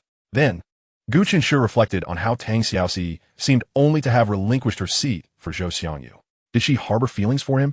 Gu Chenshi couldn't help but click his tongue in disbelief. It was a miracle that someone as game-obsessed as Zhou Xiangyu had someone who liked him. However, just because a girl liked him didn't guarantee he wouldn't end up alone for life. After all, when faced with a choice between girls and games, he would undoubtedly choose the latter without hesitation. After a 2-day absence, Lin Ranran finally returned to school, much to Zhang Shua's excitement. He rushed over as soon as class ended, eager to confess his longing to the goddess. However, in stark contrast to his enthusiasm, she coldly dismissed him with a curt, "Stop coming to our class so often." Zhang Shua left, glancing back repeatedly, filled with reluctance and anxiety. Had he done something wrong to upset the goddess? As he reflected, he could find no reason for her sudden chill, especially after her absence for 2 days. It felt as if he had fallen from paradise with a thud. At that moment, he could not fathom that had it not been for Gu Chenshi's withdrawal, he would not have even had the right to stand beside Lin Ranran, let alone speak to her. He thought he was patiently waiting for the clouds to part and reveal the moon, but in reality, he was merely a substitute for Gu Chenshi. As Zhang Shua departed, he couldn't help but cast a frustrated glance towards Gu Chenshi. This guy had stood beside Lin Ranran the longest. How had he managed that? Surely he possessed some advantages unknown to them. Zhang Shua mused, determined to seek Gu Chenshi's counsel in the coming days. Although it felt somewhat embarrassing, he was not about to relinquish his hard-won opportunity to approach the goddess. However, even Gu Chenshi himself remains oblivious to the fact that in Lin Ranran's heart, his greatest asset is simply his own being.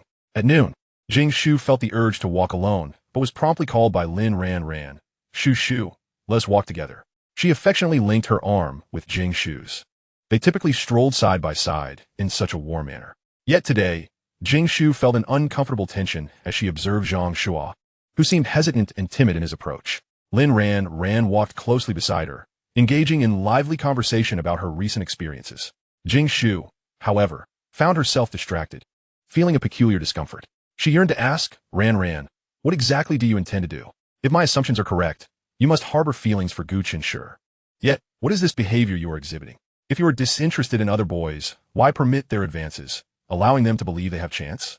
Perhaps you aim to provoke Gu Chenshi with these other boys, but does this not inadvertently harm those who genuinely care for you? Sighing, she mused, "Oh, Ranran, I am increasingly at a loss with you. Focus on walking," Gu Chenshi said impatiently. "Don't. My legs are sore," Zhou Xiangyu whined playfully. "How irritating. Save your charm for your future wife," Gu Chenshi retorted, shaking off a wave of goosebumps. Just then, Zhou Xiangyu draped his arm over Gu Chenshi's shoulders, leaning heavily, which made Gu Chenshi's discomfort palpable. Get off. If others see us so intimately, they might think we are, you know." Gu Chenshi remarked dryly. "That tactic works." Zhou Xiangyu immediately straightened up, exclaiming, "Who dares to speak such nonsense? I would knock them out. I'm a staunch heterosexual." Chapter 55. She is an invisible person. Zhou Xiangyu turned abruptly and noticed Tang Xiao, she stifling a laugh, which startled him. He quickly clarified, "Tang Xiao, you don't think that I and Lao Gu are, do you? We share a pure brotherly bond. Please, do not misunderstand." Tang Xiao, she ceased her laughter, nodded, and softly replied, "I believe you."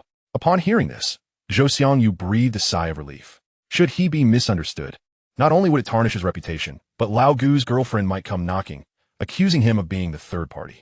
He certainly did not wish to be labeled as such. Yet a thought struck him, having known Lao Gu for over 5 years. Could he truly be considered a third party? Zhou Xiangyu felt confused. While he did know Lao Gu first, they had never defined their relationship. Thus, could he still be a third party? Ugh, nonsense, he muttered.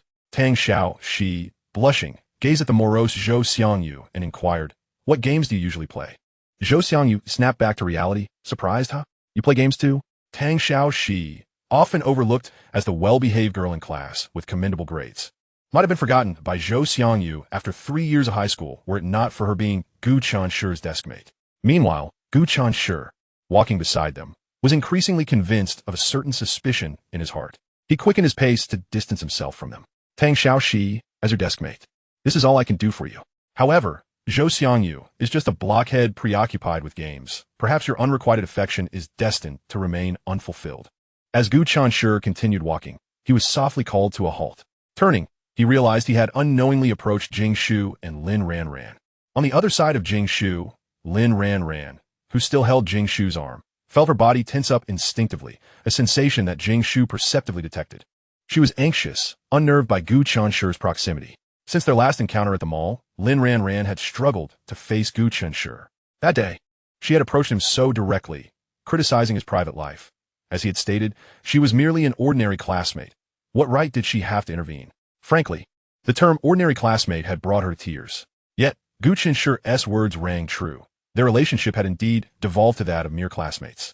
Now, encountering Gu Chenshi once more, Lin Ranran felt a wave of embarrassment. She regretted her impulsive behavior from that day.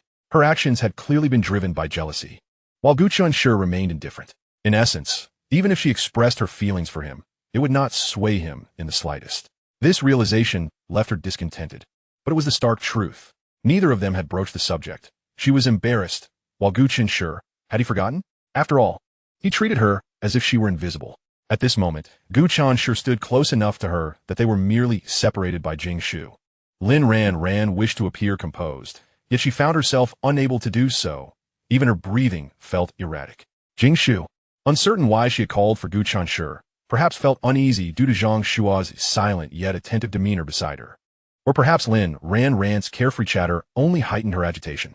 Regardless, the short distance to the cafeteria felt like an arduous journey for Jing Shu. Thus, when she caught a glimpse of Gu Chenshi, she couldn't resist. Gu Chenshi, I saw you this morning walking with Yan Yan from class 2, she said curiously. Though not one to indulge in gossip, she needed a topic to ease her discomfort. Upon hearing this, Lin Ranran perked up her ears, mentally cursing. How shameless. This insult was directed at Yan Yan. After lingering in silence, Zhang Shua finally seized the chance to assert his presence, playfully teasing, when Yan Yan approached you yesterday. Several people envied your romantic prospects, and even plotted to bring a sack to cover your head. Gu Chenshi chuckled self-deprecatingly. What romantic prospects? There's nothing of the sort. Listening to their light-hearted banter tormented Lin Ranran. Simultaneously, jealousy consumed her.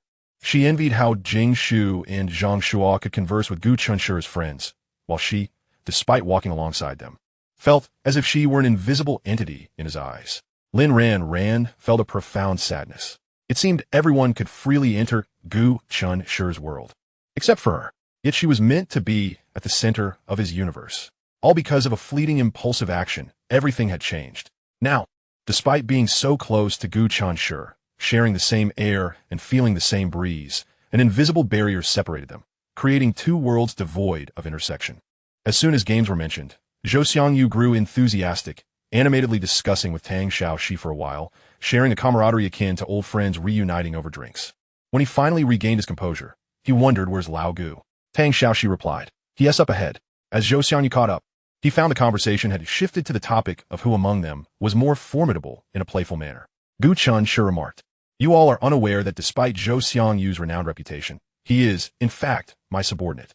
Jing Shu expressed her surprise. "Is that true? We wouldn't have guessed." Zhou Xiangyu, overhearing this, felt a surge of indignation. "Who says I'm not your equal? Shall we practice right here?" Gu Chenshi regarded Zhou Xiangyu with an air of defiance, challenging him. Zhou Xiangyu cleared his throat and replied, "Forget it. I'm the older brother, and I wouldn't want anyone to accuse me of bullying the younger." Indeed, by a mere week, Gu Chenshi ought to address Zhou Xiangyu as brother. Yet, regardless of being older by even a minute, he held the title. The group chatted and laughed as they made their way to the cafeteria. Meanwhile, Lin Ranran silently linked her arm with Jing Shu's, remaining as inconspicuous as air, uttering not a word. To the casual observer, she appeared aloof, unwilling to mingle with these ordinary mortals. In truth, however, the presence of Gu Chenshi left her breathless and hesitant, unable to join in their merriment. At that moment, she felt utterly abandoned by the world. Surrounded by laughter, she was engulfed in profound solitude. Yet, ironically, she was perhaps the one least deserving of loneliness. For instance, Zhang Shua frequently cast glances in her direction, hoping for her acknowledgement. The most torturous experience in life must surely be loving someone unattainably. As Lin Ranran endured her own suffering, she was, in turn, inflicting pain upon others. Chapter 56. The heart of a devoted admirer. The bus station after school was as bustling as ever. Upon boarding, Zhang Shuo seized 2 seats without a hint of decorum and called out to Gu Chenshi, "Come over here. I've saved you a seat."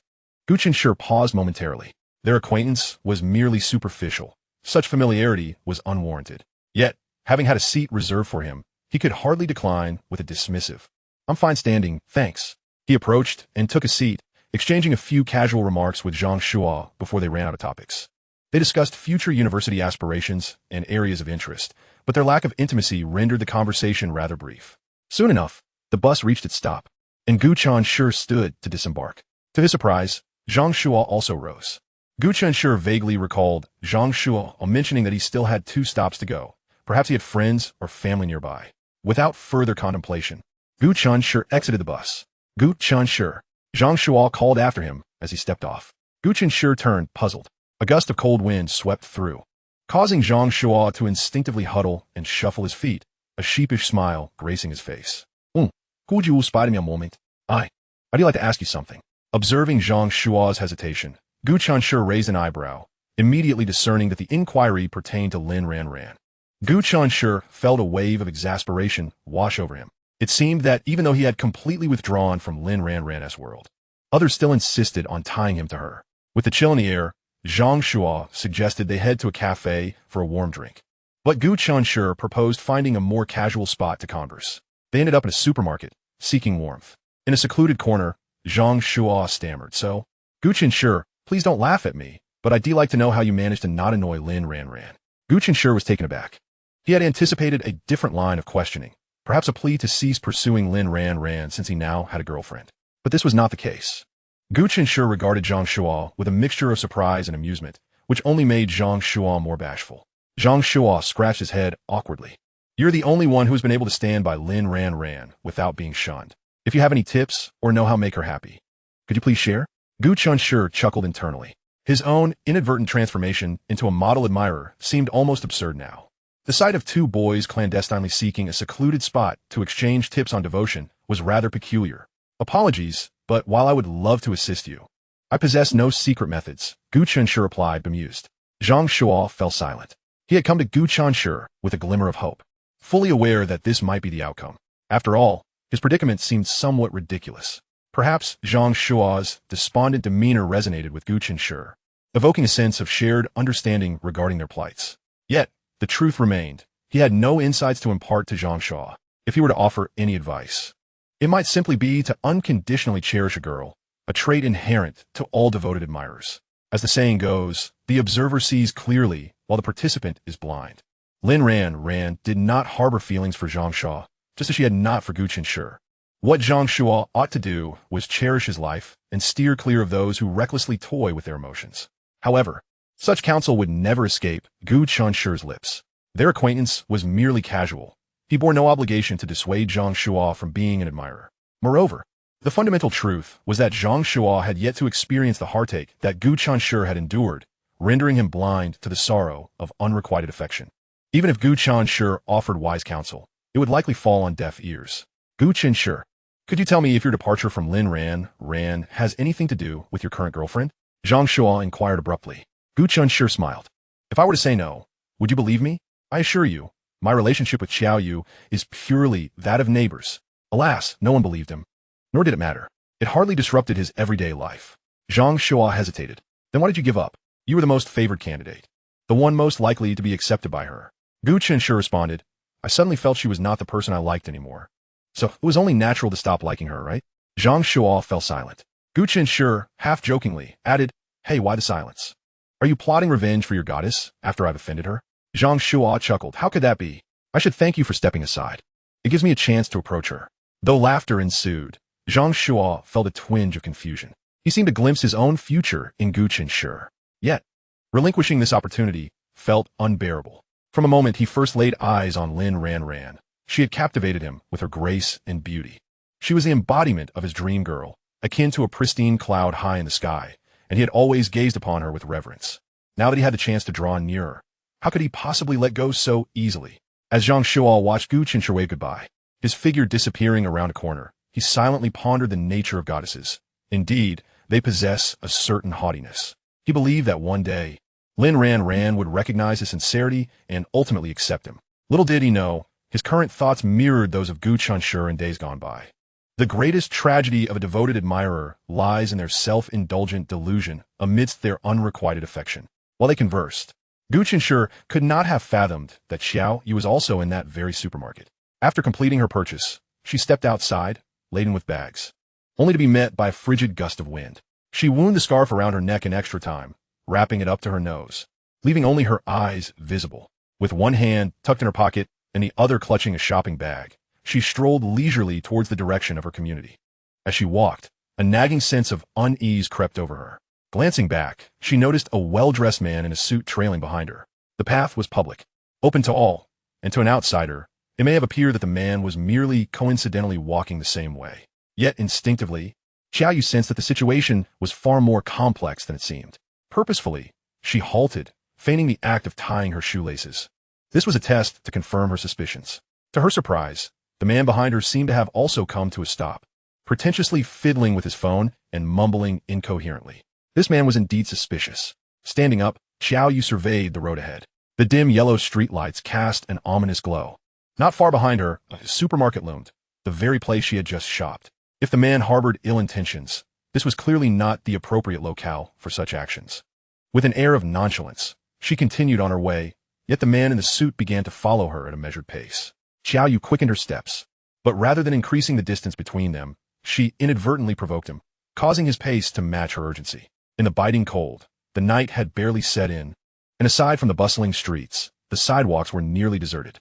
As she traversed this stretch, it was just her and the menacing figure behind her, pressing closer with every step. "Hey there, little sister. Aren't you tired carrying all those things? Let me help you. Where do you live?" The man's voice dripped with insincerity as he continued. "Hey, why aren't you responding?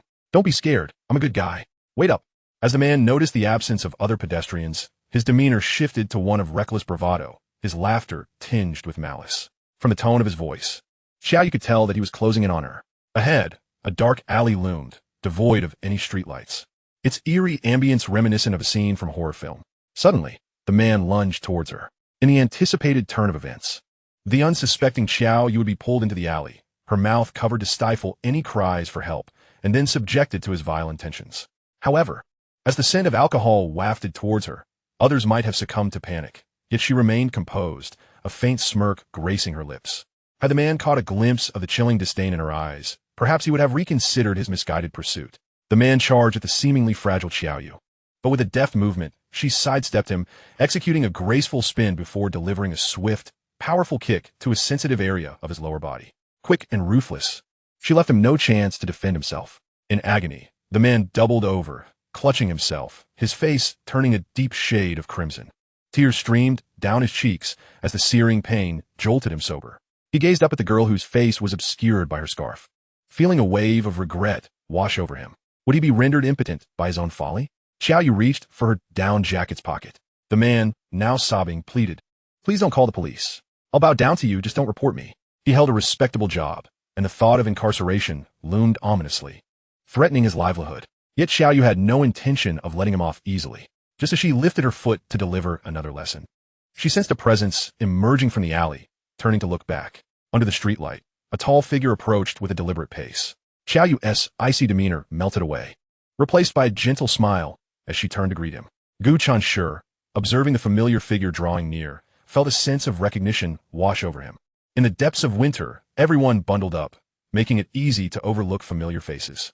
As he approached, he confirmed it was indeed Xiao Yu. Her eyes sparkled with warmth, reminiscent of countless stars, catching him off guard. With a shopping bag filled with daily necessities in hand, it was clear she had just returned from the supermarket. While there was a convenience store near their community, it often lacked essential items, necessitating the longer trek to the nearby supermarket. A faint, muffled groan drifted through the air, causing Gu Chenshi to glance ahead with curiosity. Familiar with the route, he recognized the dead-end alley to the left and deduced the sound was emanating from there. "Oh, it seems there's a drunkard over there," Xiao Yu remarked nonchalantly. Gu Chenshi's imagination conjured the image of an inebriated individual stumbling into the alley to vomit. As they passed the alley, he instinctively glanced inside, catching a glimpse of a figure on the ground, appearing rather disheveled. But that was the extent of his concern. In a world increasingly devoid of kindness, Gu Chenshi, having lived a second life, preferred to avoid trouble. Better to steer clear of complications. As they continued walking, Xiao Yu suddenly spoke. "You seem to be home later than usual today." "Ah, I was chatting with a classmate for a bit longer than expected," he replied. Noticing the heavy backpack on his back, Xiao Yu inquired, "Doesn't that get tiring?" "It's manageable. I've grown accustomed to it," he smiled. "In another 6 months, these tough days will be behind me. Compared to the despair of being bedridden in my previous life, this hardship is trivial." With a hint of pride, Xiao Yu declared, "I'll learn a new dish today, human lamb." Impressive. Gu Chenshi genuinely praised her, reminiscent of encouraging a child, causing Xiao Yu to feel a touch of bashfulness. Upon reaching her home, as Gu Chenshi prepared to head back, Xiao Yu urged, "Why not stay for dinner before you leave?" Though he knew she would insist on him dining with her, the casual invitation caught him off guard. With his mother working night shifts this week, he and his mother had been dining at Xiao Yu's every evening. Sooner or later, they would exhaust her hospitality. Little did he know that not only would they not deplete her resources, but she would willingly offer her very life for their sake. The Qiao family illuminated the once dim world of Xiao Yu. Without them, she would not be savoring life as she now did, oblivious to Gu Chenshi's discomfort. She opened the door with enthusiasm, exclaiming, "I believe I did well. You should try it and give me your feedback to see if there's room for improvement." Gu Chenshi chuckled, finding her exuberance delightful. If one were to push back against her enthusiasm, it would inevitably dampen her spirits. Thus, he chose to comply respectfully. As for the matter of who benefits from whom, that account can be settled at a later time. Gu Chen was obediently turning around, stepping over the threshold with her, and was immediately greeted by the enticing aroma of cumin lamb. His stomach quite fittingly growled twice. Ah, he was indeed hungry. Chapter 58. I consider an outsider? Gu Chen placed his backpack on the sofa before heading to the kitchen to wash his hands. Xiao Yu ladled the cumin lamb into a dish, presenting it to Gu Chen like a treasure. "Take a whiff. Isn't it delightful?" Gu Chen, while drying his hands, obediently took a sniff. It was indeed fragrant. His stomach grumbled even more eagerly. Xiao Yu set the cumin lamb on the table and, upon returning, found Gu Chen leisurely serving himself rice. She did not compete with him, but instead lifted the lid of another frying pan to serve a plate of stir-fried loofah and edamame. Finally, she prepared a bowl of tomato and egg soup for each of them. With 2 dishes and a soup, the meal was a feast for the senses. It was hard to believe that these culinary creations came from the hands of a beautiful girl who had only been learning to cook for less than 10 days. Gu Chen had come to accept an astonishing reality. Xiao Yu was indeed a prodigious talent. She was the most remarkable person he had ever encountered. "You're truly impressive. Do you learn everything this swiftly?" Xiao Yu shrugged modestly. "It's really nothing special. I just followed the steps I found online, and it naturally turned out well. If it were you, you could do it too. It's quite simple." Gu Chen smiled but remained silent, his conviction that Xiao Yu was a genius only growing stronger. If it were truly as easy as she claimed, everyone would be able to replicate the delicious dishes found in online recipes, and the world would not know the existence of culinary disasters. "Give it a try and see if it suits your palate," Xiao Yu said eagerly. Gu Chen picked up his chopsticks and took a piece of lamb, savoring it slowly. During this time, Xiao Yu's bright, expressive eyes were fixed on him, unwilling to blink until he reached a conclusion. The flavors of the lamb and cumin blended together perfectly, providing immense satisfaction to Gu Chen's taste buds. Jinglan often prepared this dish as well, but one could hardly argue against Xiao Yu's genius. Her rendition seemed to surpass the rest. Gu Chen offered an objective and fair assessment. "It's absolutely delicious. Xiao Yu, with your skills, your restaurant would undoubtedly thrive." Xiao Yu smiled shyly, clearly pleased by Gu Chen's praise. Satisfied, she picked up her chopsticks and began to eat. She consumed very little, akin to a cat nibbling at its food, and did so slowly, as if savoring each grain of rice, creating a delightful scene. Dining with a beauty was indeed a pleasure. Initially, Gu Chen considered his own eating habits to be quite normal. Compared to his friend Zhou Xiangyu, he even felt rather graceful. However, in contrast to Xiao Yu, his dining manner appeared more akin to that of a ravenous beast. "You're eating so little. Won't you be hungry later?" Gu Chen could not help but inquire. "Not really." Xiao Yu shook her head. "I seldom exercise, so I don't expend much energy." She was too slender, Gu Chen thought, appearing as though a gust of wind could whisk her away. Coupled with her lack of physical activity at home, how could her health possibly improve over time? If only Gu Chen knew that the seemingly delicate Xiao Yu had brutally dealt with a scoundrel that very evening, likely leaving him with a life-altering experience. He would surely reconsider his thoughts. When Jinglan returned, she animatedly recounted her observations from the evening commute. Gu Chun stepped out from his room, grabbed 2 bananas, and offered one to Xiao Yu while keeping one for himself. After peeling it and taking a bite, he asked curiously, Mom, who did you say was in trouble? Jinglan replied, a white-collar worker was carried onto an ambulance, claiming to have accidentally fallen. Imagine of all places to fall, it was, let us just say it might have some lasting repercussions. She glanced at Xiao Yu, feeling that explaining the specifics of the incident in front of such an innocent girl might be inappropriate. Fortunately, Gu Chen understood. So the white-collar worker had fallen in such a manner that he had injured his most vital area? Gu Chen pondered. Normally, when one falls, it's one's head, elbow, leg, or knee that gets hurt. It must have taken quite an unusual position to achieve such an outcome. Xiao Yu silently peeled her banana, her thoughts drifting to how fortunate that scoundrel was. Had she not sensed Gu Chan's approach, she would never have let him off so easily. However, Xiao Yu was confident in her strength. With one kick, that scoundrel had nearly faced ruin. This was why she chose not to report him. Since he had merely attempted to infringe upon her, he would not be severely punished. It was far more satisfying to let her kicks serve as his lesson, granting him a taste of impotence. Well, one could say she was enacting justice. Had it been any ordinary girl, defenseless and incapable of defending herself, the outcome could have been vastly different. Jinglan earnestly advised Gu Chun, Chun-shi, you must refrain from drinking alcohol in the future. If work necessitates it, you may indulge sparingly, but remember, never overindulge. Drinking can lead to grave mistakes. The person from today fell because he drank too much. Gu Chun had an epiphany. So the person his mother referred to as having fallen in a compromising manner was likely that drunken individual he had encountered in the dead-end alley. Xiao Yu, your lamb is exceptional, better than anything I've cooked, Jinglan exclaimed, placing a piece of cumin lamb in her mouth, her eyes gleaming with delight. Xiao Yu replied sweetly, I'm glad you like it, Annie. As Jinglan continued eating, she suddenly furrowed her brow. Xiao Yu, anxious, asked Annie what is wrong. Is there something that needs improvement? No. Jinglan waved her hand dismissively. What you've made is extraordinary, beyond reproach. I had intended to pass on my culinary skills to you, but it seems there's no need. You are a natural talent, and I wouldn't dare to overshadow your brilliance. Gu Chun couldn't help but appreciate his mother's self-awareness. Indeed, her decades of home cooking paled in comparison to the remarkable dishes Xiao Yu effortlessly crafted. Jinglan, looking worried, said Xiao Yu, your cooking is feeding both me and Chenshi. It feels like we're taking advantage of you. Xiao Yu interjected, Auntie, please don't say that. I've enjoyed your hospitality before, haven't I? Jinglan waved her hand again. That's different. You were a guest, and you hardly ate much. But now, both Chenshi and I are being fed by you. Isn't that unfair? Xiao Yu's spirits dampened, and she fell silent for a while. Gu Chun exchanged glances with Jinglan. Mom, it seems you've upset her, Gu Chun remarked. But I'm only speaking the truth. We are indeed benefiting from her. Jinglan hesitated before continuing. Xiao Yu, if I've said something wrong, please feel free to point it out. Xiao Yu, feeling dejected, asked Auntie, do you see me as an outsider? Chapter 59, An Unresolved Account. Xiao Yu, with a heart full of grievances, questioned Jinglan if she truly regarded her as an outsider. Jinglan hurriedly denied, No, absolutely not. Xiao Yu interjected, since you don't consider me an outsider, Auntie, please refrain from saying things like taking advantage of someone in the future. In a family, how can there be such a notion? Gu Chenshi was momentarily taken aback. Jinglan also stood in stunned silence. The earnest and sincere expression on Xiao Yu's face left them both astonished and deeply moved, as if, in the vastness of existence, a new kin had suddenly emerged to share the burdens of life in this world of suffering. Jinglan was on the brink of tears. Child, you are a wonderful person. However, Auntie, you must consider your future. You have a long road ahead.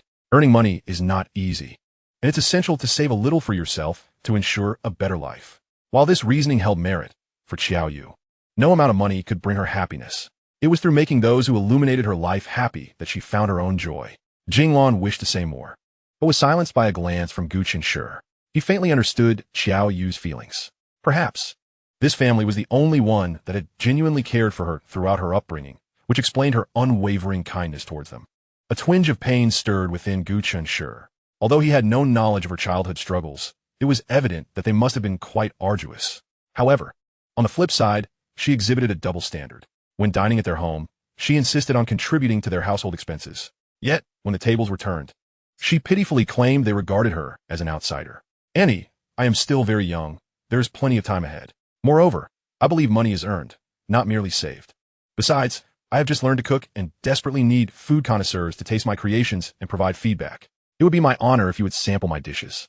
Listening to her eloquence, Gu Chenshi was truly impressed. If they were to tally her insistence on contributing to their living expenses, she might retort that it was difficult enough for them to support their family, and how could she possibly burden them? Regardless of how she articulated her thoughts, she always had a point. Auntie, I don't cook for you every day, and if you insist on keeping score, how could I ever come to your home for meals again? You eat my food, I eat yours. It's a mutual exchange, and no one is indebted to anyone. Auntie, could you please refrain from mentioning this matter in the future? With her words, this financial account became a muddled affair, impossible to clarify. Xiao Yu's eyes glistened, as if tears might spill forth at any moment, evoking a sense of heartache. This successfully led Jing Lan to reflect on her own behavior. After all, the child's intentions were sincere, and why should she count every detail so meticulously? Ultimately, it did seem she had treated her as an outsider. It was Auntie's fault. She had overthought the situation. Acknowledging her mistake, Jing Lan began to self-reflect. Xiao Yu, breaking into a smile, replied, "No, Annie, you're the best aunt in the world."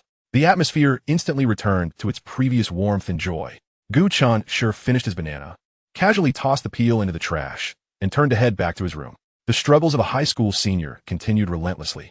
Time flew by, and winter break arrived. However, do not misunderstand, it was the first and second-year students who enjoyed an extended vacation, while the third-year students faced only a brief 7-day respite due to the impending college entrance examinations. The late start and early return to school was a disheartening reality every senior had to confront. The departure of the first and second-year students made the campus feel remarkably larger, almost overnight, and eerily vacant. During the break, Gu Chenshi leaned against the corridor with Zhou Xiangyu, chatting with their backs to the window. The weather was pleasant, with sunlight filtering through the glass and casting a soft halo over his dark hair. Engaged in conversation with Zhou Xiangyu, he burst into hearty laughter, his smile more radiant than the sunlight outside. Lin Ranran happened to walk out and caught sight of this scene, momentarily lost in thought. Gu Chenshi sensed something amiss and casually turned to glance in her direction. Lin Ranran's heart raced. She wanted to avert her gaze but found herself too late. Their eyes met, and Gu Chenshi's gaze still held a lingering smile, warm and sunny. Lin Ranran felt a wave of disorientation. Had it not been long since Gu Chenshi had exited her world? Yet for her, it felt as though a century had passed before she could gather her thoughts. Gu Chenshi returned his attention to Zhou Xiangyu, continuing their previous conversation. A wave of indescribable sorrow washed over Lin Ranran. Just moments ago, although Gu Chenshi's gaze lacked disdain or coldness, it only intensified her discomfort. His glance had settled upon her, yet it seemed he did not truly see her. Or perhaps, in Gu Chenshi's eyes, she was akin to a wall, a stone, an unremarkable scenery, incapable of stirring even the slightest ripple in his heart. This was undoubtedly a crushing blow for Lin Ranran, who was accustomed to being the center of attention. She felt dejected and disheveled, but mustered the strength to straighten her back, striving to maintain her usual lofty demeanor, and walk past them without a sideways glance. "Ha ha, old Gu, don't you find it ridiculous?" Zhou Xiangyu chuckled, unable to contain his laughter. Upon catching a glimpse of Lin Ranran, he immediately ceased his mirth, disdain evident on his face. "TCH, that woman is nothing but a heartbreaker to my brother." Abruptly shifting the topic, he inquired, "Old Gu, how is your progress with your ethereal girlfriend?" Lin Ranran stumbled in her steps. She had heard much about Gu Chenshi's ethereal girlfriend, and each mention affected her mood for an extended period. Yet to be fair, since Gu Chenshi had ceased to show her the same attention and care he once did, and she realized that he would not forgive her for making him angry. Her spirits had plummeted. Even when she wore a smile, it never reached her heart. Gu Chenshi regarded Zhou Xiangyu, who was making exaggerated facial expressions, with a sense of exasperation. This guy suddenly brought up this topic again? As Zhou Xiangyu continued with his winks and gestures, Gu Chenshi felt even more incredulous. Was this guy deliberately trying to use the subject of the ethereal girlfriend to provoke Lin Ranran? How utterly trivial. Since being reborn, Gu Chenshi had swiftly drawn a line between himself and Lin Ranran. Initially, her inexplicable behaviors had left him quite displeased. However, after their encounter at the mall, where she had attempted to dictate terms only to be rebuffed, she had not troubled him again. Perhaps his words had been too harsh that day? But whose fault was that? It was her own doing. Once Lin Ranran had distanced herself, Zhou Xiangyu complained, "Old Gu, do we even have any tacit understanding?" "None," Gu Chenshi replied without hesitation. "What a drag. I wanted to see her cry," Zhou Xiangyu remarked with a mischievous glint in his eye, clearly referring to Lin Ranran.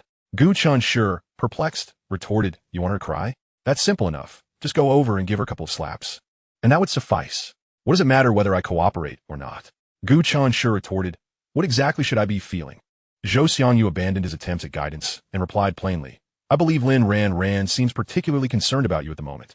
She must have recognized your worth and is eagerly hoping for your return. Indeed, she was yearning for him to resume his role as her devoted admirer. After all, among her legion of sycophants, Gu Chenshi stood out as the most distinguished one. Gu Chenshi echoed his earlier words, what does that have to do with me? Zhou Xiangyu burst into laughter. Yes, you're absolutely right. She's nothing but a relic of the past. You now have a divine girlfriend and have no reason to pine for her. Gu Chenshi thought to himself, even if he were to remain single for life, he would never look back. By the way, what is the name of your divine girlfriend? Zhou Xiangyu remembered to ask. Gu Chenshi responded, have you lost your mind? I already introduced her to you at the bookstore that day. Zhou Xiangyu scratched his head, did you? I didn't remember. Her name is Xiao Yu, Gu Chenshi clarified, adding, we are truly just ordinary neighbors. However, that description seems somewhat inaccurate. Ordinary neighbors wouldn't share meals at each other's homes so freely, would they? Zhou Xiangyu looked at Gu Chenshi, grinning mischievously, old Gu. It's clear you're lying. The moment you mention your neighbor, your lips curl into a smile, unmistakably radiating happiness. Gu Chenshi asked, is that so? He hadn't even noticed it himself. However, speaking of happiness, he had liberated himself from the despair of his past life, enjoying good health and a harmonious family, experiencing joy each passing day. Zhou Xiangyu was intentionally stirring the pot. Zhou Xiangyu teased, no matter how tough you play it, you cannot escape my discerning gaze. Gu Chenshi found himself in a state of amused exasperation. Discerning gaze? If so, why hadn't he noticed Tang Xiao's hidden affection for him? Achoo! Zhou Xiangyu suddenly sneezed. Gu Chenshi quickly distanced himself. Zhou Xiangyu, are you coming down with something? The flu is rampant lately. Many have fallen ill. Zhou Xiangyu waved his hand dismissively. How could that be? My robust physique grants me immunity against all viruses. Achoo! Whether Zhou Xiangyu was indeed unwell remained unclear. But unfortunately, Ms. Jinglan had caught a cold. She had started feeling unwell in the afternoon, plagued by a headache and an overwhelming desire to sleep. Despite her dedication, she remained at work until the end of her shift, wobbling home on her electric bike. Upon arriving home and checking her temperature, she found she had a slight fever. Gu Chenshi retrieved some medicine and poured a cup of hot water for her to take it with. Jinglan had no appetite for dinner, reluctantly sipping a bit of millet porridge that Xiao Yu had specially prepared for her before collapsing into bed. The next day, Jinglan still had a fever, and she certainly couldn't go to work. Gu Chenshi insisted she visit a doctor, but she believed it was merely a slight cold and that rest would suffice. Uncomfortable leaving her alone at home, Gu Chenshi was relieved when Xiao Yu said, you can go to school without worry. I will take care of Auntie. If anything seems amiss, I will take her to the hospital immediately. Gu Chenshi expressed his gratitude. Thank you, Xiao Yu. Xiao Yu replied seriously. You need not thank me. Auntie is your mother and also my aunt. It is my duty to care for her. Gu Chenshi thought to himself. Was he being overly sentimental? Regardless, he felt a deep sense of appreciation for Xiao Yu. After school, Gu Chenshi hurried home, eager to check on his mother's condition. The house was dimly lit, and a figure lay motionless in front of the sofa. Gu Chenshi's heart sank. His mother's condition appeared to be more serious than he had anticipated. Had she fainted? In a panic, he rushed over, scooping the figure into his arms, exclaiming, Mom, are you all right? Mom. Gu Chenshi suddenly fell silent. The soft warmth and fragrant scent in his embrace. Wait, he seemed to have made a mistake.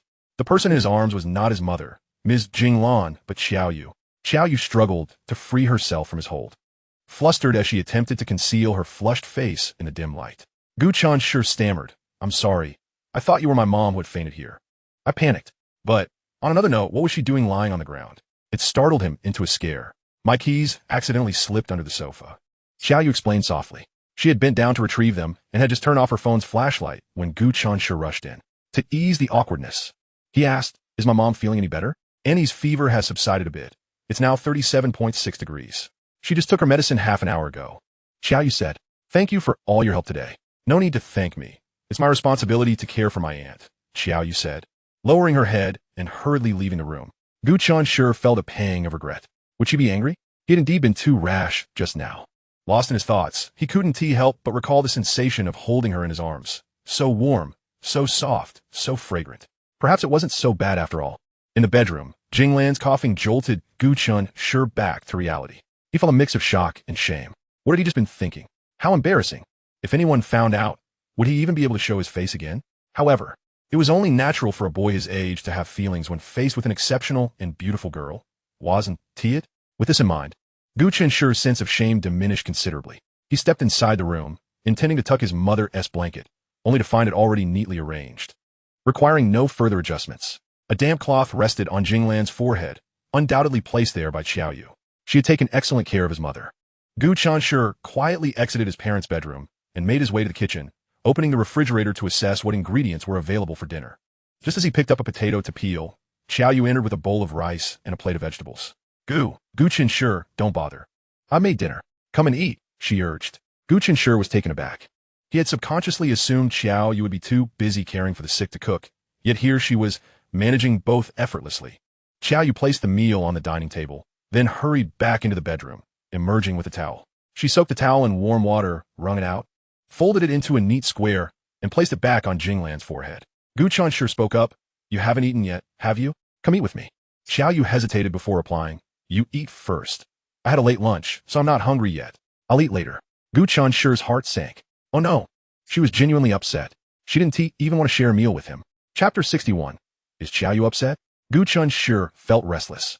He had inadvertently offended Qiaoyu and made her angry. What should he do? Should he sincerely apologize? But he had already done that initially, and she seemed to have accepted it. Yet perhaps it was merely a superficial acceptance, and deep down, she was still upset with him. Gu Chenshi felt somewhat lost. He couldn't help but followed Qiaoyu with his gaze as she busied herself, checking Jinglan's temperature and refreshing the damp cloth on her forehead. As the beloved son of Mrs. Jinglan, Gu Chenshi sat leisurely at the dining table, savoring his dinner. In stark contrast, his role as a son seemed rather superfluous. With Qiaoyu present, he felt utterly unnecessary, as if he were incapable of contributing anything at all. All the tasks that needed to be done had already been completed by Qiaoyu. Moreover, she was quite domineering in her insistence that he refrain from expressing gratitude. After finishing his meal and tidying up, Gu Chenshi retreated to his bedroom. There, he found Qiaoyu crouched at the bedside, engrossed in her phone, seemingly oblivious to everything around her. Upon hearing Gu Chenshi's entrance, her fingers paused momentarily on the screen, yet she did not turn to acknowledge him. Gu Chenshi felt a twinge of uncertainty. Clearly, she was upset and unwilling to engage with him. The atmosphere was thick with a peculiar silence, laced with an undercurrent of awkwardness. Breaking the silence, Gu Chenshi spoke softly. Qiaoyu, you may continue with your tasks. I can manage here with my mother. At last, Qiaoyu responded, approaching him and gently saying, you have homework to complete, so go ahead and do that. I have nothing pressing to attend to. Even as she spoke, her gaze remained fixed on her phone, her tone slightly rigid. Gu Chenshi surmised that had it not been for the fear of disturbing his mother, Qiaoyu would likely prefer to maintain a greater distance from him. Did she harbor disdain for him? He could not deny that the sensation of being disliked was unsettling. Gu Chenshi opened his mouth, but Qiaoyu, noticing him standing still, glanced up quickly, her expression somewhat uncomfortable. You should really get to studying. We wouldn't want to worry Andy. Gu Chenshi found her words oddly familiar. He remembered that when she had first moved in, he had advised her to eat well to alleviate his mother's concerns. How the tables had turned. Now was Qiaoyu advising him? Well, I appreciate your concern, he thought, fearing that his obstinacy might further irritate her. And thus, he turned to leave. Finally, Qiaoyu allowed her gaze to drift away from her phone, lifting her eyes toward the doorway through which he had just exited. Her delicate brows furrowed slightly. Why was he being so courteous? Everything she did for Auntie and for them was entirely voluntary, bringing her joy and a sense of purpose. If gratitude were to be expressed, it should come from her, as she was the one who ought to thank them for allowing her to integrate into their lives and for the genuine affection they had shown her. Gu Chenshi sat at his desk, momentarily lost in thought. He pondered how to placate Qiaoyu's anger, but could not arrive at a satisfactory conclusion. He chuckled to himself, realizing that despite having spent over 2 years as a sycophant in his previous life, he still could not fathom the complexities of a girl's heart. Jinglan awoke, and Qiaoyu promptly offered her a glass of warm water to replenish her fluids. As Jinglan sipped, she instinctively glanced at the wall clock, startled by the time. Oh dear, is it already 9:30? What about Chenshi? Don't worry, Andy. Qiaoyu reassured her. He has had his fill and is currently working on his homework. Understanding her concern, Qiaoyu hastily added, you need not fret. Jinglan felt a pang of guilt. Child, you have worked hard today. Please, Andy, there is no need for such formality. It means little to me, Qiaoyu replied, sensing Jinglan's fear of being viewed as an outsider. Touched, Jinglan refrained from expressing further gratitude. Auntie, do you wish to use the restroom? Allow me to assist you. Xiao Yu carefully supported Jinglan, her thoughtfulness nearly bringing tears to her eyes.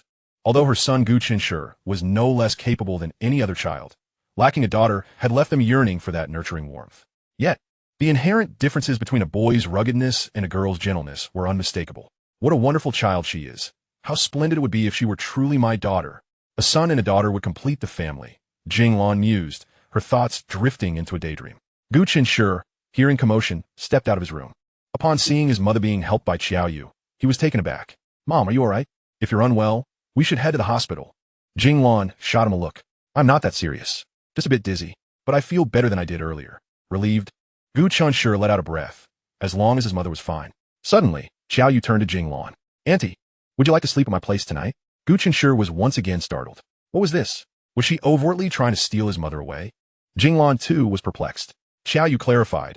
Annie, you haven't fully recovered, and I am concerned. If you stay with me, I can take care of you. And you can inform me immediately if you feel unwell. Gu Chenshi interjected. I can take care of my mom, too. Xiao Yu countered. You have classes tomorrow. If you wake up in the middle of the night to care for Annie, you won't rest well, which could impact your studies. It would be best if I handle Auntie's care. Gu Chenshi found himself at a loss for words. She was meticulous and considerate, leaving him with nothing more to say. Suddenly, a thought struck him, and he felt a surge of happiness. If she was willing to consider his needs, perhaps it indicated that she was no longer angry with him. Yet, upon reflection, while it appeared that Xiao Yu was acting in his interest, she was ultimately looking out for his mother. He was self-aware enough to recognize that Xiao Yu's primary concern was not him, but rather his mother, as their bond was far stronger. 10 minutes later, Gu Chenshi sat alone on the sofa, gazing around their modest two-bedroom apartment, feeling abandoned. His mother had happily walked away with Xiao Yu, leaving him alone in the house, feeling desolate. Oh, and before leaving, his mother had not forgotten to toss him a 20-yuan bill for breakfast the following morning. Gu Chenshi silently stuffed the note into his pocket, feeling the pangs of solitude and the need to grow up. Chapter 62, Possessed. The next day, Gu Chenshi groggily rose from bed, yawning. Drowsily splashing his face with what felt like icy water, he jolted awake. Once fully alert, he felt an overwhelming sense of embarrassment. He had dreamt an absurd dream the previous night, one that involved Xiao Yu, which was perhaps a natural phenomenon for a boy of his age. But to include her in such a dream, was that normal? The delightful sensation of that dream lingered in his mind, and he felt utterly mortified. After a hasty wash, Gu Chenshi hefted his heavy backpack and stepped outside. He couldn't help but glance across the way, wondering how his mother was faring. Was she still feverish? It seemed rather thoughtless of him to leave without checking on her. Yet, at this hour, she and Xiao Yu were likely still asleep. Gu Chen's heart waged a battle of persuasion. He convinced himself that a hasty knock on the door would be nothing short of an intrusion. He recalled his mother mentioning that Xiao Yu seldom rose early. Speaking of Xiao Yu, oh no, he found himself devoid of courage to face her. Even if no one was privy to the peculiar and shameful dream he had just experienced, his own guilty conscience weighed heavily upon him. Just as Gu Chan was about to turn away, the sudden sound of a door creaking open startled him. He froze, one foot poised in midair. Could it be his mother? It seemed likely. Annie's fever has subsided. She is supposed to go to work today, but I insisted she stay home and rest. So she is still asleep. Xiao Yu's gentle voice floated from behind him. Gu Chen's heart skipped a beat. He uttered a soft, oh, striving to modulate his voice to sound more composed. All right, I'm relieved to hear that. Be careful on your way. Xiao Yu watched his retreating figure, hesitating before offering a word of caution. Gu Chen replied, okay, I understand. Goodbye. The door closed softly behind him. Finally, he lowered the foot that had been suspended in the air. He exhaled deeply, his heart racing, perplexed as to why he felt so anxious. Silently, he descended the stairs, his mind racing with thoughts. Had Xiao Yu forgiven him? The sky was a muted gray, neither fully bright nor utterly dark. The biting cold air, reminiscent of icy shards, made Gu Chen instinctively hunch his shoulders. He hastened out of the residential complex, only to pause abruptly, turning to glance back at the building. His gaze locked onto a particular window. With a self-deprecating smile, he continued on his way. Little did he know, his sudden glance had startled someone, who quickly ducked behind the curtains. Xiao Yu herself was perplexed, standing by the window, slightly parting the curtain to catch a glimpse of him. Upon seeing his silhouette, an inexplicable sense of satisfaction washed over her, as if a peculiar puzzle in her heart had found its vital piece, rendering her day complete. The aroma of congee wafted from the kitchen. Xiao Yu entered, deftly retrieving 2 eggs with a slotted spoon. After cooling them, she cracked their shells and began to peel them with utmost care. As she did, a thought struck her. She wondered how crowded the breakfast stalls outside might be. Were they hygienic? Did the food taste good? Yet, why should it matter to her? A wave of confusion washed over her. Indeed, what did it matter? After all, having learned to cook, she had no intention of eating out for breakfast. Why bother about such trivialities? Oh, she was concerned about Gu Chen's well-being. If he didn't eat well, he wouldn't be able to study properly. If he couldn't study well, it would worry her mother. And if her mother was worried, it would inevitably cause her distress. So, in the grand scheme of things, she was merely concerned about her mother. Yes, that was it. With this realization, her confusion dissipated. Gu Chen's day was a whirlwind of frantic activity tinged with oddities. He dared not allow himself a moment's respite. The instant he did, thoughts of that embarrassing dream would invade his mind. And with those thoughts came images of Xiao Yu, soft and fragrant, as if bewitched. To extricate himself from such bizarre musings, he buried himself in problem-solving, focusing intently on the monotonous and mentally taxing mathematics exercises. This strategy proved remarkably effective. He quickly regained his usual composure and returned to his true self. Just as he submerged himself in the ocean of knowledge, he felt a sudden tap on his shoulder. Startled, Gu Chan flinched, quickly deducing from Tang Xiaoxi's departure that the culprit was none other than the foolish friend who had startled him. Lao Gu, let us go for a walk outside, Zhou Xiangyu suggested. Though I think you're enjoying yourself, I genuinely fear you might collapse from exhaustion. His words prompted Gu Chan to realize how sore his wrist felt from prolonged writing. His index finger flattened from overuse. Stretching his limbs, he walked out with Zhou Xiangyu. Tang Xiaoxi approached, carrying a filled water bottle, shyly offering them a small smile. Gu Chan exchanged a knowing glance with his oblivious companion, who was humming a tune and completely oblivious to her smile. Gu Chan couldn't help but wonder if his deskmate would harbor a secret crush until graduation. Tang Xiaoxi was soft-spoken and easily flustered, a shy girl by nature. She likely lacked the courage to confess her feelings to Zhou Xiangyu. Meanwhile, Zhou Xiangyu, consumed by thoughts of gaming, remained completely unaware of her affection. Gu Chan pondered whether he should drop a hint. But then again, what good would it do to enlighten him? Would it compel him to abandon his love for games in favor of a sweet girl like Tang Xiaoxi? From what Gu Chan understood of Zhou Xiangyu, learning that a girl fancied him would only inflate his ego, leading him to believe himself irresistibly charming and trapped in unrealistic delusions. Perhaps it was best to feign ignorance. If Zhou Xiangyu ended up alone for life, so be it. In today's world, as long as one did not violate laws or morals, one's choices were their own, free from interference. Should he find himself aging alone and without support, Gu Chan could always remind his future children to check in on their unreliable uncle from time to time. After all, Gu Chan was determined to marry and have children, living a life akin to that of ordinary folk. Interestingly, he felt confident he could find a wife and create a blissful family. Yes, being handsome did indeed bolster one's confidence, he chuckled. Jingshu, could you do me a favor and deliver this box of chocolates to Lin Ranran? Oh, as a token of gratitude, this box is for you. Gu Chan and Zhou Xiangyu turned their attention to Zhang Shuo, who was earnestly beseeching Jingshu. Zhang Shuo was quite astute when soliciting favors. It was wise to buy two gifts, one for the goddess and one for the helper. Jingshu diplomatically declined, stating, I believe it would best reflect your sincerity if you delivered it yourself. Zhang Shuo chuckled awkwardly, wishing he could personally deliver it. Otherwise, why would he seek someone else as assistance? In recent days, he felt inexplicably shunned by the goddess Lin Ranran, who bluntly told him to stop bothering her. Confused and flustered, he could not fathom where he had gone wrong. He merely wished for her to recognize his merits and never intended to annoy her. Zhou Xiangyu remarked with a TSK, Thank goodness I only love gaming. I won't be a lovesick puppy, nor will I suffer heartbreak. Gu Chan cast a sympathetic glance at Zhang Shuo. Although he too had experienced the pangs of unrequited affection, he had never stooped so low as to plead with others for Lin Ranran's attention. How amusing it was, despite sharing a similar fate as Zhang Shuo, he felt a sense of superiority in the face of another lovesick soul. His previous encounters had been far more tragic than Zhang Shuo's current plight. After Jingshu declined Zhang Shuo's request, she ignored him and turned to leave. Disheartened, Zhang Shuo scanned the area for another potential helper. Inadvertently, his gaze met Gu Chan's, leading to an awkward moment. Gu Chenshi withdrew his gaze and swept a glance around him, feeling at a loss for words.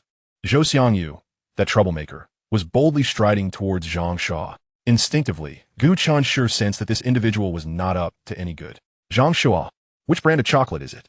Zhang Shuo, taken aback, answered honestly. Zhou Xiangyu raised an eyebrow. A budget brand? That simply won't do. Our campus goddess, Lin Xiaohua only indulges in imported treats. Really? Is that true? Zhang Shua asked, a hint of insecurity in his voice. Of course, why would I lie to you? Zhou Xiangyu replied matter-of-factly, then added, even if you managed to deliver it to her, she likely wouldn't touch it and might toss it straight into the bin. What a waste. Zhou Xiangyu was not being unjust to Lin Ranran. After all, she had previously discarded a birthday gift from Gu Chenshi simply because it did not suit her taste. Gu Chenshi felt a twitch at the corner of his mouth, already anticipating Zhou Xiangyu's next move. What should I do? Zhang Shua asked foolishly. Zhou Xiangyu, with a serious demeanor, replied, what else can you do? He extended his hand. Give it to me. Zhang Shua, bewildered, handed over the exquisitely packaged box of chocolates. Zhou Xiangyu, in front of him, unwrapped the chocolate, extracted a piece slightly smaller than a bouncy ball, peeled off the foil, and popped it into his mouth. Chewing contentedly, he nodded. Not bad, it's filled. Here, Gu, have a few. He placed 2 chocolate pieces into Gu Chenshi's palm, generously adding, if that's not enough, I got more. Zhang Shua was aghast. Wait, that S meant for my goddess. His heart bled at the thought, yet he dared not protest, unless he wanted to experience the might of Zhou Xiangyu's fists. Zhou Xiangyu patted his shoulder, adopting a nonchalant attitude. This way, it won't go to waste. If you're worried about your box, bring it over to me. I'll gladly devour it all. Zhang Shua hurriedly concealed another box behind his back, awkwardly chuckling, no need. Brother Zhou, I can handle this one myself. Can you? Eating too much chocolate isn't good for your teeth, Zhou Xiangyu remarked. Zhang Shua, on the verge of tears, insisted, my teeth are fine, I'm not worried. He fled into his classroom, fearing he might lose that box of chocolates. Turning around, Zhou Xiangyu spotted Tang Xiaoxi, who was peering into the classroom from outside, perhaps feeling a pang of conscience for always monopolizing seats. He waved at her and offered, here, have a couple of chocolates. Blushing, Tang Xiaoxi shyly accepted, mumbling her thanks. Zhou Xiangyu observed her retreating figure, remarking, Gu Chenshi, your deskmate isn't half bad. Gu Chenshi, having just unwrapped the chocolate and placed it in his mouth, was taken aback by the comment. Had he misjudged this guy? Did he actually recognize Tang Xiaoxi's merits? Maintaining his composure, Gu Chenshi replied ambiguously, oh, what is so good about her? Every time I seek you out, she always graciously offers her seat, never complains about my presence, Zhou Xiangyu remarked. Gu Chenshi thought, so you do notice. Zhou Xiangyu shifted the conversation, but she can be a bit dull, hardly speaks. Whoever marries her will face a rather monotonous life. Gu Chenshi felt a certain hope he had just nurtured crumble to the ground. The class bell rang. Gu Chenshi, with a lingering scent of chocolate, walked into the classroom alongside Zhou Xiangyu. With his cheeks puffed, merrily made his way to his seat. Unbeknownst to him, a certain quiet girl had been discreetly following his gaze. As Gu Chenshi settled into his seat, he felt a pair of eyes on him. Surprised, he turned to find Lin Ranran's profile, her head lowered as she flipped through her book, not looking his way at all. Dismissing the thought, Gu Chenshi's mind wandered to his mother. With Xiaoyu around, he had become increasingly negligent of his sonly duties. Jinglan had not fully recovered, occasionally coughing, but her fever had subsided. Sitting on the sofa, she was knitting a sweater. Gu Chenshi confirmed that Xiaoyu was not home, feeling an inexplicable sense of relief. He was still a bit apprehensive about seeing her. Mom, don't I already have a sweater? Why are you knitting another? He asked, setting down his backpack, puzzled. Jinglan shot him a playful glance. Don't flatter yourself. Who said it's for you? Is it for Dad? He doesn't seem to need one. Gu Chenshi retorted. It's for Xiaoyu. She doesn't have many clothes, so I'm making her one. Gu Chenshi. How could I have forgotten about that? The pure white yarn would undoubtedly create an immaculate sweater. She would look lovely in it. But then again, anyone with good looks and a nice figure would look good in anything. The food is still warm in the kitchen. You should go eat, Jinglan instructed. Not lifting her gaze. Noticing her still seated, Gu Chenshi asked, Mom, have you eaten? Yes, I just had a meal with Xiaoyu, she replied. Gu Chenshi understood. It was evident that he would be enjoying the meal prepared by Xiaoyu. Ever since she had learned to cook, he had not lifted a finger to feed himself. Their household had transformed with Xiaoyu's presence, and in turn, she had transformed them. Chapter 64. An unexpected incident. For several consecutive days, Gu Chenshi had not exchanged a word with Xiaoyu, nor had they even shared a glance. Even though they still sat together at the dining table almost daily, she might still be a bit upset. Gu Chenshi felt a slight awkwardness in her presence, refraining from initiating conversation. Thus, the distance they had painstakingly bridged reverted to its previous state. Remarkably, Mrs. Jinglan, while battling the virus, had not noticed the tension between them. Unbeknownst to Gu Chenshi, every day as he left, someone stood silently by the window, watching him depart, attempting to complete the puzzle in her heart. Days passed, and the approach of the spring festival loomed. The beleaguered senior students had just endured 2 days of examinations and were now at home resting, awaiting the upcoming holiday.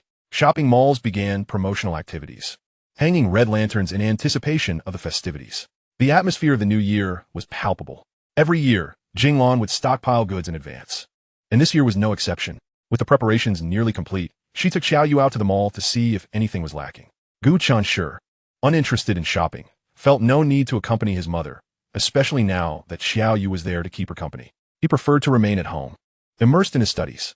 Oh, and he and Xiaoyu had maintained their usual dynamic, deliberately avoiding conversation and any form of eye contact. Jinglan and her companion left around 8:30 in the morning, and by 9:30, Zhou Xiangyu called, inviting him to explore the city center. Gu Chenshi declined outright, feeling quite comfortable at home and wishing to go nowhere. However, Zhou Xiangyu, smugly confident that the homebody would refuse, had come over directly and was now standing outside Gu Chenshi's door. "Is your mom at work?" Gu Chenshi asked, surprised to find him there. As Zhou Xiangyu stepped through the door, he cast a glance around. "Gu Chen's out buying New Year goods," he remarked. Upon hearing that his parents were absent, Zhou Xiangyu instantly relaxed, exclaiming, "Let us go, let us go. It's a rare day off. Staying cooped up at home would be a sheer waste of life. Let us head out and enjoy ourselves." Gu Chen feigned disdain towards him, yet inwardly felt a swell of joy at his friend's willingness to heed his counsel. Zhou Xiangyu's recent improvements brought Gu Chen a sense of accomplishment. After all, Zhou Xiangyu was his closest friend, and since he had come over, Gu Chen replied, "All right then, just wait for me a moment." Zhou Xiangyu plopped down casually onto the living room sofa, casually grabbing a banana and munching on it while engrossed in his phone, as if he were in his own home. Just as Gu Chen finished changing into his clothes and was about to head out with Zhou Xiangyu, his phone rang. The caller was Jinglan. Upon pressing the answer button, Jinglan's voice burst forth from the receiver. "Chenshi, hey, what are you doing?" The call abruptly disconnected. Gu Chen was momentarily stunned, a sense of foreboding washing over him. Something was amiss, and he dashed outside.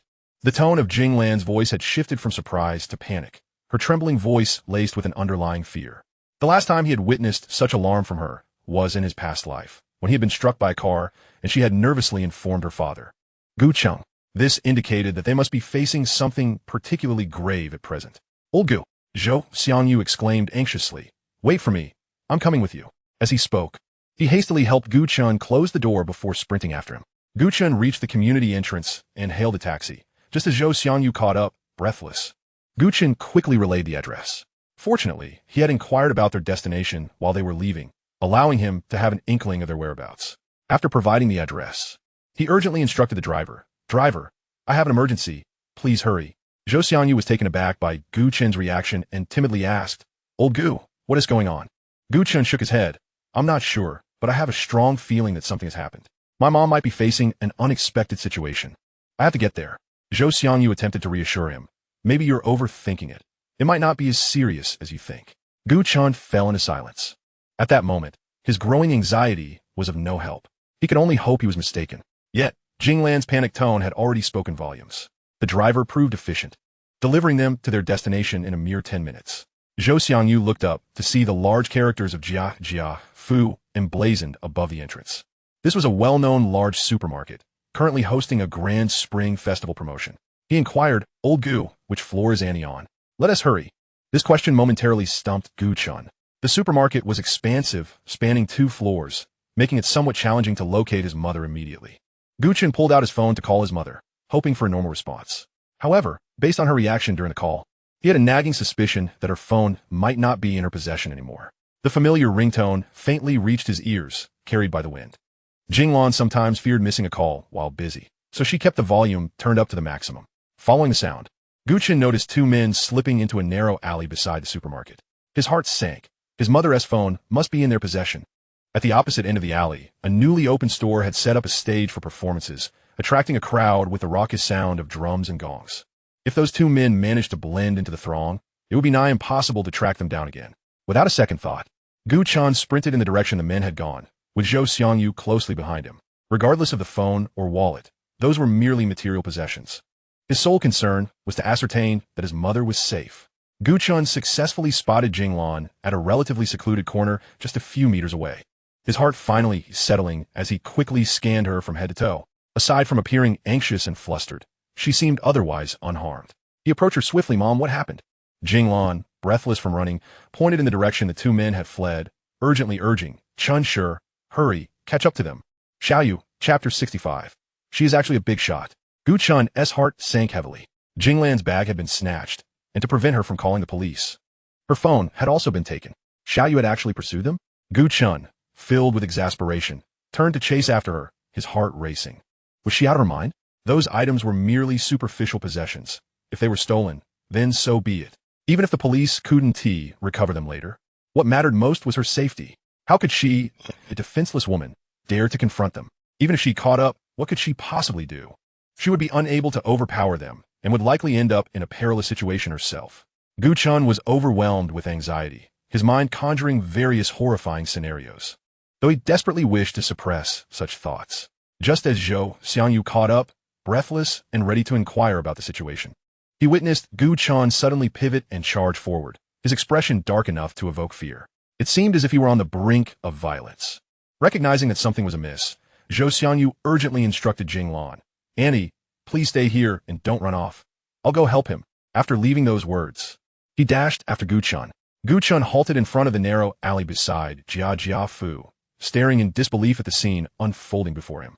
Zhou Xiangyu finally caught up, intending to ask what was happening, but his gaze inadvertently caught sight of something, and his mouth dropped open in shock as he exclaimed, "What the hell?" In the cramped alley, two men were entangled in a heap. A girl clad in a long black down jacket, her red scarf and hat contrasting sharply, stood atop one of the men's backs, her expression icy. The two men, battered and bruised, lay sprawled in a state of utter disarray. Gu Chen stood there dumbfounded, grappling with the absurdity of the situation. Was this a hallucination? The seemingly fragile Xiaoyu was single-handedly taking on two large men and had them pinned beneath her feet? He felt an overwhelming urge to rub his eyes and take a second look. At that moment, Xiaoyu sensed something and turned her gaze towards them. Upon locking eyes with Gu Chen, she froze in place. As they exchanged glances, Zhou Xiangyu shouted, "Heroine, I'm here to help." He lunged forward without hesitation. Xiaoyu, startled by his sudden appearance, or perhaps intimidated by the commotion, hurriedly stepped aside. Gu Chen advanced to assist in restraining the two men, though by now, those men had already been subdued, having no chance to resist. Although the alleyway had previously only been occupied by Xiaoyu and two men engaged in a struggle, Gu Chenshi found it hard to believe.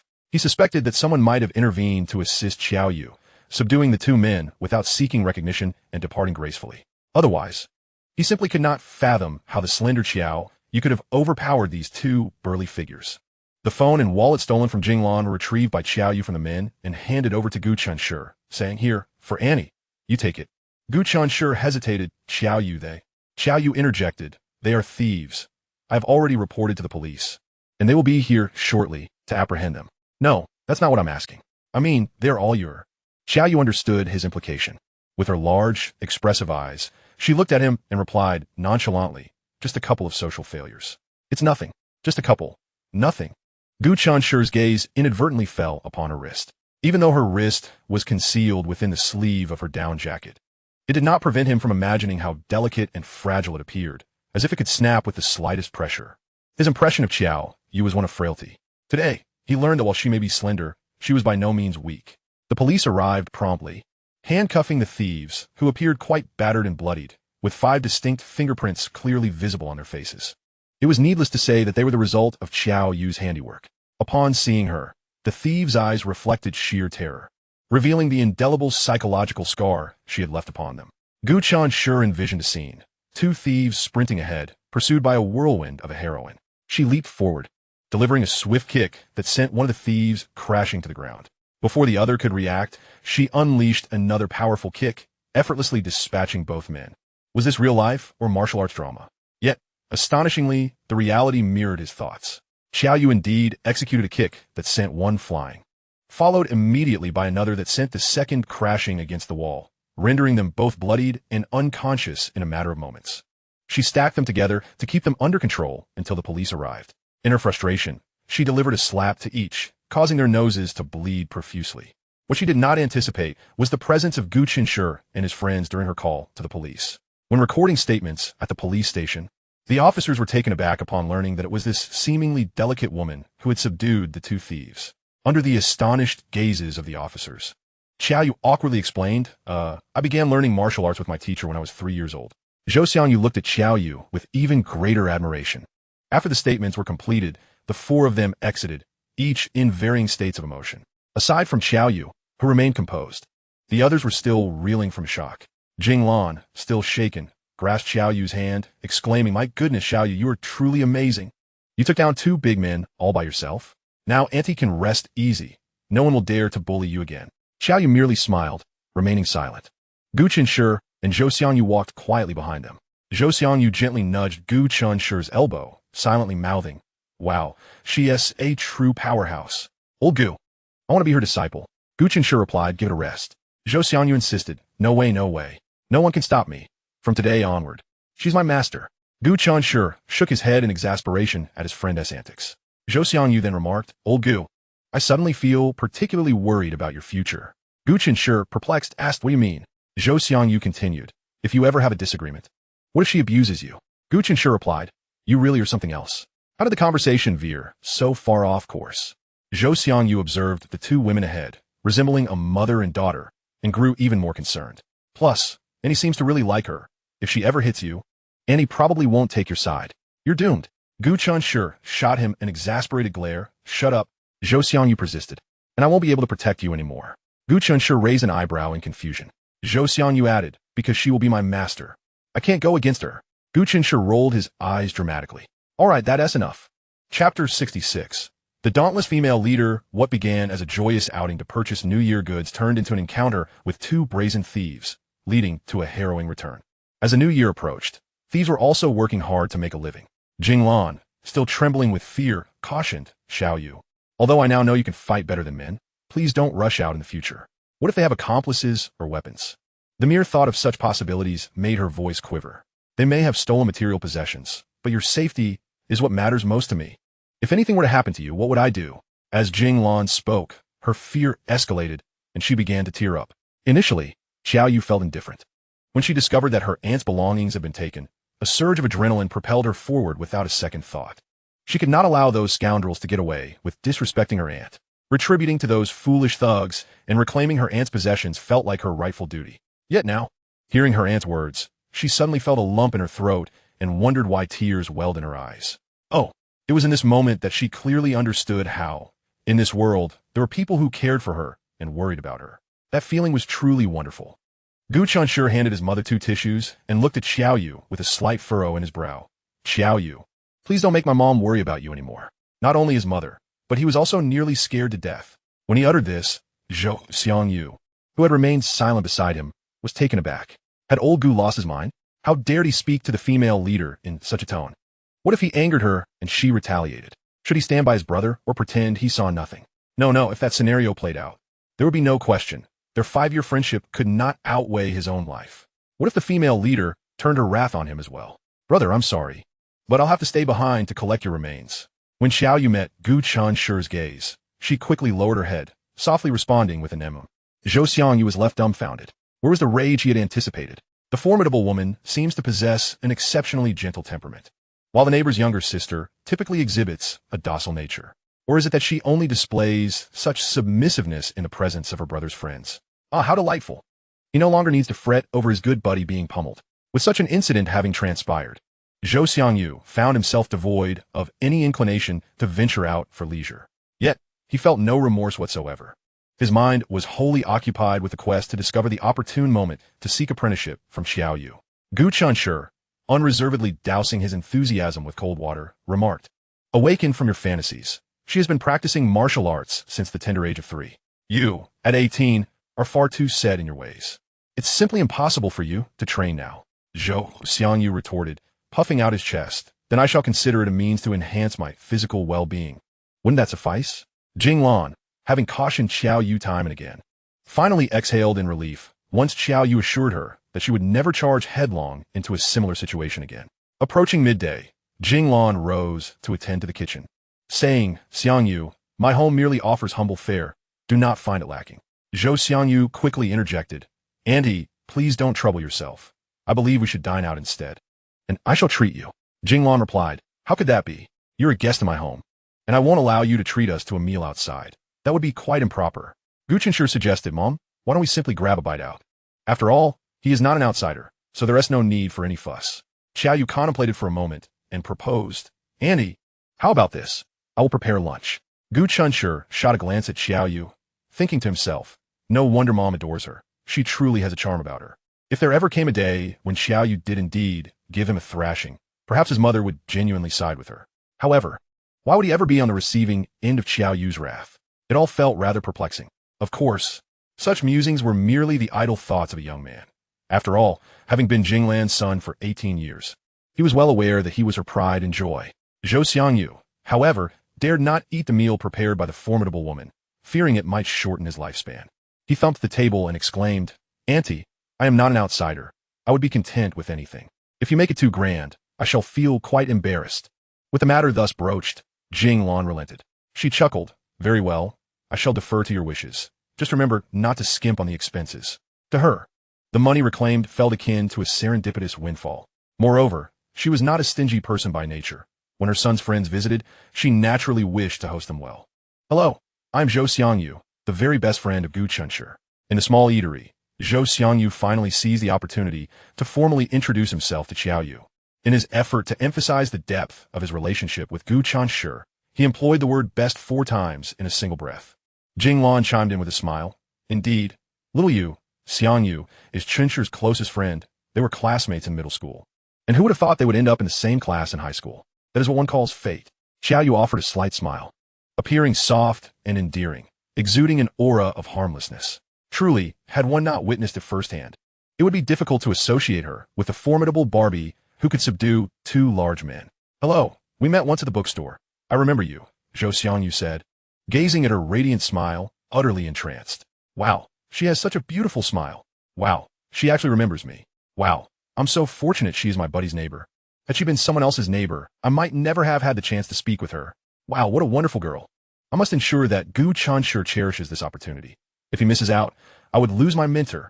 Wow, wow, wow. She seems so gentle. Surely, if I were to request her to be my mentor, she would agree, right? The moment Gu Chenshi laid eyes on Zhou Xiangyu's starry-eyed expression, he sensed trouble brewing. This fellow wouldn't actually be daring enough to. Do you realize I hold you in such high esteem? You are the epitome of a heroic woman in my eyes. Zhou Xiangyu began, only to be abruptly interrupted by an unexpected cough. The gazes of the 3 at the table converged upon Gu Chenshi. Jinglan, anxious, remarked, I told you to dress warmly. You never listen, do you? Are you feeling unwell? Gu Chenshi waved his hand dismissively. No, I merely choked on some water. He then shot Zhou Xiangyu a discreet glare, warning him not to embarrass him, lest they sever ties. Chapter 67, Unspoken Understanding. Zhou Xiangyu immediately picked up on Gu Chenshi's warning and promptly settled down. At this moment, he finally recalled the bond of brotherhood he shared with Gu Chenshi, momentarily forgetting his earlier intention to chastise him. Zhou Xiangyu, with his extroverted and loquacious nature, engaged warmly with Jinglan. In contrast, Gu Chenshi and Xiaoyu remained considerably quieter. At the 4-person table, Jinglan sat first, followed by Xiaoyu, Zhou Xiangyu, and Gu Chenshi facing one another. Gu Chenshi listened with amusement as Zhou Xiangyu chatted with his mother about studies, thinking how convincingly he played the obedient child. As he reached for a plate of oilseed lettuce with his chopsticks, he inadvertently found himself in sync with another pair of chopsticks reaching for the same dish from across the table. The 2 pairs nearly clashed mid-air, prompting Gu Chenshi to hastily pretend he was aiming for the ribs instead. However, the other party mirrored his intentions and also extended their chopsticks toward the ribs. The near collision that had been averted moments before now culminated in a comedic clash reminiscent of a dramatic scene in a film where weapons entangle in fierce combat. Both paused in surprise, instinctively retracting their chopsticks in perfect synchrony. An awkward atmosphere quietly enveloped Gu Chenshi and Xiaoyu. Their current interaction felt rather peculiar. It was neither as distant as their initial encounters, nor as relaxed as the ease that came with familiarity. Upon reflection, it seemed that since Jinglan's illness, they had been deliberately avoiding one another. Xiaoyu shunned him for his abruptness, while he shunned her for that bizarre dream. Oh no, he had recalled that dream again.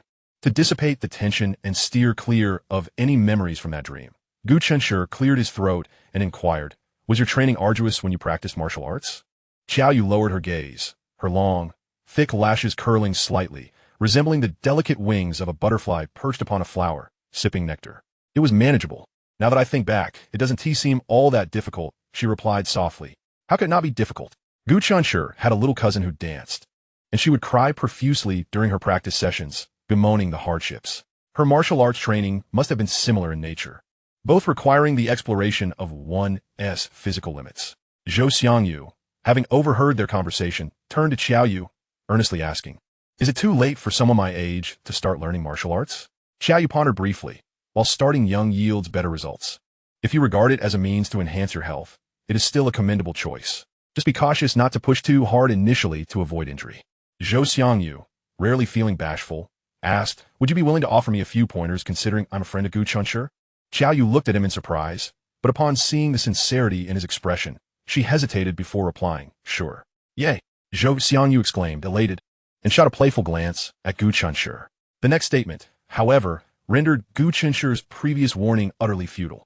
"Then you shall be my mentor from now on. I shall henceforth refer to you as master. I trust this does not offend you." Qiaoyu, for reasons unbeknownst to her, suddenly conjured images of the legendary Monkey King and his master, Tang Sung, in her mind. Gu Chenshi was rendered speechless by this fellow's antics. Jinglan looked upon these spirited youths with a beaming smile, her heart swelling with joy. These children are truly wonderful. They're all such good kids. Huh, hey, roar. Zhou Xiangyu, clad in a bulky down jacket, could hardly contain his excitement as he descended the stairs, promptly assuming a horse stance and showcasing his skills. Nearby, a little boy, no older than 6 or 7, was utterly captivated, his eyes sparkling with admiration for the older boy. Once Zhou Xiangyu finished his antics, the little boy clapped his hands enthusiastically, exclaiming, "Big brother, you are amazing." Zhou Xiangyu, brimming with pride, retorted, "Is that even up for debate, you little rascal?" The boy persisted, "Brother, you're so incredible. Will you teach me? Can I call you my master?" After Zhou Xiangyu coaxed the boy away with a few playful words, he chuckled, "Today has been quite worthwhile, huh?" His loud and exuberant laughter prompted Gu Chenshi to instinctively cover his ears. Zhou Xiangyu then threw an arm around Gu Chenshi's shoulders and solemnly warned him, "Old Gu, I care not whether you and my master are in a relationship. If you are, treat her well. If not," the mere mention of master caused Gu Chenshi's lips to twitch. "Isn't your infatuation misplaced? When has she ever expressed a desire to take you on as a disciple? Moreover, if I'm not with Qiaoyu, what then? Do you intend to pursue her?" Gu Chenshi was horrified. "If you two are not together, then I must insist you swiftly win her heart. Such a splendid girl should not be wasted on others. I see you two as a perfect match. You must come together soon.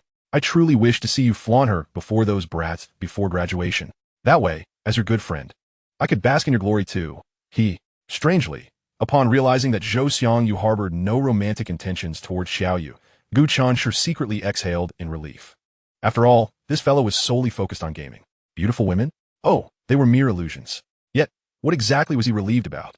He had consistently portrayed his relationship with Qiaoyu as nothing more than that of ordinary neighbors. So if Zhou Xiangyu wished to pursue her, that was his prerogative. What had he been fretting over? Perhaps it was the concern that Zhou Xiangyu, in his single-mindedness, might relentlessly pursue Qiaoyu, provoking her ire to the point of inflicting fatal harm upon him. Gu Chenshi found himself bewildered. "Hey, old Gu, are you listening? This is the one request I have in my lifetime. You must grant it." Gu Chenshi rolled his eyes. "Are you not afraid that one day I might meet my end at her hands?" Zhou Xiangyu replied with a grin, "Not a chance. My master appears so gentle. How could she ever resort to violence? Her wrath is reserved solely for wrongdoers. Do not concern yourself with my affairs." Gu Chenshi wriggled free, amused, and asked, "Are you hoping to stay for dinner at my place?" Zhou Xiangyu replied earnestly, I genuinely would love to have dinner at your home. Alas, your mother's cooking is exquisite, and missing out on it at lunch today was indeed a pity. However, your mother works so hard. If I were to stay, she would be burdened with even more tasks. Perhaps another time." Chapter 68, A Treasure Unearthed. After bidding a reluctant farewell to Zhou Xiangyu, Gu Chenshi turned to head back. Upon ascending to the 4th floor, he instinctively glanced at Qiaoyu's door, only to find it firmly shut. She had been inundated with work of late, and was likely engrossed in her tasks. Jinglan, clutching a freshly knitted sweater, surveyed the room.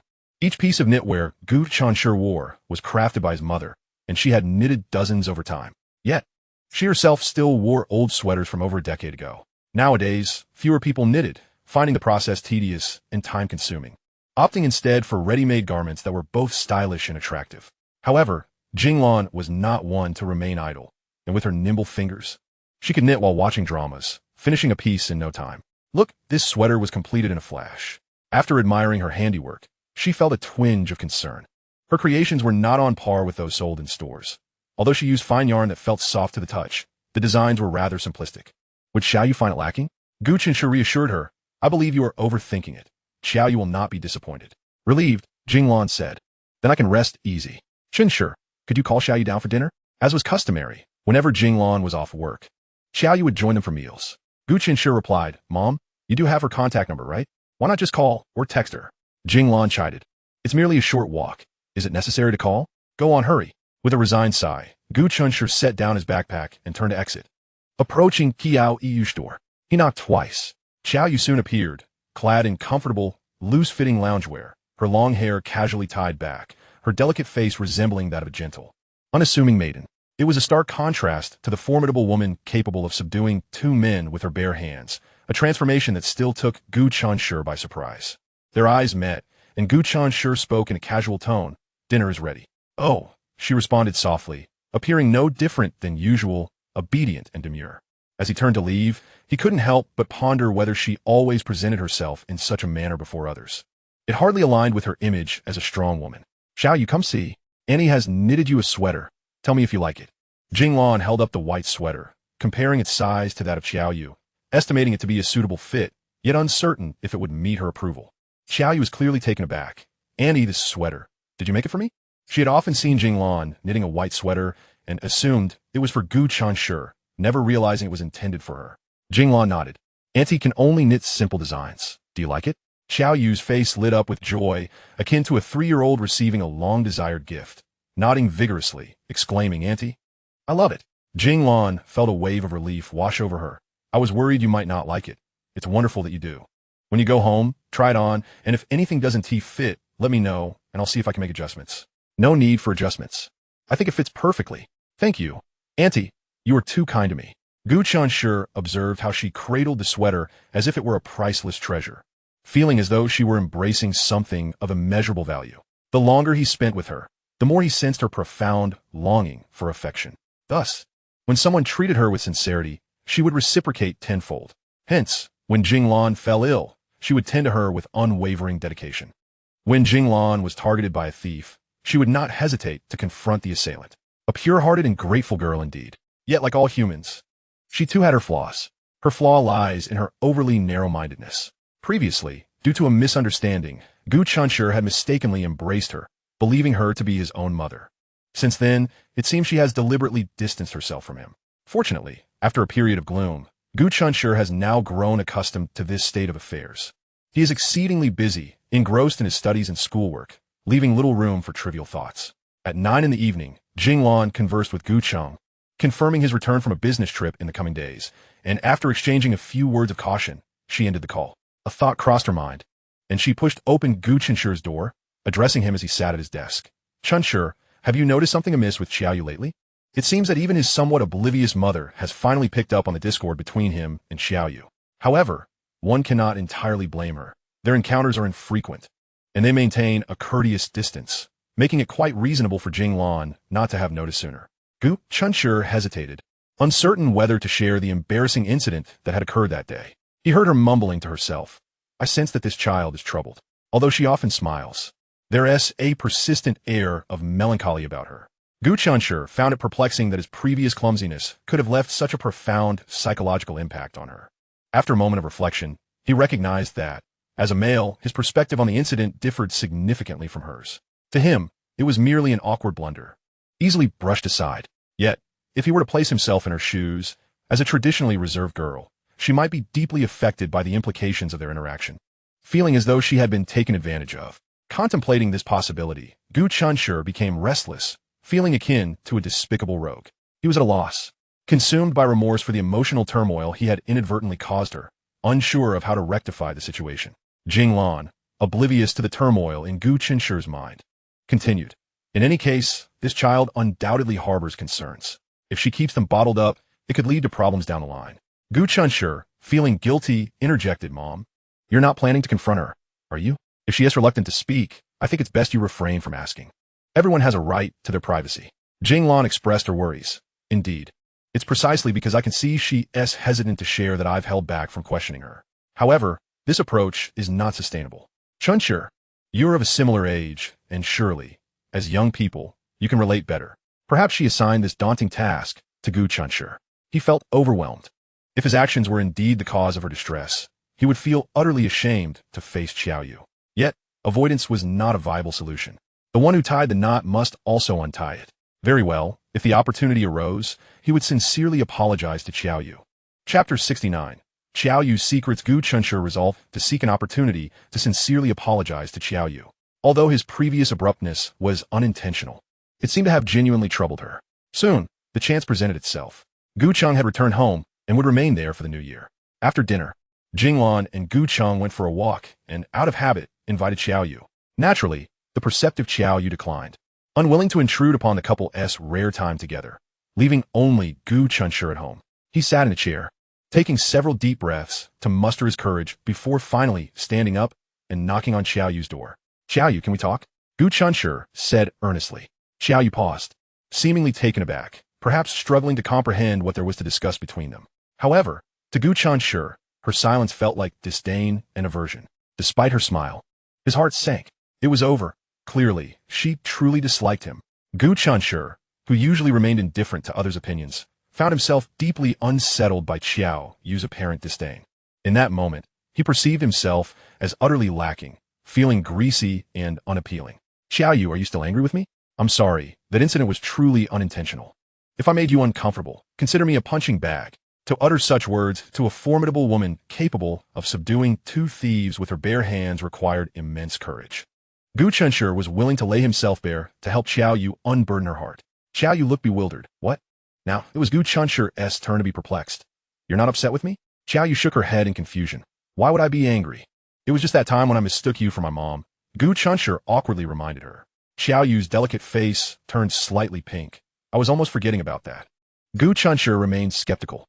"Really? Then why have you been avoiding me lately?" Xiaoyu lowered her gaze, murmuring, "You've been avoiding me too."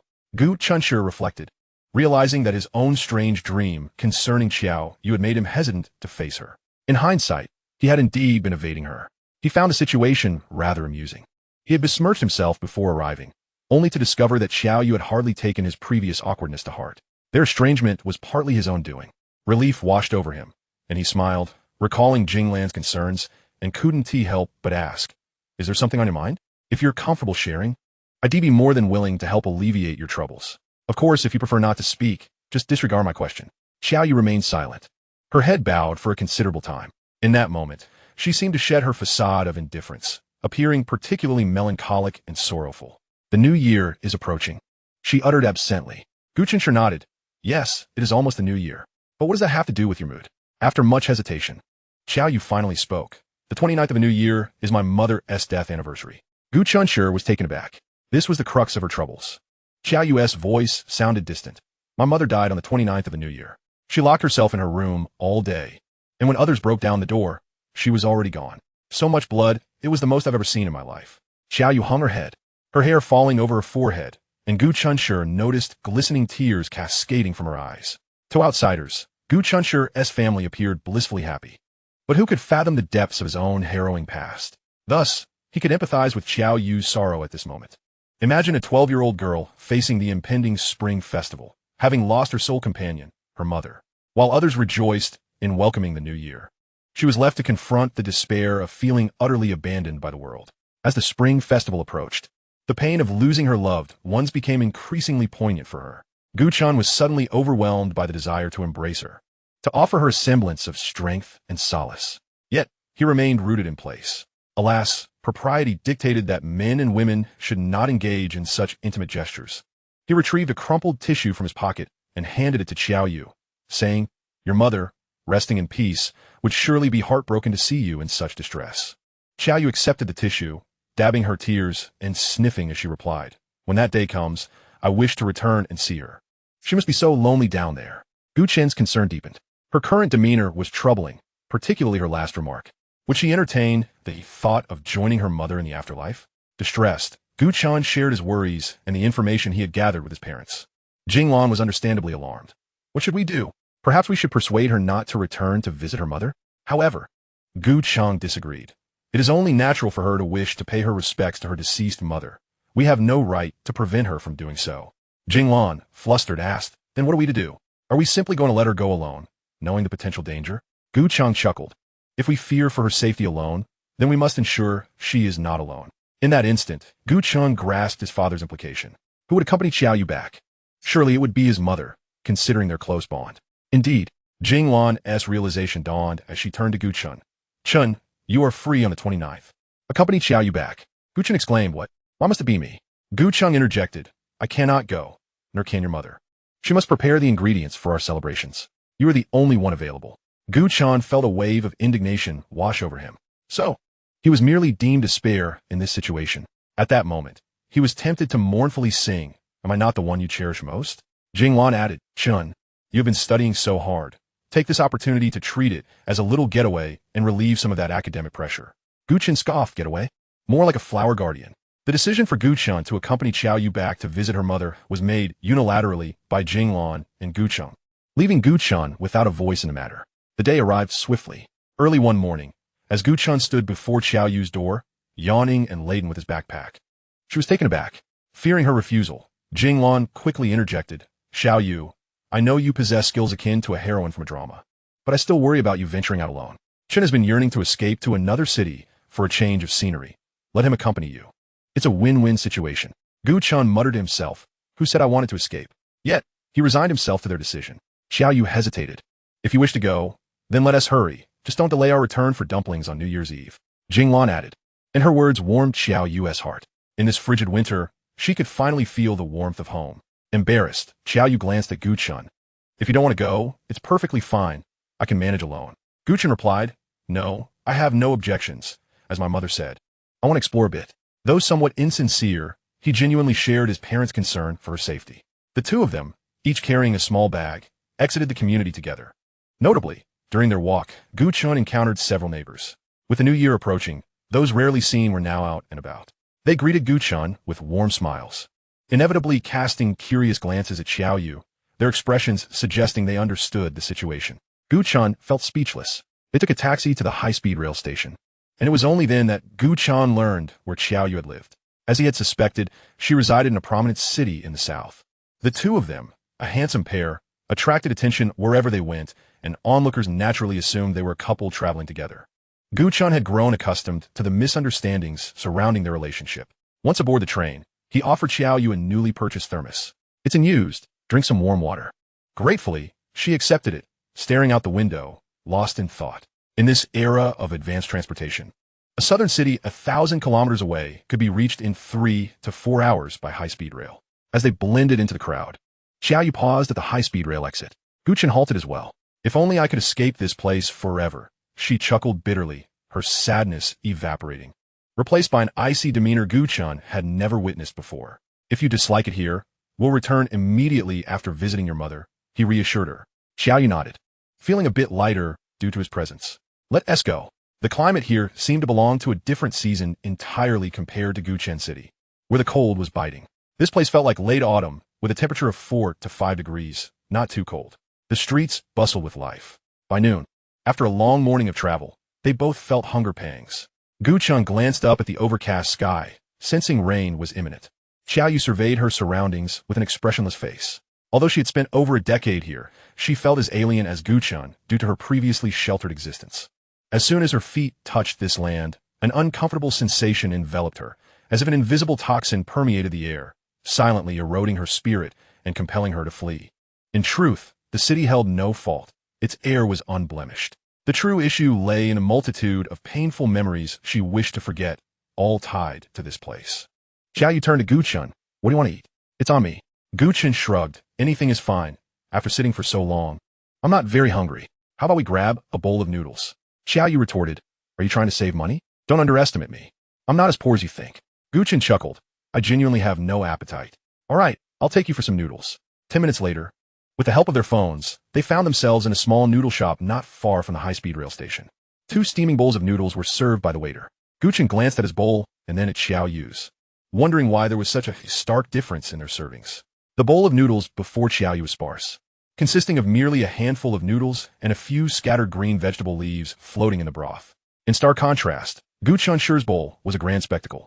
noticeably larger than Xiao Yu's, overflowing with an abundance of sausages, fried eggs, and beef, leaving him utterly astonished. The noodles were ordered by Xiao Yu through a scan, and Gu Chenshi was completely unaware of her remarkable finesse in doing so. Yet, she still worried that he might not have enough to eat. Gu Chenshi, if you find yourself still hungry, please do let me know. You mustn't hesitate with me. Gu Chenshi chuckled. Do you take me for a pig?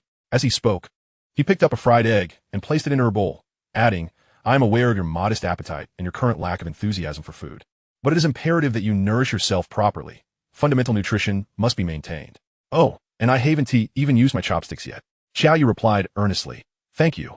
Gu Chenshi. He responded, bemused. What is there to thank me for? Let's not forget that this meal is on you. This egg is merely a floral tribute from me. What do you have to thank me for? With her head bowed, Xiao Yu gently lifted a noodle with her chopsticks and whispered in a tone only he could hear, in truth, I understand. You came along not just for a leisurely stroll. It is because you all are worried about me that you accompanied me here. Gu Chenshi raised an eyebrow. Xiao Yu, at times I find you to be quite hypocritical. She looked up in surprise. Hypocrisy is hardly a commendable trait. Gu Chenshi began to enumerate her contradictions. You demand that we do not treat you as an outsider, yet you remain excessively polite to us, incessantly expressing gratitude for trivial matters. If you view us as outsiders, then what is this if not hypocrisy? Xiao Yu pondered. It seems, perhaps, that you might be right. Gu Chenshi sighed softly. A true family should care for one another and hold each other dear. This is entirely natural. For me, accompanying you to visit your mother is simply my duty, so you need not thank me for it. After lunch, they took a taxi directly to the cemetery. This was the ultimate destination of their long journey to this city. Seated beside Gu Chenshi, Xiao Yu appeared outwardly composed. Yet he could discern her tension from her rigid posture and the way her fingers clutched the fabric of her clothing. However, while visiting a deceased mother, one would expect sorrow to be the predominant emotion. Why then, was she so anxious? Gu Chenshi found himself perplexed. Suddenly, a realization struck him. He recalled Xiao Yu's earlier account of her escape from her grandmother's home, having learned that her grandmother was actually her biological grandmother. Although she had left behind a letter of severance, it did not imply that her grandmother had willingly let her go. When she recounted those memories, she did not delve into details, but Gu Chenshi surmised that during her years spent under her grandmother's care, she transitioned from one gilded cage to another. Perhaps her grandmother did not intend to imprison her. Rather, Xiao Yu's life experiences had cultivated her aversion to the outside world and social interaction, leading her to confine herself. However, the mere thought of her former residence filled her with profound discomfort, causing her to tense up at any proximity. This suggested that their route to the cemetery would take them past the place where Xiao Yu had once lived. Gu Chenshi felt confident in his deduction. He noticed that their vehicle was now passing through a particularly upscale residential area. As they left this neighborhood behind, Xiao Yu visibly relaxed. This indicated that her anxiety was indeed connected to that affluent enclave, and she must have resided in one of those houses. Before long, they arrived at the cemetery. Situated on a hillside, Xiao Yu, clutching a large bouquet of carnations bought from a flower shop, alighted from the car and stood still for a moment. Casting a glance in the direction of the cemetery, her expression inscrutable. The taxi sped away, and Gu Chenshi looked around, asking, shall we go? Xiao Yu replied with a soft emem. They walked slowly towards the cemetery, and as they did, Xiao Yu suddenly smiled, saying, this is only the second time I've come to see her since she passed. Gu Chenshi was taken aback, having assumed she would visit at least once a year. The first time was the day after her burial. I snuck over to see her. Can you believe it? I didn't shed a single tear. Gu Chenshi fell silent, unsure of how to respond. I didn't cry when she died, either. Others might think I was in shock, but in reality, I was thinking that she was finally gone. Gu Chenshi's heart ached at her words, though she recounted these memories with an air of nonchalance. He sensed the underlying pain she must have felt. She had lived a life of frustration and humiliation, devoid of dignity. Perhaps it would have been better if she had passed sooner. The words flowing from Xiao Yu's lips sounded chilling, yet tears silently trickled down her cheeks. Gu Chenshi quietly offered her a tissue. Others might label her a homewrecker, a seductress, but he knew better. Xiao Yu's voice trembled. If it hadn't been for that scoundrel, she would have had a happy life and a complete family, finding someone who truly loved her and having a sweet, lovely child. Gu Chenshi remained silent, allowing her to cry freely, to release the pent-up grievances accumulated over the years. It was essential to express such emotions rather than bottle them up until they became unbearable. His only role was to provide a tissue at the appropriate moment.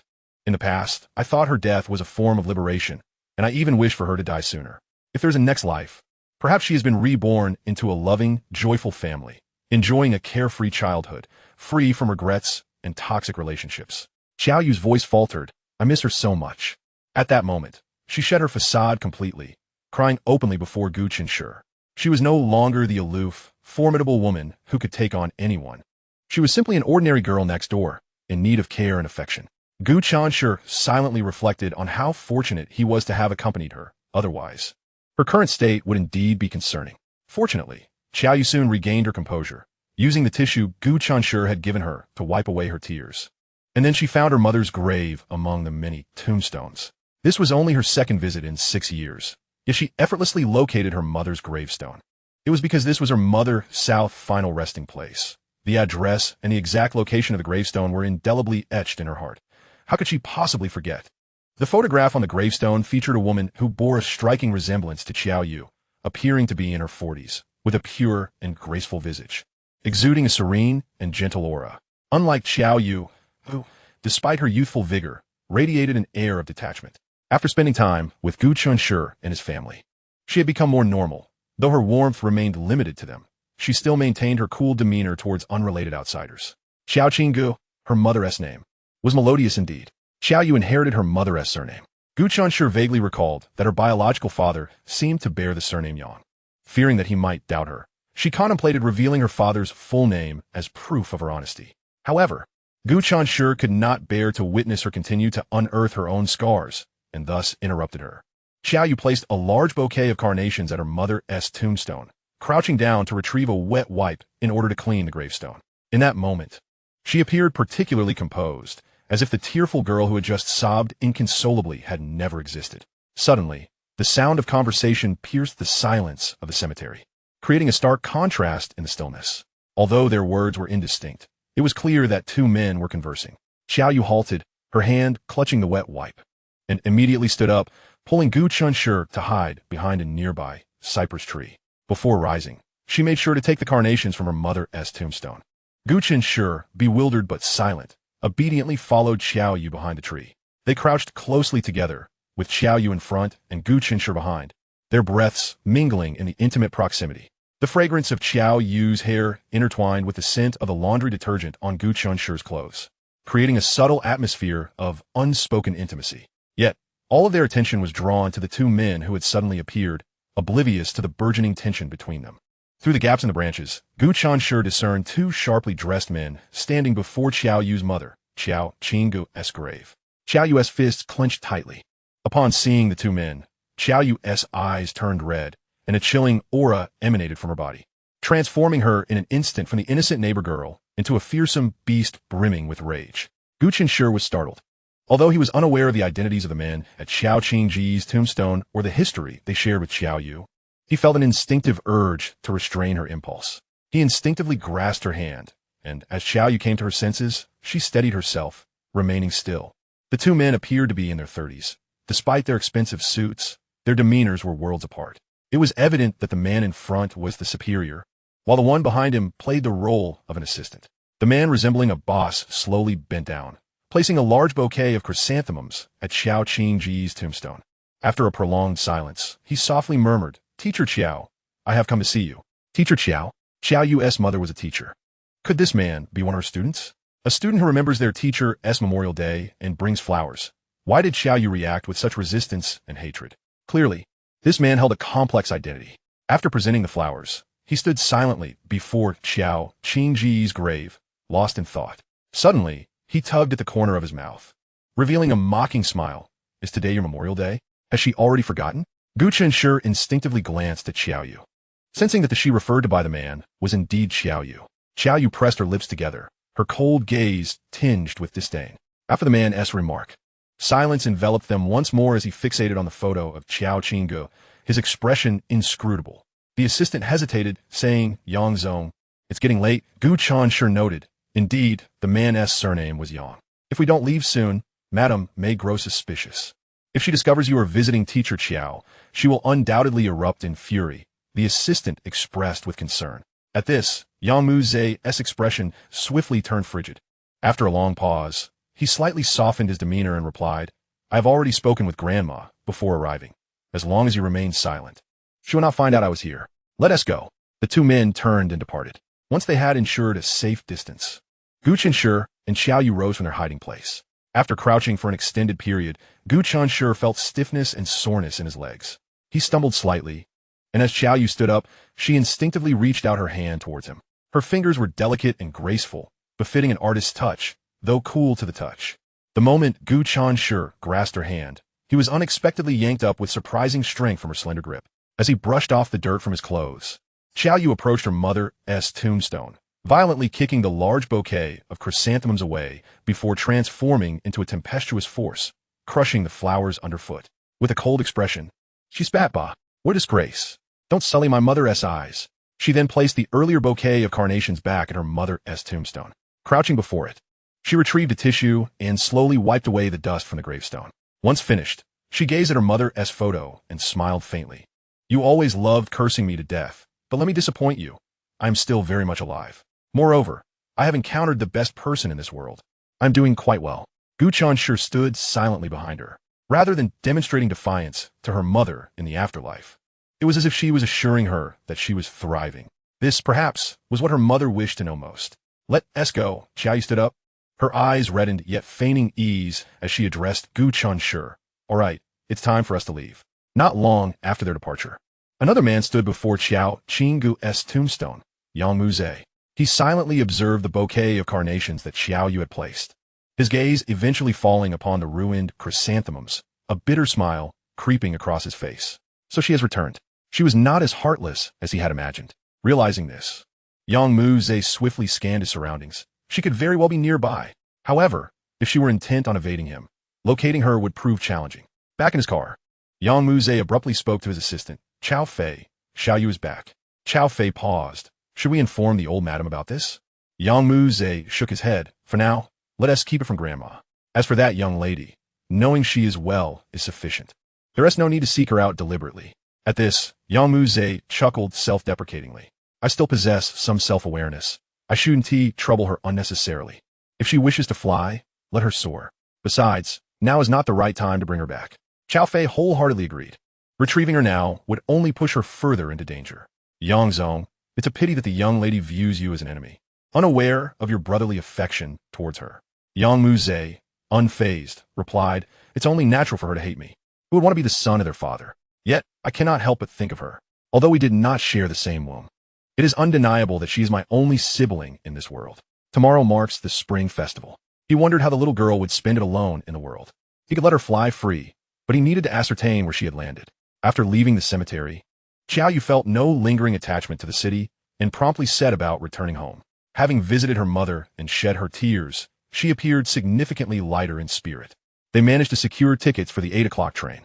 It was now 2 in the afternoon, and there were 6 hours of free time ahead. Xiao Yu suggested, "Since we still have time, shall I take you to see the local attractions?" Gu Chenshi shook his head, saying, "I have no desire to go anywhere. I would rather find a place near the high-speed railway station to rest and wait for my journey home." Xiao Yu cast him a grateful glance. She was not naive. She understood that Gu Chenshi's reluctance stemmed from his awareness of her aversion to the city. They meandered through the nearby shopping mall, where Xiao Yu took the initiative to speak of her mother. "My mother views me as a symbol of shame. It is said that when I was born, she wished to suffocate me, and her favorite words to me are, 'Why don't you just die?'"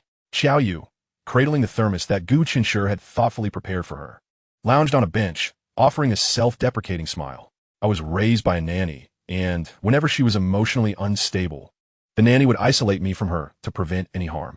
Upon hearing this, Gu Chenshi felt a flicker of confusion. If Xiao Yu's biological father feared that her mother might harm her, why did he not take her away at birth? Even if he could not bring her home, he could have arranged for a wet nurse to raise her in a safer environment. Surely, he possessed the financial means. Xiao Yu's subsequent words indirectly clarified Gu Chenshi's doubts. "She despises me, yet when she wishes to see me and cannot, she spirals into madness. And no one can stop her. There are moments of clarity, however brief. She imposed many rules upon me. I was not permitted to step beyond the threshold of our home. All the household servants were female, and my tutors had to be women as well. She told me that no man could be trusted. One moment, she would insist that I study diligently, and the next, she might shred my homework and dismiss my teacher. No matter how arduous my training was, I dared not cry, for it would provoke her wrath." Gu Chenshi could not help but feel a pang of sympathy. Does she strike you when she is angry? Xiao Yu shook her head, a bittersweet smile gracing her lips. Despite her daily exclamations urging me to die, and her terrifying madness, she has never laid a hand on me. This revelation took Gu Chenshi by surprise. Upon reflection, he understood. While she projected her life's misfortunes onto Xiao Yu, deep down, she still loved her. This was evident in her insistence that Xiao Yu never leave the house, the all-female household, and her decision to have Xiao Yu train in martial arts from the age of 3. Her life had been shattered by a reckless man, leading her to harbor resentment towards all men. In a bid to prevent her daughter from repeating her mistakes, she confined her to a world devoid of men. Yet, Xiao Qinggu also understood that she could not protect her daughter forever, hence her encouragement for Xiao Yu to learn self-defense. The love Xiao Qinggu held for Xiao Yu was no less than that of any other mother. Gu Chenshi pondered another question. Did that man, Xiao Yu's biological father, never visit them? He later learned that every time he did, Xiao Qinggu would descend into madness. She neither wished to see him nor allow her daughter to do so. Eventually, he resorted to visiting only when Xiao Qinggu was asleep, perhaps yearning to connect with his daughter. However, due to the chaos that ensued with each visit, Xiao Yu came to regard him as a source of dread, instinctively hiding away whenever he appeared. Regardless of how her biological father and nanny attempted to placate her, they could not quell her fear and animosity towards him. In time, Xiao Qinggu could no longer bear her own suffering and, one fateful afternoon, chose to end her unbearable existence. After her death, the aunt who had raised Xiao Yu brought her before an elderly woman in the countryside, introducing her as her grandmother. Grandmother? No. That old woman never seemed to favor me. I once failed to understand why, but later realized she was the mother of that man, not my mother's mother. Xiao Yu, all the unhappy moments have passed. You will grow stronger and find happiness. You are a good girl, and I never lie. You can ask my mother. Gu Chenshi offered her heartfelt comfort. Xiao Yu's past was beyond the comprehension of ordinary people, and it was precisely this that made Gu Chenshi feel both incredulous and deeply pained for her. He found himself admiring her resilience. Having grown up in such a stifling environment, she had emerged with only a slightly introverted disposition, without succumbing to madness, a remarkable testament to her strength. Yet, no matter how strong she was, she needed love. Thus, even the slightest kindness from a caring mother could bring her to tears. Whenever the opportunity arose, she would strive to repay their kindness. After learning to cook, she took it upon herself to prepare dinner whenever her mother worked late. If her mother casually mentioned forgetting her scarf in the morning, she would brave the biting cold to deliver it. When her mother fell ill, it was she who tended to her, allowing her to focus on her studies without worry. What a remarkable girl she was. But I feel like a dull person, and no one would ever like me, Xiao Yu said, lacking confidence. Gu Chenshi, witnessing her despondency, felt a mix of compassion and urgency. Who says that? My parents adore you, and so do I. His eagerness to comfort her led him to speak a bit too loudly, causing passers-by to glance over, suppressing their laughter at his earnestness. A fashionable lady chuckled to her companion. The youth these days truly dare to love and hate, unlike in our time. Gu Chenshi interjected, No, ma'am, it's not as you imagine. Joy sparkled in Xiao Yu's beautiful eyes, her gaze moistening. Gu Chenshi, is what you said true? You've never found me bothersome? Gu Chenshi replied candidly. To be honest, when I first met you, I thought you were quite odd and didn't want to engage with you for fear of trouble. But now I realize I was mistaken. Looking back, I am grateful to my mother, for if it weren't for her, I would never have crossed paths with you. Missing the chance to know you would be the greatest loss of my life. Ah, how sentimental those words sounded. Yet they were indeed from the depths of Gu Chenshi's heart. He genuinely felt that missing out on Xiao Yu would be a profound loss. Over the time they had spent together, he had unconsciously come to regard her as an indispensable part of their small family. He did not want to contemplate how he would feel if Xiao Yu were to withdraw from their lives. Though Xiao Yu smiled, her voice quivered with emotion. She shook her head, saying, No, if I had never met you, that would be my greatest loss. Gu Chenshi, thank you. And to your uncle and aunt as well. You are the most wonderful people in the world. Unable to restrain himself, Gu Chenshi reached out to wipe away her tears, oblivious to the tenderness that colored his gaze as he looked at her. He feigned annoyance, saying, Didn't I tell you not to keep thanking me? Xiao Yu felt incredibly fortunate. She had prepared herself to languish in some dark corner, slowly consuming her life away. Isn't life simply a matter of existing? Regardless of whether one lives in happiness or in sorrow, who truly cares? The lonely and pitiful her does not deserve anyone's concern. Indeed, no one is invested in her well-being. She is, without a doubt, the most superfluous person in this world. Chapter 74, A Shoulder to Borrow. Once, Xiao Yu held no expectations for the future. However, Everything transformed upon her encounter with the Gu family. The world, once draped in monotonous shades of gray, now revealed its vibrant hues. Life, it seems, could be so delightful, igniting within her a flicker of hope for what lies ahead. But does she truly deserve the blissful future that Gu Chenshi speaks of? In her dreams, her vision of happiness includes her uncle and aunt. As well as Gu Chenshi, none can be absent. Before long, it was 8 in the evening. After boarding the high-speed train, Gu Chenshi called home to report their journey. Jinglan only caught a glimpse of Gu Chenshi's face on the screen. After exchanging a few words, she inquired, "Where is Xiaoyu?" Gu Chenshi turned the camera towards Xiaoyu, who gently tilted her head towards him, smiling at Jinglan on the screen. This unintentional gesture brought their heads almost together, exuding an air of intimacy, resembling that of a couple. Gu Chenshi remarked, "Did you see? Even if I were to lose myself, I would never lose her. I'll ensure she returns safely, so you need not worry." Jinglan chuckled, "You cheeky boy. You and your smooth talk. Chenshi, what time do you think you'll arrive? I'll come to the station to pick you up." Gu Cheng's face appeared behind Jinglan, partially obscured by the phone screen. Gu Chenshi calculated they would probably arrive around midnight. "Dad, you should get some sleep. Don't come to pick us up. We're not 3 years old. We could take a taxi back ourselves." His family lacked a car, so if his father were to pick them up, he would also take a taxi, which made more sense than adding to his father's troubles on a cold winter night. Gu Cheng replied, "That one tea do. You're still children, and it's the middle of the night. I can't help but worry." Gu Chenshi countered, "Dad, don't underestimate me. I'm a tall fellow at 1.80 meters. I can take care of myself." Gu Cheng retorted, "That may be true, but caution is the mother of safety, especially with Xiaoyu with you." Gu Chenshi thought to himself that if trouble were to arise, it might actually be his petite companion who would protect him. Of course, that was merely a jest. Xiaoyu was indeed formidable, yet he was no mere decorative cushion. He had previously told Jingshu that Zhou Xiangyu was his defeated foe, and he spoke not in exaggeration. Otherwise, why would Zhou Xiangyu dare not challenge him? Did he truly think he could act like an older brother? In truth, he feared being brought down by Gu Chenshi, shattering his warrior image.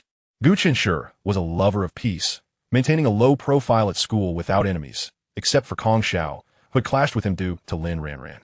Thus, his abilities remained unrecognized, quietly understated. He was merely a bit more capable than the average person. "Uncle, I concur with Gu Chenshi. You should stay home and rest. We can manage our return," Xiaoyu advised. She felt a twinge of guilt for taking up Gu Chenshi's precious time, and she certainly did not want to inconvenience Gu Cheng by making him sacrifice his rest to pick them up. Xiaoyu believed that if it were not for her presence, Gu Cheng would not have gone out of his way. Tomorrow marked New Year's Eve, and her uncle and aunt would undoubtedly be busy. If he did not get enough rest, how could they celebrate the New Year properly? No matter what, Xiaoyu was determined to prevent him from coming to fetch them. "Dad, please don't worry so much. We can get home without any trouble." On the other end of the line, Jinglan chuckled, "Old Gu, the kids are right. They can return on their own. There is no need for you to fret." After ending the call, Gu Cheng was perplexed. "I thought you would insist on me picking them up. Why do you also believe they'll be fine?" "If it were just Chenshi, I would agree. But with Xiaoyu, what if something were to happen?" Jinglan confidently waved her hand. "There will be no issues whatsoever." She then began recounting Xiaoyu's heroic deeds to Gu Cheng. Upon hearing, Gu Cheng was astonished, unable to believe it. "How is that possible? You mean she single-handedly dealt with 2 thieves? With her slender frame? I can't believe it." Jinglan scoffed. "Don't believe it? Wait until your son returns. You can ask him. He was a witness." The carriage was filled with passengers softly conversing, yet most were drifting off to sleep, including Xiaoyu. Her emotions had fluctuated greatly today. After a heartfelt cry, she felt mentally exhausted. With her eyes closed, she leaned against the back of the seat, her head tilted to one side, appearing to have fallen asleep. As she dozed, she seemed to shift uncomfortably, her brow slightly furrowed, turning toward Gu Chenshi. He pondered for a moment before subtly shifting closer to her. This slight movement startled her.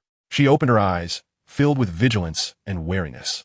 However, upon realizing it was him, she relaxed entirely. Gu Chenshi gestured to his shoulder. "You can borrow it for a while." Xiaoyu hesitated for a moment. Gu Chenshi had braced himself for her refusal. Although their relationship had improved, she was unlike other girls. Her unique childhood environment and her mother's influence had instilled in her a strong wariness towards people, particularly men. Despite knowing that any rejection would not fall upon him, he still felt a twinge of disappointment. Yet, to his surprise, after a moment's hesitation, Xiaoyu cautiously rested her head upon his shoulder and asked softly, "If my head is always on your shoulder, would that make you uncomfortable?" Gu Chenshi maintained a calm facade, but internally, he was elated. She had not rejected him. She did not resist their closeness. He replied with a touch of shyness, "Not at all. You needn't worry. Just be comfortable. Oh, Xiaoyu responded obediently. Closing her eyes once more, Gu Chenshi couldn't help but smile. He felt honored that his shoulder could be a resting place for Xiaoyu. At that moment, an inexplicable and wonderful sensation surged within him, drawing him into an irresistible infatuation. He even wished that time could slow down, allowing Xiaoyu to rest on his shoulder a little longer. Unbeknownst to him, it seemed that he had begun to harbor feelings for this resilient, yet heart-wrenchingly endearing girl with a tumultuous past. Chapter 75. Willing to let her rest on his shoulder for a lifetime. Xiaoyu, clutching her backpack, slept soundly on Gu Chenshi's shoulder. He dared not move a muscle, fearing he might awaken her. Though maintaining a single-seated posture for an extended duration can be quite arduous, Gu Chenshi found it to be a source of delight rather than discomfort. His shoulder was more than willing to serve as a pillow for her throughout a lifetime. Slightly tilting his head, he caught a glimpse of Xiaoyu's lustrous black hair, her porcelain forehead, thick eyelashes, and delicate, well-defined nose from his vantage point. She breathed steadily and deeply, sleeping with remarkable tranquility. Was she perhaps lost in dreams? What kind of dreams might she be experiencing? Could they possibly be wondrous, enchanting dreams? With nothing to occupy his mind, he longed to venture into her dreams and pondered whether he could manifest within them. At this thought, an indescribable and familiar sense of shame washed over Gu Chenshi once more, making him feel akin to a wicked wolf, entertaining inappropriate thoughts about the little lamb beside him. Yet Xiaoyu was not the feeble creature she appeared. She was the formidable female leader whom Zhou Xiangyu aspired to apprentice under. What would her reaction be if she learned that he had dreamed of her? Surely, she would pin him to the ground, rubbing him mercilessly, far worse than the fate of a thief caught stealing his mother's wallet and phone. Startled, Gu Chenshi shook off these errant thoughts. He fixed his gaze ahead, repeatedly instructing himself, "I'm a paragon of virtue. I'm a paragon of virtue. How could I entertain such unworthy and chaotic thoughts? These are not the musings befitting a person of my character." Exhaling deeply, he cautiously retrieved his phone to surf the internet, striving to divert his attention. Upon opening his device, he discovered that the class group chat was abuzz with activity. Messages of New Year's greetings, early well wishes, and inquiries about plans for the Spring Festival filled the screen with excitement. One member had tagged all participants, Wang Zishan, the lively spirit of the group. He remarked that in just 6 months, everyone would be going their separate ways, and many might never meet again in their future lives. He proposed a gathering during the Spring Festival to avoid future regrets. Although this fellow was usually quite frivolous, his words successfully evoked a wave of nostalgia among the classmates. As they had spent countless days together, minor frictions and annoyances were inevitable, yet the thought of impending separation stirred a sense of reluctance. Wang Zishan suggestion garnered enthusiastic responses. Apart from a few individuals with prior commitments during the Spring Festival, the majority signed up. Gu Chenshi, having experienced profound separations in his past life, felt that this mild sense of farewell did not affect him in the slightest. To express it bluntly, apart from Zhou Xiangyu, these classmates were merely transient figures in his life. Whether they met again depended entirely on fate. He was reluctant to attend, wishing to devote all his time to his family. In total, there were 46 students in the class. After 12 explicitly stated their inability to attend, 34 remained. Of those, 29 had already signed up. 5 students had yet to respond, including Gu Chenshi, Zhou Xiangyu, Jing Shu, Lin Ranran, and Tang Xiaoxi. As the initiator of this gathering, Wang Zishan tagged each of them. Zhou Xiangyu was the first to reply. "I'm busy. I want to be going." Wang Zishan, perceptive as ever, retorted, "You're too busy playing games, aren't you? Our 3 years of camaraderie can't compare to your precious games, can they?" Zhou Xiangyu countered, "What 3 years? It's only been 2.5. The days not spent don't count." Wang Zishan pressed on, "Are you coming or not? If not, I'll sever ties with you. Group admin, kick this guy out." Classmate A chimed in. "Zhou Xiangyu, your actions are truly disheartening." Classmate B added, "Come on, we've all been classmates. Don't be so cold-hearted, Zhou Xiangyu." Classmate C threatened, "Zhou Xiangyu, when school starts, I'll gather a few friends to take you down. You claim you could take on 5, but let us see if you can handle 10. This provocation stirred a wave of responses, and soon, other classmates joined the crusade against Zhou Xiangyu. Realizing he had incurred the wrath of many, Zhou Xiangyu finally relented. All right, dear brothers and sisters, I will definitely make it on that day. Not going would be disgraceful." He added, "I didn't realize I was so important to everyone. Heh." Wang Zishan retorted, "Zhou Xiangyu, do you have no shame? If it weren't for the fact that you are part of our class, who would even bother with a gaming hermit like you?" Classmate A, "Zhou Xiangyu has no shame."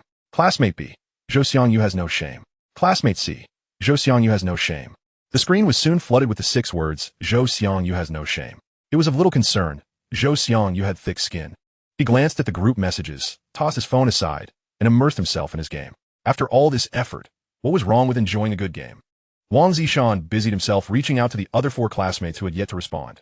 Lin Ranran, Jing Shu, Tang Xiaoxi, and Gu Chenshi, tagging each in turn. Wang Zishan, are you all coming or not? Please give a definitive answer. Jing Shu replied, sorry, just saw this. As long as the gathering isn't on the first or second day of the new year, I can make it. I must visit relatives on those days. Tang Xiaoxi, understood, I will be there on time. Gu Chenshi hesitated. With everyone going, not attending would seem unkind. Perhaps he should go. The noise might bother him, but he could always return early. Gu Chenshi's fingers danced across the screen, sending a brief response. Okay. Barely 2 seconds after sending his message, Lin Ranran replied, sure. Her response was even more succinct than Gu Chenshi's, perfectly reflecting her aloof demeanor. After replying, Gu Chenshi exited the chat. He glanced at the time. It was almost 11:30 at night. Suddenly aware, Gu Chenshi turned his gaze to find Xiaoyu awake, quietly observing him. Her pupils were as dark and clear as a newborn's, exuding an untainted purity that seemed capable of cleansing other souls. Their eyes met, and she, like a startled fawn, quickly averted her gaze and sat up straight, tucking a loose strand of hair behind her ear, though there was none. The sudden absence of her weight on his shoulder left Gu Chenshi feeling a bit disoriented. He felt a pang of regret. Why had he looked over? If he hadn't, she wouldn't have been startled and wouldn't have moved her head away from his shoulder. A sense of emptiness settled in Gu Chenshi's heart, leaving him somewhat melancholic, uncertain whether it was from sleep or something else. Xiaoyu's cheeks bore a faint blush, resembling a tempting peach. Gu Chenshi softly inquired, would you like some water?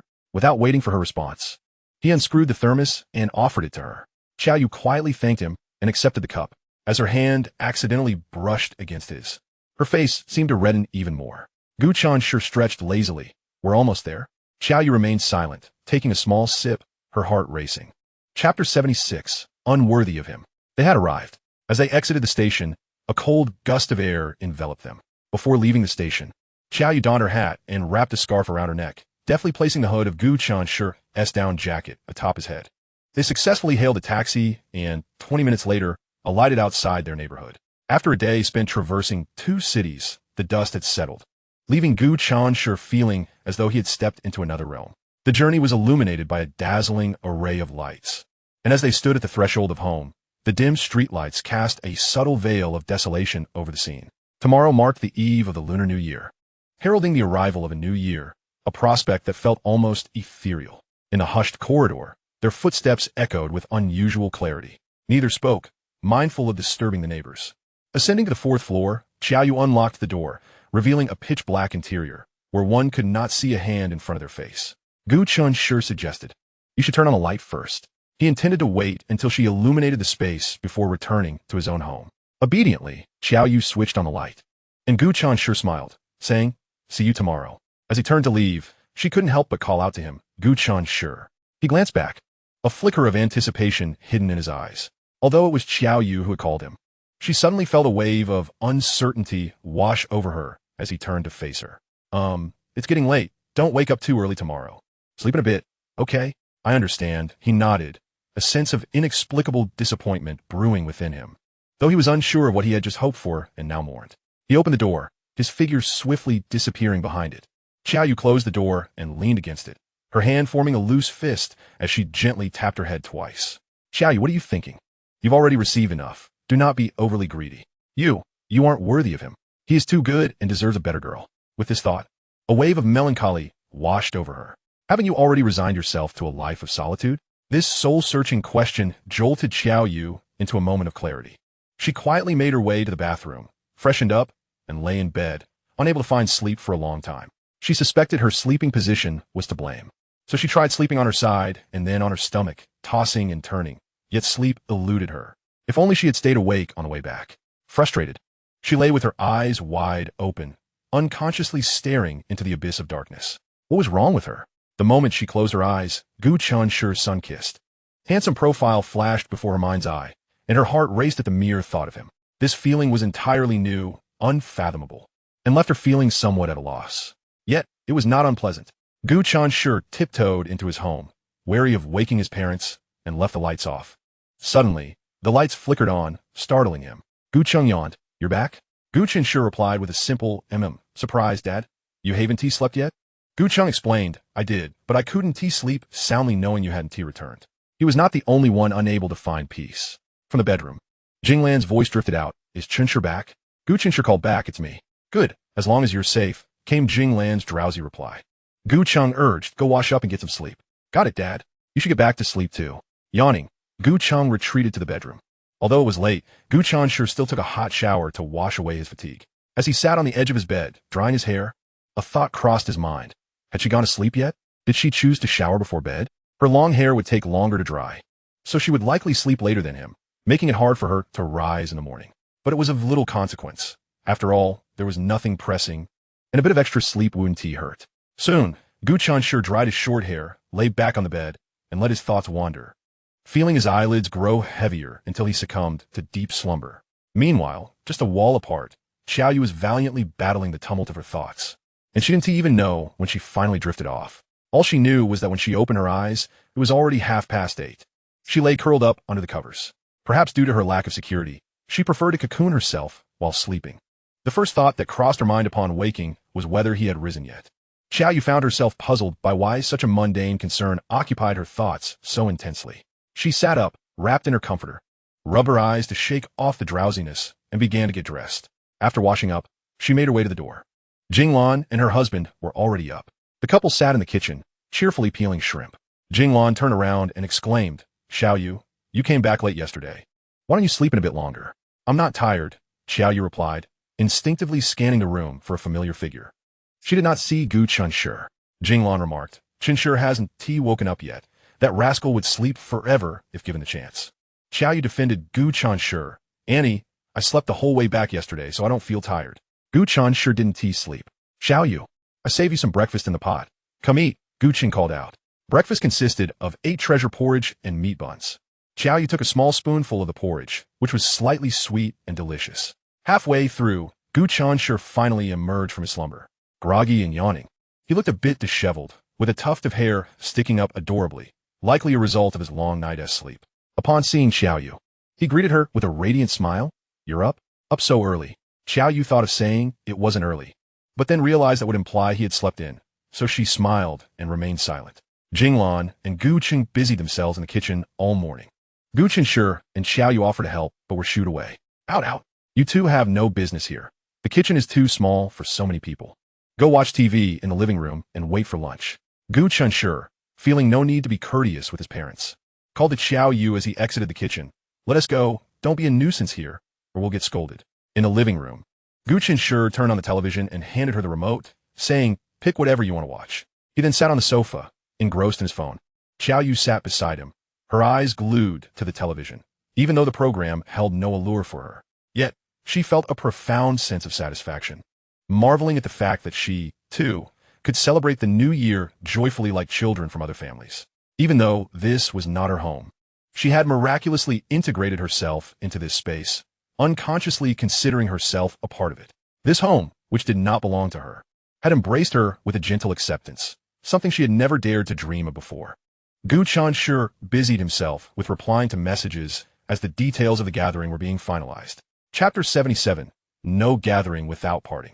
After much deliberation, Wang Zishan decided to schedule the gathering for the evening of the 4th day of the new year at 7 o'clock. The choice of the 4th was strategic. Too early meant everyone would be visiting relatives for New Year greetings, and too late would coincide with the start of school, leaving no time for fun. The 4th was just right. Everyone would gather joyously on the 4th, rest at home on the 5th, and then, oh no, school starts on the 6th. Wang Zishan shared the suggestion in the group chat to see if anyone had objections. Everyone expressed their agreement. Gu Chenshi went with the flow, naturally having no objections. Zhou Xiangyu, for reasons unknown, found himself embroiled in another argument with the group, suffering a rather severe backlash. Zhou Xiangyu fervently tagged Gu Chenshi. Old Gu, if you wish to see me when school commences, hasten to provide assistance." Beneath his message, Tang Xiaoxi promptly followed with a cheeky smirk emoji.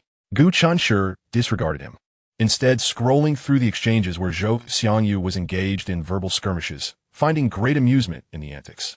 Halfway through, a thought struck him. and he turned to Xiao Yu, who happened to be gazing back at him. Gu Chenshi mused that surely he must appear exceedingly foolish, laughing into his phone like a simpleton, which had drawn Xiao Yu's attention. He rose and ventured into the kitchen, returning with a platter of snacks.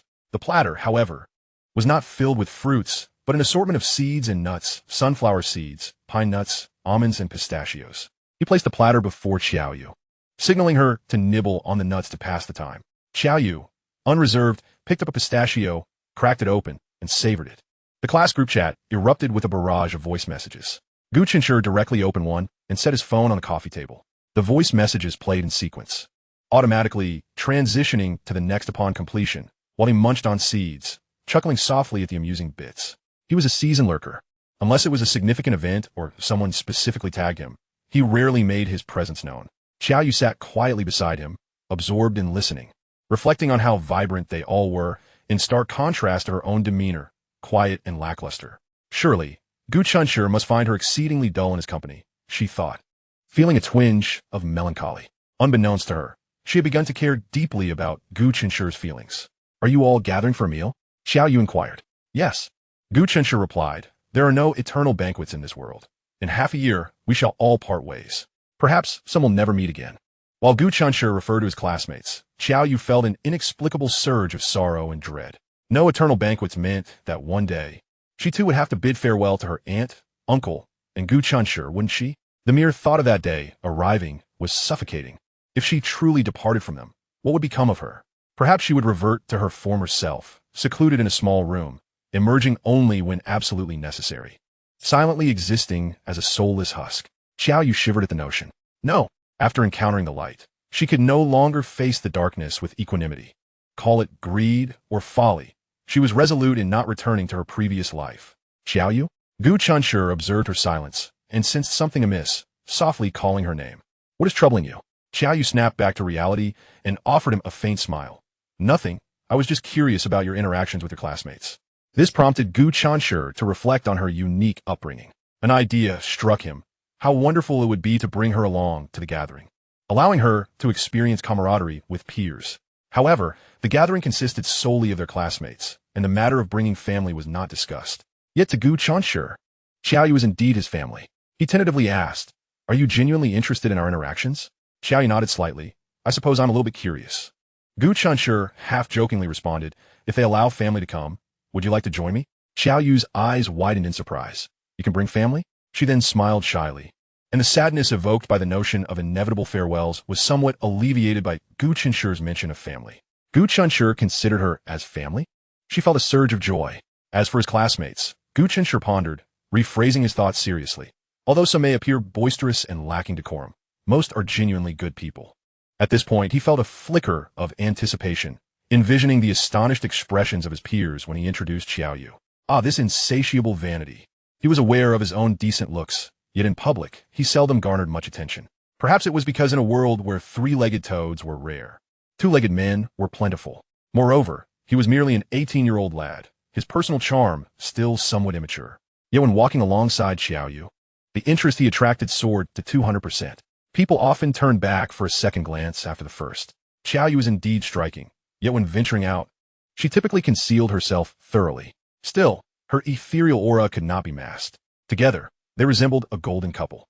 Gu Chenshi and Xiao Yu often elicited assumptions from strangers that they were a romantic pair. In the past, he found this notion absurd, but now he reflected. Perhaps it was not so bothersome after all. Never mind, I won't go. You all can enjoy your meal together. As an outsider, I wouldn't contribute much to the conversation. Xiao Yu shook her head. Her response was anticipated by Gu Chenshi. She appeared to shy away from bustling gatherings, likely uncomfortable in a setting filled predominantly with strangers. However, since he had inquired about her thoughts, it was not a mere formality. If she had expressed genuine interest in attending, he would have certainly taken her along. After a brief lull, the class group chat erupted once more. Someone had shared a similar thought as Gu Chenshi and proposed bringing family to the gathering. Inquiring if it was permissible, it turned out that this individual had a younger sister, nearly 10 years his junior, who was particularly eager to join him for the reunion. The classmate, a devoted brother, couldn't refuse her request. Gu Chenshi calculated in his mind, with over 30 classmates, if each brought a family member, there would be a gathering of 60 to 70 people, a lively scene indeed. However, He also recognized that many classmates would likely find it troublesome and opt not to bring anyone. The event initiator, Wang Zishan, responded, "Of course you can." Chapter 78. Who is sister-in-law? The announcement stirred a flurry of excitement in the group chat. Some teased about not having adorable siblings to bring along, inquiring humorously if they could bring their parents instead, or even their grandparents. Others mischievously asked if they could bring their boyfriends or girlfriends. This inquiry irked the single members of the group, making the questioner the new target of ridicule following Zhou Xiangyu. Upon learning that family could be invited, Gu Chenshi looked at Xiao Yu, who was intently shelling nuts beside him, and felt an earnest desire to bring her to the gathering. It was not merely to satisfy his vanity, but to provide her an opportunity to engage with her peers, which might positively influence her reclusive nature. Someone tagged him in the group chat. It was Zhou Xiangyu. "Old Gu, bring your girlfriend along." Gu Chenshi responded with a simple, "This fellow truly has a knack for stirring the pot." What girlfriend? Where on earth did he conjure up a girlfriend from? Zhou Xiangyu tagged him, alerting the other classmates in the group chat. Gu Chenshi has a celestial girlfriend. Eyewitnesses claimed she resembled a fairy, exuding an extraordinary aura. Not only the male classmates, but the female ones were equally intrigued. Just how stunning could Gu Chenshi's ethereal girlfriend be? More beautiful than the stars on television? They were eager to seize the opportunity to catch a glimpse of Gu Chenshi's heavenly companion. Time waits for no one. If this chance slipped away, there might never be another. Consequently, Gu Chenshi found himself basking in the spotlight, the center of attention within the group. The notification sounds rang incessantly, each one a tag from his peers. Classmate A. Gu Chenshi, you can bring a +1 to the gathering. Bring your girlfriend along. Classmate B. Yes, indeed. We're all very friendly. Classmate C. Gu Chenshi, can you really leave her at home while you attend the gathering alone? How could you bear to do that? Gu Chenshi felt a throbbing at his temples, utterly speechless. He wished he could drag Zhou Xiangyu out and give him a good beating for his thoughtless antics. This guy had no idea the trouble he was causing and was joining in with the others' teasing. Gu Chenshi, can I still call you brother? Bring your sister-in-law along. Zhu Mingming's mischievous voice echoed through the microphone, causing Gu Chenshi's forehead to throb with tension. He cast a furtive glance at Xiao Yu, feeling a mix of embarrassment and a hint of guilt. He intended to convert the voice message to text, but in a moment of clumsiness, he accidentally played the audio instead. Little did Gu Chenshi know, if Xiao Yu were to discover that his classmates had mistaken her for his girlfriend, what would her reaction be? Would she think he was intentionally taking advantage of her? How unfair it was. He had been trying to explain all along, yet those rascals simply wouldn't believe him. Xiao Yu paused in her nutshelling, casting a surprised look in Gu Chenshi's direction. He awkwardly shuffled his toes against the ground, pondering whether it would be better to confess than for her to discover the truth on her own. Yet, the moment he met Xiao Yu's pure and innocent gaze, he found himself at a loss for words, feeling a pang of regret for having sullied her beauty. Sister-in-law? Xiao Yu murmured, repeating the phrase with confusion. Gu Chenshi. Who is sister-in-law? Gu Chenshi stammered, well, the person in the message on my phone called you brother. Is sister-in-law your girlfriend? Do you have a girlfriend? Perhaps it was merely Gu Chenshi's illusion, but when Xiao Yu looked at him with curiosity, it seemed as though the light in her eyes dimmed momentarily. An illusion, it must be, for when Gu Chenshi sought to clarify, her expression bore only confusion and surprise, devoid of any other hues. It's not what you think. Gu Chenshi faltered. What should have been a straightforward explanation became convoluted in her presence, as he felt an uncharacteristic sense of guilt wash over him. Deep down, he feared that revealing the truth would anger Xiao Yu, just as it had before, leading her to ignore him for several days. Suddenly, Xiao Yu smiled brightly. Don't be so nervous. Rest assured, I won't tell Annie. Gu Chenshi replied, Wait, did you misunderstand something? It's not as you think. Xiao Yu fell silent for 2 seconds before earnestly addressing him. Gu Chenshi, I promise not to tell Annie about this. But could you promise me not to let this affect your studies? I can sense Annie has high expectations for you. I don't want to see her worry about you. Gu Chenshi felt a mix of emotions, both touched and amused, yet also slightly anxious. Until now, he believed he was carefree, unconcerned about misunderstandings, as long as they were harmless. But now, having been misinterpreted by Xiao Yu, he realized he was quite unsettled. He quickly clarified that that's not the case. It's truly not what you think. He assumed that by clearing up the misunderstanding, Xiao Yu would respond in her usual nonchalant manner and not pursue the matter further. She was not one to indulge in gossip. Unexpectedly, Xiao Yu blinked innocently, asking, Is there anyone in your class with the same name as you? Gu Chenshi replied, No, they're ISNT. Thus, he asserted, I'm not mistaken. Your classmates want you to bring sister-in-law to the gathering. Oh, I see. Sister-in-law ISNT from your class. She is probably from another class or an outsider, right? Am I correct? Xiao Yu analyzed with utmost seriousness, making a compelling argument. Gu Chenshi felt as if he might kneel before her. Not only had she embodied a culinary genius, but at this moment, she was also channeling Sherlock Holmes. On this frigid New Year's Eve, with the howling winds outside, Gu Chenshi broke into a cold sweat. Perhaps it would be better to confess rather than allow her to deduce the truth. Indeed, luck was not on his side. The situation unfolded as follows. Not long ago, you lent me an umbrella and scarf, which other classmates at the bus station witnessed. They mistakenly assumed you were my girlfriend, leading my classmates to believe I had a girlfriend. Xiao Yu was taken aback. Is that so? Gu Chenshi nodded vigorously while wiping away his cold sweat. Exactly. When my classmate mentioned sister-in-law, they were referring to you. I'm sorry. They were just being silly, so please don't take it to heart. The main issue lies with me. I failed to clarify that we're merely neighbors. Gu Chenshi's admission was sincere, as he earnestly sought her forgiveness. Xiao Yu lowered her head, placing a perfectly shelled pistachio in her mouth, responding with a faint Gu Chenshi, anxious, asked, Are you upset? Xiao Yu looked bewildered. No, why would I be upset? Chapter 79. The student surpassing the teacher. Xiao Yu was not angry. She merely felt a tad disappointed. Gu Chenshi found it hard to believe her claim of not being upset. She appeared somewhat downcast, despite having seemed perfectly fine moments ago.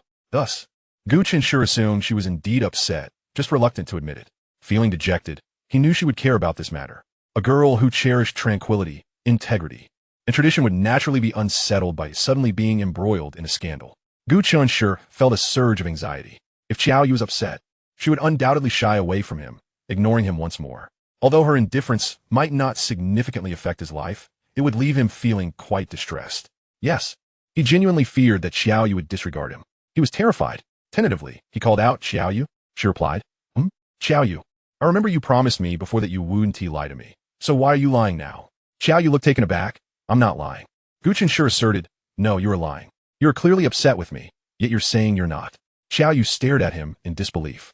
I truly am not upset. No, you're upset. Gu Chenshi maintained his stance.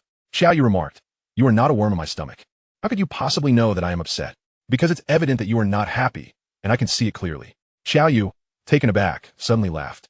The two of them, in their current state, seemed to be engaging in a playful banter, which felt quite delightful.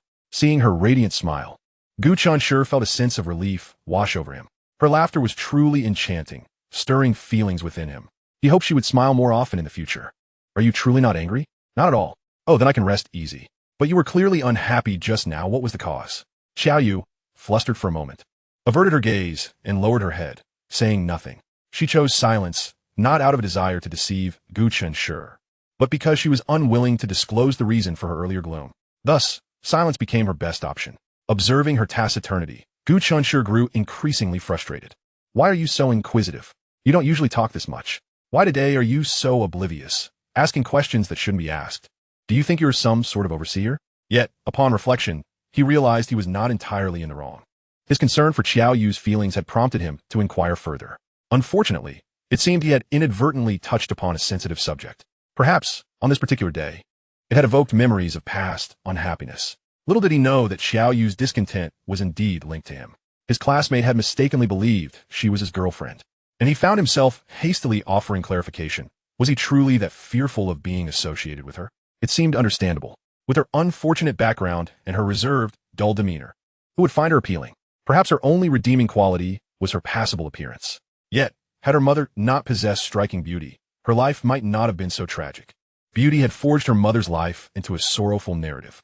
As a result, whenever her mother was in her right mind, she would sternly oversee Xiao Yu's studies, arming her with knowledge. Perhaps Xiao Yu would never embody the strength her mother desired, but at the very least, she would not become an empty vase devoid of self-defense. Jinglan and Gu Cheng busied themselves in the kitchen throughout the morning, and by 11:30, they had prepared a sumptuous feast. Finally, it was time to eat.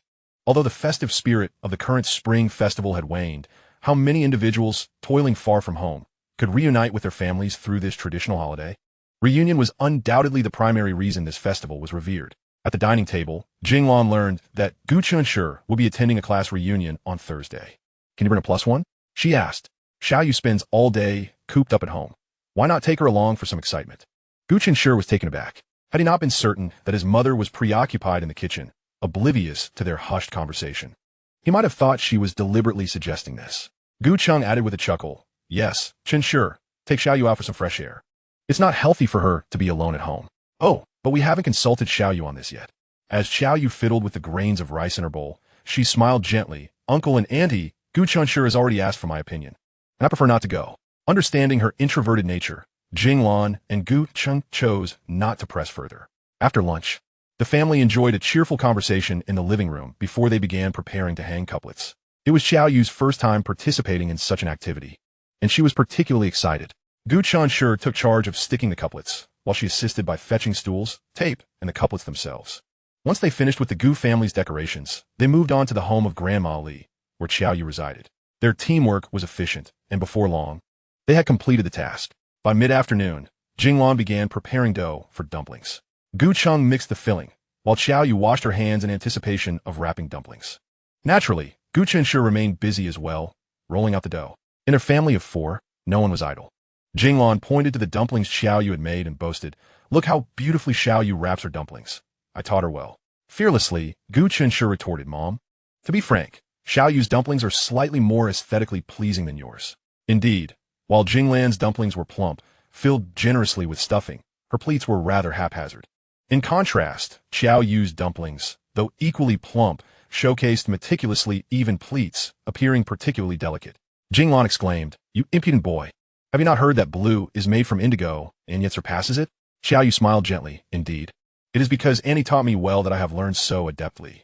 Gu Chenshi pointed to the dumpling wrappers he had just rolled out, adopting a serious tone. "Look at this dumpling skin. Is it not large and round?" Jinglan glanced down and remarked, "You rascal! How did you roll it so thin? It's too thin. It will fall apart." Gu Chenshi. Gu Cheng nodded in agreement, adding, "Son, while your dumpling skin is indeed round, I must responsibly inform you that it needs to be redone. Your mother is right. Being too thin makes it prone to tearing." Gu Chenshi. Well, he had hoped for a compliment, having poured extra effort into rolling the skin, only to find it had backfired. The pain in his heart was overwhelming. Woe is him, for his parents are so biased. Why does Xiaoyu receive praise for everything she does? He would not yield.